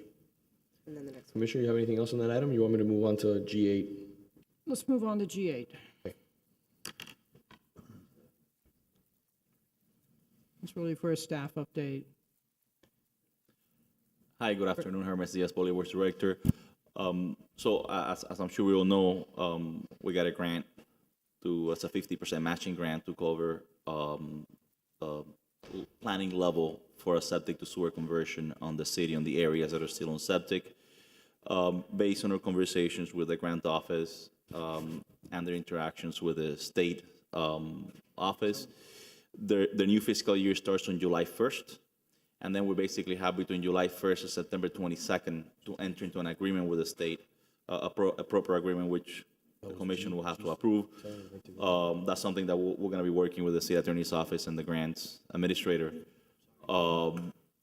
Based on our initial interactions with the state, they seem to indicate that we can probably use one of our companies, engineering companies that are already in our continuing services contract, which will accelerate our ability to start the process.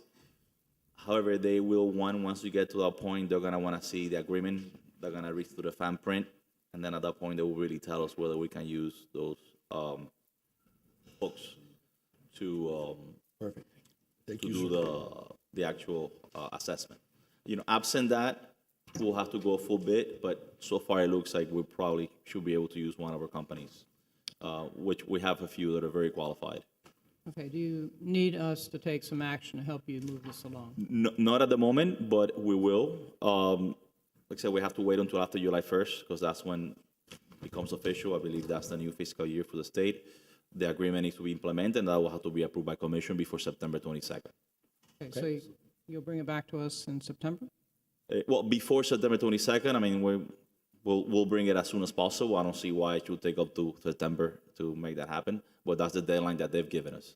Perfect. So we're gonna work that agreement with the state attorney's office and our grants administrator office, and when that's ready and the state is okay, there's a little back and forth with the language and what do they want, what are we okay, and then we go through that process, then it will come to you, to the commission, for approval. When do we expect that to be?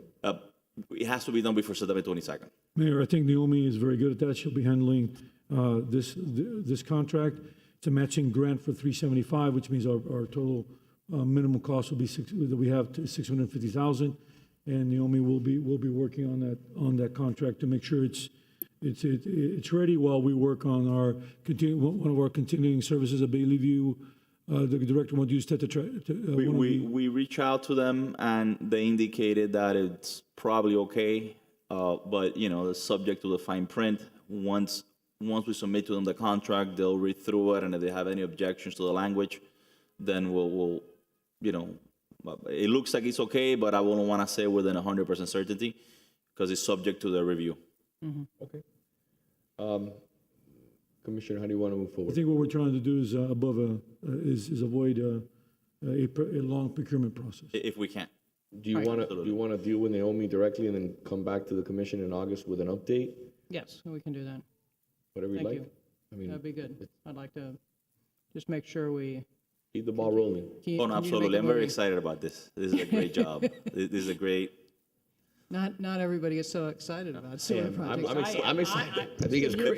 The I'm excited about septic and sewer. The beauty of this process is that it's gonna Naomi will tell you. Naomi will tell you in the trip. Naomi, please join us.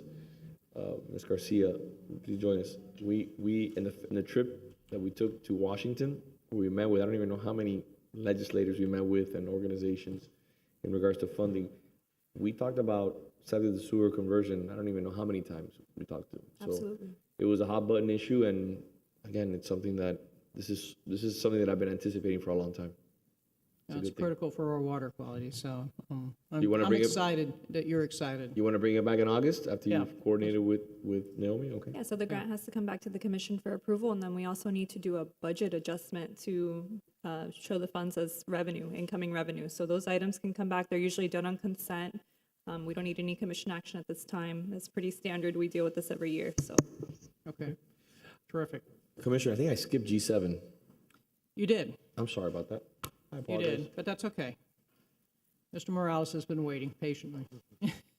So, G7, discussion regarding scope and timeline for Dover Coal's plan for Biltmore Way streetscape. So, everybody's anxious to get going. No pressure. So, Let us know what's happening. Okay, so we've been working with Dover Coal to move this project forward. Last week, we actually had a field visit with them to go and check the existing conditions. We also have contracted a surveyor to go out and do the survey. We are anticipating that that will be completed by the end of July. And once we have that information, we're also going to be collecting data on the street to be able to provide that to Dover Coal so that they'll be ready, traffic data. That'll be collected in the fall because we can't collect now in the summer. So we're anticipating that the initial stakeholder meetings that we'll be scheduling will probably begin in September, once we have all this information available. Okay. So, yeah, so Mr. Morales, in September, they'll start the meetings with the residents, stakeholders. September. Meetings. Correct. Okay, are you disappointed in that, or is that okay? The reason why I think it's September is because we've been tarred and feathered when we have it during the summer. I just want to make sure, I mean, we're talking about, when we've had it, I hate to use that word, but we've been tarred and feathered when we rush, do it in July, do it in August, and then you have a few people on the other side that say, hey, I wasn't here. in here, Right. vacation, or my kids couldn't, I couldn't. Plus the traffic studies, if you do them during the summer, you're not Yeah. catching the school traffic. Correct. We cannot do traffic studies until after school's back in session. Listen, we're ready. Listen, I just hung around here all day to say thank you for not forgetting and doing what you promised, which was to revitalize the Biltmore Way streetscape. You know, we're the only street that doesn't have a speed limit sign.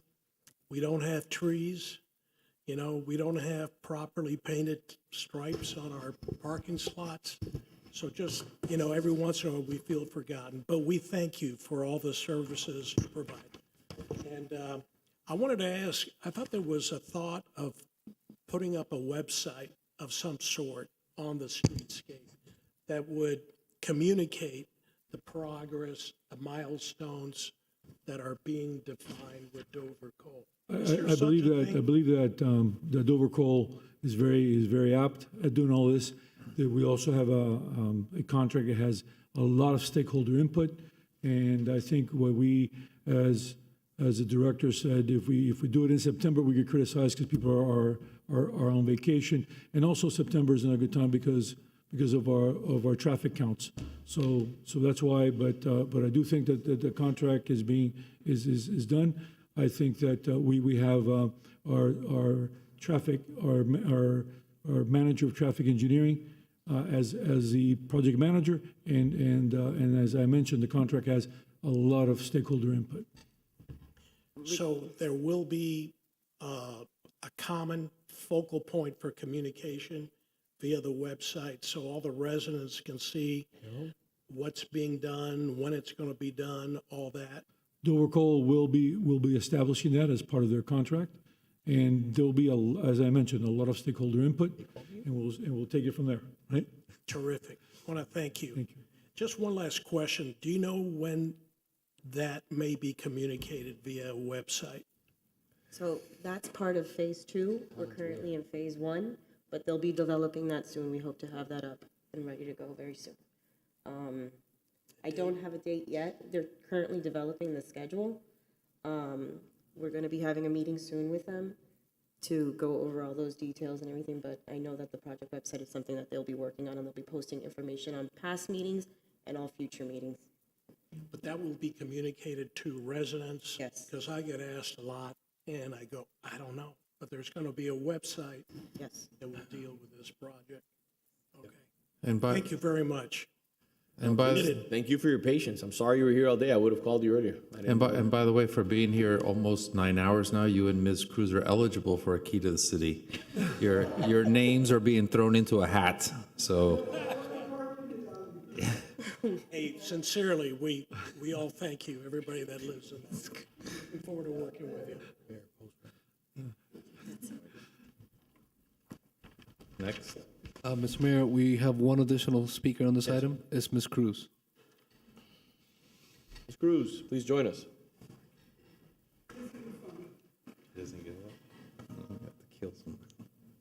Maria Cruz. Just a simple comment. Before you start thinking of streetscape, figure out how many parking spaces are going to be affected. Because let me tell you, the other day when we had the storm and the water and the parking garages flooded, there was no space to park anywhere because they couldn't park in the garages. Okay, and the water was pretty much up to here. Okay, so I know that it'd be nice if we had this and we had that, but if people cannot park in the garages, they need a space to park. As the mayor said earlier, when we had a meeting with North Gables residents, on-street parking is very important to a lot of people. You're right. Some of those parking garages, unfortunately, are not designed for hydrostatic loads for water, and they actually fill up. There was one building there that did a very good job at creating a sealed condition, and they don't have a problem anymore. Mr. Manager, will you do me a favor and speak with Ms. Pantin and find out if we're receiving if we've been notified by any media in regards to this morning's anti-Semitic flyers that were sent out, that we, by the way, addressed this morning at 9:15 in the commission meeting. And we also were fortunate enough to have the rabbi giving the invocation, because like usual form in the Herald, I hear that they're out there saying that we haven't made a public statement, that we haven't been clear about our position. I don't need to repeat what I said this morning. It was very clear and to the point. Moving on. G10, Commissioner Menendez, thank you for your patience, sir. We're good. G10, basically, I've been approached by several residents who have applied for country club memberships. And the one thing they keep on mentioning that they want to use, obviously, because it's summer, heck, I would want to use it right now because it's hot outside, is the pool. So I think as a courtesy to the residents, so that they get a better understanding of where we're at and why we're there and where we're headed, I think it'd be great if we can, on the record, sort of state where the pool is in terms of repairs. Good afternoon, Mr. Mayor, Commissioners. We are already in the process of securing through the procurement process the contractors that are going to do the repairs that we have to do on the pool. Our target date for completion is the last week of July or the first week of August. That is including the inspection by the health department. Great. So by that time, work completed is the estimate? Yes, that's our target date. Is that something we can share with the residents? And we may be doing some work later on, because the summer is not the best time to lower the elevation of the pool. We saw what happened behind the courts and the water table, and we don't want to have a floating pool that happened in Dade South years ago. So we are going to do all the work we can, and probably some of them, if we can work it with the health department, some of the marble tide issues and so forth, we want to do them in the winter when the water table is low and not take a chance on the actual pool. So my question now, thinking about it, once the work is completed, we still need to get state approval? Health department approval. And I guess that's just a matter of when they're available to We can get that quickly once that's on. Okay. So we are progressing with a plan, and to get it open as soon as possible. Yet The ACM is working on that very diligently, is doing a great job. Thank you. I appreciate for the report. Commissioner, anything else on that item? You're good? Moving on to G11. Good afternoon. Best part is to come, right? Yes, we have a lot to update you on, so I'll try to go quick. Can you do me a favor? Yes. Can you give me 2 minutes to go to the bathroom and I'll be right back? Of course. Because we won't have quorum. We won't have quorum, that's why. Yeah, well, we'll make sure that we don't have to break again. Well, I know I'm not the only one, it's okay.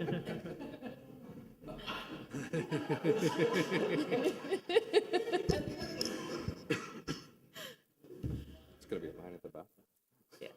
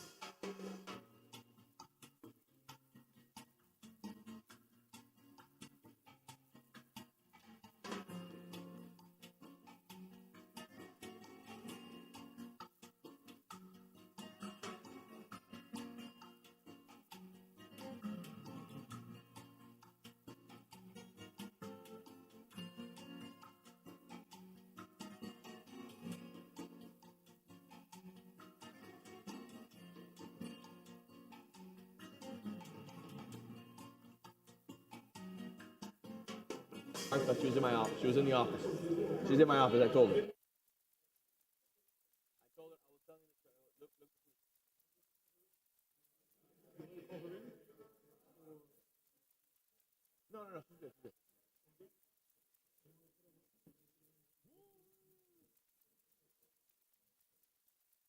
Ready? What do you think? Thank you. Should we?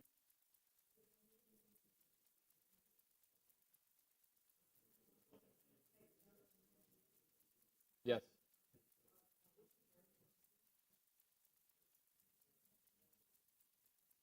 Yes. Mr. Clerk, as per the manager, I2 and I3 are deferring. We the last item? We're gonna go with the beta testing, and then we'll do a full-blown meeting, full-blown presentation. Okay.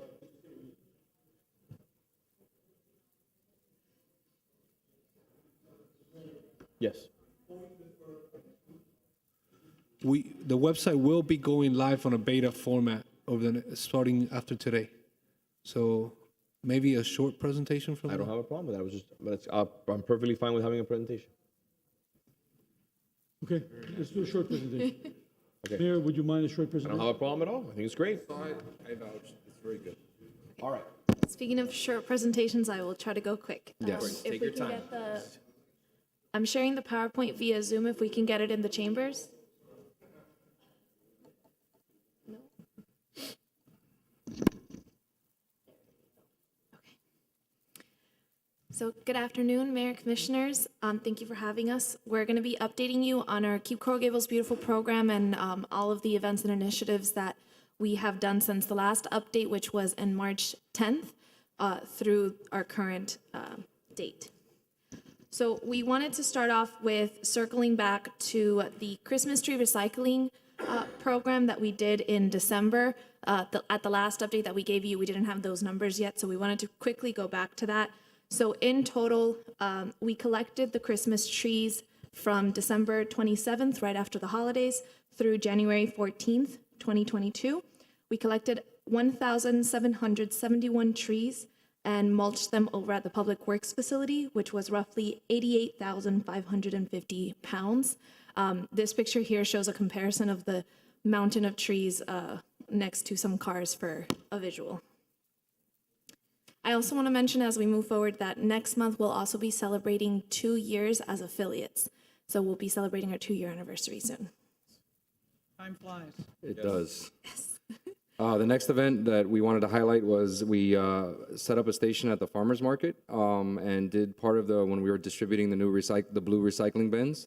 We set up the opportunity for residents to come and attend the farmers market and drop off their old red recycling bins if they didn't want to continue using them. So on March 19th, we were at farmers market. We collected over 94 bins that day. We had over 67 people stop by our booth. And we were also given an opportunity to educate them on proper recycling habits and just sharing a bunch of information on the city's sustainability initiatives, along with waste and recycling practices. Next, we want to talk about our Great American Cleanup Season. The season began on April 2nd and ran through June 22nd, which was last week. This Great American Cleanup Season is one of the staple events of Keep America Beautiful, and this is the second annual year that we participate in it. So just before we get started on the events, just a note, in the entirety of the Great American Cleanup Season this year, we have held 12 events during this season. For comparison's sake, last year in our first year of affiliation, we held 3. Wow. Yeah. We've been very busy. And we kicked it off on April 2nd with our second annual Plogging at Matheson event. This was the start not only to the Great American Cleanup Season, but it also kicked off our Earth Month events month, which accounts for a lot of those 12 events. We were very busy in April. This is some of the pictures taken that day. We have one of our board members from the Sustainability Advisory Board. They're pictured with some attendees. And just so that you can see in the bay some of the garbage that was collected by one of the participants on the actual water. So the program date was April 4th, as we mentioned, and we had 21 participants attend this event, and they collected a little over 100 pounds of litter in about an hour and a half to 2 hours. One of the things that I really enjoyed was seeing that it was a lot of families and kids that came out, which was really great. I'll also mention too, as Solange is moving to the next slide, we've done so many events at Matheson. Yes. That during that event, we started noticing there was a lot less trash in there, and we have been there so frequently that we had to start looking at other locations because that was always our go-to. Like, well, we know that there'll be trash there. Unfortunately, no fault to the county or Matheson, it's just trash that's brought in by the tides. But we started noticing such an impact that we've had in that area that we actually went and walked the entire path, and usually we'd have to stop like halfway in because there'd be so much garbage. We kind of went all the way through, and we're noticing a sharp decline in the amount of litter in there. So just wanted to share that anecdote. I noticed that. Yeah. Aside from the plentiful mosquitoes. Yes, that's Kudos it. goes to the Miami-Dade County Parks as well. They host a monthly cleanup at Matheson. So between both of our combined efforts, there's visibly less trash in that area. The next event we held, which actually was sponsored by Commissioner Anderson, was we had a screening at the Coral Gables Arts Cinema showing The Biggest Little Farm. It was a great movie. We had a great attendance that night. We actually had in this art cinema, I always say this, but they're such great partners of ours. We've shown so many environmental films there. They've always been so willing to have us there and host us. So it was another great event. I think everybody that attended that day really enjoyed the film. And we partnered with them and were able to do this through the Science on Screen. So on April 5th is when we did the event. We had 55 people attend. And we actually held a panel discussion afterwards, moderated by Commissioner Anderson. I sat on the panel along with my counterpart, Teddy Lehutier from the Sustainability Manager at UM, and Irela Baguet, who's the Chief Bay Officer, and really talked about, sustainability and what we're doing here in South Florida and how, it related to the film. So another great event. We received a lot of positive feedback from this. I don't know, Commissioner Anderson, if you wanted to add, but I know. Thank you again for helping sponsor that. It was great, and I think it's something we should repeat from time to time and, get the message out to more groups and more young people. Absolutely. It was a wonderful film. Yeah. On April 22nd, on Actual Earth Day, Matt and I participated in UM's Earth Day event that they held on campus, their Hug the Lake event. We had over 260 students and vendors walk up to our table to get information about Keep Coral Gables Beautiful and the different sustainability initiatives that the city continues to push. And we had 90 email list signups for our Keep Coral Gables Beautiful events. The reusable recycling bags were a big sell. We said, sign up for the email, get a free bag. We ran out of bags very quickly. I'll also say Solange and I ran out of our voices that day because there was a lot of people that passed by the table. The next event is a staple in our community now, is our recycling drive-through event. I know we talked about this previously at one of the previous commission meetings, but just wanted to come back and highlight. On April 23rd, we held our recycling drive-through event in the City Hall parking lot in partnership with the church next door. Another huge turnout, collected over 21,000 pounds of household hazardous waste, over 5,000 pounds of paper that was shredded, electronic waste over 12,000 pounds, and clothing, 2,800 pounds of clothing that was donated to Camilla's house, for a total of over 42,000 pounds that morning.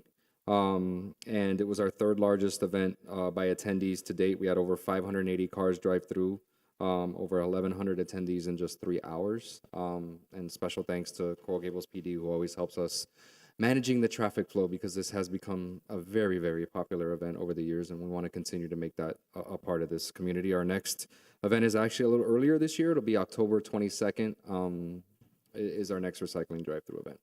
I will say this was one of our busiest weekends. We had the recycling drive-through, and then right after that, which I remember Matt changing here and running to the cinema, we had a second film screening, The Human Element, was shown at the Coral Gables Arts Cinema, and with their partnership again. There was 2 showings of this film on the Saturday and Sunday, so the April 23rd and April 24th.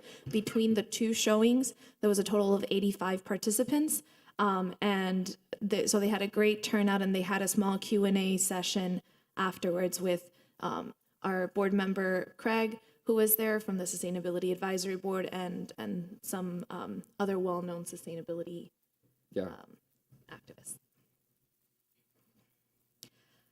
We also assisted the county in coordinating their Bonanza cleanup on April 23rd at a location on Bella Vista and Marsh Street. So we assisted them coordinating with the residents in that area, allowing them to use our public right-of-way to be able to get to the water in the mangroves. So this is a few of those pictures that they sent us. They had 35 volunteers and they collected over 1,440 pounds from the mangroves and waterway in that area. Is a picture of the dump truck where they put everything afterwards. And I think that area hadn't been cleaned in a few years, so they really were able to The have a big adjoining impact. the adjoining property owner was very, very happy, and they look forward to the event next year. So this event was the first time we've done it. We partnered with Parks, with Community Recreation, and attended one of their My Squad events during Earth Month. And I actually went out there, Solange and I went out there, and we played Sustainability Bingo with the My Squad group, which is adults that are on the spectrum. We had a wonderful time with them. It was we had 10 participants.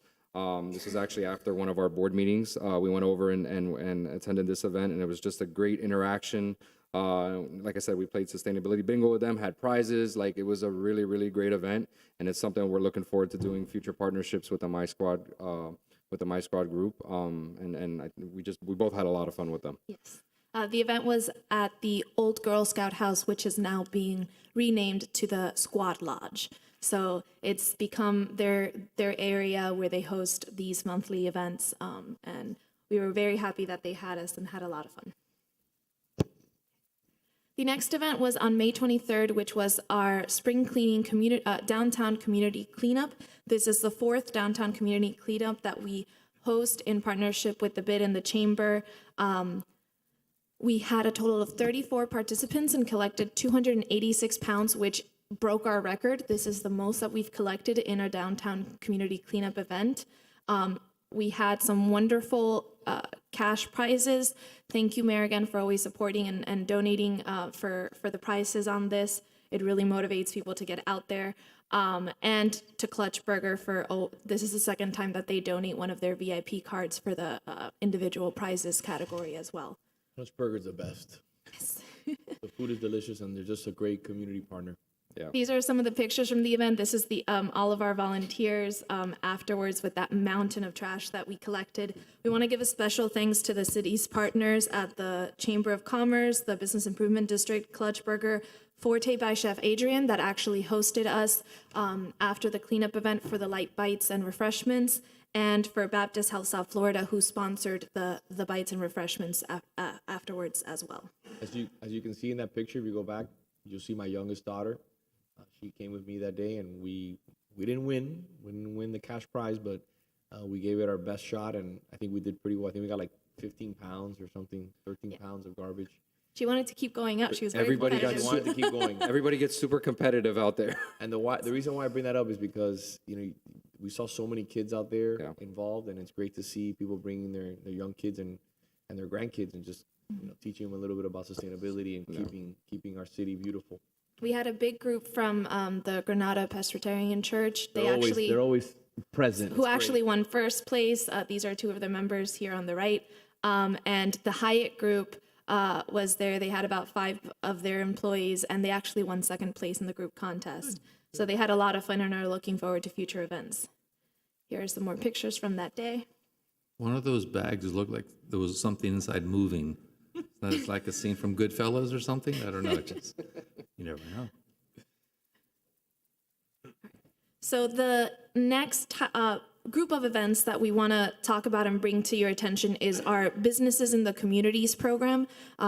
We started this last year with Stantec being the first company to reach out to us wanting to do something in the community through Keep Coral Gables Beautiful, whether that was a cleanup of some sort to get their employees and staff members out of the office and give back to the community. So whether you're a business looking to for a team building opportunity or a group of friends just wanting to give back to the community and hosting your own event, we'll help you coordinate that, whether it's a cleanup or beautification event. All you have to do is complete a form that's available on our website at coralgables.com/KCGB or Keep Coral Gables Beautiful. Matt and I will get in contact with you and help plan that event for you. We provide all of the supplies and everything. So far for this Great American Cleanup season, we've had 3 local Coral Gables companies host events between that April and June date. So on April 21st, we partnered with Richmont North America, who has an office right around the corner here from City Hall, and we ended up cleaning the entrance to Matheson Hammock Park now. First time we hit that area because they were having the Bonanza event later on that week, and they're like, there's not that much trash on the trail anymore. You got to leave us something for Bonanza. So we hit another area of Matheson. So yeah, we ended up going in that area, and we had 10 employees from that company come out. They were able to collect over 70 pounds of litter in a little over an hour. And, you know, it's really great to have these companies that are local in Coral Gables come out and be able to give back to their community and really help beautify our community. So it's just been a great partnership. We also partnered with Dual North America, and on May 19th, they had 9 employees come out and collected over 50 pounds of litter. We actually walked Old Cutler Road trail and cleaned along the roadway there. That's the first time we've done that. We found a lot of car parts on the side of the road, and it's just, again, been able to have a great impact walking along there and just cleaning along the roadway there. That day, we were on Old Cutler, and we walked from the entrance of Matheson, because that's where we did our check-in and had people park, and walked all along Old Cutler up until the end of Fairchild, and then back. This is one of the most, I think, impactful pictures and memory that I have of that day. So that right there is just a long fishing line. And we had found, it wasn't found wrapped up like that. It was found attached to a piece of cardboard. She was like, I'm not sure what this is. I went to help her. We started pulling on it, and it just kept going and going and going and going. And halfway down the block where Matt was standing, he's like, I think I see the end. So this is it just rolled up. So it's incredible how much you find out there. And the third company that's partnered with us this year was Stantec once again. So this is the second consecutive year that Stantec hosts an event with Keep Coral Gables Beautiful as part of their In the Community Week programming. And this is the first beautification event of the type that you're going to see here with a local business that we host.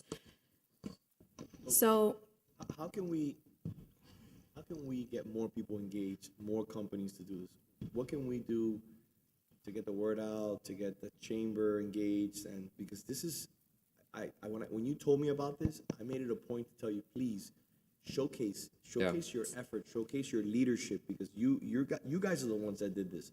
This is exactly what Dina and I and the manager and the commission, and this is what we want. We want people to take ownership. So it's not only about planning, it's that when they walk by and they see a piece of garbage, they'll pick it up. They'll say, hey, I did that. There's a sense of pride. Yeah. So how can we get more people to do it? I'll do it with my company, but I thought we want companies in the Coral Gables to do it. I'm not fortunate enough to have my company here in the So we welcome anybody, not only Coral Gables companies, but as long as they're doing the work in Coral Gables, they're welcome to contact us. We have the form online. We're sharing on social media and on e-news. Actually, Keep Florida Beautiful also posted about the story because I sent them the information. So any help that we get spreading the word. This is the entrance over at Ponce and 8th Street. Stantec went out in partnership with our green space management team. I want to give a lot of credit to Green Space. They went and prepared the area for us, and we showed up with the volunteers. So they did an incredible job pre and post. And we picked this location too is because it's right adjacent to Stantec's office, so they could see it from their window, the impact that they're having and helping beautify our historic entrances here. So, we had a lot of fun that morning. Thank you to PD for helping block traffic for a short period of time as well, because we were out in the middle there in the meeting. We got an MOT and everything, so we were like, by the books. But Mary, I mean, to your point, we are, Solange and I are getting contacted by businesses all the time now looking for partnership opportunities. So I know working with Dina and her team, we're identifying other areas. We're going to be partnering to go in and beautifying the other entrances to the city, doing something similar. And I know we have companies that have been donating plants to us that don't want any credit, just want to be able to donate plants to us and helping beautify our city. So it's been a great partnership all around, and we look forward to continuing to leverage these and creating new opportunities within the city to be able to do this. Yeah, so these beautification events are, like we said, in partnership with Green Space Management, and they're going to focus primarily on our historic entrances to the city and adding color to the downtown streetscape.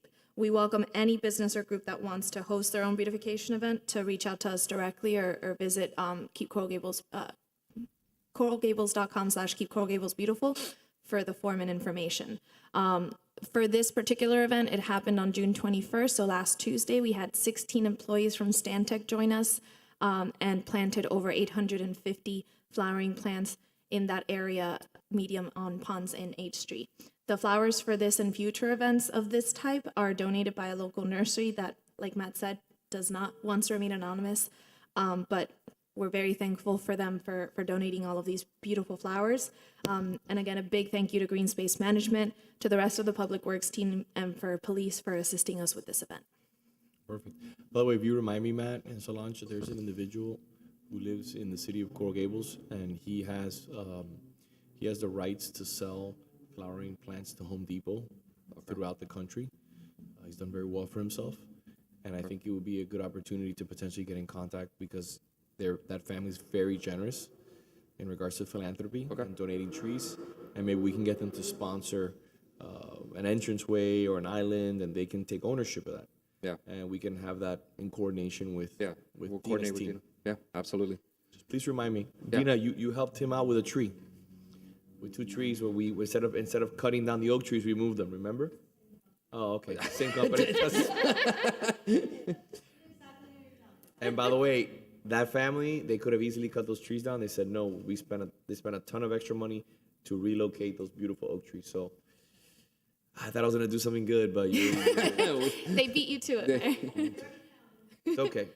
So that brings us to the end of the events that have taken place. We're currently in the process of planning several events for the rest of the summer and early fall. We're going to do our conservation series again in the fall in partnership with Community Recreations.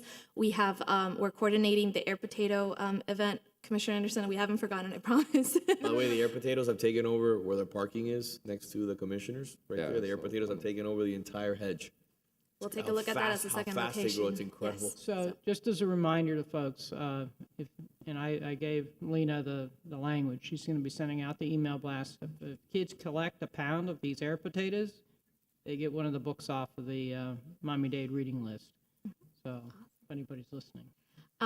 But there's one more program and initiative that we want to bring to your attention that's actually coming back in July. A few months ago, Matt and I applied for the Florida Beverage Association grant that they have for sustainability initiatives. And we were lucky enough to receive the grant. The grant is for $25,000. We will be bringing that to commission in July under consent for approval and official formal acceptance of that grant. And that grant money is going to be used for a reverse vending machine recycling initiative program that's going to be located at a War Memorial Youth Center. So I'll let Matt talk a little bit more about it. Yeah, so what we're going to do is participants can come and deposit their aluminum cans or plastic bottles into the machine. They'll get recycled, and then we're going to partner with the Chamber of Commerce and provide local incentives and rewards to local businesses. So we want to keep everything local and encourage people to visit our local businesses as well. So we're going to have the machine located. It's going to replace this existing machine here. We're going to actually be moving that machine closer toward the basketball courts, and we're going to have that located right there in a high visible area. And I think, Solange, on the next one, we have pictures of what it is going to potentially look like with an app that people can deposit and track all of their participation through that app. So we're going to be getting really great statistics on individuals participating, pounds they were able to collect, number of bottles, and so on and so forth. Yes. So this is a rendering of the machine. We're in the process now. We're going to start the process of working on the actual branding. We're going to incorporate the Every Bottle Back campaign in there in some way, shape, or form, as that is the campaign that the Florida Beverage Association has, and we want to keep that in there to thank them. But this is more or less what the machine is going to look like. So essentially, you come up with your plastic bottle or aluminum can, you toss it in here, it'll start accumulating, and on the screen here, it'll show you, okay, you put in one bottle, that's 100 points. You scan the QR code so that it links those points to your account on the Cycle Technology app. And on that app, you'll be able to, once we finalize the partnerships with some of our local businesses, I know the Art Cinema had already mentioned that they were interested. Essentially what it does is those points transfer into either discounts or freebies or a free soda or whatever it might be given by that local business. So essentially, the more you recycle, the more discounts you get at local stores and the more people are going to those local stores. So it's a cycle. So we just wanted to give you the heads up that this is something that's going to be coming in the next couple of months. Again, the grant is coming for your approval in July. And after that, we'll finalize the contract with Cycle Technology and we'll move forward with ordering the actual machine and finishing up the branding of it. So we hope that perhaps by America Recycles Day or even a bit earlier than that, we're able to install the machine and have a small little grand opening. We plan on partnering with community recreations when they have their camps to bring the kids out and do an educational campaign around it. Some of the grant monies is towards promotion of the program and getting the word out there. So we're looking forward to seeing the numbers that come from this machine and seeing how, if it's a success, how we can replicate this at other high traffic locations. Perfect. Ask Publix, they get lots of bottles in their garbage can. Yes. Now that's what I call an update. Thank you. Sorry, it went a That little is long there. impressive. That is impressive. Congratulations on Thank your you hard so work. You make us shine. Thank you, Solange. I appreciate it. Thank you, Matt. And count on me again. I'll continue to sponsor events as we've been doing over the last, I think we've done like, what, maybe 4 now, I think? Yes, we've held 4, and the next one, we have to finalize the date, but the next one would be in August. Since the kids are heading back to school that day, I think the theme for that one's going to be get an early start on your volunteer hours. Perfect. I love it. Thank you very much. Thank you. Congratulations. G12. G12 is a resolution of the City Commission authorizing neighborhood safety aides to continue assisting with code enforcement matters. Pretty self-explanatory. I think this is a great resource. I think we need to take advantage of this opportunity. And again, not complex code enforcement issues, simple issues that are in plain sight. Mayor, just to let you know, we've had meetings on it, and Naomi will be helping me write an administrative order for that, and that should be out soon. Ms. Garcia, thank you in advance. There's another one that's been a long time coming. Yes.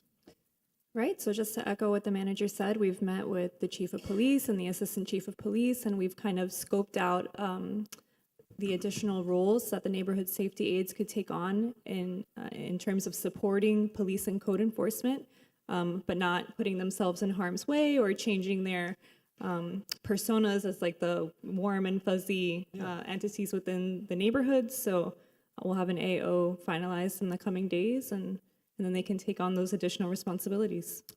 I appreciate it. Thank you. I guess we'll be hearing for the next few weeks, right? We'll be having that order.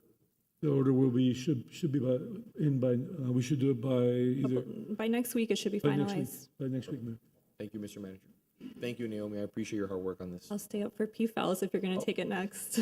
G13. Mr. Mayor, can we have a motion? Yes. I'll move it. I'll second. Yeah, I don't think you have a choice. Commissioner Anderson? Yes. Commissioner Menendez? Yes. Mayor Lago? Yes. Thank you. G13. G13 is a resolution of the City Commission approving a PFAL mitigation policy and directing city staff to transmit said policy to the Miami-Dade Board of County Commissioners for approval pursuant to the Code of Miami-Dade County, Chapter 5, Animals and Fowl, Section 5-16, taking of PFAL prohibited, municipal opt-out.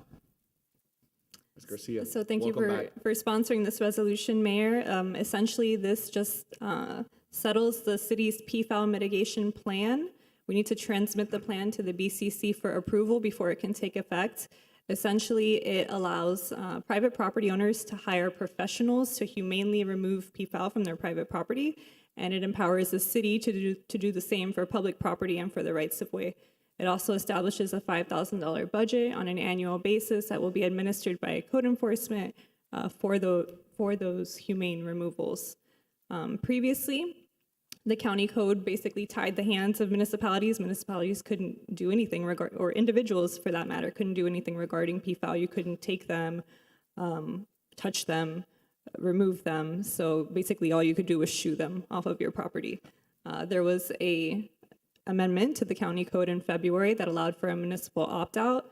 So we are trying to exercise our authority under that opt-out, but it does require BCC approval. I've been told we're going to be the first city to submit a resolution. Commissioner Regalado will be sponsoring it for us. Perfect. I appreciate it. I just want to put certain things in the record, and I want your opinion on this and the manager, and along with my colleagues. I think that we should draft a letter of support as this comes before the BCC, basically requesting that neighboring communities, especially the ones that live across from the other side of the Lejeune, that they aid us in these efforts. Because I know that this is a very tough topic. You have 50% that love the peafowl and 50% that are not happy to see this invasive species that's not native, basically in our backyards, scratching cars, significant amount of fecal matter, the noises, 5:30, 6 in the morning, you know, clamoring on people's roofs. And while this may seem like a minor issue, but for certain people in this community, it's a major issue. And this commission knows that because we've received several emails just this week on that front. So on the area of Lejeune and by the Chinese Village, they're everywhere. Now you're starting to see them at University of Miami. You're starting to see Sunset. So we have to do something. But we just can't pick up the slack for neighboring communities that they just cross over Lejeune and then become our problem. So we need to tackle this problem seriously, and I understand that people do not want to see these animals destroyed. It's fine, like the pythons or the iguanas, but we need to find a resolution. And you know, another community's problem cannot just become our problem, and then we just have to throw up our hands and say there's nothing we could do. So I'm asking to see your opinion and the manager. Talk to Martha, maybe she can help us with this, to draft a simple letter from the commission saying we've got to do this together. You know, we need to address this issue. They have no natural predators, none. So when a peacock or a peafowl has a clutch of babies, you're talking about 10, 15 eggs. The reproduction rate is significant. And before you know it, you're going to have the same situation you have with iguanas, which are eating all the eggs of all the migratory birds and the pythons that are wreaking havoc in the Everglades. We got to address this issue. So either we take this front and center, or we just throw up our hands and I won't fight this anymore, and we move on to the next issue. When I worked at the city attorney's office and city manager's office, city of Miami, going back from this date, 15, 20 years, it was already a problem in the Grove area, but nothing was done. And you could see the damage to cars and homes and roofs when those numbers increased beyond, you know, anything comprehensible. We can't allow that to get to that point. Coral Gables will be insurmountable numbers, will be outnumbered. So I completely support what the mayor's saying. We have to do something, and not only the property damage, you know, the emails, the residents have reached out to us. Some of them can't even enjoy their own backyards with their kids because the peacocks sometimes are larger than their own kids, and they can be aggressive. Right. And with, I guess it's their talons and everything else, we don't want to put our residents in that situation. So hopefully we can team up, like the mayor said, we can find a humane way to address the issue, but we need to protect our residents. So hopefully we can find a solution.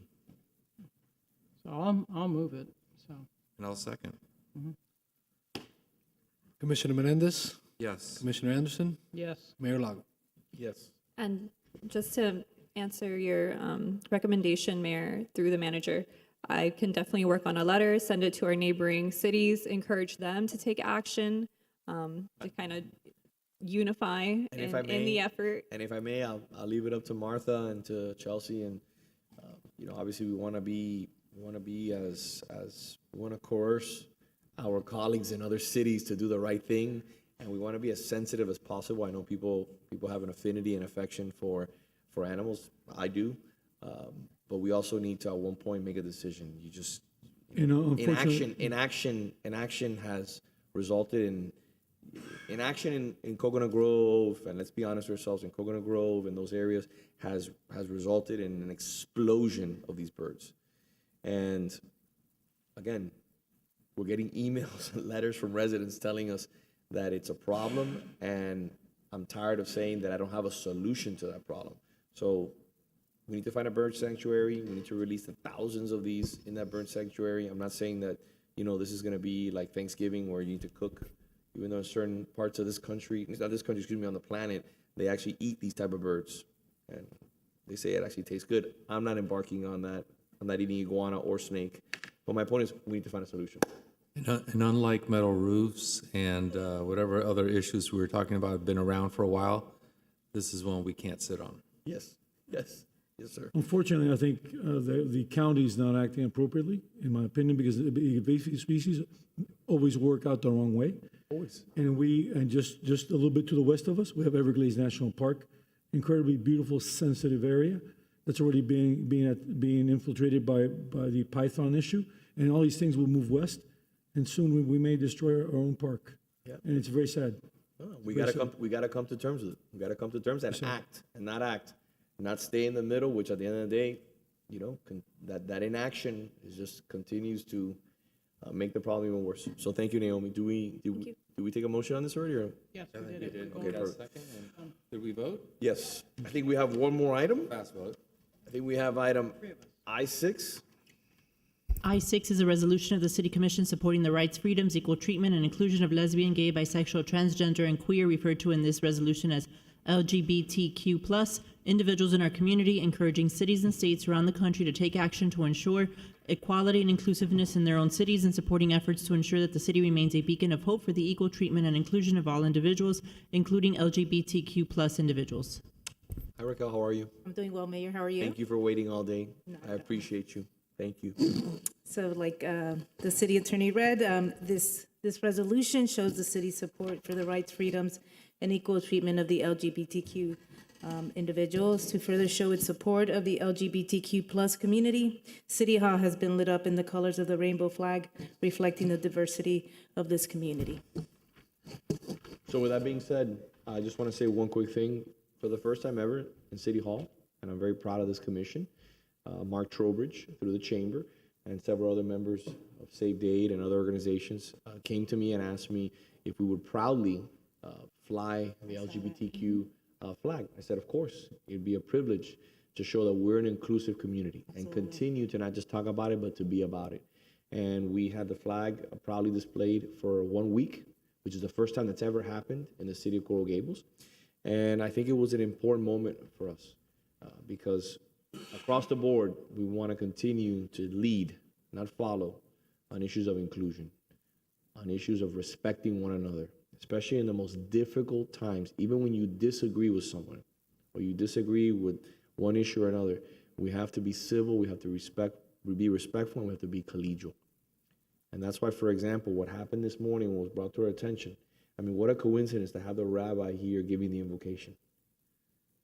And people will never really understand that. And I was mentioning this to Martha before when we were talking, and to Chelsea, about how this morning when we found out about it, about that horrific, gross, anti-Semitic letter that was dropped off in some homes in North Gables, this community took action.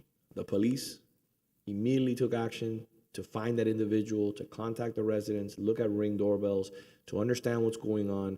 We had a meeting with the manager and the rabbi that was here to really look at the next steps moving forward immediately, to address it at the commission meeting at 9:15 after the invocation. We didn't wait to put out a statement. We were very, very clear, concise, methodical about who we are and what we stand for, and that we will support all members of this community, no matter your background, your sexual orientation, or who you preach to or who you worship. Everyone is welcome in this city. So I just wanted to make sure that we reiterate that, because we can't say it enough, especially in this community. So thank you for Raquel and the city manager, for his team, for putting this on the agenda. And unless my colleagues have anything else to say on this issue? You said it very well, Mayor. I'm prepared to move it. I'll second. Commissioner Anderson? Yes. Commissioner Menendez? Yes. Mayor Lago? Yes. And by the way, it would have been great, the second half of our commission day, for the interns to see all these issues and topics. Yep. I think they would have related greatly, because a lot of the things we talked about this afternoon touch upon their lives as well. Listen, that's a great point. you know, maybe I think for the next commission meeting, we talked about having them come and present some sort of legislation. We've done it before from my office. We can do it and see if they can sit here and enjoy it. They've done it before and they can enjoy the whole meeting. Yeah. And really partake in it. I don't know if anybody else has anything else they'd like I to have say. an item to vote. Commissioner Anderson, is there anything you'd like to put on the record or say anything? Mayor, I believe we have you I2 have left. something Oh, we like- do? I apologize. I'm sorry. We're going to defer I3, and we'll have a quick, Yes, I apologize. I too. Yes. thank you, Mayor. And I have Thank to you. appoint Yes. Sorry about that. to our board. I thought we were done. What- Just one more. No. Take your Thank time. you. This is Thank you. important. We've been working on this for Martha, Raimundo, the city manager, the entire team, the clerk has been working on this for over a year. So this is a moment that you take your time. There is no hurry. And Mayor, if we can defer I3 for the next meeting? I have no problems. I apologize. Thank you. Well, we're here to present our new website. This is a beta product, and the most important thing is that this is a work in progress. So we will be, from today to the end of the month of July, we will be asking our residents to go and look and search and see and let us know if they are not able to find what they're looking for. One of the biggest improvements that we have really worked on is the search feature, which is very important for our residents to find the information. To incentivize people to give us their feedback, we're actually having a contest, and 5 winners will be selected at random and will be receiving $100 gift certificates. Just to make sure that, you know, people are responding to us. As we see, it's a much more modern design from the beginning. One of our goals was to be not only informational, but also to be promotional for our city. This is a project that was done, as you said, with IT, the city clerk's office, and communications, city manager's office. And while I'm the one standing up here, there's 2 people that I really need to give the credit that for the past months have been working almost on this exclusively full-time, which are Nick Sands from Communications and Raisa Collazo from IT. And to get our residents' input, if you could show where we're showing at the top, we have there, and if you could click on it, and this is what we'll be asking our residents. And as we have said, we really need to hear from people. This is really one of the most important steps. So these are the type of questions that we will be asking them. And this is not only in the beta website, this is also on our current website, so that, you know, people know that this is happening. In addition to the optimized search, in the beginning you saw that it has it has video, so it's just a much better look. If we could look at the city commission page, we have a services page, but you know, as we know, most people just go into when they go into a website, they just look at the search. This is the city commission page where you have all of your information. And one of the things we have worked with departments to make sure that they understand, a website is not an archive. A website is a living document where people need to find information to be able to work at the services. And I think this, in conjunction with how the building department will be going online, is just really, it all fits very well together. And we look forward to working on our next project, which will be the city app. And I don't know if you have any questions, but we're just looking to streamline it. And I think if you could show the events so that Commissioner Menendez sees that we have the movies there as events coming up. Then I approve it. You approve it. So, first off, I think it's a big step forward in the right direction. One of the comments that I heard over and over and over again from individuals that were using the website was that they couldn't find information. Couldn't find the information. And that we had too much information. On certain pages, it was click, click, click, click, click, which again, imagine you have too much information. Before they said you don't have enough information. Okay. So my point is that all I've asked, again, I'm not a technology expert. Sometimes I forget to even how to know to turn my phone on. All I ask is to make sure that we give everybody an opportunity to voice their ideas, their concerns, and give us your input. To everybody in the city, do what you do best, Martha. Reach out to everybody in the city. Say, please go test this beta website out tomorrow. Tell us your input. What can we do better? What is your guidance? That's all I ask. Because you know how it works. If you don't ask for guidance and you don't ask for input, they say that we didn't do it. Yeah, and we were already working with your office to make sure that you send out that information. We'll work with the other commissioners so that they can send out their information. It's tomorrow in tomorrow's e-news. We will put it on our social media. We're also reaching out to the chamber, to the bid, and to the foundation so that they can put out that information. And we're open to suggestions. We're open to any way we can. We included things like that the school community relations board asked us to include information so that if schools were having a special event, that we would include it there. We have a form where people will be getting back to us so that we can include that information and have the whole community participate in what we think is important for Coral Gables. Perfect. Okay. Yeah. I love, thank you for showing me the website the other day. From the beginning, I loved it. I love the fact that you click it on and you have this beautiful video of Coral Gables, what Coral Gables life is about. Like the mayor said, the one before was so tedious and dry. It was almost like looking through a phone book, but a really old phone book. And this is so easy to navigate. It's so clean. It's so fresh. I think people are just going to enjoy.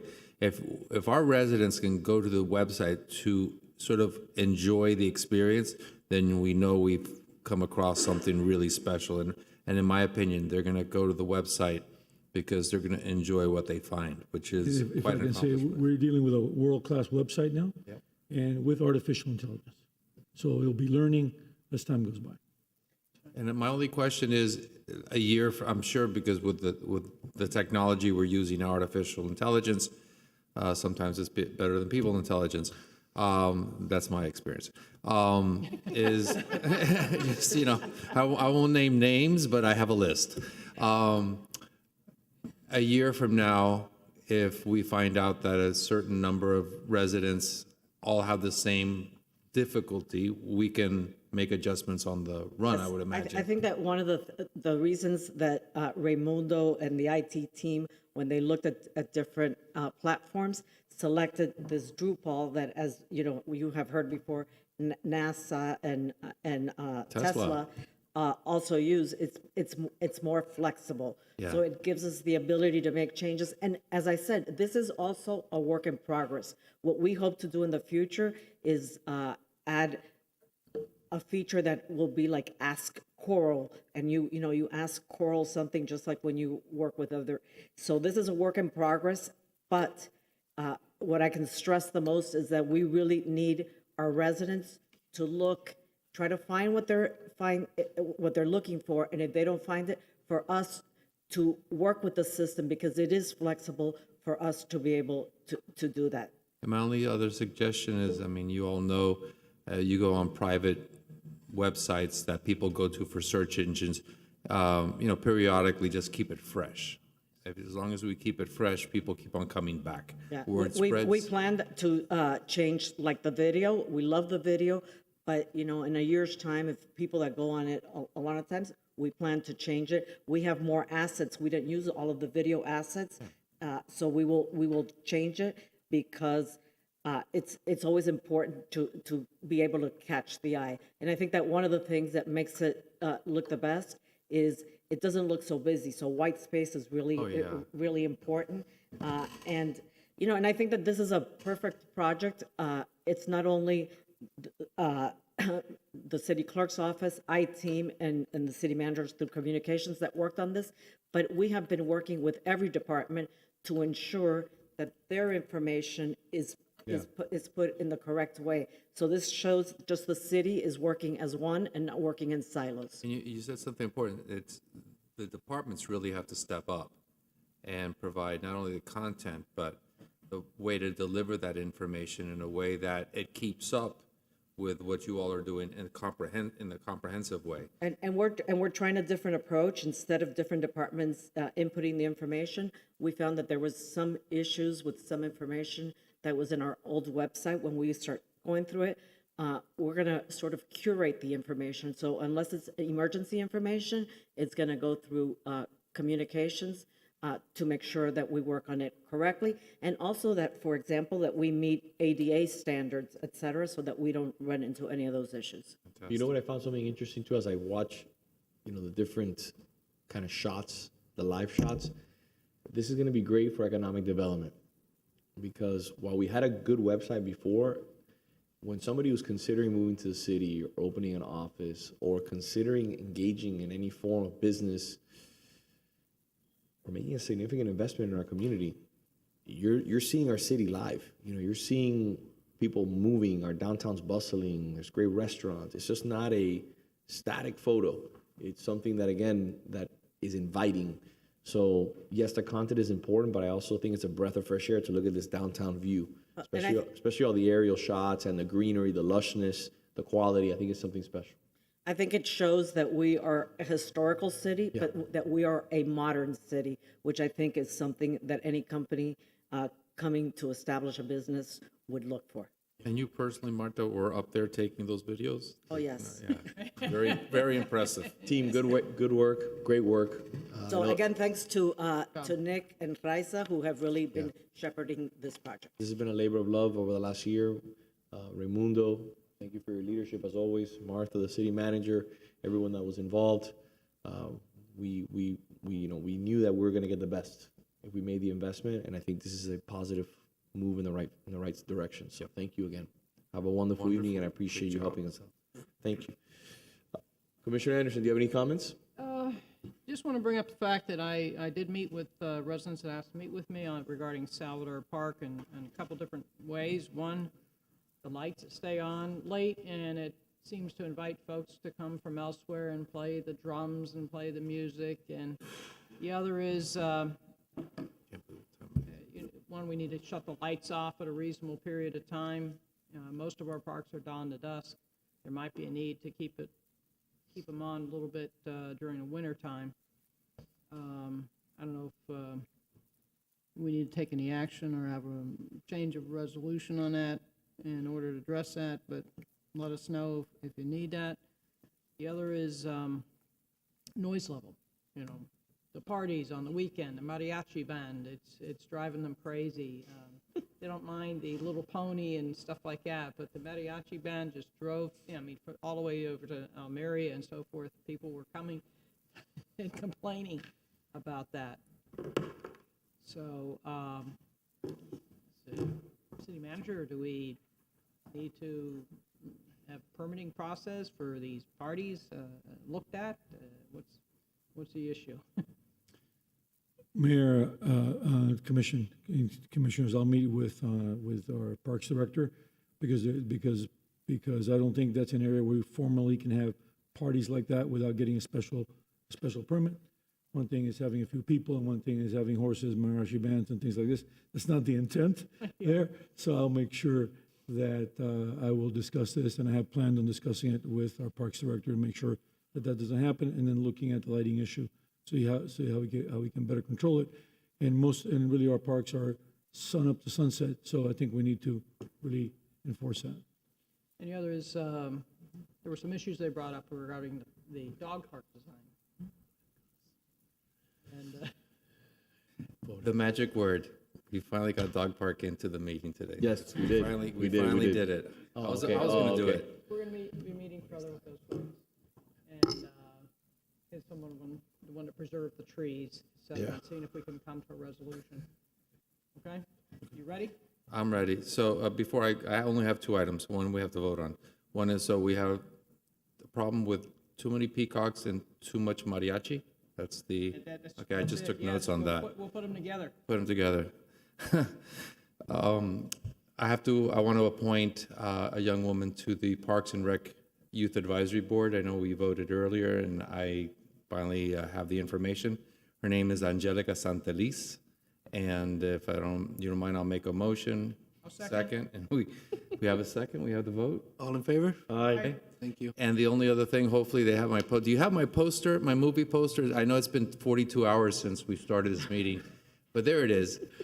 Saturday, July 2nd, 1 p.m., the comedy classic Airplane with Robert Stack, Leslie Nielsen, the gentleman from Mission Impossible, Peter Graves.